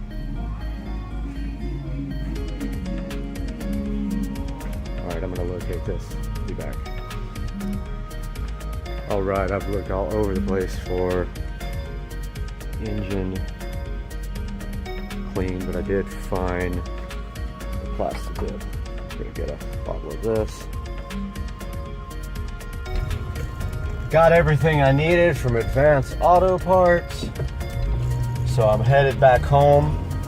Gonna do the big carbon fiber reveal, except for this line that I don't know if I'm going to be able to get around.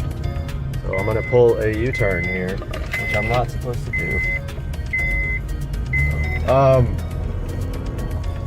Found a bunch of stuff in the auto parts store for a project that is coming up. I've actually got 3 projects in the works, some how-to videos coming up. The first one though for today is the carbon fiber reveal. That's coming up right now. What's going on, everybody, out here in the garage? I'm gonna take a look at the stock parts with you guys first. So these are the stock interior parts. You can see they are made of wood. Those are the door panel pieces there. This is the center console piece here. And whoops, hit me right in the head. This is the factory shifter without keyless go. And that is the factory cup holder, going to be explained, and the ashtray interior, which I'm going to explain in a moment. So let's take a look at this by putting the top down here.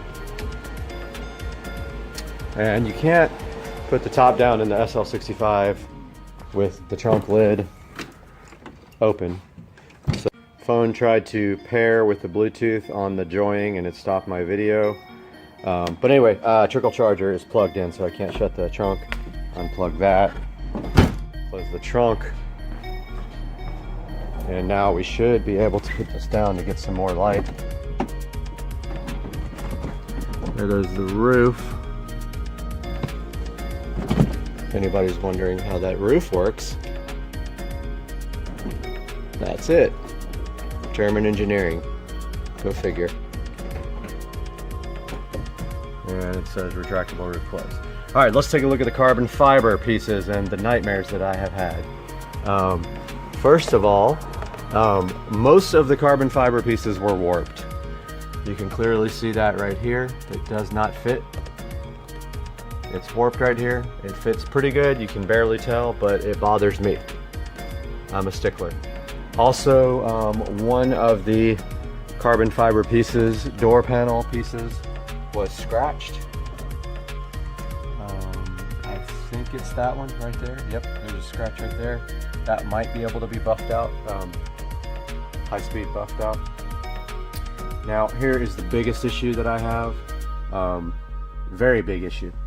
This center console does not fit at all whatsoever. Here's the problem.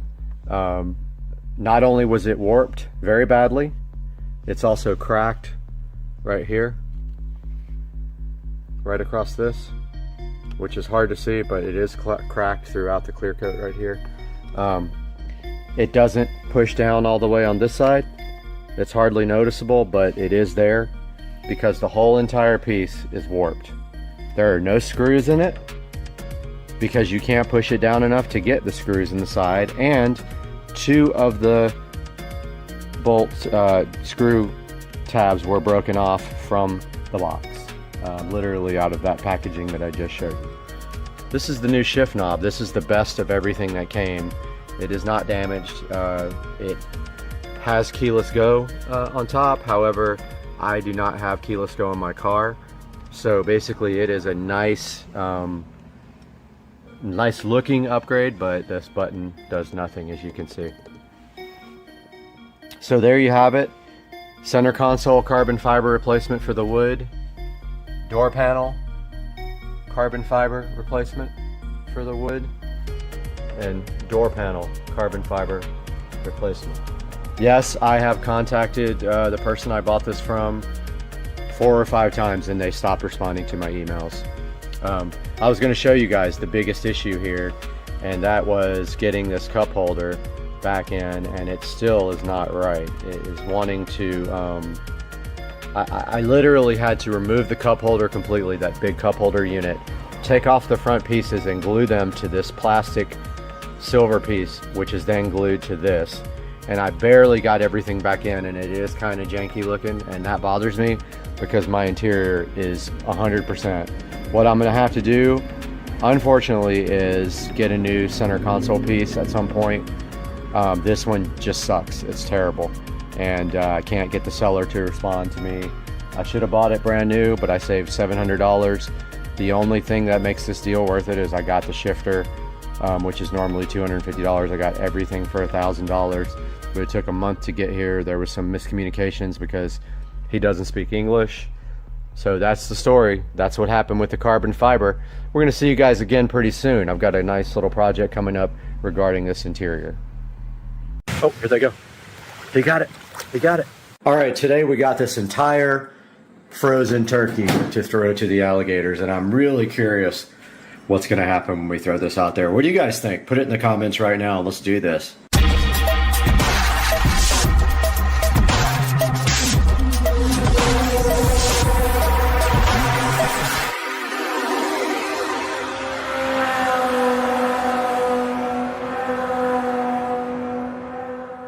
The first thing we got to do to get this frozen turkey out there to the alligators is get this guy unpackaged. This thing is old, so it's time to get rid of it. Now I'm wondering if I'm going to be able to unpackage it, so I'm going to try to get this skin off of here now with it completely frozen. Let's see what I can do. We got this thing unboxed, unpackaged, whatever you want to call it. Now we got to put gloves on. It's freezing cold, and get this outside and see what happens when the gators grab it.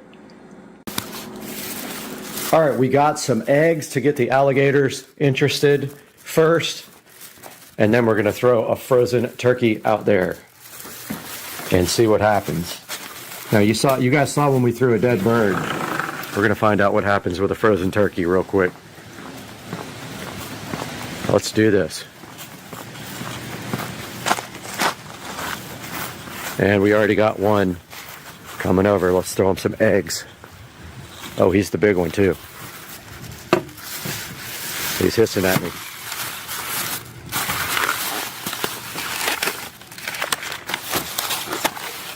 All right, let's give him an egg.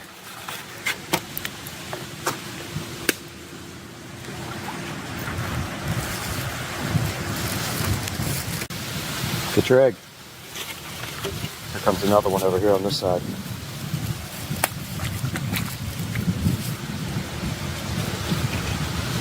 And we got another one coming up.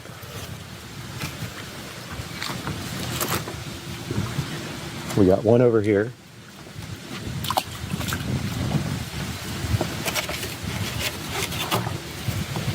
And we got a bird.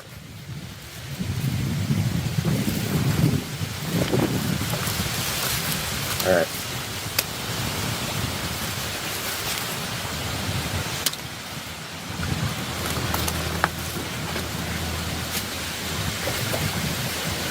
And he got that one. He got the egg. He spit it out.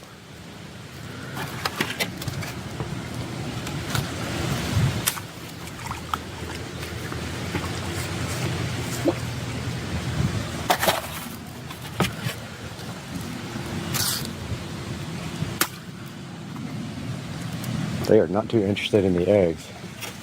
Oh, look at these two fighting. They totally fought.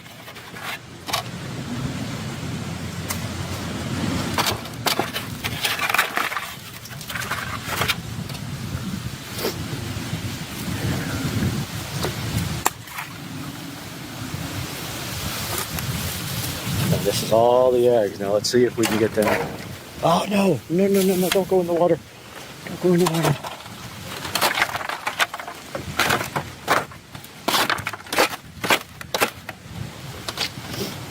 All right, it almost went in the water. Are they interested in the eggs? All right, let's see if he'll take. He's trying. Let's see if he'll take the frozen turkey. All right, here we go. Completely frozen, 100% frozen turkey.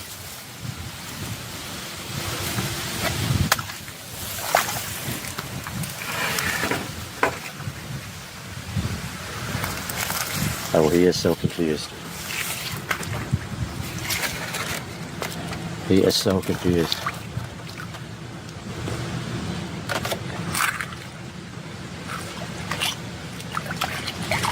He's trying to eat eggs. Oh, they're fighting.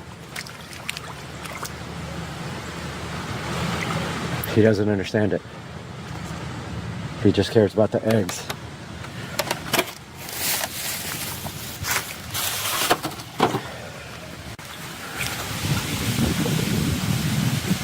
Oh, he almost got it. He doesn't understand it.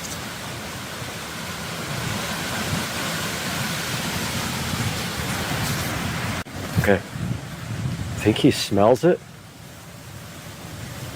but he can't really get it.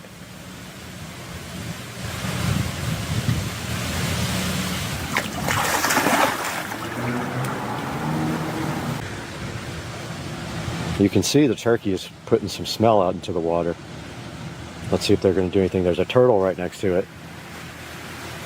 Soft shell. A turtle's trying to drag it in the water. A turtle thinks he can drag it, and he almost had it. There's all kinds of turtles coming up. Fish. A turtle was dragging it into the water. Oh. Alligator got the egg. Oh, he might see it. He might see it. All right, here he comes. He got it. He got it. Oh yeah, let's go.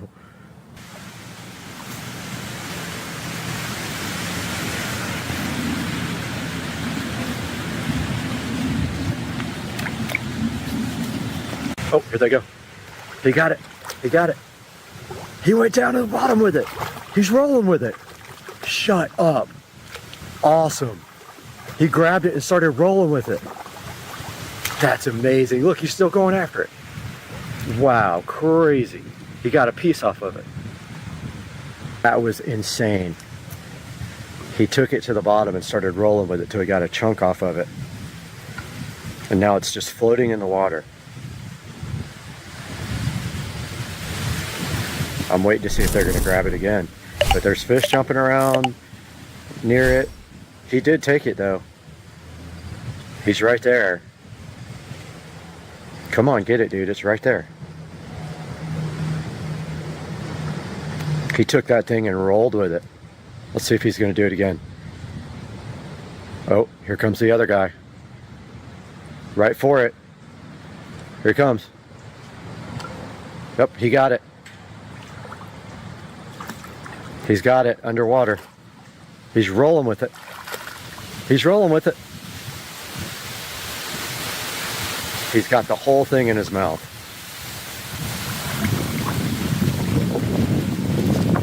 They roll around with it. I guess they're having trouble getting the meat off of it, and now he's over there with it. He's taking it to his homeland. Alright, he's got it way over there now. He took it way away from the other gator, which is right down here, and he's going to take it to his own little area where he can chomp down on it. Crazy. What a cool thing to see, them rolling with these things.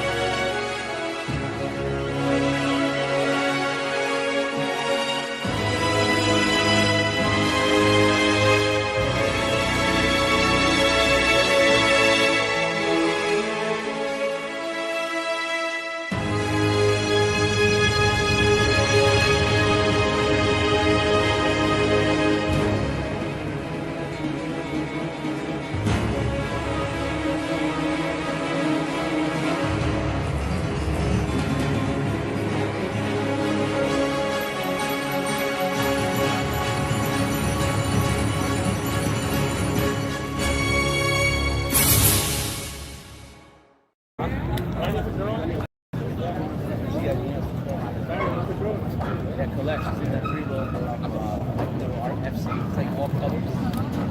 We'll see it.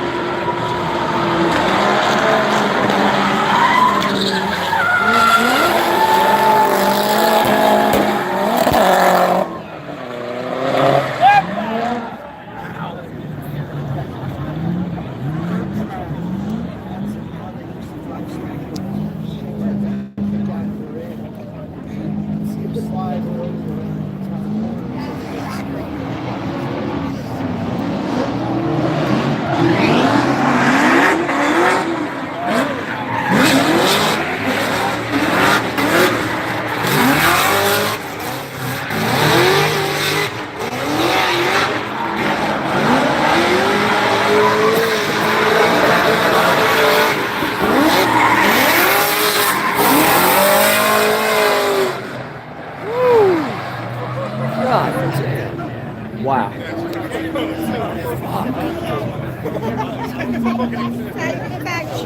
Crazy. Here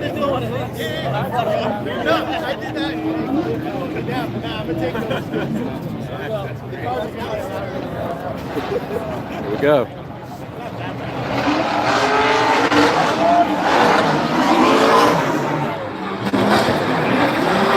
Look at the first car.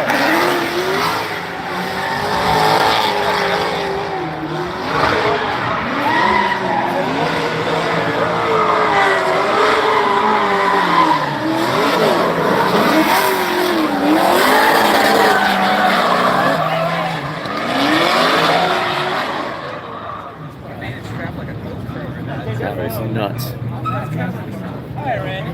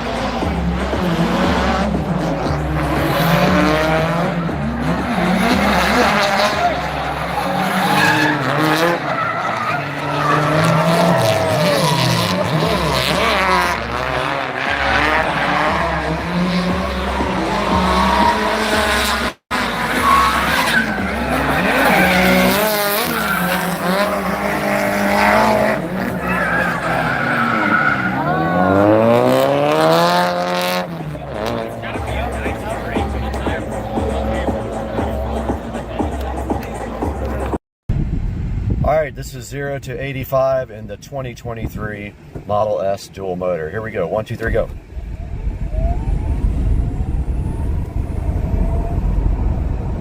And it's limited there.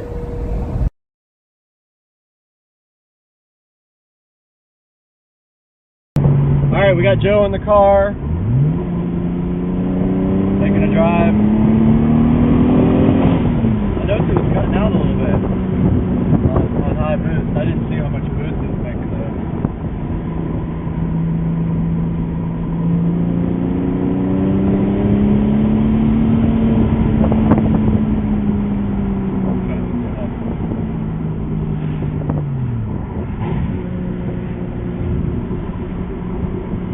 Watching it while he films. We'll be watching that boost gauge. Oh, of course, we got the school bus.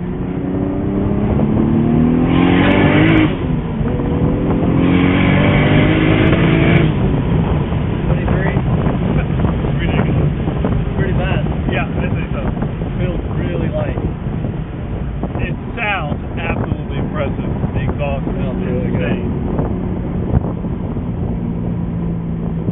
Joe's turn to drive. Oh, that's that quick, huh? All right.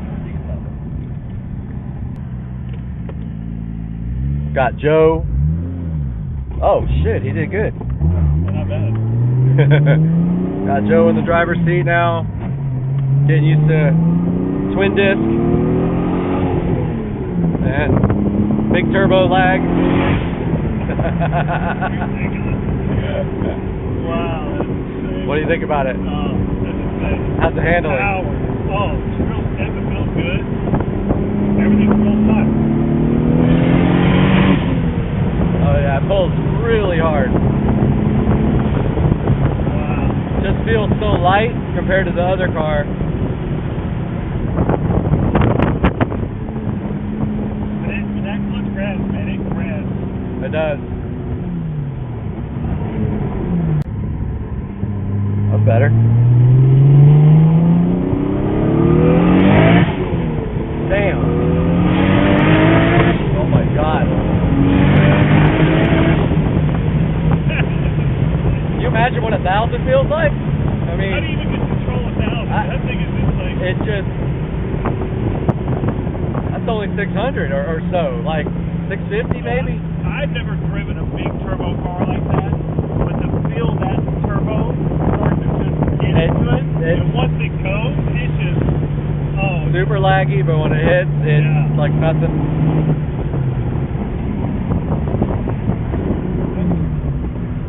There we go. Take it a second. What's that? That's third. That's third. Fourth. All the way up. Back in. Just starts to swirly. Oh yeah, I love it.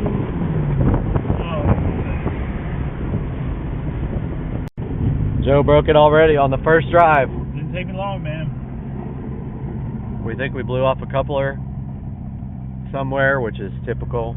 It happened a lot on my old car. But let's see. Uh-oh. No boost. Alright, so very first day we had the car. Joe, my neighbor, broke it. He popped off that coupler right there underneath the turbo. Totally destroyed my car. Broke it right there. So now I got to get this back on, and I went to Home Depot and got a ratcheting wrench, and I'm going to try to get this coupler back on, and it's a pain in the royal freaking butt ass. Be right back. Okay, wow. That was terrible. I finally got this back on, and I'm going to show you how. I had to use a jack and a hammer to pry that mofo back in there, and I don't know if it's in there all the way, but I used a jack to push the pipe in as far as I possibly could, and then I tightened it down until I could not tighten it anymore. I mean, it is so tight. So we'll see if that holds. Meanwhile, I'd like to get that replaced with something a little bit better. But for now, that's going to have to do. And that fixes that issue for now until it pops off again. This is for Philip. who just bought this car. Just thought I would go ahead and take a video. So it has hood buttons. Just push those two in, and you need a hood prop. But there's a pic of the engine bay, spotless. When you close the hood, the little buttons just kind of close back. The latch does work. You just gotta finagle between the two buttons to get the latch to go down, but you don't really need it. But there's a look at the car.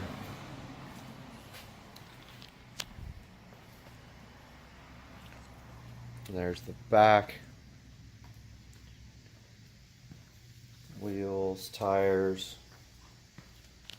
Might be a little dark inside, but there's the interior.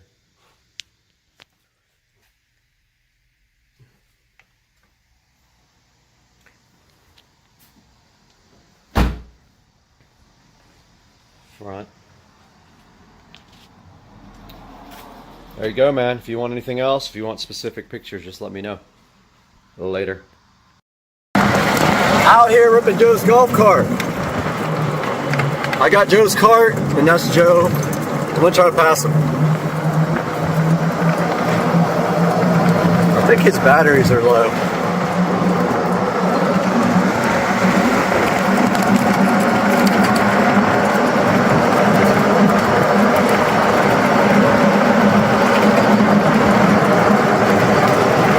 Going to Joe's new house.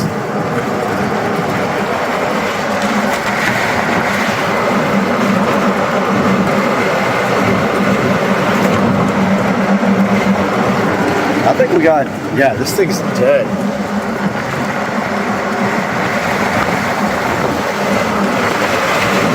Oh, the wind got us. Holy crap.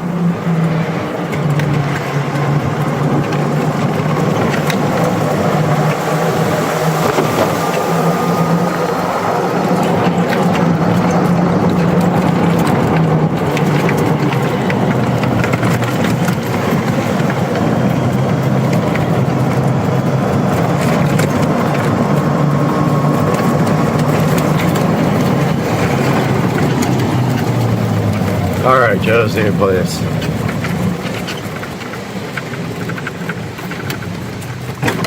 Can't get in yet. Your batteries are almost dead. Yeah, it was like 37 volts. Oh, that's weird. Yep. That's surprising, actually. It's 45 stopped and then about 36, 37 when you're floored. So it needs a charge. Guys, welcome back to the channel, and you can see right here that we have a bunch of parts for the golf cart.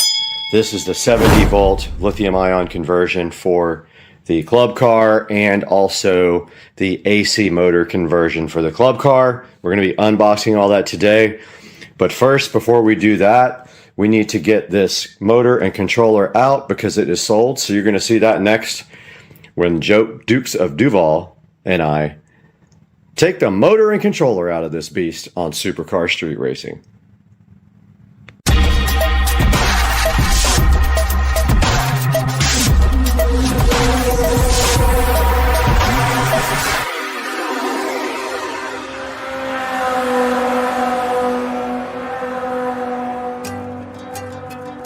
Hey guys, welcome back to the channel. We got Dukes of Duval over here disassembling the golf cart. So today what we're going to do is we're going to take out and this controller because we have somebody that's coming over to buy it. So once we get this motor and controller out, we got a whole bunch of boxes up there ready to convert this thing to lithium ion and 70 volt. First things first, we'll get the subwoofer out, we'll get the motor out, we'll get the controller out, and in about an hour we'll have someone here coming to pick up the stuff, and we can put that, however much money he's going to give me, towards the $6,000 worth of 70 volt lithium ion sitting right up there. So what do you think? Should we get to work? Let's get it done. Let's do this. Yeah, alright guys, so we got this Curtis controller. So this is probably the original controller and solenoid, and most likely had been programmed because the cart would do 30, 32, 33 max. So we're gonna go ahead and get this out of here. and document what we're doing, and then hopefully figure out how to put everything back in the future. We'll be taking out the charge port. The entire charge port and the charge port housing will come out, so we'll have to remove these hex bolts here. This whole panel will loosen up. We'll be able to pull that controller or that charge port out, and then there'll be a male plug for a standard extension cord. You plug your extension cord right into it, and you have an onboard charger that sits here. And this bay will be mostly empty, and we'll shed a couple 100 pounds. We'll be able to do whatever we want with the bay. So what do you say we get the controller out of here, man? Let's do it. All right. So what do we need? 8? I think it's, well, 8 mil. Yeah, try an 8 mil. All right.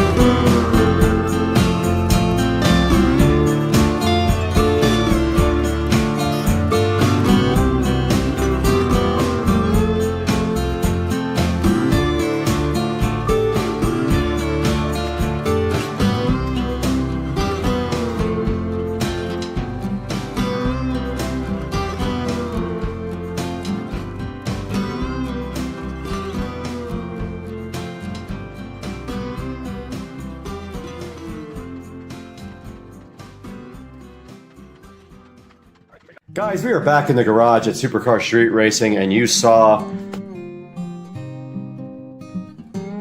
that we have removed the controller here. You saw us do that in the video, and we have also removed the motor, which was not fun. That thing is very heavy. Getting that new one in is going to be interesting. But over here now, we have the Eco Battery 70-volt conversion kit for the club car, and we have already picked it up and figured out that it weighs a lot. It is something like 105 pounds, and here is a look at the massively expensive Eco Battery. Let me take you guys out of the tripod so you can see the 70-volt Eco Battery conversion here.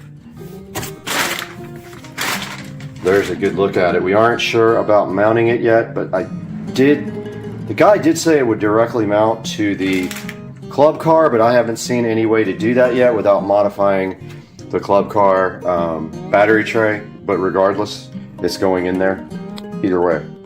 So that is the Eco Battery 70-volt lithium-ion $3,700 battery, and the lights just went out.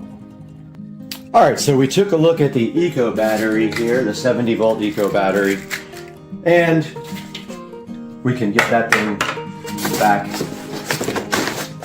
in here, maybe.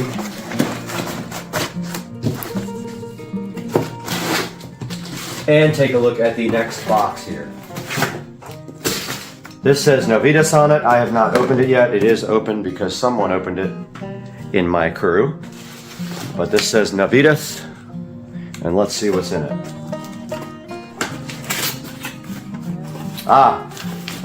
We have the Novitas AC motor controller here.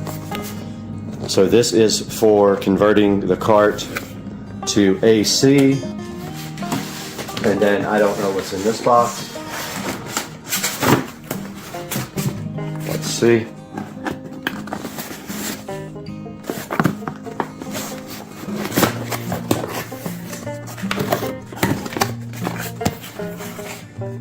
Oh,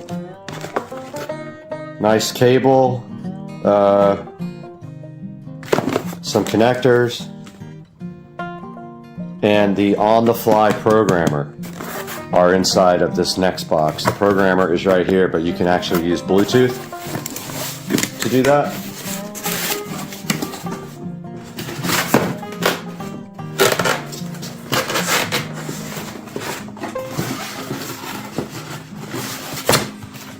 And we will package this back up.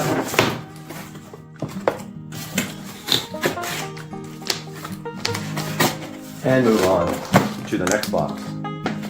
Not Xbox, next box. Alright guys, this box is open. We took a look at this already. But this is the solenoid. And there you see on the side. This is a, I believe, 400 amp solenoid.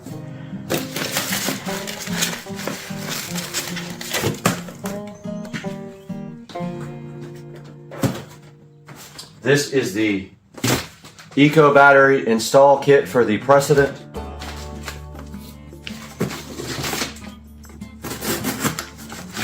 This is what it says. I have not opened it.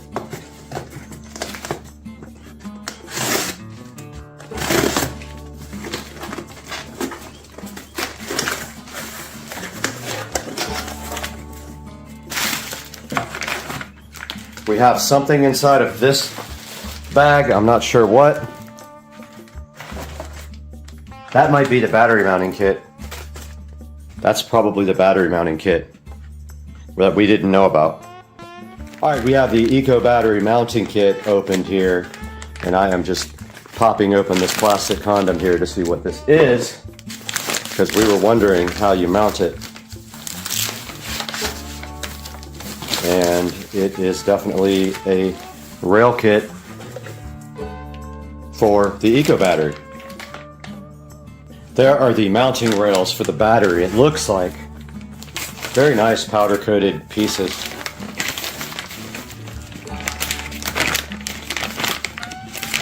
This is exactly what we were looking for here. We will put these back into packaging now. Keep everything nice for the install process. And what is next in here?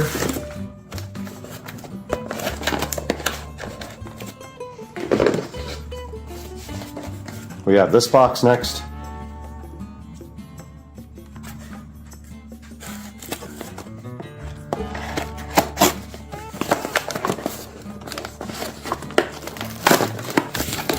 And this is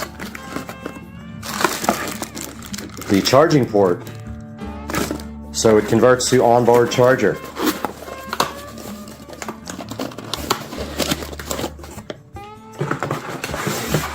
And the last box we have here might be the gauge. There's a charging gauge. It is. This is the charge and voltage indicator panel that goes and mounts on the front. So we have to figure out where we're going to put that actually. And that is all in that box. And there's 2 more big boxes to open. Here is the next box here. This is a very heavy box.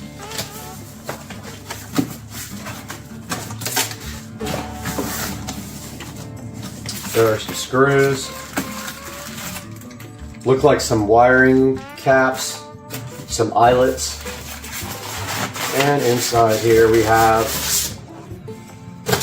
the Navitas 5 kilowatt AC motor with the beautiful color-coded voltage wires here. This thing looks awesome. I am so hyped for this.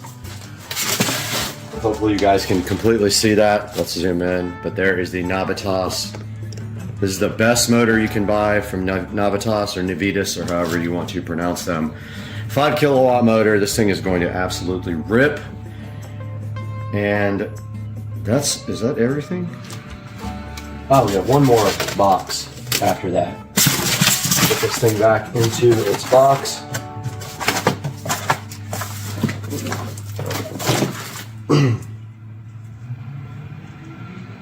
This is the Eco Battery charger.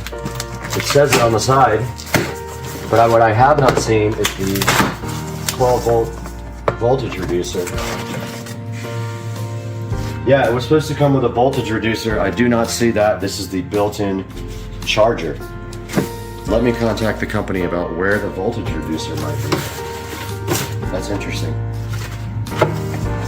Yep, this is the onboard charger, so you no longer keep one in the garage. You keep this on the cart. So yeah, there's something missing. The voltage reducer is not here. So I'm gonna give them a shout and see where that is.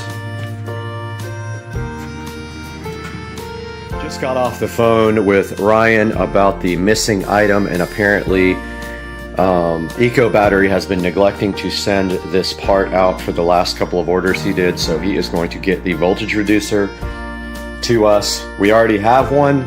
I'm hoping it will accept 70 volts. It says 60 max on the, and this actually says 48 on the input here. I'm hoping it'll go up to 70 because it does say 60 online, so I don't know. We might burn it up, and I don't really care. But the new voltage reducer, the 70 volt voltage reducer, is a 30 amp. This is a 60 amp, so we might have to buy a 70 volt voltage reducer for the stereo system. So we are missing a part, and we have to go get the cables today. They are in the mail to the wrong place, just like all this stuff was shipped to the wrong place. So I'm keeping an eye on the mail for that. And guys, this has been part 2 of the 70 volt lithium ion conversion video on Supercar Street Racing. I hope you guys subscribe, and I will make a playlist for this, and we will see you guys next time.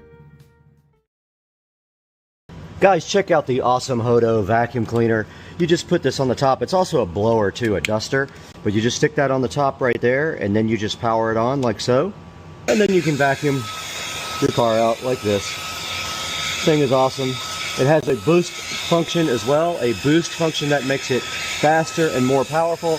But you can see right here, this thing does a great job. And out of the other end, you do have a blower, and you put a different attachment on and it becomes a blower. Look how good it vacuums up this floor and how small and lightweight it is. This thing is cool. There'll be a link down in the description for this. Go ahead and pick one up. You put the blower attachments on the other side when you do that, and it just does dust. You can dust all your vents and everything like that in your car. And then if you hold it down like this again, here's the boost function.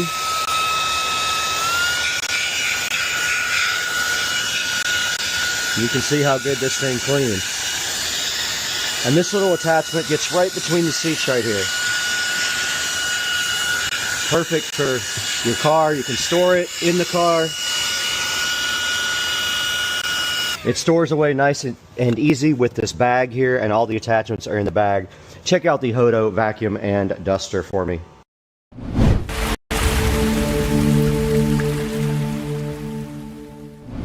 Guys, welcome back to Supercar Street Racing for another video, and today we have a very special sponsor with us. Rove was kind enough to send us one of their 4K, dual channel 4K dash cams for the Tesla Model S Plaid. Now I thought this would be perfect for the car because I need a dash cam in that car. You cannot access the footage inside of the car unless you have an incident. So this will really help out with that goal.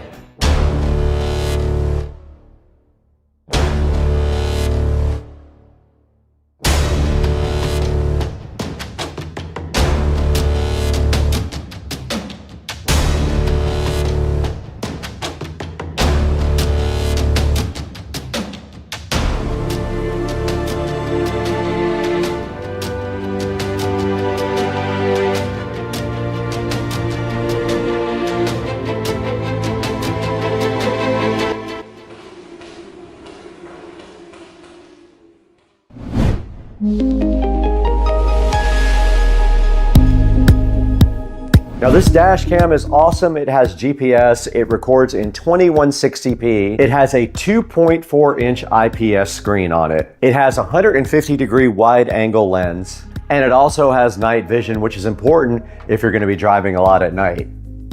These guys have 37,400 reviews on Amazon, so you know they've sold quite a few of those. I am super hyped to get into this gift box. They sent us a bunch of stuff for the 4K dual channel dash cam. This thing also supports over-the-air firmware updates, built-in 5G Wi-Fi up to 20 megs per second download speed. It can geotag you with its built-in GPS, and it does support up to a 1 terabyte micro SD card. I think that we have an SD card included with this. When we dig in, we're gonna find out. And I just looked at the box. It does come with a 128 gig Rove SD card. Says it right on the front right here. This guy has an app for both iOS and Android, and we will look into that as well today when we dig into this. Right now on Amazon, this is a $99 purchase. It is 17% off right now. It might be different by the time you guys get this video, but for right now, you can pick up the Rove for 99 bucks on Amazon. Now, Rove was also kind enough to send in their big gift box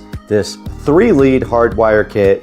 This allows you to hardwire your cam into your car permanently without having to use a USB-C port or any other type of wiring. Now, I don't know if we're going to actually use that in the Tesla because of the high voltage system and getting 12 volts, but we're going to look into that. And then there's another thing in the gift box, the Rove Ultimate CPL. This guy right here has a circular polarizer and a microfiber cleaning cloth for your Rove. We got 3 awesome products right here from Rove today to take a look at. But let's go ahead and get these 3 guys unboxed right now.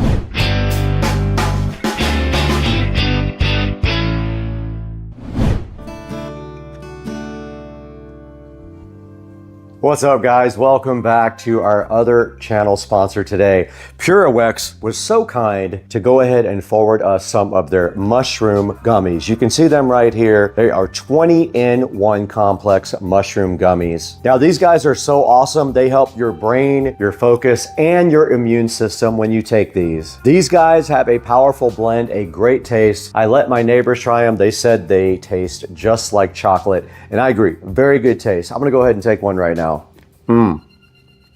So yummy.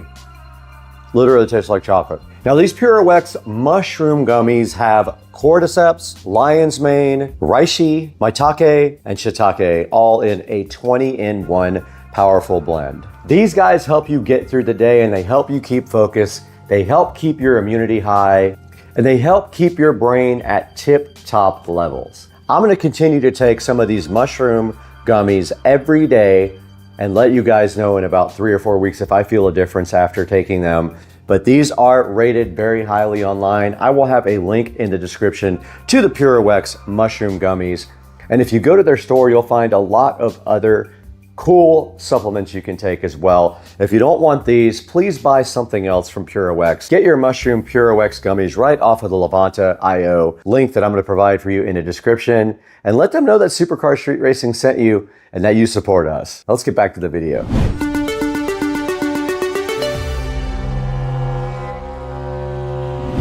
All right, guys, we're back in the SCSR living room now with the Rove dash cam. And the first thing we want to unbox is the main product. This is a Rove R2 4K dual channel dash cam we're going to get into right now. And on the front of the box, you can see here, it just gives you all the features: 4K 2160, Sony Starvis image sensor, over-the-air updates, built-in 5G Wi-Fi up to 20 megabits per second, a 3-inch display, built-in GPS, and it does support up to a 1 terabyte micro SD card. It comes with a 128 gig SD card. You may want to upgrade that if you want to be able to store more data. There's also something on the front here with a QR code that says if you want to meet other Rove dash cam users, you can go ahead and scan that and meet up with other users. Now on the back, it does tell you all of the box contents, and we're going to dig into this and see exactly what it is inside of this box. Let's go ahead and take a closer look at this guy on the side. Now on the side of the box, it just kind of tells you the same features here, kind of that it does up to 2160p recording. It has HDR. It does have a screensaver, supports up to a 1 terabyte micro SD card. It does have motion detection also, so that's cool. And it does use H.265 and H.264 codecs. H.265 is the newest and most efficient codec. It does support that. Let's go ahead and use the patented SCSR Smith & Wesson knife to get this Rove completely unboxed. All right, we got the plastic off of the Rove. Let's go ahead and open it up. And right at the top of the Rove, you do see a SD card here, a 128 gig SD card with a micro SD card adapter sitting right on the top, looking so fly. All right, guys, we got the Rove 4K dual channel dash cam right in front of us. We're gonna go ahead and take a look at what's included inside the box now. Now, the first thing we see on top of the box in the Rove 4K dual channel dash cam is this nice SD card. It is a 128 gig SD card with a SD card adapter in case you have a slot in your laptop for running an SD card. And right inside of that, there is a nice thick user manual to describe to you how to use the Rove R2 4K dual channel 4K dash cam. Pretty thick. Looks like it might contain a bunch of good information there. We'll take a look at that later. So this warning here on this card does show you that it wants you to use Rove only SD cards. If you get an SD card error, they want you to choose a class 10 U3 speed. Now they want you to use a Rove SD card, but I will challenge you that Rove SD cards are probably the same thing as other SD cards, so that is your call. I'm not going to say that until we try other SD cards. They want feedback as well. Once you purchase this, they want you to go ahead and go into feedback and leave them some good feedback. They're also giving away $500 gift cards for big captured moments. So if you have done something on your Rove camera that you think is worthy, you can go ahead and apply for a $500 gift card. There is a little warning sticker here that says smile. You are on a Rove dash cam. So if you want to put that on your car, you're welcome to go ahead and do so. I'm not going to, but they do give you that capability to do that. And now inside the box, everything is labeled very nicely. This side says it is a USB Type-C power cable.